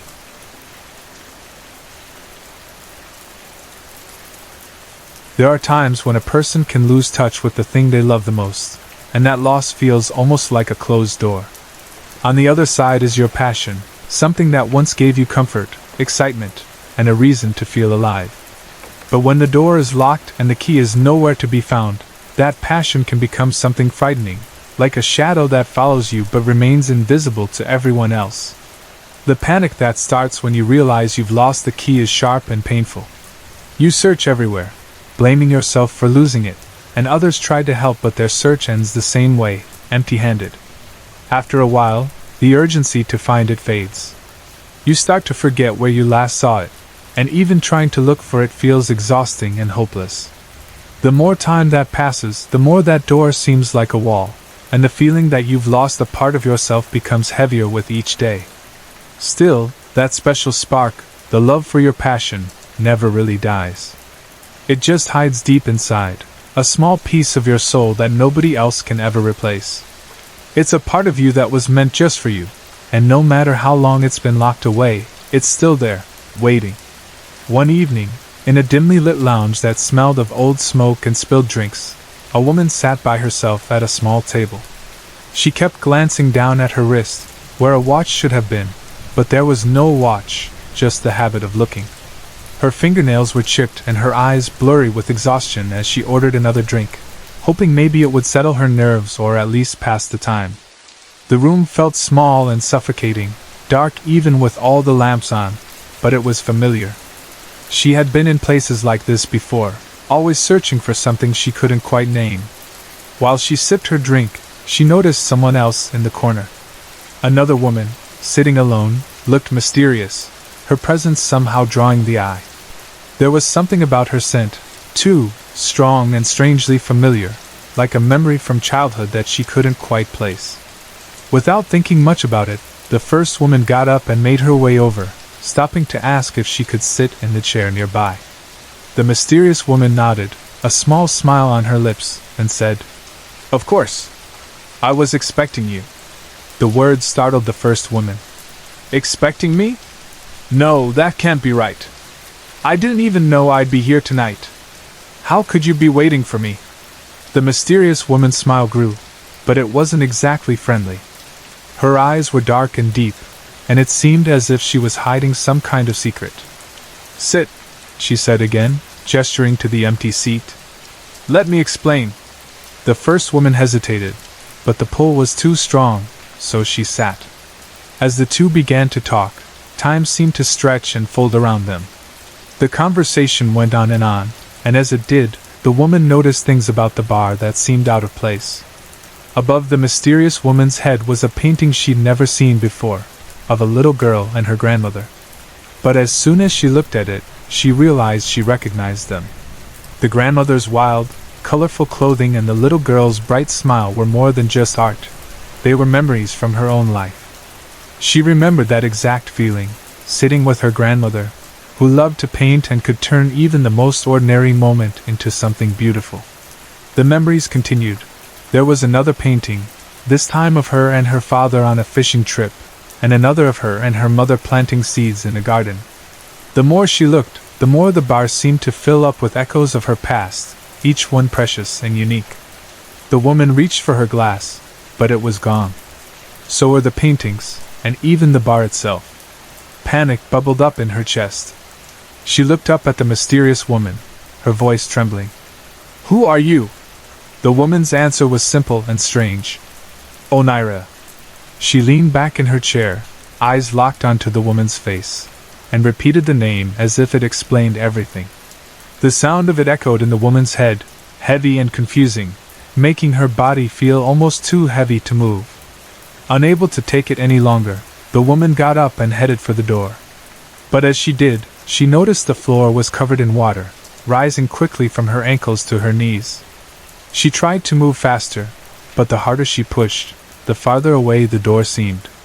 Soon she was swimming, desperate to escape, but it was no use. The exhaustion set in, and she found herself floating, not drowning but suspended, alone in a place that had once felt familiar. She closed her eyes, and in an instant she was somewhere new, standing on an empty pier, surrounded by nothing but mist and ocean. Cold raindrops started to fall, landing on her skin and making her shiver. A voice called out from somewhere she couldn't see, distant but clear. "Hello, is anyone out there? I'm lost and need help finding my way home." She spun around, but the world shifted beneath her feet. She slipped and tumbled down a slope, and suddenly she wasn't alone. Next to her was a young girl in a pink dress, clutching a toy horse and laughing with pure, infectious joy. Just seeing that face made the woman smile, a smile she hadn't felt in years. Together they ran through a field of wildflowers, their laughter bright and sweet, until the sense of being chased crept up behind them. The little girl got tired and slowed down, calling out, "Go on without me!" But the woman refused to leave her. "No, I won't leave you behind!" she shouted. But the girl just smiled sadly and said, "But you already have." The woman reached out, but the girl vanished. The field of flowers withered and turned to darkness. Now a man walked past her, his features blurred and fading as if time was erasing him. She grabbed his hand, barely catching his fingers, and it was enough to stop him. He turned to face her, and she saw sadness in his eyes, a kind of sorrow that seemed almost too much to carry. His voice was low, husky, and full of the weight of things unsaid. "Your Honor, my client would like to take the stand," he said. Suddenly she was in a courtroom, sitting at the defendant's table. The judge, a stern woman with a cold face, called for order, and all eyes turned to her. The prosecutor stood up, accusing her of abandoning a child who needed her. "Isn't it true you left behind a little girl who depended on you? Isn't it true you just walked away one day and never looked back?" The woman shook her head, feeling panic and guilt rise inside her. "No, I wouldn't do that. I wouldn't leave her," she tried to say, but her voice barely made a sound. The prosecutor shook his head. "Your Honor, I have no further questions." The courtroom doors swung open, and the same little girl from before entered, still wearing her pink dress, still holding her toy horse, but now her face was sad. She pointed at the woman and said, "She left me." The words echoed through the room, picked up by every person there. "You forgot about me. You left me." The chant grew louder, filling the courtroom with a crushing sense of regret. The judge slammed her gavel, demanding order, then turned to the jury. "Have you reached a verdict?" One by one, the jurors nodded. "Guilty," they said. "I sentence you to life without parole." The woman could only sit there, helpless and lost. Her attorney looked at her with those same sorrowful eyes, sharing her pain. "I'm sorry I couldn't do more," he said gently. "But when you let go of what makes you who you are, when you cover up the things that bring you joy, a part of you dies. You leave behind a piece of yourself. But if you let your imagination run free, if you welcome back your dreams, you can find your magic again." As she listened, the woman began to fade, her thoughts drifting into darkness, but she could still hear her inner child, that young voice whispering, "I'm still here." Suddenly, the woman's eyes flew open. She was awake. It had all been a dream, but it felt more real than anything she'd experienced in a long time. She sat up, shaken and relieved, and then realized she was in a car, pulling up to her childhood home. Her husband reached over and placed a comforting hand on her knee, his own eyes full of that same quiet sorrow. "Surprised?" he said softly. "I know you've been struggling with writer's block, so I wanted to do something special for you. I wanted to remind you why you started writing in the first place." They stepped out together. Her mother was out in the garden, dirt on her hands, surrounded by blooming flowers. Her father appeared in the doorway with fishing gear in hand. They looked just as she remembered them, and their smiles made her feel like a child again, if only for a moment. After hugs and a few tears, the family went inside. They shared stories, laughing and reminiscing about the good times. On the coffee table, the woman noticed one of her grandmother's favorite old books. Curious, she asked about it. Her mother smiled. "We were going through your grandmother's things and thought you might want to have it." The woman picked up the book, turning to the page where a bookmark poked out. It was a section on Greek mythology, and right there was the name, Oneiro, the personification of dreams. Stuck between the pages was a photograph of herself as a little girl in a pink dress, holding a horse. Her mother looked at the photo and laughed. "I remember this day. You were so excited to go see Grandma for the summer, and you couldn't wait to share your new stories with her. You used to tell me all the time, with one hand on your hip, one day my stories are going to change the world. You had such an imagination." Her father nodded in agreement, pride shining in his eyes. "You were always the storyteller." That night, as she helped her mother in the kitchen, the woman couldn't help but ask about dreams and what they meant. Her mother thought for a long time before answering. "I think dreams come from deep inside you. They're your subconscious trying to get your attention, showing you images that are important, even if you don't understand them right away." The woman shared her dream, telling her mother everything she could remember. Her mother just listened quietly, and when she was done, she said, "Maybe your dream is trying to tell you something, or maybe it's just a dream. Only you can decide what it means." The next day, the woman found herself thinking about her dream, about the little girl she had left behind and the passion she had locked away. She realized that the dream was the key she'd been searching for, the missing piece to unlock her writer's block. With a new sense of hope and inspiration, she picked up a pen and began to write again, letting her imagination run free. The door that had been closed for so long finally creaked open, and the woman stepped through, ready to rediscover the magic she'd carried inside her all along. Ulrich stepped out into the bright morning, and the sunlight struck his skin with an intensity that felt almost deliberate. His paper-thin flesh, stretched taut over a frame that was all bones and sharp edges, began to prickle, then burn. The blood flowing through his pale blue veins, visible against the thinness of his arms and hands, seemed to heat up and churn inside him. The pressure built rapidly, too rapidly to be natural. Suddenly, without warning, his limbs burst apart in all directions, his body coming apart at the seams with a violence that scattered him across his front yard. His torso broke into pieces, landing in the grass, and then all of it began to burn, quietly and completely, until there was nothing left but a gray smear of ash. No one saw it happen. No neighbor peered through a window. At this early hour, nobody else would have chosen to be awake, let alone outside. The dust that once had been Ulrich drifted slowly, carried off by the first hot gusts of summer. The sun, as if momentarily ashamed, ducked behind a cloud, but the brief shade did nothing for Ulrich now. At the house, I found Figus pacing the yard, his uniform jacket already unbuttoned in the heat. "Figus, what have we got?" I asked as I stepped over the curb, the still warm sidewalk radiating up through my shoes. "Well, the house is empty," Figus said, not looking up from his notepad. "No signs of a break-in, no sign of a struggle. I talked to the neighbors.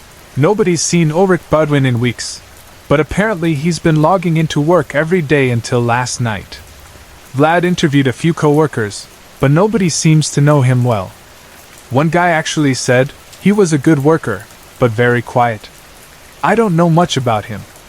Figus snapped his notebook closed and shrugged. "Honestly? Feels like a suicide. We could be wrapped before midnight snack. That felt too convenient to me, too simple." "You really think so?" I said. Just like that? He shrugged again. Sometimes people just decide it's their time, detective. Not everything is a crime scene. Figus had a point, but the whole thing just didn't sit right. Here was a guy with everything lined up, a steady job, his bills paid, his house in good order. Everyone I'd talked to said he was nice, polite. Why would someone like that step out into the sunlight and end it, and why in such a brutal way?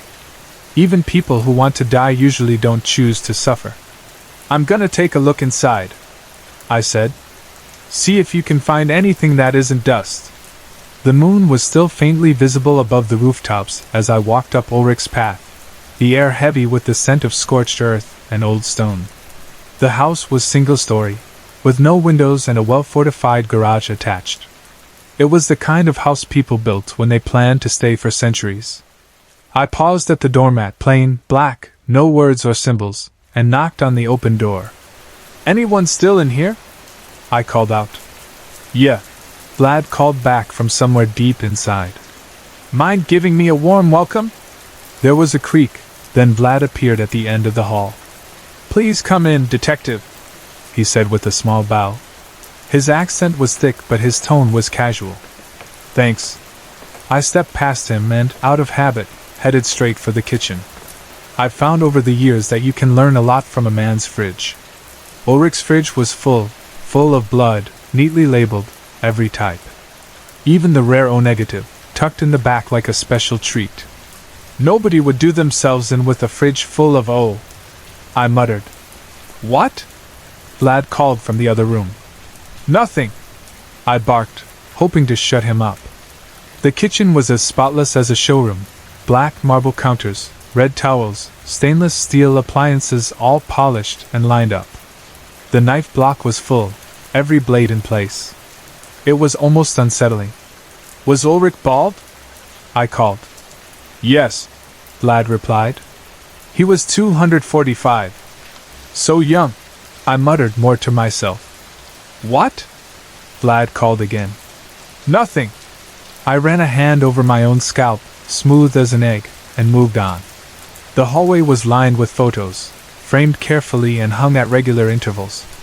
The older photos, Ulrich looked about 60, maybe 70, were bright and crowded, full of people, laughter, and parties. As the years passed, the photos changed. Fewer people. Smiles faded. The woman beside him, who might have been his wife, appeared less often. Eventually, it was just Ulrich, standing alone against the world. The bedroom was dark, the air tinged with the scent of old pine and something sickly sweet, decay. His coffin, a rough old box of wood, sat beside a patch of floor worn thin by years of use. I noticed the dust was disturbed to one side, the imprint of a second coffin now long gone. In the office, Ulrich's computer was still on, the screen cluttered with open programs and a mountain of browser tabs. Next to the keyboard, a half-empty glass of blood sat thickening. I leaned down and sniffed. It was O negative, still a little warm. On the screen, I opened his Vmail. Most of it was junk, but one message caught my eye, a message from Victoria. I read it slowly, line by line. Ulrich, you completely disgust me, and not in the good way. The century I spent with you was the worst mistake of my entire life. Each decade that passes without you, I realize how lucky I am that I escaped your claws when I did. I despise you, and I resent you using my turning day as some invitation to send me a message and beg my forgiveness or pity. I am every bit as angry at you as the day I left, and it is never going to simmer or wane. Not in 100 years, not in 1,000 years, and not if the hunters kill every last one of our kind besides us, leaving you as my only option for company. This will be the last time I write you, and I sincerely hope that you will never message me again.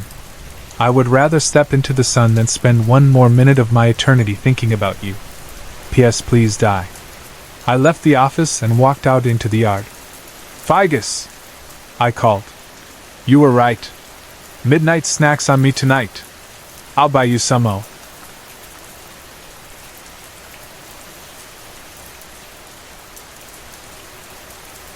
Ramina glanced at her older brother with a cocked eyebrow, amusement flickering in her voice. Are you sure it's this way? Because if it's not, you'll be the one on cleaning duty when we get home," she teased, shoving aside a low branch. For hours, the siblings, Samuel, Remina, and Itchen, had trudged through tangled woods, chasing one half-whispered rumor after another, looking for anything worth the effort. So far, they'd only found disappointment. "Patience, Remina. Give the boy a chance," Itchen called back, scanning the twisting branches. The forest was strange, the trees gnarled and winding like coiled snakes. Samuel felt sweat trickling down his back, making his shirt stick. At just 18, he felt the pressure to prove himself more than ever. Clutching his torch, he led the way, determined to show his siblings that he wasn't just the youngest anymore. "Yes, I'm sure about this." Samuel wiped at a bug that landed on his cheek. "I know where we're going. I saw the old temple when I was out scouting. We're close." Itchen laid a firm hand on Samuel's shoulder, halting the group. He raised his fist in a silent signal. Before them, a shallow dip ended at a mossy pond, and beyond that, rising from the undergrowth, was a dilapidated church. Moss and red-stained vines covered its walls, the whole place half swallowed by the forest. "Doesn't it bother you too?" Itchen asked quietly, glancing back down the silent path. "We've been walking for hours, but there's not a single bird or animal. Not even an insect. Samuel, are you certain there's treasure here? This place looks like it's been dead for a century." He kept his axe at the ready, eyes constantly moving. Samuel heard a whisper, low and cold, like a worm wriggling through his ear. He shivered, brushing his earlobe as if to brush it away. "Come to me," the voice hissed, chilling his blood. He nearly faltered, glancing nervously at the church. "Maybe we should turn back," he said, hoping they would listen. The wind in the trees sounded like distant hushing voices. Remina shook her head. "No thank you. I have a better idea." With a sharp kick, she sent the old wooden door crashing open. What lay inside stopped them all in their tracks. The church's pews were splattered with gore. Human bodies, split open and headless, sat propped upright, as if attending some grim service. The stench hit them in a wave. Samuel froze. His heart thundered. Sweat stung his eyes, but he was too scared to blink. Itchen pushed him forward. "Let's grab what we can and go. The longer we stay, the harder it'll be to get back." Samuel didn't want to move, let alone search for treasure. Everything about this place felt wrong. Still, he forced himself forward, breathing in short, shallow gasps, afraid to look too closely at the corpses lining the pews. "Hey! Sammy! Itchy! I found something!" Remina's voice called from behind the altar. Samuel hurried over, passing the headless statue that stood at the front of the church, a woman's form, with a crescent moon in place of a head. Remina had found a staircase hidden behind the statue, leading down to a basement. There, in the faint torchlight, was a coffin. Silver and gleaming, brighter than anything else in that dismal place. "This'll have to do," Itchen said, nodding. "Let's grab it and go." Samuel reached out to help, but as his fingers touched the cold metal, a jolt ran up his arm. "Come to me, boy," the voice in his mind insisted, louder now. Samuel's heart raced. He dropped the torch, trembling. Remina grabbed his sleeve and yanked him back. "What's wrong with you? Let's get moving already." Samuel glanced nervously at the coffin. "Aren't you worried there's someone in there?" "No, and I don't care, Sammy. It's shiny, which means it'll sell for a pretty coin. It's ours now." Remina gave him a smug grin. They dragged the silver coffin by its chain out of the basement, and onto the muddy trail, heading back toward the road. "Come here, Samuel. Come to me." The whisper was relentless now, burrowing deep in his mind. He clapped his hands over his ears. "Stop it!" Itchen and Remina stopped, concerned. Itchen stepped closer. "Are you all right, Sam?" "Yeah, I'm fine. That place just got to me," Samuel lied, staring at the ground. Itchen pressed a fist to Samuel's chest. "You remember what you promised me?" Samuel nodded. "That I wouldn't run away." "Good. We stick together. Itchin squeezed his arm, then motioned for them to keep moving. Night was falling, the moon high and full above the trees. As they struggled with the coffin, a wagon creaked its way up the road, lanterns swinging from the driver's seat. Remina's eyes lit up with a new plan. "I have an idea," she said, and punched Samuel hard in the gut. He crumpled, tumbling down the hill right into the path of the wagon. "Whoa!" the old driver shouted, hauling back on the reins as his horse reared. Remina shoved the coffin down after Samuel. It bounced and crashed, coming to rest beside him. Gasping, Samuel shouted up the hill, "What's wrong with you?" The old man hopped down from his wagon, worry creasing his face. "Are you all right, boy? Where did you come from?" He reached for Samuel's shoulders. Samuel whispered, "Run away." But the old man's eyes drifted past Samuel, to the silver coffin. His face went pale. He hurried back to the wagon, only to find Itchin already there, blade pressed to his throat. "You're going to help us carry our cargo, old man," Itchin whispered, grinning. "And you're going to get us where we need to go." Trembling, the old man obeyed, climbing onto the wagon as Itchin climbed in beside him, weapon never leaving his throat. The horse whinnied and stamped, agitated by the strange smell on the wind. Then, in a blink, the old man was gone. Blood pooled on his seat, but there was no sign of him. The horse broke free, reins snapping, and fled into the darkness, the wagon tilting dangerously. Samuel stared, heart pounding, as Remina ran to his side. Slurping noises echoed in the night, wet and hungry. Samuel spun, searching for his siblings. "Itchin! Remina!" Nearby, a pool of blood spread through the grass. In the moonlight, he saw it, a creature, hunched and bald, its skin the color of midnight, its eyes glowing yellow. "Come here, Samuel." The whisper in his mind became a command. The creature crept forward, arms outstretched. Just before its fingers touched him, Itchin appeared, axe raised. With a shout, he swung hard, burying the blade in the monster's back. The thing reared up, howling. Remina grabbed Samuel, dragging him back.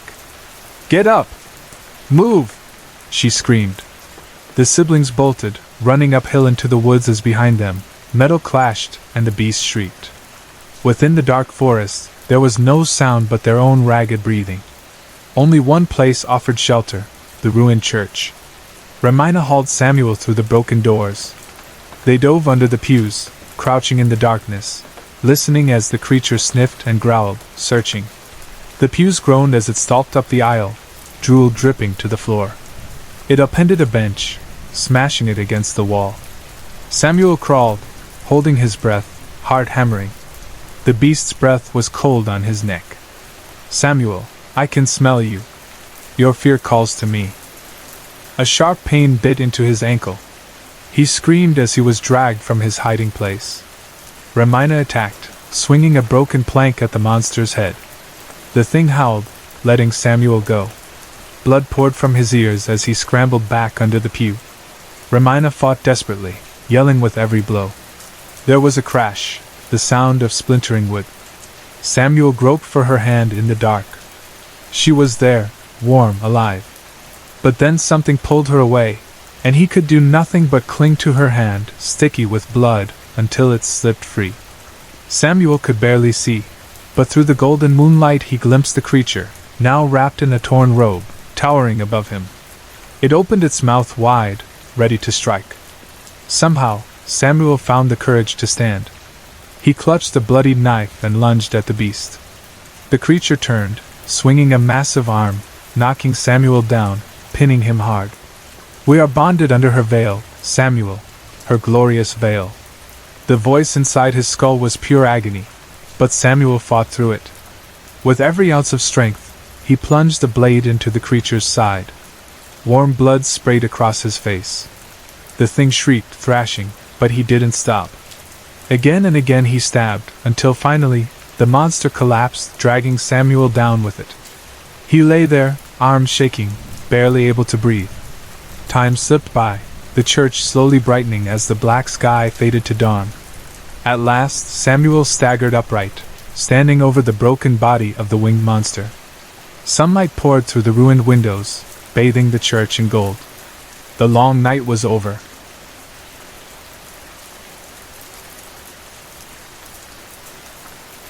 Ethan's heart pounded as the council volunteers peeled back the university-logoed plastic tarp from his sculpture, undetected. Usually, he didn't care for the public spectacle of installation. He was a Nebraska boy at heart, more interested in the labor, the mess, the rush of real, physical work. The sweat, the nicks, the stiffness that lingered long after. But this day was different. The square was humming, sticky and electric, sweltering in 92-degree heat that settled over the courthouse like a heavy curtain. The crowd around the northeast corner was bigger than he expected. Their energy, the anticipation, he could feel it in his chest. When the directors pushed him to speak, Ethan let out the words he had been holding for a lifetime.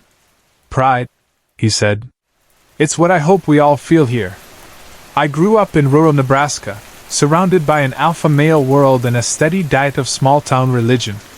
I spent years fighting myself, hiding behind bluster, wanting nothing more than to go undetected, to beat this thing inside me. I blew up everything when I came out, family, friends, community, but I found a place where I could be proud, where I could belong. I hope this piece, soon to be at the Millington Pride Community Center, reminds us all, we don't have to hide anymore. We don't have to go undetected." He kept it short, ending with a joke about water, cold brew, and heat stroke. The crowd cheered, and as they dispersed, a trickle of sweat ran into his beard. He smiled as he stepped off the trailer. Daniel found him a minute later, offering a tall cup of cold brew with vanilla foam. "Here. Now, as long as nobody from the Proud Boys or Chick-fil-A shows up with tear gas or pamphlets, maybe we'll survive the afternoon." Ethan nearly bristled.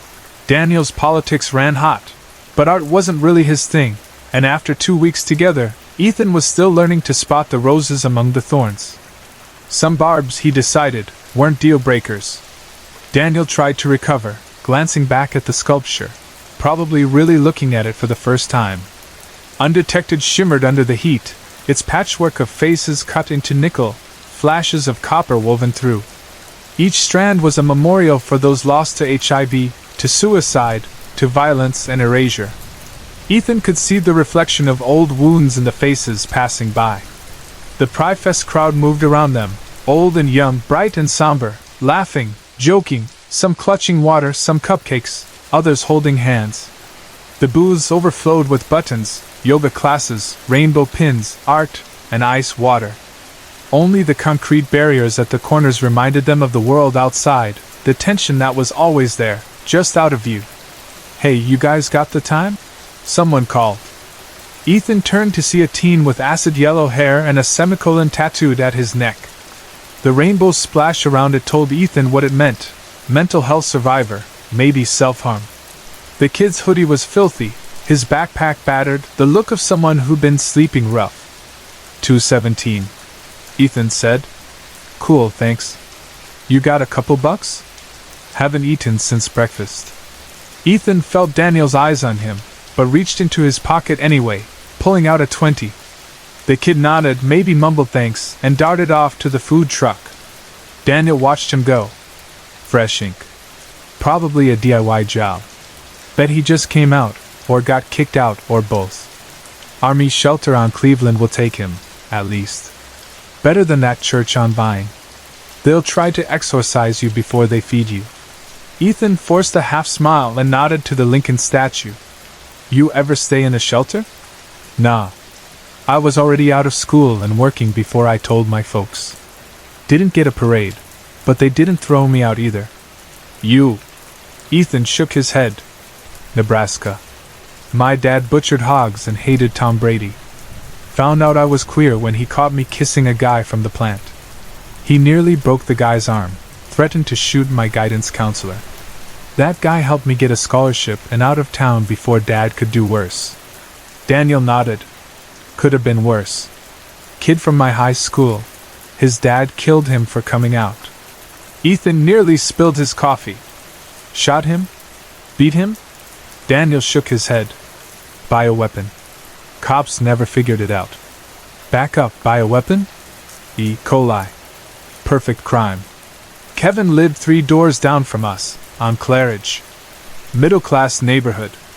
The guy next door was a Trump guy, sign on his lawn, always yelling at black kids on their way home from school.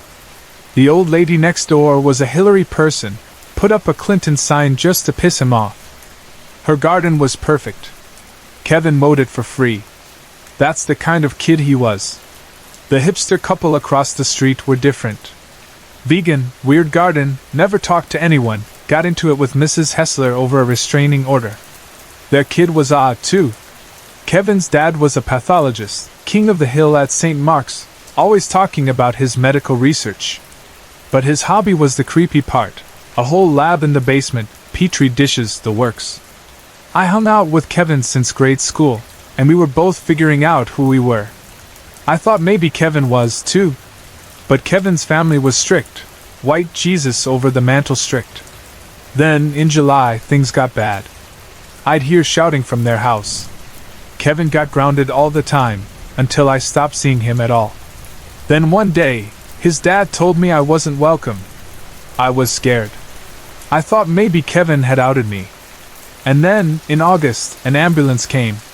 Kevin was sick for days, then slipped into a coma. At the funeral, they said it was E. coli, but there weren't any food recalls, nothing at the stores, and the health department checked the food in their house. I remembered his dad's hobby, the lab in the basement. Maybe the old man was that angry. People would have laughed if I'd said it. But I kept quiet, stayed away, kept my head down, tried to be normal until I left for college. Sometimes, when I come back to town, I wonder about it. Like I said, perfect crime. Ethan looked at Daniel, his smile empty. You never really left, did you? Daniel bristled. Guess you can't take the country out of the boy, huh? Ethan shrugged. You said the hipsters woke you up every morning, but you also said they were lazy and let their yard go wild. What were they up for? Daniel hesitated, remembering. The rooster. Their damn chickens would go off at any hour. Ethan nodded. Backyard chickens. It was a fad for a while, DIY, organic, natural food, that kind of thing. Not so much anymore, now that the big companies do sustainable eggs. But the trouble with home flocks is they can carry disease. Especially if you have a garden, and if your birds are free range. Daniel shook his head. But Kevin died of E. coli, not salmonella. Those were the eggs. Remember that recall? Ethan shrugged. Chickens don't just carry salmonella. Colobacillosis, E. coli, can be spread by backyard poultry, especially if someone has an open wound. You said Kevin had bad acne. All it would take is a scratch, or a boil, and a little contact. Chickens can infect people that way. The commercial farms are careful, but the home flocks aren't. Daniel stared at the band setting up. You think that's how he died? Ethan shrugged again. The hipster's weird kid probably took care of the birds. Maybe Kevin helped. Maybe they were closer than you realized. Maybe he let Kevin handle his favorite chicken. Daniel snorted, but Ethan kept going. It's intimate, sharing that. Maybe you resented it, because you wanted to be the one Kevin trusted. But you were both hiding so hard, you never said what mattered. Kevin was trying to stay undetected. You were too. The thing that killed him might have just been love. Daniel stiffened. You really think I'd go find that kid, tell him it was his fault, just to get even for some high school crush? Ethan looked at him for a long moment. I don't know. Would you? Daniel shook his head, got up, and stalked off toward under the rainbow, rubbing his elbow where he'd banged it on Lincoln's knee. Ethan let him go. He leaned back in the shade of the old president, watching the festival go on, people dancing, laughing, living. After a while, he stood, dusted off his jeans, and walked back into the Pride crowd, thirsty for a little more life.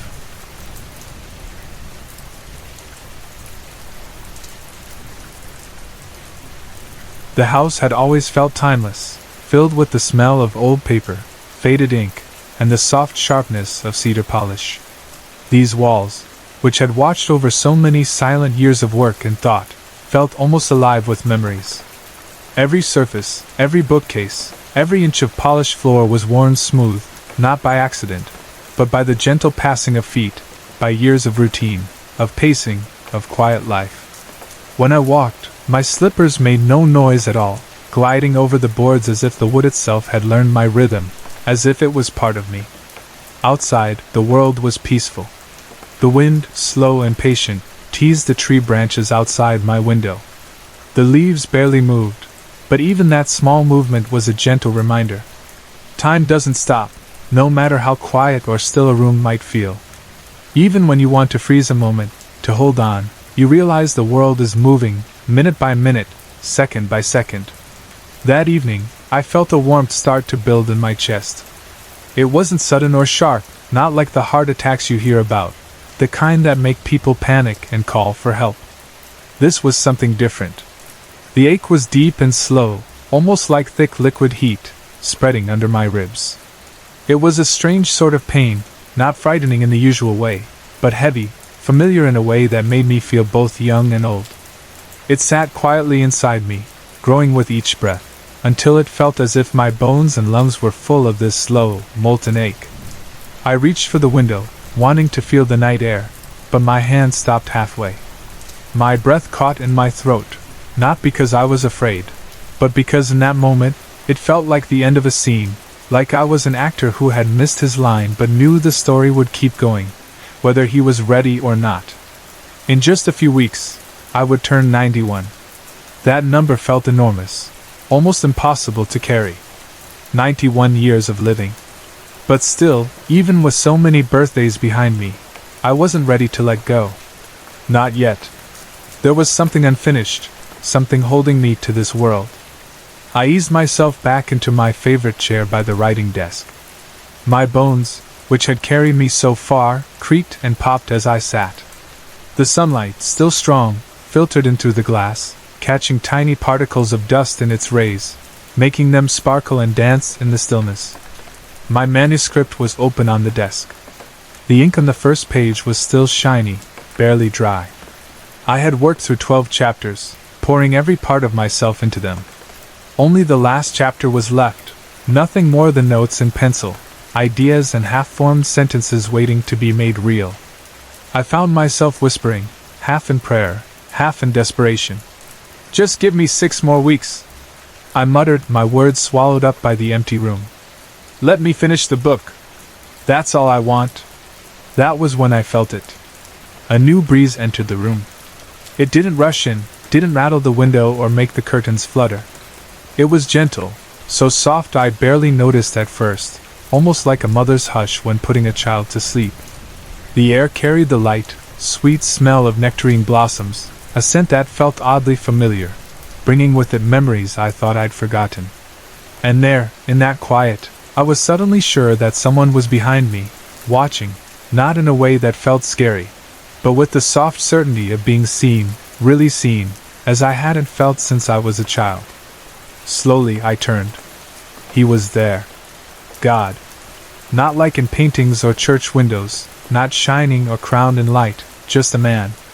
Ordinary in his face, his clothes, but with an unexplainable calm around him, a peace that filled the whole room. He looked like the kind of person you might pass on a quiet street, someone who would make you feel safe, though you couldn't say why. He sat down across from me, as if this was a normal evening, as if we'd done this every day for years. "You're early," I said, my voice sounding braver than I felt. He smiled, and the smile was gentle, familiar, almost amused. "No," he said softly. "You're late." I blinked, feeling my throat tighten. I didn't know if I should laugh or cry. "I'm not ready," I whispered. "No one is ever ready," he answered.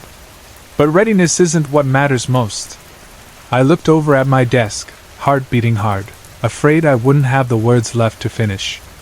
"Look at that," I said, gesturing toward the piles of papers and notebooks. 3 unfinished books. "But that one," my hand shook as I pointed. "That one is special. I've been trying to write it all my life. If I could just finish." He raised his hand a little, stopping me. "One more book?" I nodded, barely able to meet his eyes. Yes. And then what? He leaned forward, his voice steady and kind. Will that be enough? Or will it be one more idea, one more revision, one more little change to make a sentence perfect, when maybe only you will ever know the difference? I couldn't answer him. He spoke again, voice soft and sure. You've already published 12 books. And yet you talk as though you've never said what you needed to say. But I was listening. I heard every word. He turned to look out the window, watching the distant trees sway in the faint breeze. You don't write because the world is listening. You write because you need to remember. You remember for those who have forgotten, for those who haven't yet been born, and for me. I looked at him, confused, worried. But what if no one remembers what I wrote? He smiled, and there was no sadness in it, only a quiet certainty, as if he understood more about time than I ever could. But my dear friend, you weren't meant to write to be remembered. You wrote because there was something inside you that had to be shared. Isn't sharing in itself enough? We sat quietly, the silence heavy but peaceful, a silence that felt full rather than empty, filled with everything that had ever happened and everything that would come. The wind picked up a little, and a page from my manuscript fluttered, lifting from the desk like a leaf caught in a gentle current. Then another page, and another, each one carried softly through the air. One page brushed my shoulder as it floated past, and for the first time, I didn't try to reach out, didn't try to stop it.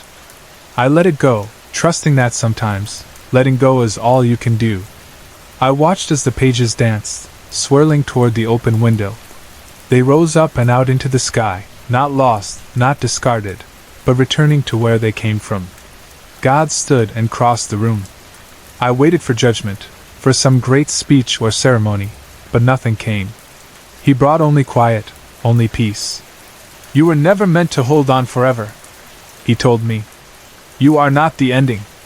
You are the doorway. I closed my eyes, and for the first time in so many years, the ache in my chest faded. The burning cooled, like stone finally relaxing in the shade after a long day of sun. I thought about autumn, about how leaves let go, falling softly, not fighting their fate, trusting that the ground will remember them. You see, he said, his voice calm and gentle, a leaf does not fear falling. It knows it is not the end, but a new beginning. A reservation for the next season. I nodded, understanding. And the ground never forgets. He smiled. Every leaf feeds the roots.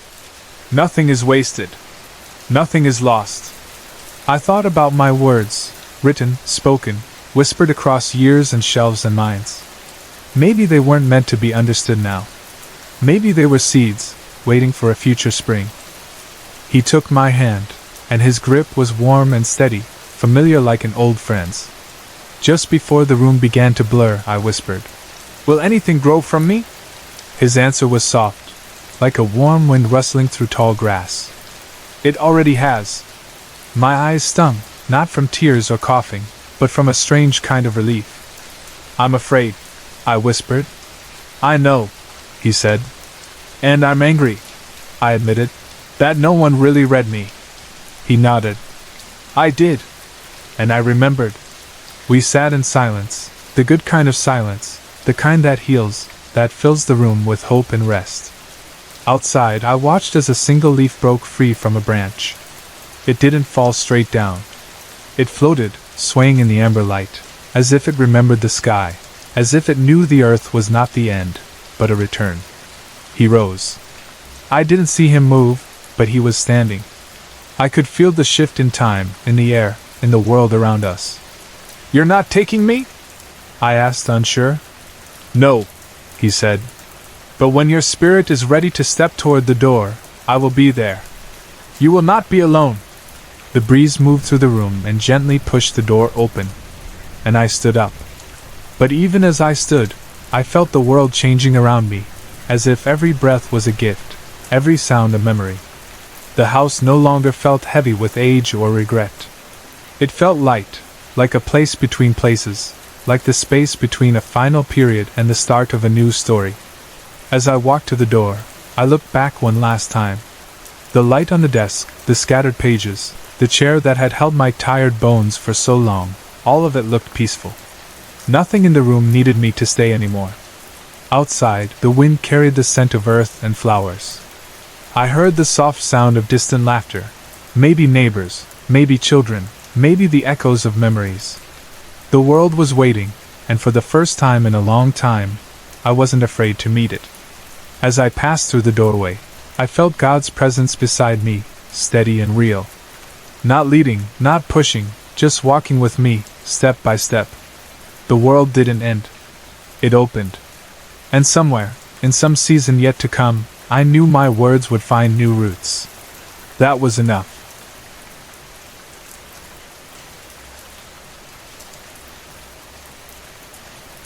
A sudden, burning pain exploded across my left cheek, and tears rushed to my eyes, hot and sharp. I couldn't see clearly. My skin felt hot, and embarrassment turned my face red. The pain was only part of it. There was a shame deeper than I could name. "Don't you remember what you did?" a voice demanded, cold and bitter, cutting into my thoughts from somewhere I couldn't see. "I didn't do anything," I shouted, my voice desperate, breaking. I pleaded with it to believe me. "I swear I didn't do anything." Tears poured down my cheeks, dropping silently to the floor, gathering into small, salty puddles by my bare feet. The voice laughed, harsh and mocking. The laughter bounced around the room, echoing off the unseen walls, and each cruel sound made my muscles shake even more. My heart pounded so hard in my chest it felt like it would break free. "Look," I stammered, my breathing shaky and rough. "I don't even know why I'm here. I can't remember anything from the last day. I don't know what's happening. Tsk. It's not good to lie, Amara," the voice replied, turning my name into a sing-song threat. My mouth went dry. "Why, you know my name?" "Of course I do. I know everything about you, Amara." I felt something ice-cold, fingers, maybe, slide across my elbow and rest there just for a second before disappearing. My skin crawled, but I didn't dare look. I was too afraid of what I might see. "Amara, just tell me the truth, and this will all be much easier," the voice said, growing tired but not any softer. "I'm telling the truth," I said through clenched teeth. "I don't know what you want." Rough hands grabbed my face, squeezing until it hurt, forcing my eyes shut with the pain. My chin throbbed when the hands finally let go, leaving me feeling weak and shaky. "If you won't talk, fine. I'll make you talk." The hands dropped away, but my nerves were on fire. Panic started to take over, and I pulled hard against the ropes tying me to the chair, ignoring the way the fibers cut into my wrists, rubbing my skin raw. "Why are you doing this to me? Who are you?" My voice was hoarse, worn out from crying and yelling, but I couldn't stop the questions. Suddenly, the room grew much colder. A chill snaked down my back, and goosebumps rose on my arms. I shivered, breath turning to fog in the air. The voice returned, lower and more dangerous. "Do you want to see me?" I swallowed, fear making my voice small. But something in me wanted to face whatever was torturing me. "Yes," I answered, surprising myself with the strength in my voice. My breath sounded loud in the silence. Several long minutes passed, and then the voice spoke again. "I'm surprised you don't know me." I stared straight ahead, unable to look anywhere else, drawn toward the sound. "Why would I know you? I don't remember ever meeting you." "Are you sure?" the voice asked. A heavy footstep thudded closer. "You really don't recognize my voice?" Another step. Sweat ran down my neck. My body was tense, every muscle on edge as I listened. "We have met before," the voice insisted. A dark shape began to emerge from the far corner of the room, its outline becoming clear as it moved toward the weak light. My stomach twisted itself into knots. My hands, bound tightly, started to shake. The footsteps echoed on the hard floor. With every step, fear squeezed tighter around my heart. Sweat trickled down my back. As the figure stepped into the light, I felt my whole body freeze. My breath caught in my throat. "Like what you see?" the figure asked, spinning playfully, its voice thick with amusement. I stuttered. But how is that possible?" Me. Yes, I'm you. My head spun. I don't understand. You don't need to understand, my double said. You need to remember. Suddenly, the sound of wheels scraping over concrete filled the room, growing louder as a trolley rolled toward me. It was covered in strange, cruel-looking tools. Fear flooded through me, heavy and sharp. I knew what was coming. Stay away from me, I begged, twisting in my seat, trying desperately to escape the straps that held me, but it was useless. The sooner you hold still, the sooner we can finish, my other self said coldly. Her upper lip curled, her face lit up with the thrill of causing pain. She strapped something heavy onto my head. This is how it works, she explained calmly, as if we were having a normal conversation. I'll ask you questions. If I don't like your answers, I'll turn up the voltage. It won't hurt me, of course. Tears rolled down my face as I tried to speak. I've told you before, I don't know anything, she sighed, sounding bored. Wow, I haven't even started yet, and I'm already disappointed in you. I watched as she twisted the dial higher and flipped a switch. Pain, blinding, all-consuming pain, shot through my chest and limbs. My vision blurred. I screamed, but the sound was swallowed by the agony. Finally, she turned off the machine. The pain stopped, but my whole body ached, as if I'd been set on fire. Ready to answer now? She asked. I shook my head weakly. Please, I didn't do. The pain came again, a fresh wave that took over everything, making me writhe and sob in my chair. Somewhere far away, I could hear her voice, but it faded as I slipped into unconsciousness. The first thing I noticed was the smell. It was warm, inviting, the scent of a Sunday dinner, the kind that fills a house with comfort and memory. I opened my eyes and found myself in a room I knew well, surrounded by bright white walls covered in old Polaroid pictures of my friends and family. I was home. But how did I get here? I pushed off the covers and walked softly downstairs. The smell grew stronger as I reached the dining room. Everything looked normal. My family sat in their usual spots at the table. But something felt wrong, like I didn't belong in this moment. Hello? I asked. No one answered. Silence filled the room, heavy and absolute. I moved closer, waving a hand in front of their faces, hoping for any sign they could see me. Nothing. Not a blink, not a movement. Suddenly, the house faded away and I was in a long, narrow hallway. Pictures from my childhood hung on both sides, smiling faces staring out at me. It should have been comforting, but the hall was dark and the shadows seemed too deep. The hairs on my arms stood up. My footsteps creaked on the old floorboards as I walked, and I stopped when a strong metallic smell reached my nose. Blood. I knew that smell anywhere. Terror made me run, my shoes thudding on the wood. The sound was deafening, drowning out every other noise as I chased the scent down the hallway. Then I saw it. In the dining room, a figure stood over my father, clutching a blood-soaked knife. Blood poured from a wound in his neck, dark and thick, soaking his blue shirt. My hands flew to my mouth in horror. I couldn't breathe. I couldn't move. The figure froze, sensing my eyes. It turned slowly, and my heart slammed in my chest. As its face appeared in the light, my whole body turned cold. It was me. I stared at the bloody knife, the blood on my hands, the panic in my eyes. No! I whispered, falling to the floor. I curled up, knees to my chest, shaking so hard I could barely think. The figure walked toward me, its black boots leaving red prints on the floor. It squatted down until our eyes met. You did this, it said. You killed your family. No, I didn't, I whispered, tears streaming down my face. Yes, you did, the voice screamed, filling my ears. I didn't. I didn't! I didn't! I covered my ears, trying to block out the voice, but it just grew louder. I clawed at my chest, begging to breathe. The world spun and faded to darkness. When I opened my eyes, I was back in the same windowless room where it had all started. The cold, empty walls surrounded me. My double stood nearby, calmly wiping her tools. So you're awake, she said without looking at me. I couldn't answer. The memory of what I'd just seen was too much. Now you know what you did, and for that you deserve to suffer, she told me. Her words snapped me out of my shock, panic rising again as she picked up the torture device and moved toward me. Please, no, I begged, tears running down my cheeks. I don't want to remember. I don't want to remember what I did. I fought her, but it was useless.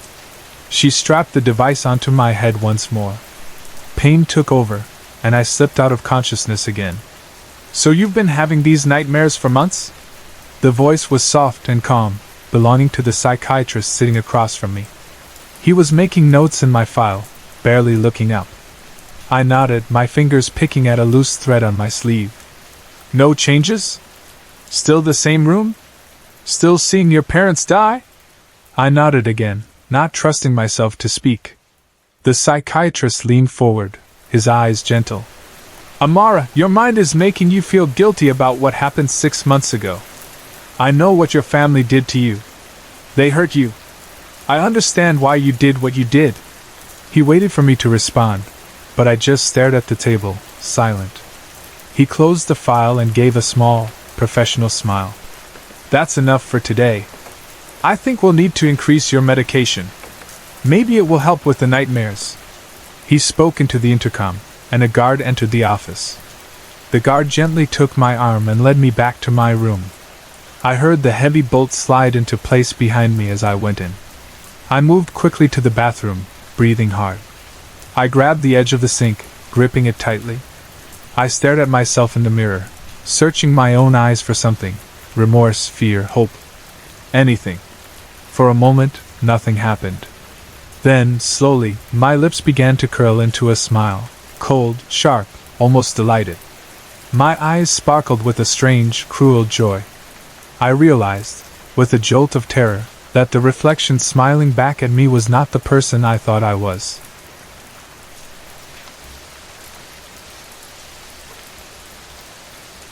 The boy dug through his white closet, searching for something, anything, to wear to school. He really should have been dressed by now. Out of all the piles of clothes, he still couldn't decide. Maybe it was because his nerves were getting the better of him. There was a math test today, and he hated math more than anything. The clock was ticking, and he knew he was running out of time. That had to be it, the anxiety about the test. He let out a heavy sigh and shoved his hands under a messy pile of clothes in the corner of the closet. It was dark and he could barely see what he was grabbing. All he could think was, find something, just find anything. You're going to be late. Finally, he pulled out a plain gray t-shirt and a pair of navy blue cargo pants from the bottom of the pile. He managed a tired smile. Simple and comfortable. Just how he liked it. He huffed again, feeling sleepy. All he really wanted to do was crawl back into bed and let the days slip away. He turned to look at the white bedroom door that led into the hallway. He'd have to leave soon. He stood there, gathering himself, when suddenly, knock, knock, knock. Someone was at his door. Who is it? He called, his voice full of hope. Maybe it was who he was waiting for. It's just us, Florian, came a muffled voice through the door. A smile spread across his face. Come on in, you guys. The door opened, and Liam stepped in first, followed by Sophie right behind. Hey, they both said at the same time. Sophie's greeting was louder, full of energy, which was just like her. Liam strolled right in and gave Florian a friendly pat on the shoulder before dropping down onto the blue beanbag near the window. Sunlight flooded the room and shone off Liam's blue eyes and his neat gray suit, probably one his friends made for him. He looked sharp as usual. You guys were pretty quiet coming up those old stairs, Florian said, trying to lighten the mood. I know, right? It's like we're ghosts or something, Sophie joked, making a goofy boo sound. She walked over to Florian in her white summer dress covered with little red roses. They shared a warm hug. Florian, always the smallest, stood on his tiptoes, hoping to look taller beside his big sister. How are you, little brother? She asked. He shrugged, feeling better now that his siblings were with him. Not too bad, I guess. I feel a lot better since you guys showed up. She grinned. You know I can tell when you're standing on your tiptoes, right? Florian laughed softly. Yeah, I know. So, how's the singing going? Amazing, she said. I just finished recording a new song yesterday. That's great, Florian said, genuinely happy for her. We're still editing it, though, so it might be another week or so before we release it. But it's coming along well. I'm happy for you, he said, and she squeezed his arm affectionately. Thanks, bro. She smiled at him. So, you ready for the math test today? She looked right into his eyes. He hesitated. Yeah, I think so. I studied this time. He lied a little, thinking about how he fell asleep with the book still open on his bed. But I'm still nervous, you know. Math just gets to me. You'll be fine, Sophie said with a reassuring smile. You're smart, Florian. Thanks, Soph, he said, and quickly pulled away, feeling a little shy. He turned to Liam, who was lounging on the beanbag, eyes glued to his phone. Hey, Liam! How's it going? Florian tried to sound cheerful. Liam didn't look up right away. I'm doing all right. So, big math test today, huh? Did you study? Yeah, I did. Spent a lot of hours on it. Not really, he thought, but didn't say it out loud. Liam nodded, not convinced. What are you looking at? Florian asked, curious. The stocks, Liam replied, his tone flat. They've been dropping for weeks. Really? Why? Liam sighed, as if it was obvious. Because people these days don't know how to do things right. The world's falling apart. Florian smirked. Then it's a good thing you're here to save the day. You always look the part, all dressed up in your suit with your perfect hair. Liam actually cracked a smile at that. Thanks, I guess. Then he went right back to his phone. Florian shook his head and looked at Sophie. She was now sitting on the edge of his bed, her legs crossed. She always sat like that. It seemed like a celebrity habit, or maybe just her style. I like your dress, he told her. She grinned, showing off her perfect teeth. Thank you. I love wearing these summer dresses. It's like, every time I see you, you're in a dress like that. Even in the winter. Aren't you cold? Florian laughed. Sophie laughed too. No, I just like how they feel. And maybe I am a little like Elsa from Frozen. I can sing, after all. He smiled. Yeah, you really can. Sophie grew curious. What period do you have math this year? First period, he said, making a face. Wow, right at the start of the day. That's rough. Did you like it? Not really. But at least it's over with early, so there's that. What about you? What period did you have math? Sophie thought about it. It was different every year. First year, it was day 2, period 3. Second year was day 2, period 4. Third year, day 1, period 2. Fourth year, day 1, period 3. Florian blinked. Can't believe you remember all that. You graduated, what, 5 years ago? Yeah, about 5. Same as Liam. The room fell quiet for a moment. Florian's mind wandered back to the math test, anxiety creeping in again. You okay? Sophie asked softly, noticing his distant look. He nodded, forcing a smile. Yeah, just nervous about the test. You really don't like math, huh? He laughed. I hate it, honestly. But you studied, right? She pressed gently. Yeah, I did, he replied, though it wasn't totally true. Liam suddenly let out a low chuckle. Florian turned to look at him. What's so funny? Liam just laughed a bit more. Florian's anxiety grew. Does he know? What's so funny? He repeated, worried.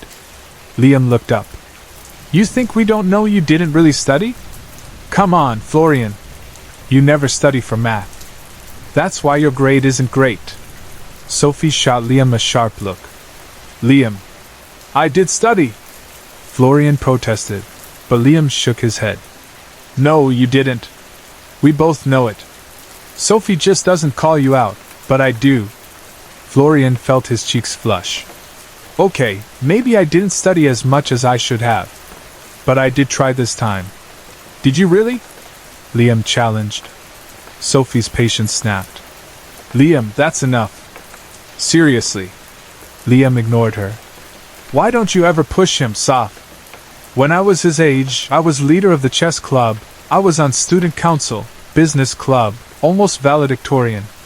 And I was in 11th grade just like him. Sophie frowned. Well, I wasn't valedictorian, and you never gave me a hard time. So? Liam pressed. So why are you giving him such a hard time? Because he's not doing anything with his life. He's just spinning his wheels. He's lost, Liam shot back. Florian started to fidget with his fingers, annoyed and embarrassed. Why did Liam always do this? Couldn't he mind his own business for once? He's doing things, Sophie said, defending him. Like what? Liam demanded. What's he doing right now? He's figuring things out, just like any teenager. Maybe he doesn't know what he wants yet. So what? That's the problem, Liam said. The world is going to eat him alive when school's over. He won't have a clue what to do. Yes, I will, Florian finally shouted. Liam's eyes narrowed. You'll what? Be clueless when school's over? Florian's face burned red. No, I won't be clueless. I'll figure it out. Liam laughed. You can't even drive yet, and you'll be 18 soon. What are you waiting for? Florian looked down, twisting his fingers together. See? You're doing that nervous thing again, Liam said, pointing at him. That's your weakness. The room fell silent. Florian moved to the corner, his face burning with anger and shame. Was his fidgeting really a weakness? Was Liam just saying all this out of tough love? He wasn't sure. He tried to speak, but nothing came out. Say something, he thought desperately. Go ahead. Say it, Liam pushed. I do not run when things get tough, Florian finally forced out. Are you sure about that? Liam asked. Yes, I am, Florian said, trying to sound confident. Really? What about all your old friends? You don't talk to them anymore. I still have friends from high school, even elementary school. Florian shrugged. I just don't. Why? I don't know. I get scared sometimes. Liam interrupted. That's what I mean.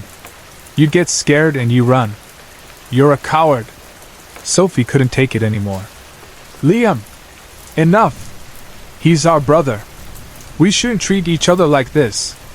Mom and Dad wouldn't want us to. I'll tell you how they raised us, Liam retorted. They wanted us to be strong and take risks. Yeah, but they also taught us to be kind to each other, Sophie said firmly. Florian watched Liam's face turn red. He looked like he was about to explode. That doesn't work on Florian, Liam shouted. He'll always be a nobody unless he does things my way. He'll be friendless, undisciplined, and alone. Florian's anger boiled over. He clenched his fists, feeling tears build in his eyes. He couldn't take it anymore. Why did Liam get to talk to him like this? This was his room, his life. Shut up, Liam! He finally yelled, his voice shaking with emotion. You don't get to tell me what to do. You can't just walk in here and run my life. It's not fair. Florian took a step back, nearly losing his balance as the floor creaked. Tears ran down his face, and he was overcome with loneliness. Liam only laughed harder. You're dead, kid. You're so dead. Liam, enough! Sophie screamed, looking like she might lose her temper. Come on, Soph, I'm just messing around, Liam said, not sounding sorry at all. No, Florian whispered to himself. No more. Please, no more. Suddenly, heavy footsteps echoed down the hallway, thump, creak, thump, creak. They were getting closer. Then there was a knock at the door. Florian's heart pounded. He hesitated. Florian! It's me! Called his mother's voice from outside. He wiped his tears away quickly. "Come in," he said, trying to sound cheerful. The door opened and his mom stepped inside. "Hey, honey, it's time to go." Florian nodded, his voice soft. "All right, I'll be down in a minute, Mom." She started to leave, then paused. "By the way, who were you talking to just now?" He glanced around the room. It was empty. No one. Just no one at all."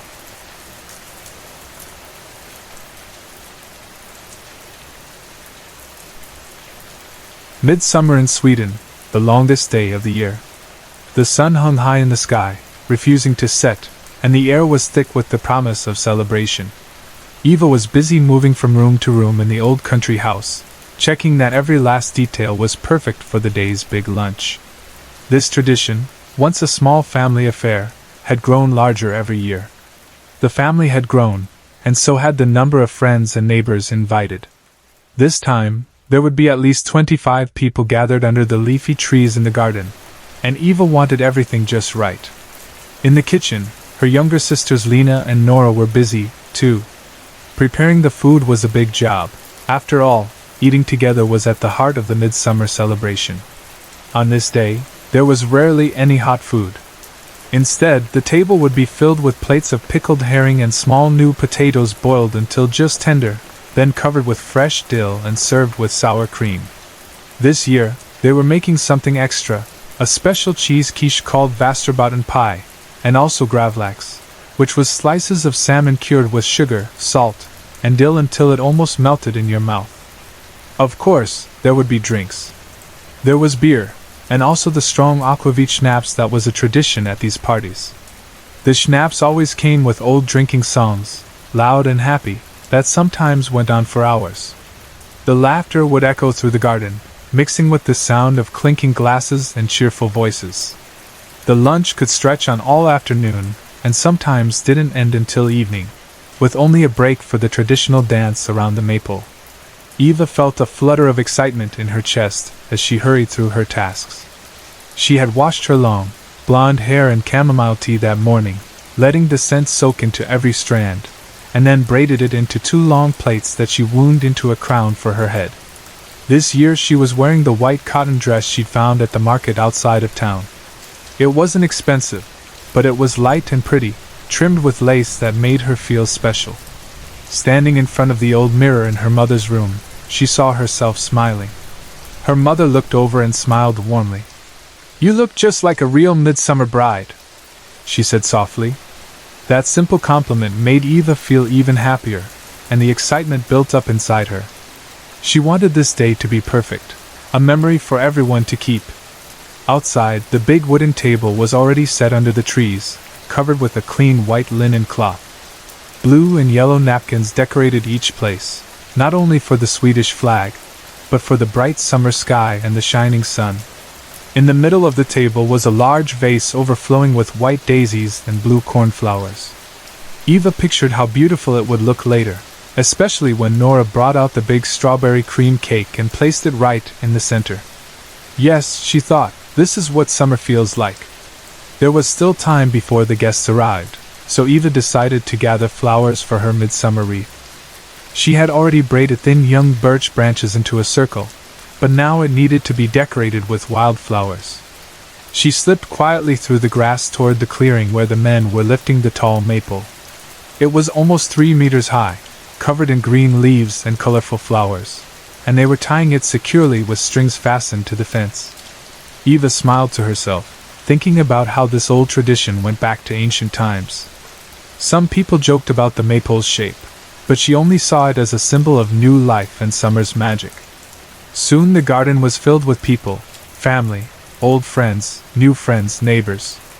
Laughter rang out, mixing with the soft music and the sweet smell of food.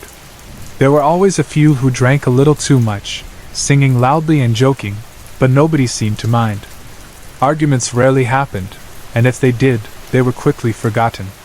"Don't forget, we need to pick flowers to put under our pillows tonight," Lena called out, her eyes shining with belief in the old superstition. She had always believed that if she picked 7 different wildflowers from 7 different fields and put them under her pillow, she would dream of the man she was meant to marry. Eva remembered teasing her the year before, reminding her that she hadn't managed to keep quiet while picking the flowers. "You know you have to stay completely silent and keep it a secret," Eva said, laughing gently. "If you giggle or tell anyone, the magic won't work." Lena nodded, determined. "We'll go separately this year. That way we won't distract each other." "Good idea," Eva agreed, smiling to herself. She didn't tell Lena that she herself had dreamed of her future husband the year before, and that the image of the man in her dream had stayed with her ever since. She hadn't met him in real life, but his face was clear in her memory. The sun climbed higher, and the afternoon wore on. Later, as the singing and laughter began to settle, Nora brought out the enormous strawberry cake, and the whole table cheered. The cake was a masterpiece, decorated with neat circles of blueberries and tiny green leaves around each fat, red berry. It wouldn't have been midsummer without it. As people finished their cake, some started to wander down toward the maypole, where the music was beginning to play. Someone strummed a guitar, another played the flute, and a third joined in with a sweet-sounding violin. One by one, everyone took hands, forming a big ring, and began to dance. Neighbors and their guests joined in, and soon there was a crowd of happy dancers, laughing and pretending to wash clothes or hopping like frogs as they sang the silly old song. Small frogs are funny to watch." Eva slipped away from the circle, her heart beating fast with excitement. She was ready to find her 7 flowers. She had to climb 7 fences, picking a flower from each field for her bouquet. As she walked, she thought about the old magic, how this was supposed to be the time when new love and new beginnings were possible. There was something in the air that night, a sweet, wild feeling. She could still hear the music and laughter, as she gathered her long white dress and carefully climbed the first wooden fence, heading into a field bright with yellow mustard flowers. She picked the largest one she could find. When she stepped into the field, she felt the cold dew soaking her feet, so she slipped off her sandals and let her bare feet touch the cool earth. She laughed quietly, feeling alive and free, then ran across the meadow toward the next fence. The second fence was higher and tricky to climb, but on the other side she found a field bursting with bluebells and white daisies. She picked a single bluebell, remembering the year she had picked 2 from the same field, hoping nobody would notice. She grinned at the memory and shook her head. The air was warm, and she untied her silk shawl, letting the summer wind brush her bare shoulders and back. The sounds of music and singing faded behind her as she walked deeper into the meadows, passing cows wandering slowly near the far hedge. The next fence was easier to climb, and soon she heard the rush of water. She realized she had wandered far from the maypole, down toward the river. She bent down and picked a bright yellow cowslip by the riverbank, then paused. That's when she heard it, the sound of a violin, haunting and beautiful, drifting up the stream. Curiosity tugged at her, and clutching her bouquet, sandals, and shawl, she moved quietly upstream, following the music. There, on a smooth rock right under the little waterfall, she saw a man. He was naked, sitting perfectly still and playing the violin. She hid behind the thick bushes, barely daring to breathe. She didn't want to be seen. The man kept his eyes on the swirling water, his brown curls falling over his shoulders, and played a tune that was at first sad and slow, then picked up speed. Eva felt a chill run through her body. There was something familiar about the way he moved, the way his music seemed to reach out to her. She couldn't help but tap her foot to the rhythm. Soon, her whole body was moving, swaying with the melody.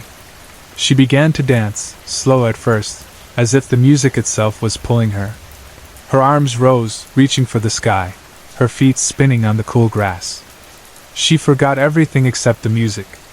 The shawl, her flowers, and her shoes fell to the ground behind her as she spun in the moonlight, lost in the sound and the feeling. The violin's song grew faster and wilder, and Eva's dancing grew wild with it. She felt a force moving through her, stronger than her own will. The world spun and faded until all that existed was the music, pulsing through her like the blood in her veins. Suddenly, a voice broke through the night. "Eva!" She barely heard it. Her feet were swollen, and her dress clung to her, damp with sweat and dew. The violin's notes shifted from sad to angry, to something almost too full of emotion to bear. "Eva! Eva! What are you doing?" It was Lena. She stood at the edge of the clearing, her face pale with fear, watching as Eva danced in the shadows by the river. Eva's hair had come loose and flew in the soft wind, her body moving in wild, beautiful circles. "Eva, stop! Please stop!" Lena called, sounding desperate. Eva barely heard her. The music filled her mind. She kept spinning, lost to everything but the sound of the violin. Lena stepped carefully over Eva's shawl and shoes, reaching for her arm. The ground was wet and slippery. Eva felt Lena's hand grab her arm, and finally, the spell broke. She slowed, her feet still moving but her mind beginning to clear.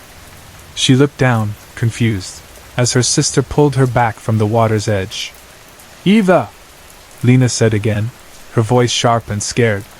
Eva's movements slowed until she dropped onto the cool grass, breathless and drained. Lena knelt beside her, wrapping her arms around her, whispering, "Come on! Let's go home. It's not safe here by the river." They walked together along the riverbank. Eva didn't speak at first. Her mind was a swirl of music and memory, and she felt both exhausted and strangely alive. After a while, Lena glanced over, searching Eva's face. "What happened out there? You looked different. It was like you were possessed," Lena whispered. "I was just dancing," Eva replied quietly. She looked back at the rock where she'd seen the man, but now there was nothing, no man, no violin, not even a sound. "Dancing? Was there music? Eva, how much wine did you have tonight?" Lena asked, half joking, half concerned. Eva shook her head. "You didn't see him? The man playing the violin? Didn't you hear the music?" Lena just stared at her. "All I hear are the crickets and the sound of the river. Let's just go home. That's enough adventure for tonight." Eva suddenly remembered the dream she'd had last midsummer night. The man by the water, playing the violin. She wondered if dreams and reality were somehow mixing together tonight. They stepped together into the shadowy woods. It was almost dusk, but the sky was still pale, not dark at all. They could hear laughter in the distance as they walked back toward the maple. Eric, a family friend, was waiting for them, leaning against the fence. "Where have you two been?" he asked, grinning. Lena rolled her eyes and glanced at Eva. "She's been off dancing with Nakin," she said, referring to the old legend of the spirit who played the violin in rivers to enchant people. Eric laughed. "Nakin? Not those old forest spirits again. I was looking for you," he said, holding something up in the air, a violin bow, battered and wet. "Found this by the river. Come on, there's still more dancing to do." Eva looked back over her shoulder at the path by the river. Nakin.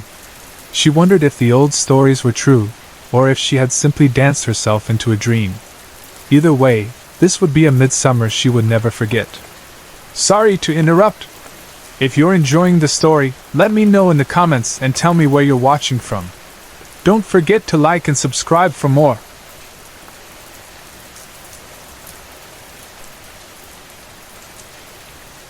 Ethan's heart pounded as the council volunteers peeled back the university-logoed plastic tarp from his sculpture, undetected. Usually, he didn't care for the public spectacle of installation. He was a Nebraska boy at heart, more interested in the labor, the mess, the rush of real, physical work. The sweat, the nicks, the stiffness that lingered long after. But this day was different. The square was humming, sticky and electric, sweltering in 92-degree heat that settled over the courthouse like a heavy curtain. The crowd around the northeast corner was bigger than he expected. Their energy, the anticipation, he could feel it in his chest. When the directors pushed him to speak, Ethan let out the words he had been holding for a lifetime. "Pride," he said. "It's what I hope we all feel here. I grew up in rural Nebraska, surrounded by an alpha male world and a steady diet of small-town religion. I spent years fighting myself, hiding behind bluster, wanting nothing more than to go undetected, to beat this thing inside me. I blew up everything when I came out, family, friends, community. But I found a place where I could be proud, where I could belong. I hope this piece, soon to be at the Millington Pride Community Center, reminds us all, we don't have to hide anymore. We don't have to go undetected. He kept it short, ending with a joke about water, cold brew, and heat stroke. The crowd cheered, and as they dispersed, a trickle of sweat ran into his beard. He smiled as he stepped off the trailer. Daniel found him a minute later, offering a tall cup of cold brew with vanilla foam. Here. Now, as long as nobody from the Proud Boys or Chick-fil-A shows up with tear gas or pamphlets, maybe we'll survive the afternoon. Ethan nearly bristled. Daniel's politics ran hot, but art wasn't really his thing, and after 2 weeks together, Ethan was still learning to spot the roses among the thorns. Some barbs, he decided, weren't deal-breakers. Daniel tried to recover, glancing back at the sculpture, probably really looking at it for the first time. Undetected shimmered under the heat, its patchwork of faces cut into nickel, flashes of copper woven through. Each strand was a memorial for those lost to HIV, to suicide, to violence and erasure. Ethan could see the reflection of old wounds in the faces passing by. The Pryfest crowd moved around them, old and young, bright and somber, laughing, joking, some clutching water, some cupcakes, others holding hands. The booths overflowed with buttons, yoga classes, rainbow pins, art, and ice water. Only the concrete barriers at the corners reminded them of the world outside, the tension that was always there, just out of view. "Hey, you guys got the time?" someone called. Ethan turned to see a teen with acid yellow hair and a semicolon tattooed at his neck. The rainbow splash around it told Ethan what it meant: mental health survivor, maybe self-harm. The kid's hoodie was filthy, his backpack battered, the look of someone who'd been sleeping rough. 217.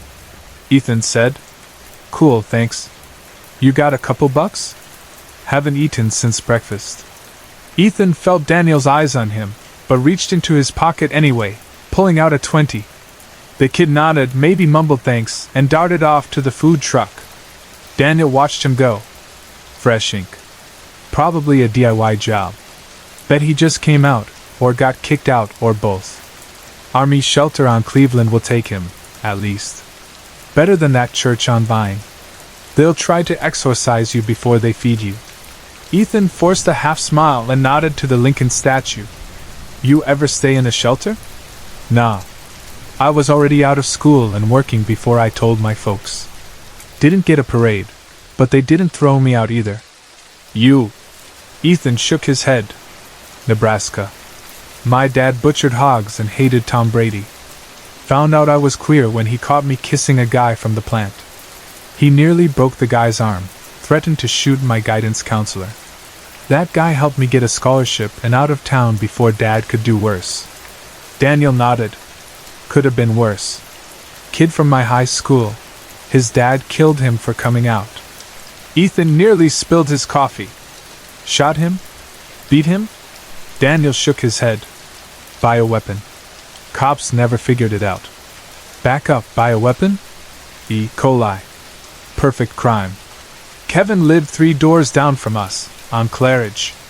Middle-class neighborhood. The guy next door was a Trump guy, sign on his lawn, always yelling at black kids on their way home from school. The old lady next door was a Hillary person, put up a Clinton sign just to piss him off. Her garden was perfect. Kevin mowed it for free. That's the kind of kid he was. The hipster couple across the street were different. Vegan, weird garden, never talked to anyone, got into it with Mrs. Hessler over a restraining order. Their kid was odd too. Kevin's dad was a pathologist, king of the hill at St. Mark's, always talking about his medical research. But his hobby was the creepy part, a whole lab in the basement, petri dishes, the works. I hung out with Kevin since grade school, and we were both figuring out who we were. I thought maybe Kevin was too. But Kevin's family was strict, white Jesus over the mantle strict. Then, in July, things got bad. I'd hear shouting from their house. Kevin got grounded all the time, until I stopped seeing him at all. Then one day, his dad told me I wasn't welcome. I was scared. I thought maybe Kevin had outed me. And then, in August, an ambulance came. Kevin was sick for days, then slipped into a coma. At the funeral, they said it was E. coli, but there weren't any food recalls, nothing at the stores, and the health department checked the food in their house. I remembered his dad's hobby, the lab in the basement. Maybe the old man was that angry. People would have laughed if I'd said it. But I kept quiet, stayed away, kept my head down, tried to be normal until I left for college. Sometimes, when I come back to town, I wonder about it. Like I said, perfect crime. Ethan looked at Daniel, his smile empty.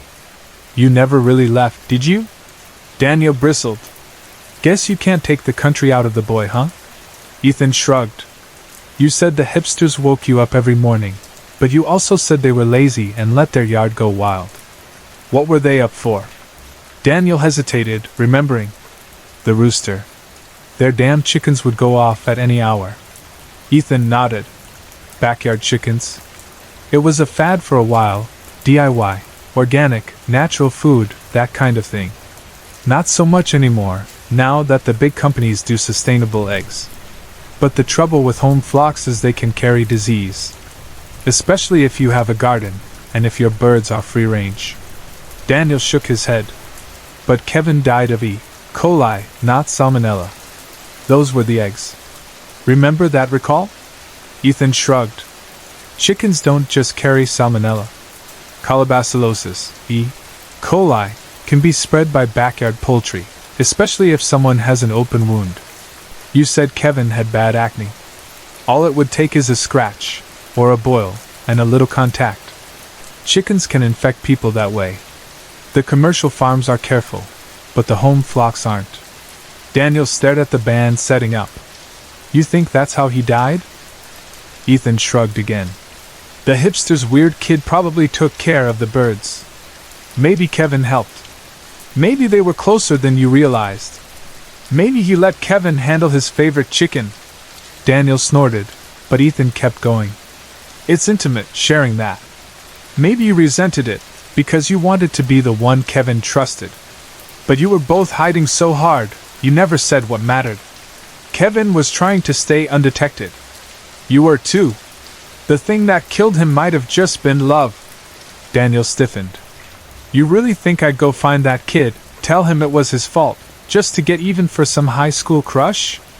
Ethan looked at him for a long moment. I don't know. Would you? Daniel shook his head, got up, and stalked off toward under the rainbow, rubbing his elbow where he'd banged it on Lincoln's knee. Ethan let him go. He leaned back in the shade of the old president, watching the festival go on, people dancing, laughing, living. After a while, he stood, dusted off his jeans, and walked back into the Pride crowd, thirsty for a little more life. Sorry to interrupt. If you're enjoying the story, let me know in the comments and tell me where you're watching from. Don't forget to like and subscribe for more.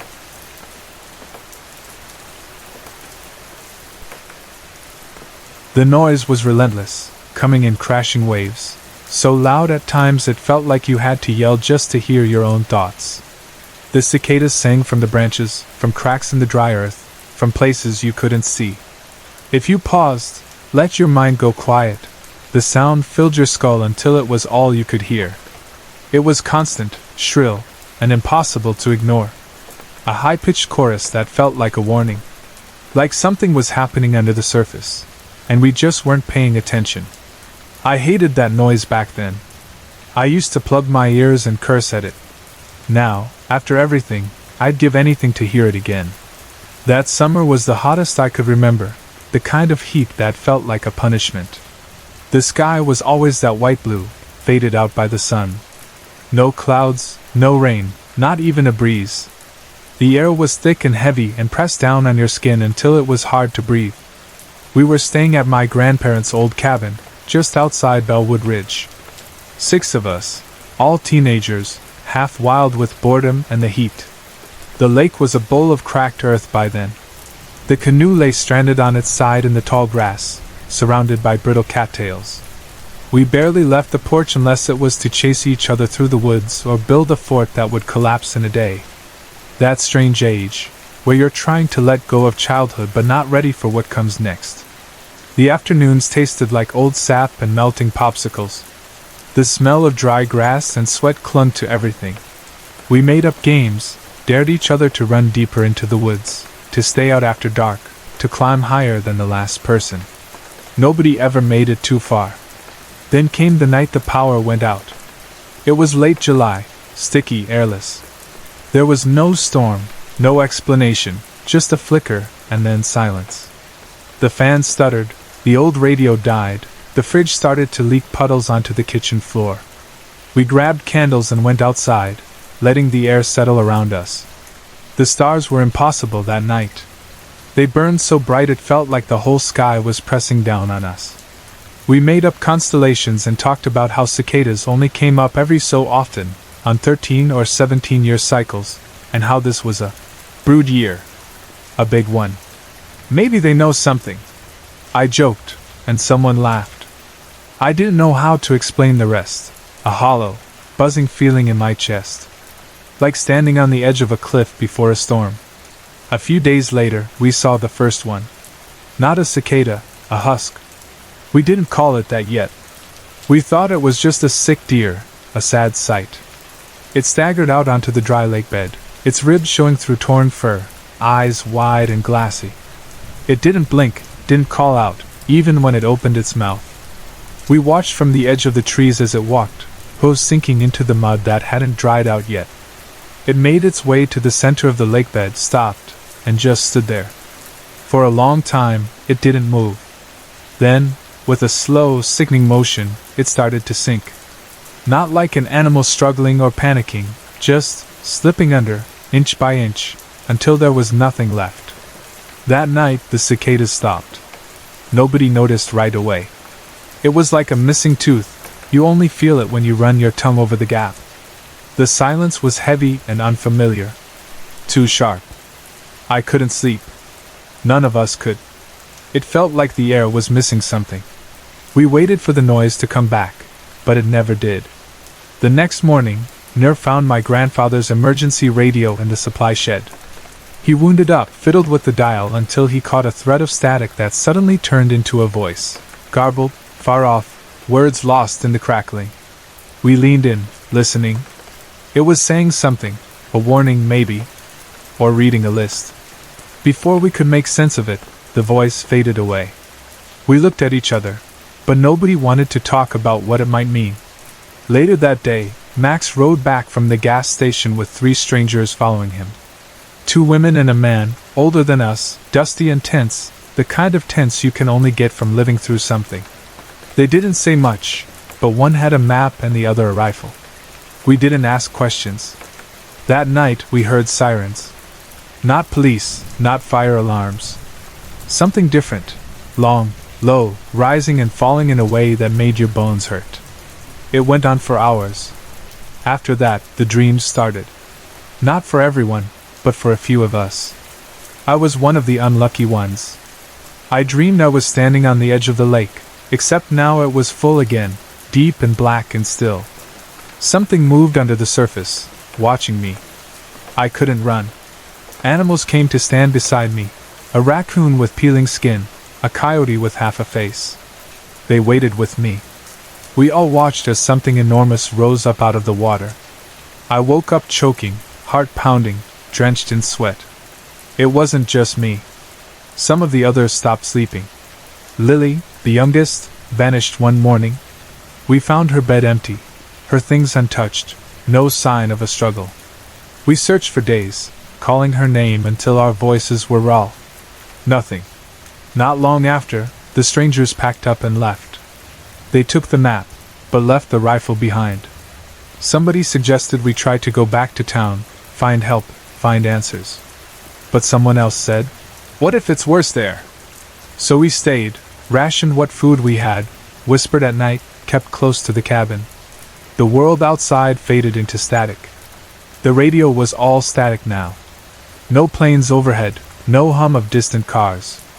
Just an uneasy silence and the memory of the cicadas. By August, the lake had changed. Water never came back. Instead, a black shell covered the mud, slick and trembling, like a scab that pulsed with its own life. We stopped calling it a lake. At night, we sometimes saw lights in the woods. Not flashlights, not fire. They moved too strangely for that. Sometimes we heard things, whispers just outside the door, things that almost sounded like voices but never made sense. Sometimes breathing, close enough that the glass fogged in the night. By the end of August, only 4 of us were left. We stopped talking about going home, stopped talking about anything but what was right in front of us. Kept the curtains shut. Waited. That was 2 summers before the world ended. Or changed. Or whatever word you want to use. People left the cities. Power grids failed. New things, impossible things, started to show up everywhere. Creatures rose out of holes and lakes and cracks in the ground. At first, they just watched. Stood in places you didn't expect, in empty parking lots, by dried-up rivers. Sometimes I see their shapes in the distance, flickering lights just beyond the trees. Sometimes, late at night, I still hear a hum from under the earth, a song trying to make itself heard. There's no internet now, no TV. No news, no official names for what's left. People form groups, move underground, stick to the old stories.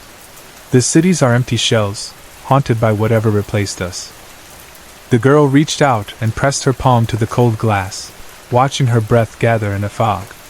In that mist, her finger traced a shape, soft and uncertain, a half-formed face that vanished as quickly as it appeared. A memory, or maybe just a wish. She stared for a moment longer, then pulled her coat tight and turned away. She stepped out into the square, the snow crunching under her boots. The world was hushed and empty, every door shut tight against the cold. In winter, people locked themselves inside, piling blankets, keeping close to the fire. Still, someone always ended up without enough warmth. Someone always didn't make it to see the spring. But Amelie was never afraid of the winter. She liked being outside when the world was quiet and empty, when she could let her voice carry as far as it wanted without anyone to hear. She could laugh or cry or dance through the square, and there'd be no one to judge her for it. The season gave her freedom, and she loved it for that. Like always, she headed for the abandoned well at the center of town. She brushed snow from the edge and sat, pulling out her book and letting herself sink into the words. It was peaceful here, the old stones cold and solid beneath her, twisted with dead ivy. She let her hand wander along the stones, following their uneven pattern, thinking how they'd been forced to fit together, how maybe everything was like that, in the end. A sudden CW made her jump. She looked up, blinking at the empty sky. Birds were rare in the winter. They disappeared with the rest of the town, only coming back with the thaw. But there, on the edge of a roof, was a black bird watching her. Maybe, she thought, it was just like her, drawn to the quiet. She peered into the well. Darkness looked back, deep and absolute. She couldn't see the bottom, couldn't hear anything but her own breath. "Hello, Amelie," she called, just to hear her own voice echo back. She'd been doing that for years. It was a comfort. It was company.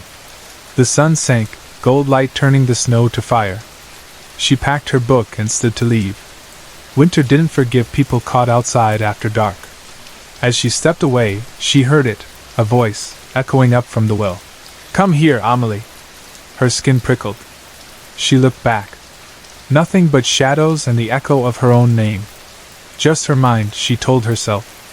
Too much time alone, too many days talking only to herself. She hurried home, trying not to think about it. She spent the night bundled in blankets, the fire crackling beside her family. She barely spoke, lost in her thoughts. Another CW pulled her to the window, and she found the black bird perched outside again, feathers ruffled against the cold. She sat beside the window and watched it, wondering if it was the same bird from earlier, wondering why it lingered. Maybe it was just a coincidence, but it watched her all the same, and she wondered. Sleep came slowly. When it did, it was restless and uneasy. Dawn brought a hard, pale light. While her family slept, Amelie bundled herself up and went out again, moving through the silent streets to the well. She stood at the edge and called out, "Hello?" The echo returned, exactly as it should. She waited. Nothing. Relief washed through her. It was all in her head. Then, just as she turned to leave, the echo came again. "Where did you go, Amelie?" Not her own voice, not quite. Something else. Her heart hammered. "Who are you?" she called, and waited, breath steaming in the cold. Only silence answered her. She leaned closer, straining to hear. The voice came again, a mumble, almost lost. She edged forward, nearly hanging over the well. The black bird shrieked a warning. "CW!" Just as a gust of wind swept past. She lost her balance and slipped. She tumbled, weightless, panic flaring as she clawed at the air, at nothing. People say your life flashes before your eyes, but all she could think was, what if I hadn't leaned down? What if I'd stayed home? What if I'd never come back to this place? Then she hit the ground. The impact jolted through her, sharp and blinding, but she found herself able to sit up. She was scraped and bruised, but she was alive. The circle of sky above looked impossibly far away. She was surrounded by dirt, the rough stone walls of the well pressing close. Worms and beetles crawled through the mud. Amelie called out, "Hello?" and waited, but there was nothing, no voice, no echo. Only silence. She slid down against the stones, knees drawn up, and listened to her own breath in the darkness. Of course there was nobody here. Of course the voice had only ever been her own. She'd always been alone, and now, maybe, she always would be. Oh well.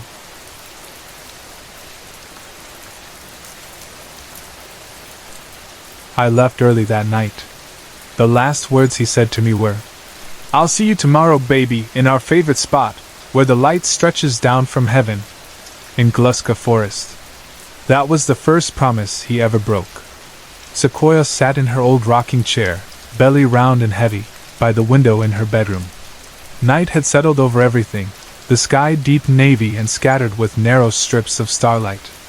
The chill from spring's last frost drifted through the open window, and crickets kept a steady chorus. She stared at the moon, smiling softly at its waning shape. The moon was pregnant, too, she thought, one more thing she and the night shared. Her palm drifted over her belly, circling, and she quietly hummed along to the sound of a country song playing from the radio in the other room. A jasmine candle burned on the windowsill, the light quivering as if it wanted to leap away. Sometimes the flame flicked too sharply, casting brief shadows and twisting reality until everything seemed warped, thin, stretched at the seams. The candle would flare, the radio would sputter, and for a moment, the world felt out of place, tilted and strange, as if something was reaching through from somewhere else. Her baby kicked just then, a strong little thump that made her gasp. The candle's wick jumped, and a bit of it fell onto her lap. Sequoia muttered under her breath, brushed the piece away, and blew out the candle. The world settled. The radio's static cleared up, the crickets picked up their usual rhythm, and the room returned to its right size. Sequoia took a long, slow breath. Winter had dragged on forever this year. Since Mateo's death, everything in Sequoia's world had split and scattered. Her heart hadn't just broken, it seemed like her mind had fractured, too. She'd begun hearing things, voices, words, little reminders of him that drifted in and out. Sometimes she heard his voice so clearly she would forget he was gone. Her doctor said it was all in her head, just shadows and tricks of the light, and told her to keep her nights as dark as possible. "No candles, no night lights," he'd said. "Darkness helps you see what's real." But Sequoia hated the dark. She hated the way the sun seemed to abandon her when it set. Mateo used to say he'd pull the sun up for her if she ever asked.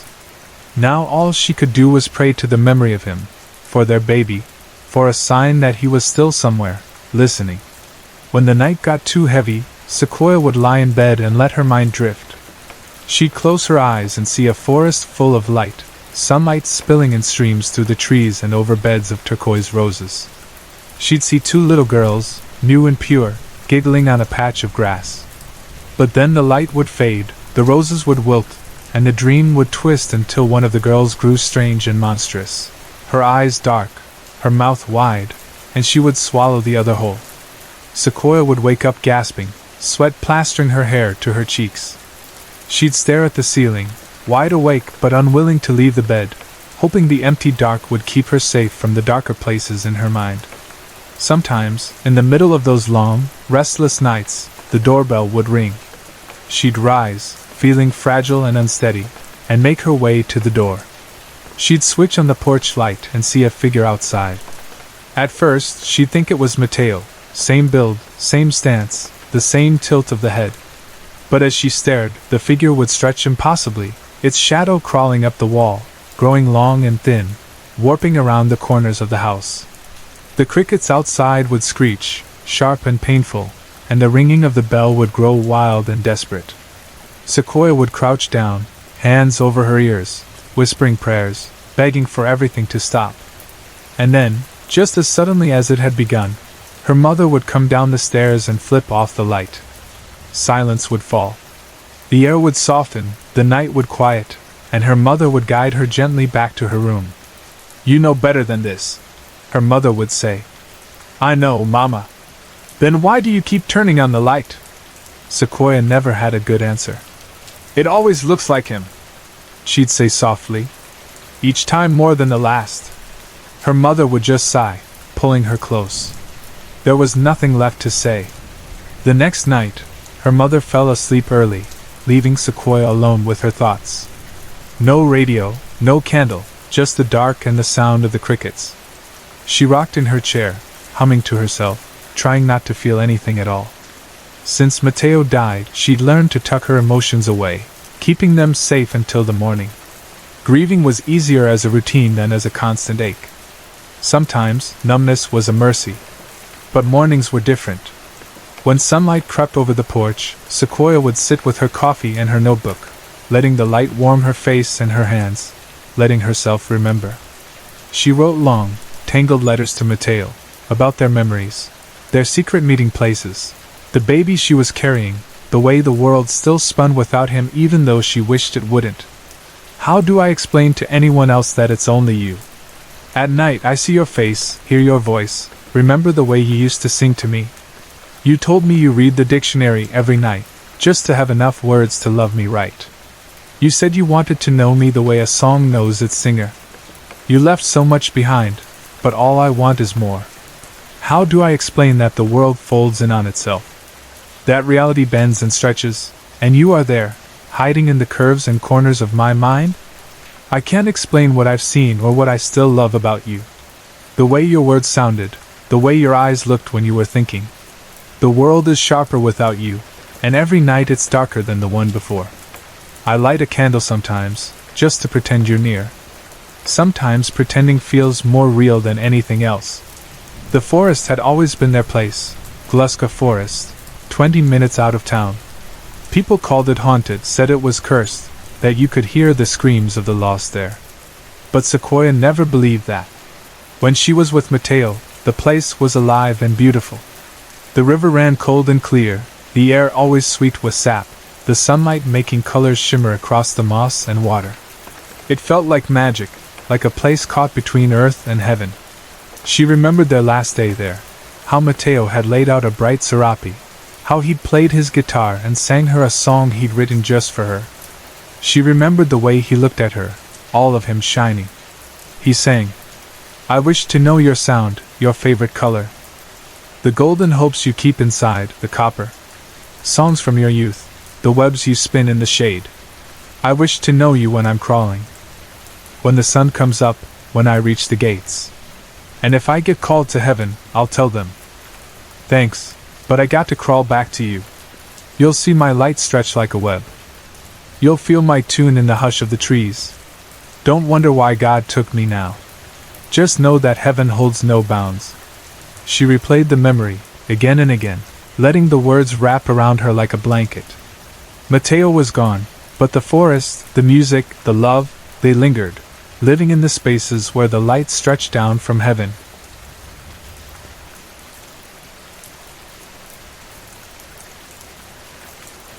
The first time Iris Vance heard her sister's voice again, it slipped out of a shard of glass barely bigger than her thumb. It was an accident, really. She was dusting off an old echo sculpture buried behind the ruined drawers of a condemned data vault downtown. As her fingertips brushed away the years, she heard a thin, watery sound, muffled and distant, as if rising from under a frozen pond. But she recognized that laugh immediately. "Evie?" she whispered, almost afraid to let herself hope. A rush of warmth spread through Iris, a feeling she'd thought long dead. She hadn't heard her sister's voice in over 15 years, not since the fire. Not since the night the building collapsed and Evie never made it out. Iris sank to her knees, clutching the trembling glass, barely breathing. Emotional echoes were never supposed to last so long. Only the rarest, strongest memories managed that. Usually something terrible, or something so dear it ached. Sometimes, people whispered, the echo was dream-forged. That was supposed to be worse. That night, in her cramped apartment above the shuttered theater, Iris amplified the shard. She hooked it to her old console, ran spectral diagnostics, and waited as the sound crackled through the speakers, staticky, wavering, and then, suddenly, Evie's laugh, bright and unmistakable. They used to do this as kids, making up secret games and recording messages for each other on cassette tapes. Passing notes in code, sharing dreams, building a world just for two. When Evie died, half that world died too. But now, maybe not all of it. Driven by something desperate, Iris traced the shard's signal through layers of illicit echo traffic, hunting for its origin. It led her to someone called Mirage, infamous for crafting synthetic echoes, bootleg memories, stitched from scraps of desire and loss, more powerful than any drug and just as dangerous. Everyone said you should never touch one. They twisted you, bled into your real memories. But Iris had nothing left to lose. She found Mirage in an abandoned warehouse, far from the drones and the working lights. The place buzzed with suspended echo threads, thin wires glowing softly in the gloom, memories drifting and looping like tiny jellyfish in glass. Mirage's face was never the same twice, a swirl of pixel fragments, sometimes old, sometimes young, sometimes familiar, sometimes not. "I want to hear her again," Iris said, her voice trembling in the open space. "Just once. Please." Mirage tilted their head. "You found the shard. You heard the voice. Wasn't that enough?" Iris shook her head. "Where did it come from? Was it real, or did you make it?" Mirage's ever-shifting features softened. "That's the curious part. It isn't synthetic. It's yours." "That's not possible," Iris said, voice tight. "I never heard her after the fire. Not once." Mirage gestured to a rack of shimmering discs, letting the silence fill the air. "You did. Not in waking life. You signed up for a dream reconstruction trial, Project Orpheus, right after the fire. You wanted anything that might keep her alive. They mapped your REM cycles, copied fragments from your dreams, her laugh, the way she spoke, little quirks you couldn't remember when you were awake." Iris stared, shaken. "I don't remember that. I never. They made sure you didn't. The project was a disaster. Side effects. People lost themselves. But the data was never deleted. Your memory, your longing, gave it shape. That's what echoes do. The more you want, the stronger they get." Iris stepped back, feeling the air tighten. "Why now? Why is this coming back now?" Mirage studied her, a flicker of something familiar, Evie's eyes, passing through their mask. "You started digging. That longing called the echo back up. And it's hungry, Iris. It wants to live again. Echoes born from loss don't let go easy." Iris tried to steady herself. "What if I stabilized it? What if I lived with it, just for a while?" Mirage's eyes narrowed. "You could. You'd loop that memory forever, let it fill the gaps in your life. But it's not living. It's just hiding." Iris shivered. "I don't want to lie. Sometimes lies are kinder," Mirage said. "But if you wake an echo, be careful. They don't like to be abandoned. Not twice." That night, Iris made her decision.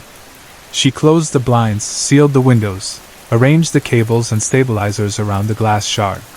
She fit the biosync collar snug around her neck, pressed the grounding fork to her palm, and began the sequence.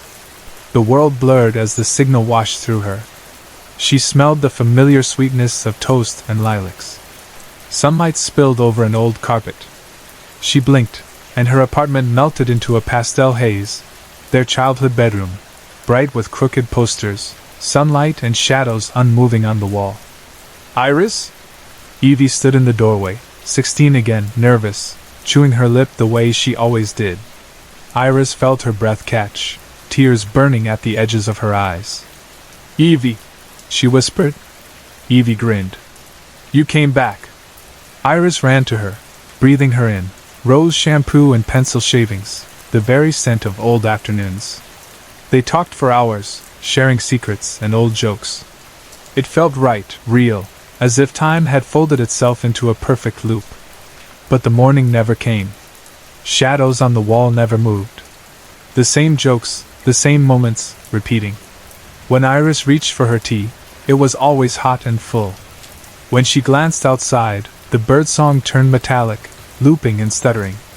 She realized she was trapped in memory. She turned to Evie. I think I need to go." Evie's smile flickered, glitched. "Don't leave. You always leave. You left me in the fire, in the dark." "No, You ran." The walls rippled. The room tilted. The posters flickered, the stuffed animals turned to face her, glass eyes unblinking. Behind the door, flames licked the edges of the memory. Smoke poured in, thick and dark. Evie's eyes filled with black, her face stretching, voice twisting. "You let me die." Iris fumbled for the tuning fork, struck it hard on the desk. A note rang out, splitting the dream apart. Evie shrieked, raw, inhuman, a sound full of grief and fury. The world convulsed, shattering around her. Shards of memory peeled away, birthdays, dances, secrets, until only darkness remained. Iris awoke on the floor, sweating and shaking. The collar was broken, the tuning fork burned into her palm. The glass shard was just that now, glass, lifeless. But inside her, something had shifted. She remembered, at last, Evie's real last words, not words preserved in memory or tech, but words that rang with truth. "Run. Don't come back for me." She hadn't abandoned Evie. She had lived because Evie had made her promise to. She'd carried guilt for years, haunted by echoes of a choice that wasn't hers. Now, at last, Iris stepped into the real morning light, uncertain, flawed, but free. She didn't need echoes anymore. She didn't need to chase the past. She stood at her window and breathed in the world as it was, letting the silence fill her, ready to build something new.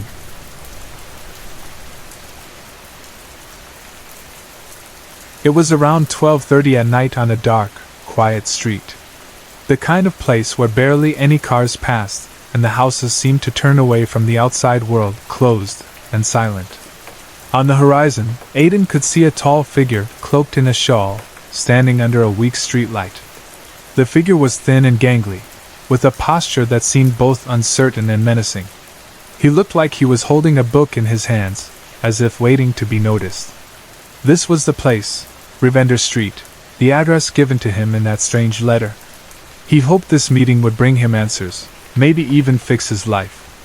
He checked his pocket to make sure the knife was still there, just in case things went bad. As he walked closer, the figure didn't move, just stood there, eyes down, staring at empty hands.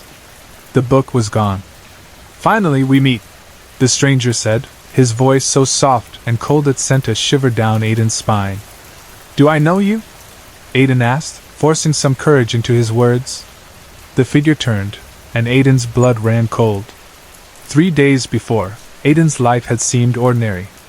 At 22, he knew he had his flaws, but compared to others, he thought he managed pretty well. He'd skipped the usual drama, no trying too hard in school, no sports, no trying to please his parents or chasing after girls just because he was supposed to. He chose his own path, a small circle of friends, a middle-class job, and private hobbies he kept to himself. Even his friends didn't really know what he did outside of work, except for the occasional journal entry or a drawing, usually something like a creepy clown he scribbled during breaks. His friend Jacob always tried to dig deeper, wanting to see more of his work, but Aiden never let him. Nobody understood what his art meant, not even his parents. Sometimes, thinking about his parents made him pedal his bike even faster, just to keep the thoughts away.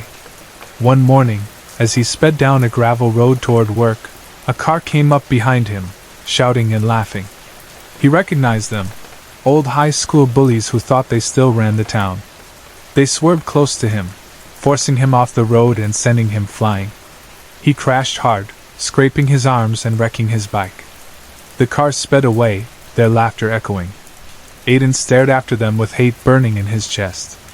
He felt the urge to draw again. At work, he was late, and his boss, Lucas Smith, a heavy-set, bearded man who loved to throw his weight around, berated him loudly. Aiden apologized and went to stock shelves, wondering how much more of this job he could take. Money was money, he thought. Later, as he stocked an aisle with Jacob, his friend tried to lighten the mood. Suddenly, Aiden felt a tap on his shoulder, but when he turned, nobody was there. "Jake, did you see anyone just now?" Aiden asked. Jacob just laughed it off. Maybe he was just tired. But the strange feeling lingered.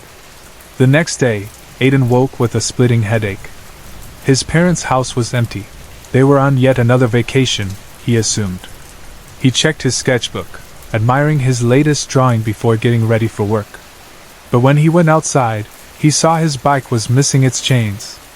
He immediately suspected the bullies from before. Now he'd have to walk to work. Another headache, another inconvenience. Somewhere else, Detective Zach, a veteran on the force for over 20 years, walked up to the fence of the industrial plant outside town. He'd been called to investigate a double murder. 2 young men, both in their 20s, were hanging from the fence, strangled by bike chains. That evening, Aiden collapsed onto his bed, exhausted. He turned on the TV.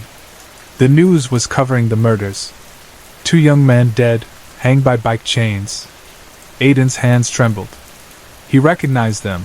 They were the same guys who ran him off the road. He also realized his own bike chains were missing. He felt a surge of panic. Someone was framing him. He called Jacob. As the phone rang, an unfamiliar voice came on, saying, "Ravender Street." The voice was strange and muffled. Then Jacob's voice followed, as if nothing odd had happened. "What voice?" Jacob asked when Aiden pressed him about it. Aiden tried to explain, but Jacob changed the subject, saying, "I know those guys were jerks, but they didn't deserve that." Aiden couldn't shake the feeling that something was very wrong. That night, Aiden's boss, Lucas Smith, settled into his apartment after work. He was exhausted but comforted by the thought of leftover pizza. When he went to heat it up, the kitchen light was out.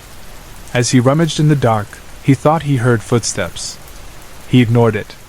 Then, as he bent to pick up his dropped pizza, he felt a sudden, sharp pain, a knife plunging into his belly. He collapsed, blood pooling around him, mixing with the spilled sauce. The last thing he saw was the pizza he'd never get to eat. The next day, Aiden checked his mail and ran into his neighbor, Mr. Jackson, who asked about his parents and commented on Aiden's broken bike. Aiden made an awkward excuse and hurried away. He noticed the neighbor was watering a patch of flowers that looked almost like a grave. The comment about his medication from Dr. Clark nagged at him. Jacob, worried about Aiden, decided to visit. He found the house dark but the family car parked outside. The door was unlocked. Inside, he was overwhelmed by a foul smell. On the kitchen table, Aiden's journals and sketchbooks were spread out. Jacob's curiosity got the best of him. As he flipped through the pages, the drawings became more disturbing, detailed sketches of the crime scenes, including the bullies, Lucas, and even Aiden's parents. "What the he?" Jacob began, but he was cut off as a tall, dark figure in a shawl appeared behind him. "Is this some kind of cult thing?" Jacob joked nervously. But the figure lunged, grabbing him by the throat. Jacob fought, but the figure's grip was too strong. The next morning, Aiden woke up feeling strangely sad, though he didn't know why. He saw missed messages from Jacob and a news story about Lucas's disappearance. He noticed some stains on the kitchen floor. Maybe he'd spilled something and forgotten. Then he found a letter on the table, inviting him to Ravender Street at 12:30 for answers. Detective Zach was sent to check on Aiden's house after the neighbor reported strange behavior and the long absence of his parents. The detective entered the dark, foul-smelling house and soon found a body in the closet, a young man with red hair, strangled. As he continued searching, he found a letter on the kitchen table, the same address and time Aiden had received. In the family car, he found a couple's bodies, throats slashed. All the clues pointed to Aiden. At 12:30, Aiden arrived on Ravender Street, searching for answers. The same tall figure stood under the street light, shawl over its head, hands empty. Aiden checked for his knife, hoping to protect himself. As he drew closer, the figure turned to face him. It was himself. Aiden was looking into his own pale, terrified face. "No, this can't be," Aiden gasped, falling to his knees. The other self loomed over him. "I did what you couldn't do," his own voice said, echoing from all around. "I took revenge." Sirens screamed in the distance as police arrived, but Aiden only saw the other self slipping away into the darkness. The officers saw only Aiden, alone, and arrested him as he shouted that someone else had been there. Detective Zach took a deep breath, reading through the case files. The boy had been troubled for years, suffering from a severe personality disorder. The couple he'd killed were his foster parents. His biological parents had been murdered when he was 6, their bodies found washed and clean in an alley. Aiden had been medicated for years, but his doctor, Dr. Clark, told the foster parents to take him off the meds, saying love was all he needed. That had been a mistake. Ravender Street was where his original parents had once lived. In the end, the detective knew that Aiden's true enemy was inside his own mind, and that sometimes, the darkness we try to run from is just another version of ourselves, waiting in the quiet places for us to arrive.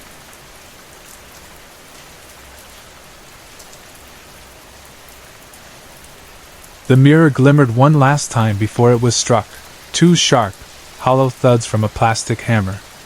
"I'm sorry, Auntie Elle," Reggie blurted out, eyes wide with panic. "It's all right, Reggie. It's not your fault." Lilith tried to sigh it off, even as she stared at the broken shards on the floor. Her life had always seemed to revolve around her sister, Cora, and Cora's troubled son, Reggie. The constant demands, the suffocating expectations. Lilith had felt trapped for years, stuck in a supporting role she never chose. When she finally made the decision to leave, to move across the country to Arizona, she told herself she was choosing freedom. All she had left now was her suitcase, a battered recipe book, and the broken mirror. On the edge of Scottsdale, her new home stood alone, flaked red paint revealing faded brick. One neighbor, an abandoned house. The rest was just desert and cactus. The inside was plain, popcorn ceilings, scratched wooden floors, the couch stiff with age. But the kitchen had potential. Lilith could almost hear her mother's voice, guiding her through old recipes she knew she'd butcher but didn't care. No one was there to judge. After a simple meal, Lilith did the dishes as the desert dusk thickened outside. Just as she glanced up, she caught the fleeting image of a figure near the window.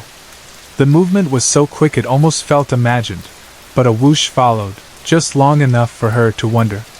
Later, lying on the creaky bed beneath the ceiling painted with stars, Lilith felt the walls close in. There was a sense of something watching.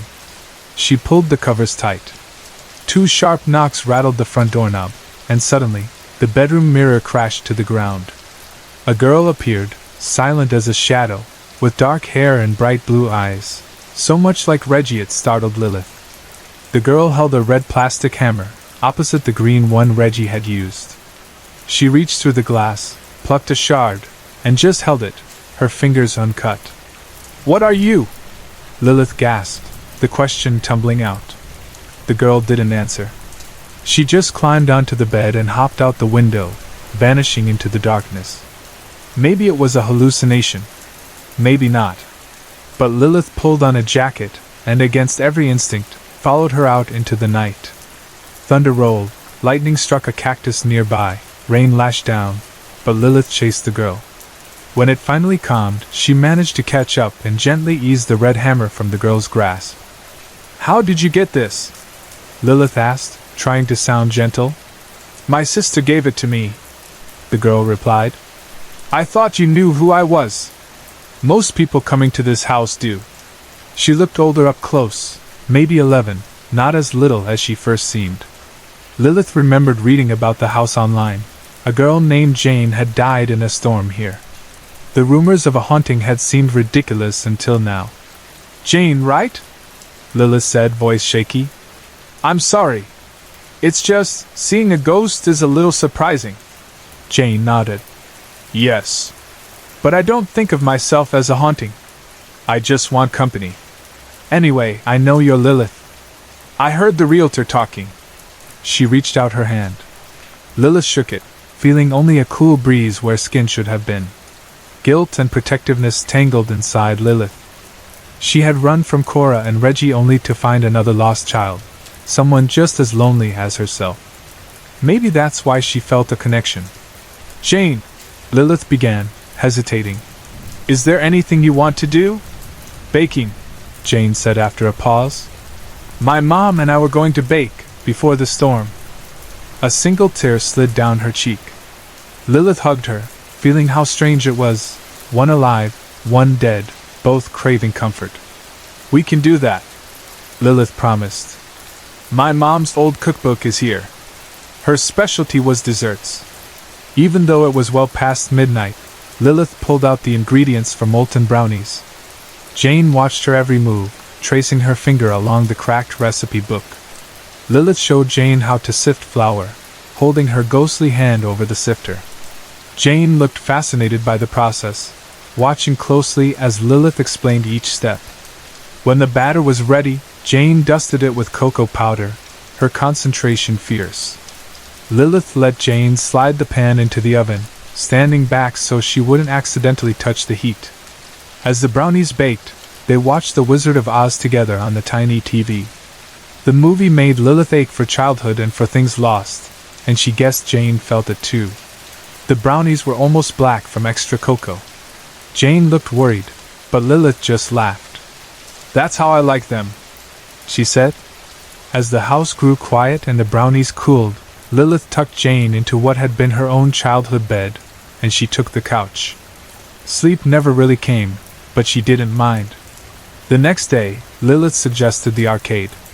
Jane had never been to one. Jane insisted it would be safe. She didn't think anyone else could see her. So Lilith drove them in her battered Toyota to a strip of desert businesses, the arcade sandwiched between a barbecue joint and more cacti. Jane was drawn to the claw machine, studying the toys with a strategist's eye. Lilith handed her a few dollars and watched as Jane lined up the claw, winning a soft unicorn plush on her third try. Her joy was so real, so bright, Lilith wanted to cry. No one seemed to notice Jane, and for that, Lilith was grateful. While Jane played with her prizes, Lilith tried the coin pusher, winning enough tickets to get Jane a sticky hand, a couple of lollipops, and a unicorn eraser. Back in the car, Jane scooped up the little gifts, smiling shyly. "Thank you for today, Miss Grant. It's all so different, but I'm glad I got to spend it with you." "To you, it's just Lilith," she replied. "I think we'll be seeing a lot more of each other." After Reggie, she'd sworn off kids, but Jane's ghost was making her rethink everything. Back at the house, Lilith set about making lemonade, remembering the hot summers of her own childhood.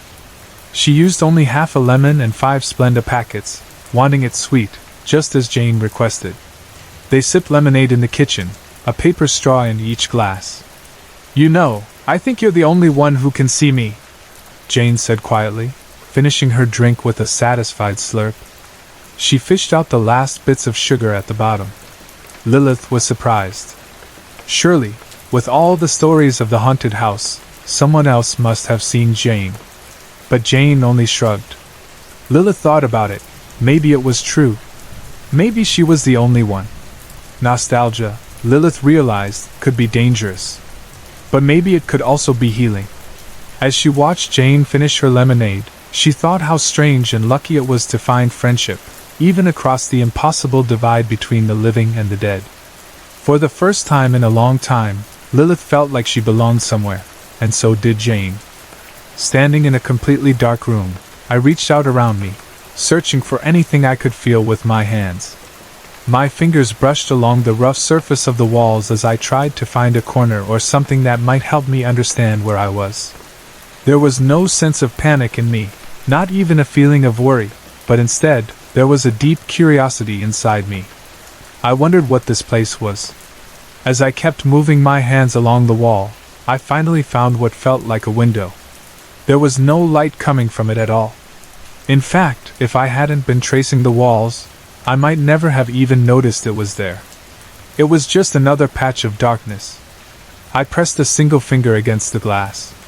The window was so cold, and the chill seemed to go straight into my bones. I wondered if this was some kind of way out, but I wasn't sure. With nothing to see or do, I kept moving along the walls until I found one to rest against. I let my body slide down until I was sitting on the hard floor, my back leaning on the wall that faced the window, or whatever it was. I didn't remember how I got there. I didn't even think about where I had come from, or where I might go next. For some reason, I didn't really care. I just existed in that strange room, waiting for something maybe, but I didn't know what. To check if I was even real, I brought the same finger I had used to touch the window up to my neck, feeling for a pulse. There it was, soft but steady, my heart beating under my skin. I started counting the beats, just to pass the time. The rhythm was normal, not too fast or too slow. I was alive. I was curious. And I was alone in a dark, silent place. Then suddenly, a sound made me jump. There was a thud against the glass, a noise exactly like when a bird slams into a window, sudden and sharp in the silence. I stood up quickly, my heart pounding a little harder now. My fingers still rested on my neck, almost as if checking if I was still really there. I listened and heard another sound, a strange crackling that reminded me of old computer wires or when you tried to connect to dial-up internet. It was the sound of electricity coming to life, wires trying to connect themselves, a low hum rising in the darkness. Lights flashed on above me, the harshness of fluorescent bulbs making me squint. My eyes struggled to adjust after all that time in the dark. Now I could see the whole room, and it was so much smaller than I had imagined. Every wall was painted black, and the floor was covered in the same rough carpet you find in old elementary school classrooms. The window was still there, still completely black, and nothing but darkness beyond it. I walked over to the glass and pressed my face right up against it, just to see if anything would happen. I wondered if anyone was watching from the other side, laughing at me for how silly I must have looked. The cold of the glass stung my cheeks, but I stayed there, breathing on it, almost hoping to see something. That was when I heard it, the sound of electricity on the other side. Something was alive there, too. The lights snapped on, and the darkness on the other side faded. For the first time, I could see a room that looked exactly like mine. But there was something else in that room. A figure, moving, taking shape. That's when I realized I was looking at myself. It was like staring into a mirror, except it wasn't quite right. My reflection didn't copy my movements. When I waved my arm, the other me stood completely still. I started to feel uneasy. This was no ordinary mirror. I studied the other me. She had brown hair, just like mine, and was the same height. She had the same eyes, brown with flecks of gold. A boyfriend once told me they looked like forest fires. I looked closely at her face, and there it was, the small scar above her left eyebrow, the one I got from falling off the monkey bars in kindergarten. This was me, in every detail, but somehow not me at all. She moved then, and I felt a wave of fear rush through me. I hadn't been ready for her to move. She placed her entire right hand against the glass, fingers spread out. I watched her, studying the lines in her palm, looking to see if they matched mine. There were differences, but they were small. I lifted my own right hand and pressed it against the glass, matching her position.